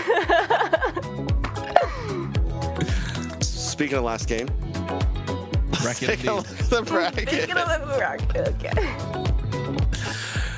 Oh, you know what? Ooh, what a journey. It's showing the journey, ladies and gentlemen. This is the journey that every single team of MCT AMER North, the knockout stage. As you can see, Night Horde went against Vendetta, lost 3-0. dropped down to the lower bracket. Meanwhile, Alpha7 North hanging pretty on the top upper side, beating Stamina 3-1, going toe-to-toe against Vendetta today, beating them 3-2, and getting their way into the grand finals. Meanwhile, Night Horde toiling their way through, working overtime, under the radar, flying in 3-0s against Influence Rage Origins, 3-0 against Leviathan today, and a 3-1 against Vendetta. Now in the grand finals, they finally meet their final boss, Alpha7. And if we want to talk about a Cinderella story run in MCT North, it does not get any better than this. They came in through the open qualifiers, beating 90-something teams to get here, 89 teams in the open qualifiers. The other 6 teams here, so what, 95 teams? And then now the only one that stands between them and a ticket to Paris is Alpha7 North. And by no means are Alpha7 North going to open the door. They're the ones who are looking to take everybody down. They want to be the top dog. They haven't lost a single match throughout MCT North, and I don't think they're going to try and change that tomorrow. Meanwhile, Night Horde keeping the hopes and dreams of every single player from North America alive. You're a ranked player, you want to make a team and join the pro scene, it's all right. The open qualifiers is a way. They're showing that it is possible and it can be done. Amazing. I like and it. that is the most important match coming up tomorrow. So make sure, set an alarm. Don't be late. You don't want to miss any of those games because it's going to be amazing. Best of 7 though? USA versus Canada? US versus Canada. You know what? Right, I want to see 7 USA games. versus Canada. So do I. I don't really care who wins, honestly, as long as it's 7 games. It's 7 I think games? 7 games, 100%. I want to see the 7 That's game the North gold American. band, Yeah, that's the North American Classic. That's how it works here. We go 7 games. Yeah. Known for our Doesn't grand matter. finals. 3-0, Better. 3-0 in the start, not 4-3 in the end. Whatever. Yeah, I don't care how it goes. And I honestly, it's at a point where like favorites are at the door. I'm excited. Whatever team is better will win it, and I truly believe that. Yes. But I do hope we get a hell of a show tomorrow. I hope it goes 7 games. We're gonna have full energy. It's not gonna be 15 games or nothing crazy like that. It's just gonna be one amazing best of 7, and I'm ready for it. Yeah. And to help Mobile us Legends be bang, ready bang. for it, Bang, bang. supporting us is runestone.gg. So today's broadcast is proudly supported by Runestone.gg, esports infrastructure built for people sharing, shaping the future of competitive gaming. From real-time data to live fan tools, Runestone helps make esports more interactive, more insightful, and more engaging for everyone involved. So make sure you go check out runestone.gg. And also, while you're at it, make sure you're following our socials. If we haven't said it enough yet, a lot of plug-in happened today, but that is our official channel. Make sure you follow that across all of the platforms that we are on. We are streaming live on YouTube and TikTok, so make sure if you have those platforms, go give us a follow. Even That's Facebook, also where the Discord. Oh, are we streaming on Facebook? I think so. As well? We're all And over then, the place. so where the diamond drops are happening are definitely That's on those 2 YouTube. platforms. YouTube and and TikTok, so make sure you are following us, and also make sure you're following the casters and me. Chronos and Trex have been Layla doing Baxter. amazing jobs. Layla Baxter. Also, big shout out to Layla. She's been sick all day, guys. Her Yeah. nose is stuffy. She's been here with us through the whole thing. If you guys have been wondering why she's been, you've done I great today, Layla. So sound- thank you, Sneezing and Layla. stuff. Yeah, Thank yeah. you. Yeah, she made it Claps. through. It's her first big sick day. She throws in the final cough. Yes. All right, Layla, calm down. And with that, we come to the end of an incredible day here at MCT AMER North 2026 playoffs. Today, we saw teams battle for survival, fight for redemption, and compete for a place in tomorrow's North Group Grand Finals. So congratulations to Alpha7 and the Night Horde. We will definitely be seeing them tomorrow. Tomorrow, everything comes down to one final showdown, right? 2 teams. 1 championship, 1 chance to be crowned the MCT AMER North 2026 champion. and this is gonna be a banger. So I want to say a huge thank you to our players, our team, our production staff, our mods in the chats, and of course for all of you watching from home and supporting the North American MLBB scene. And of course, thank you to Kronos and Trex. They've been really, helping me through today. A little bit sick, and they've definitely been pulling the weights here. They're carrying me. Their backs need a little bit of massage now. They're incredible insight, entertaining casting. And that's it. I'm your host, Layla, and on behalf of everyone here at MCT AMER North 2026, thank you so much for watching, and we will see you tomorrow for the championship day. Good night, everybody.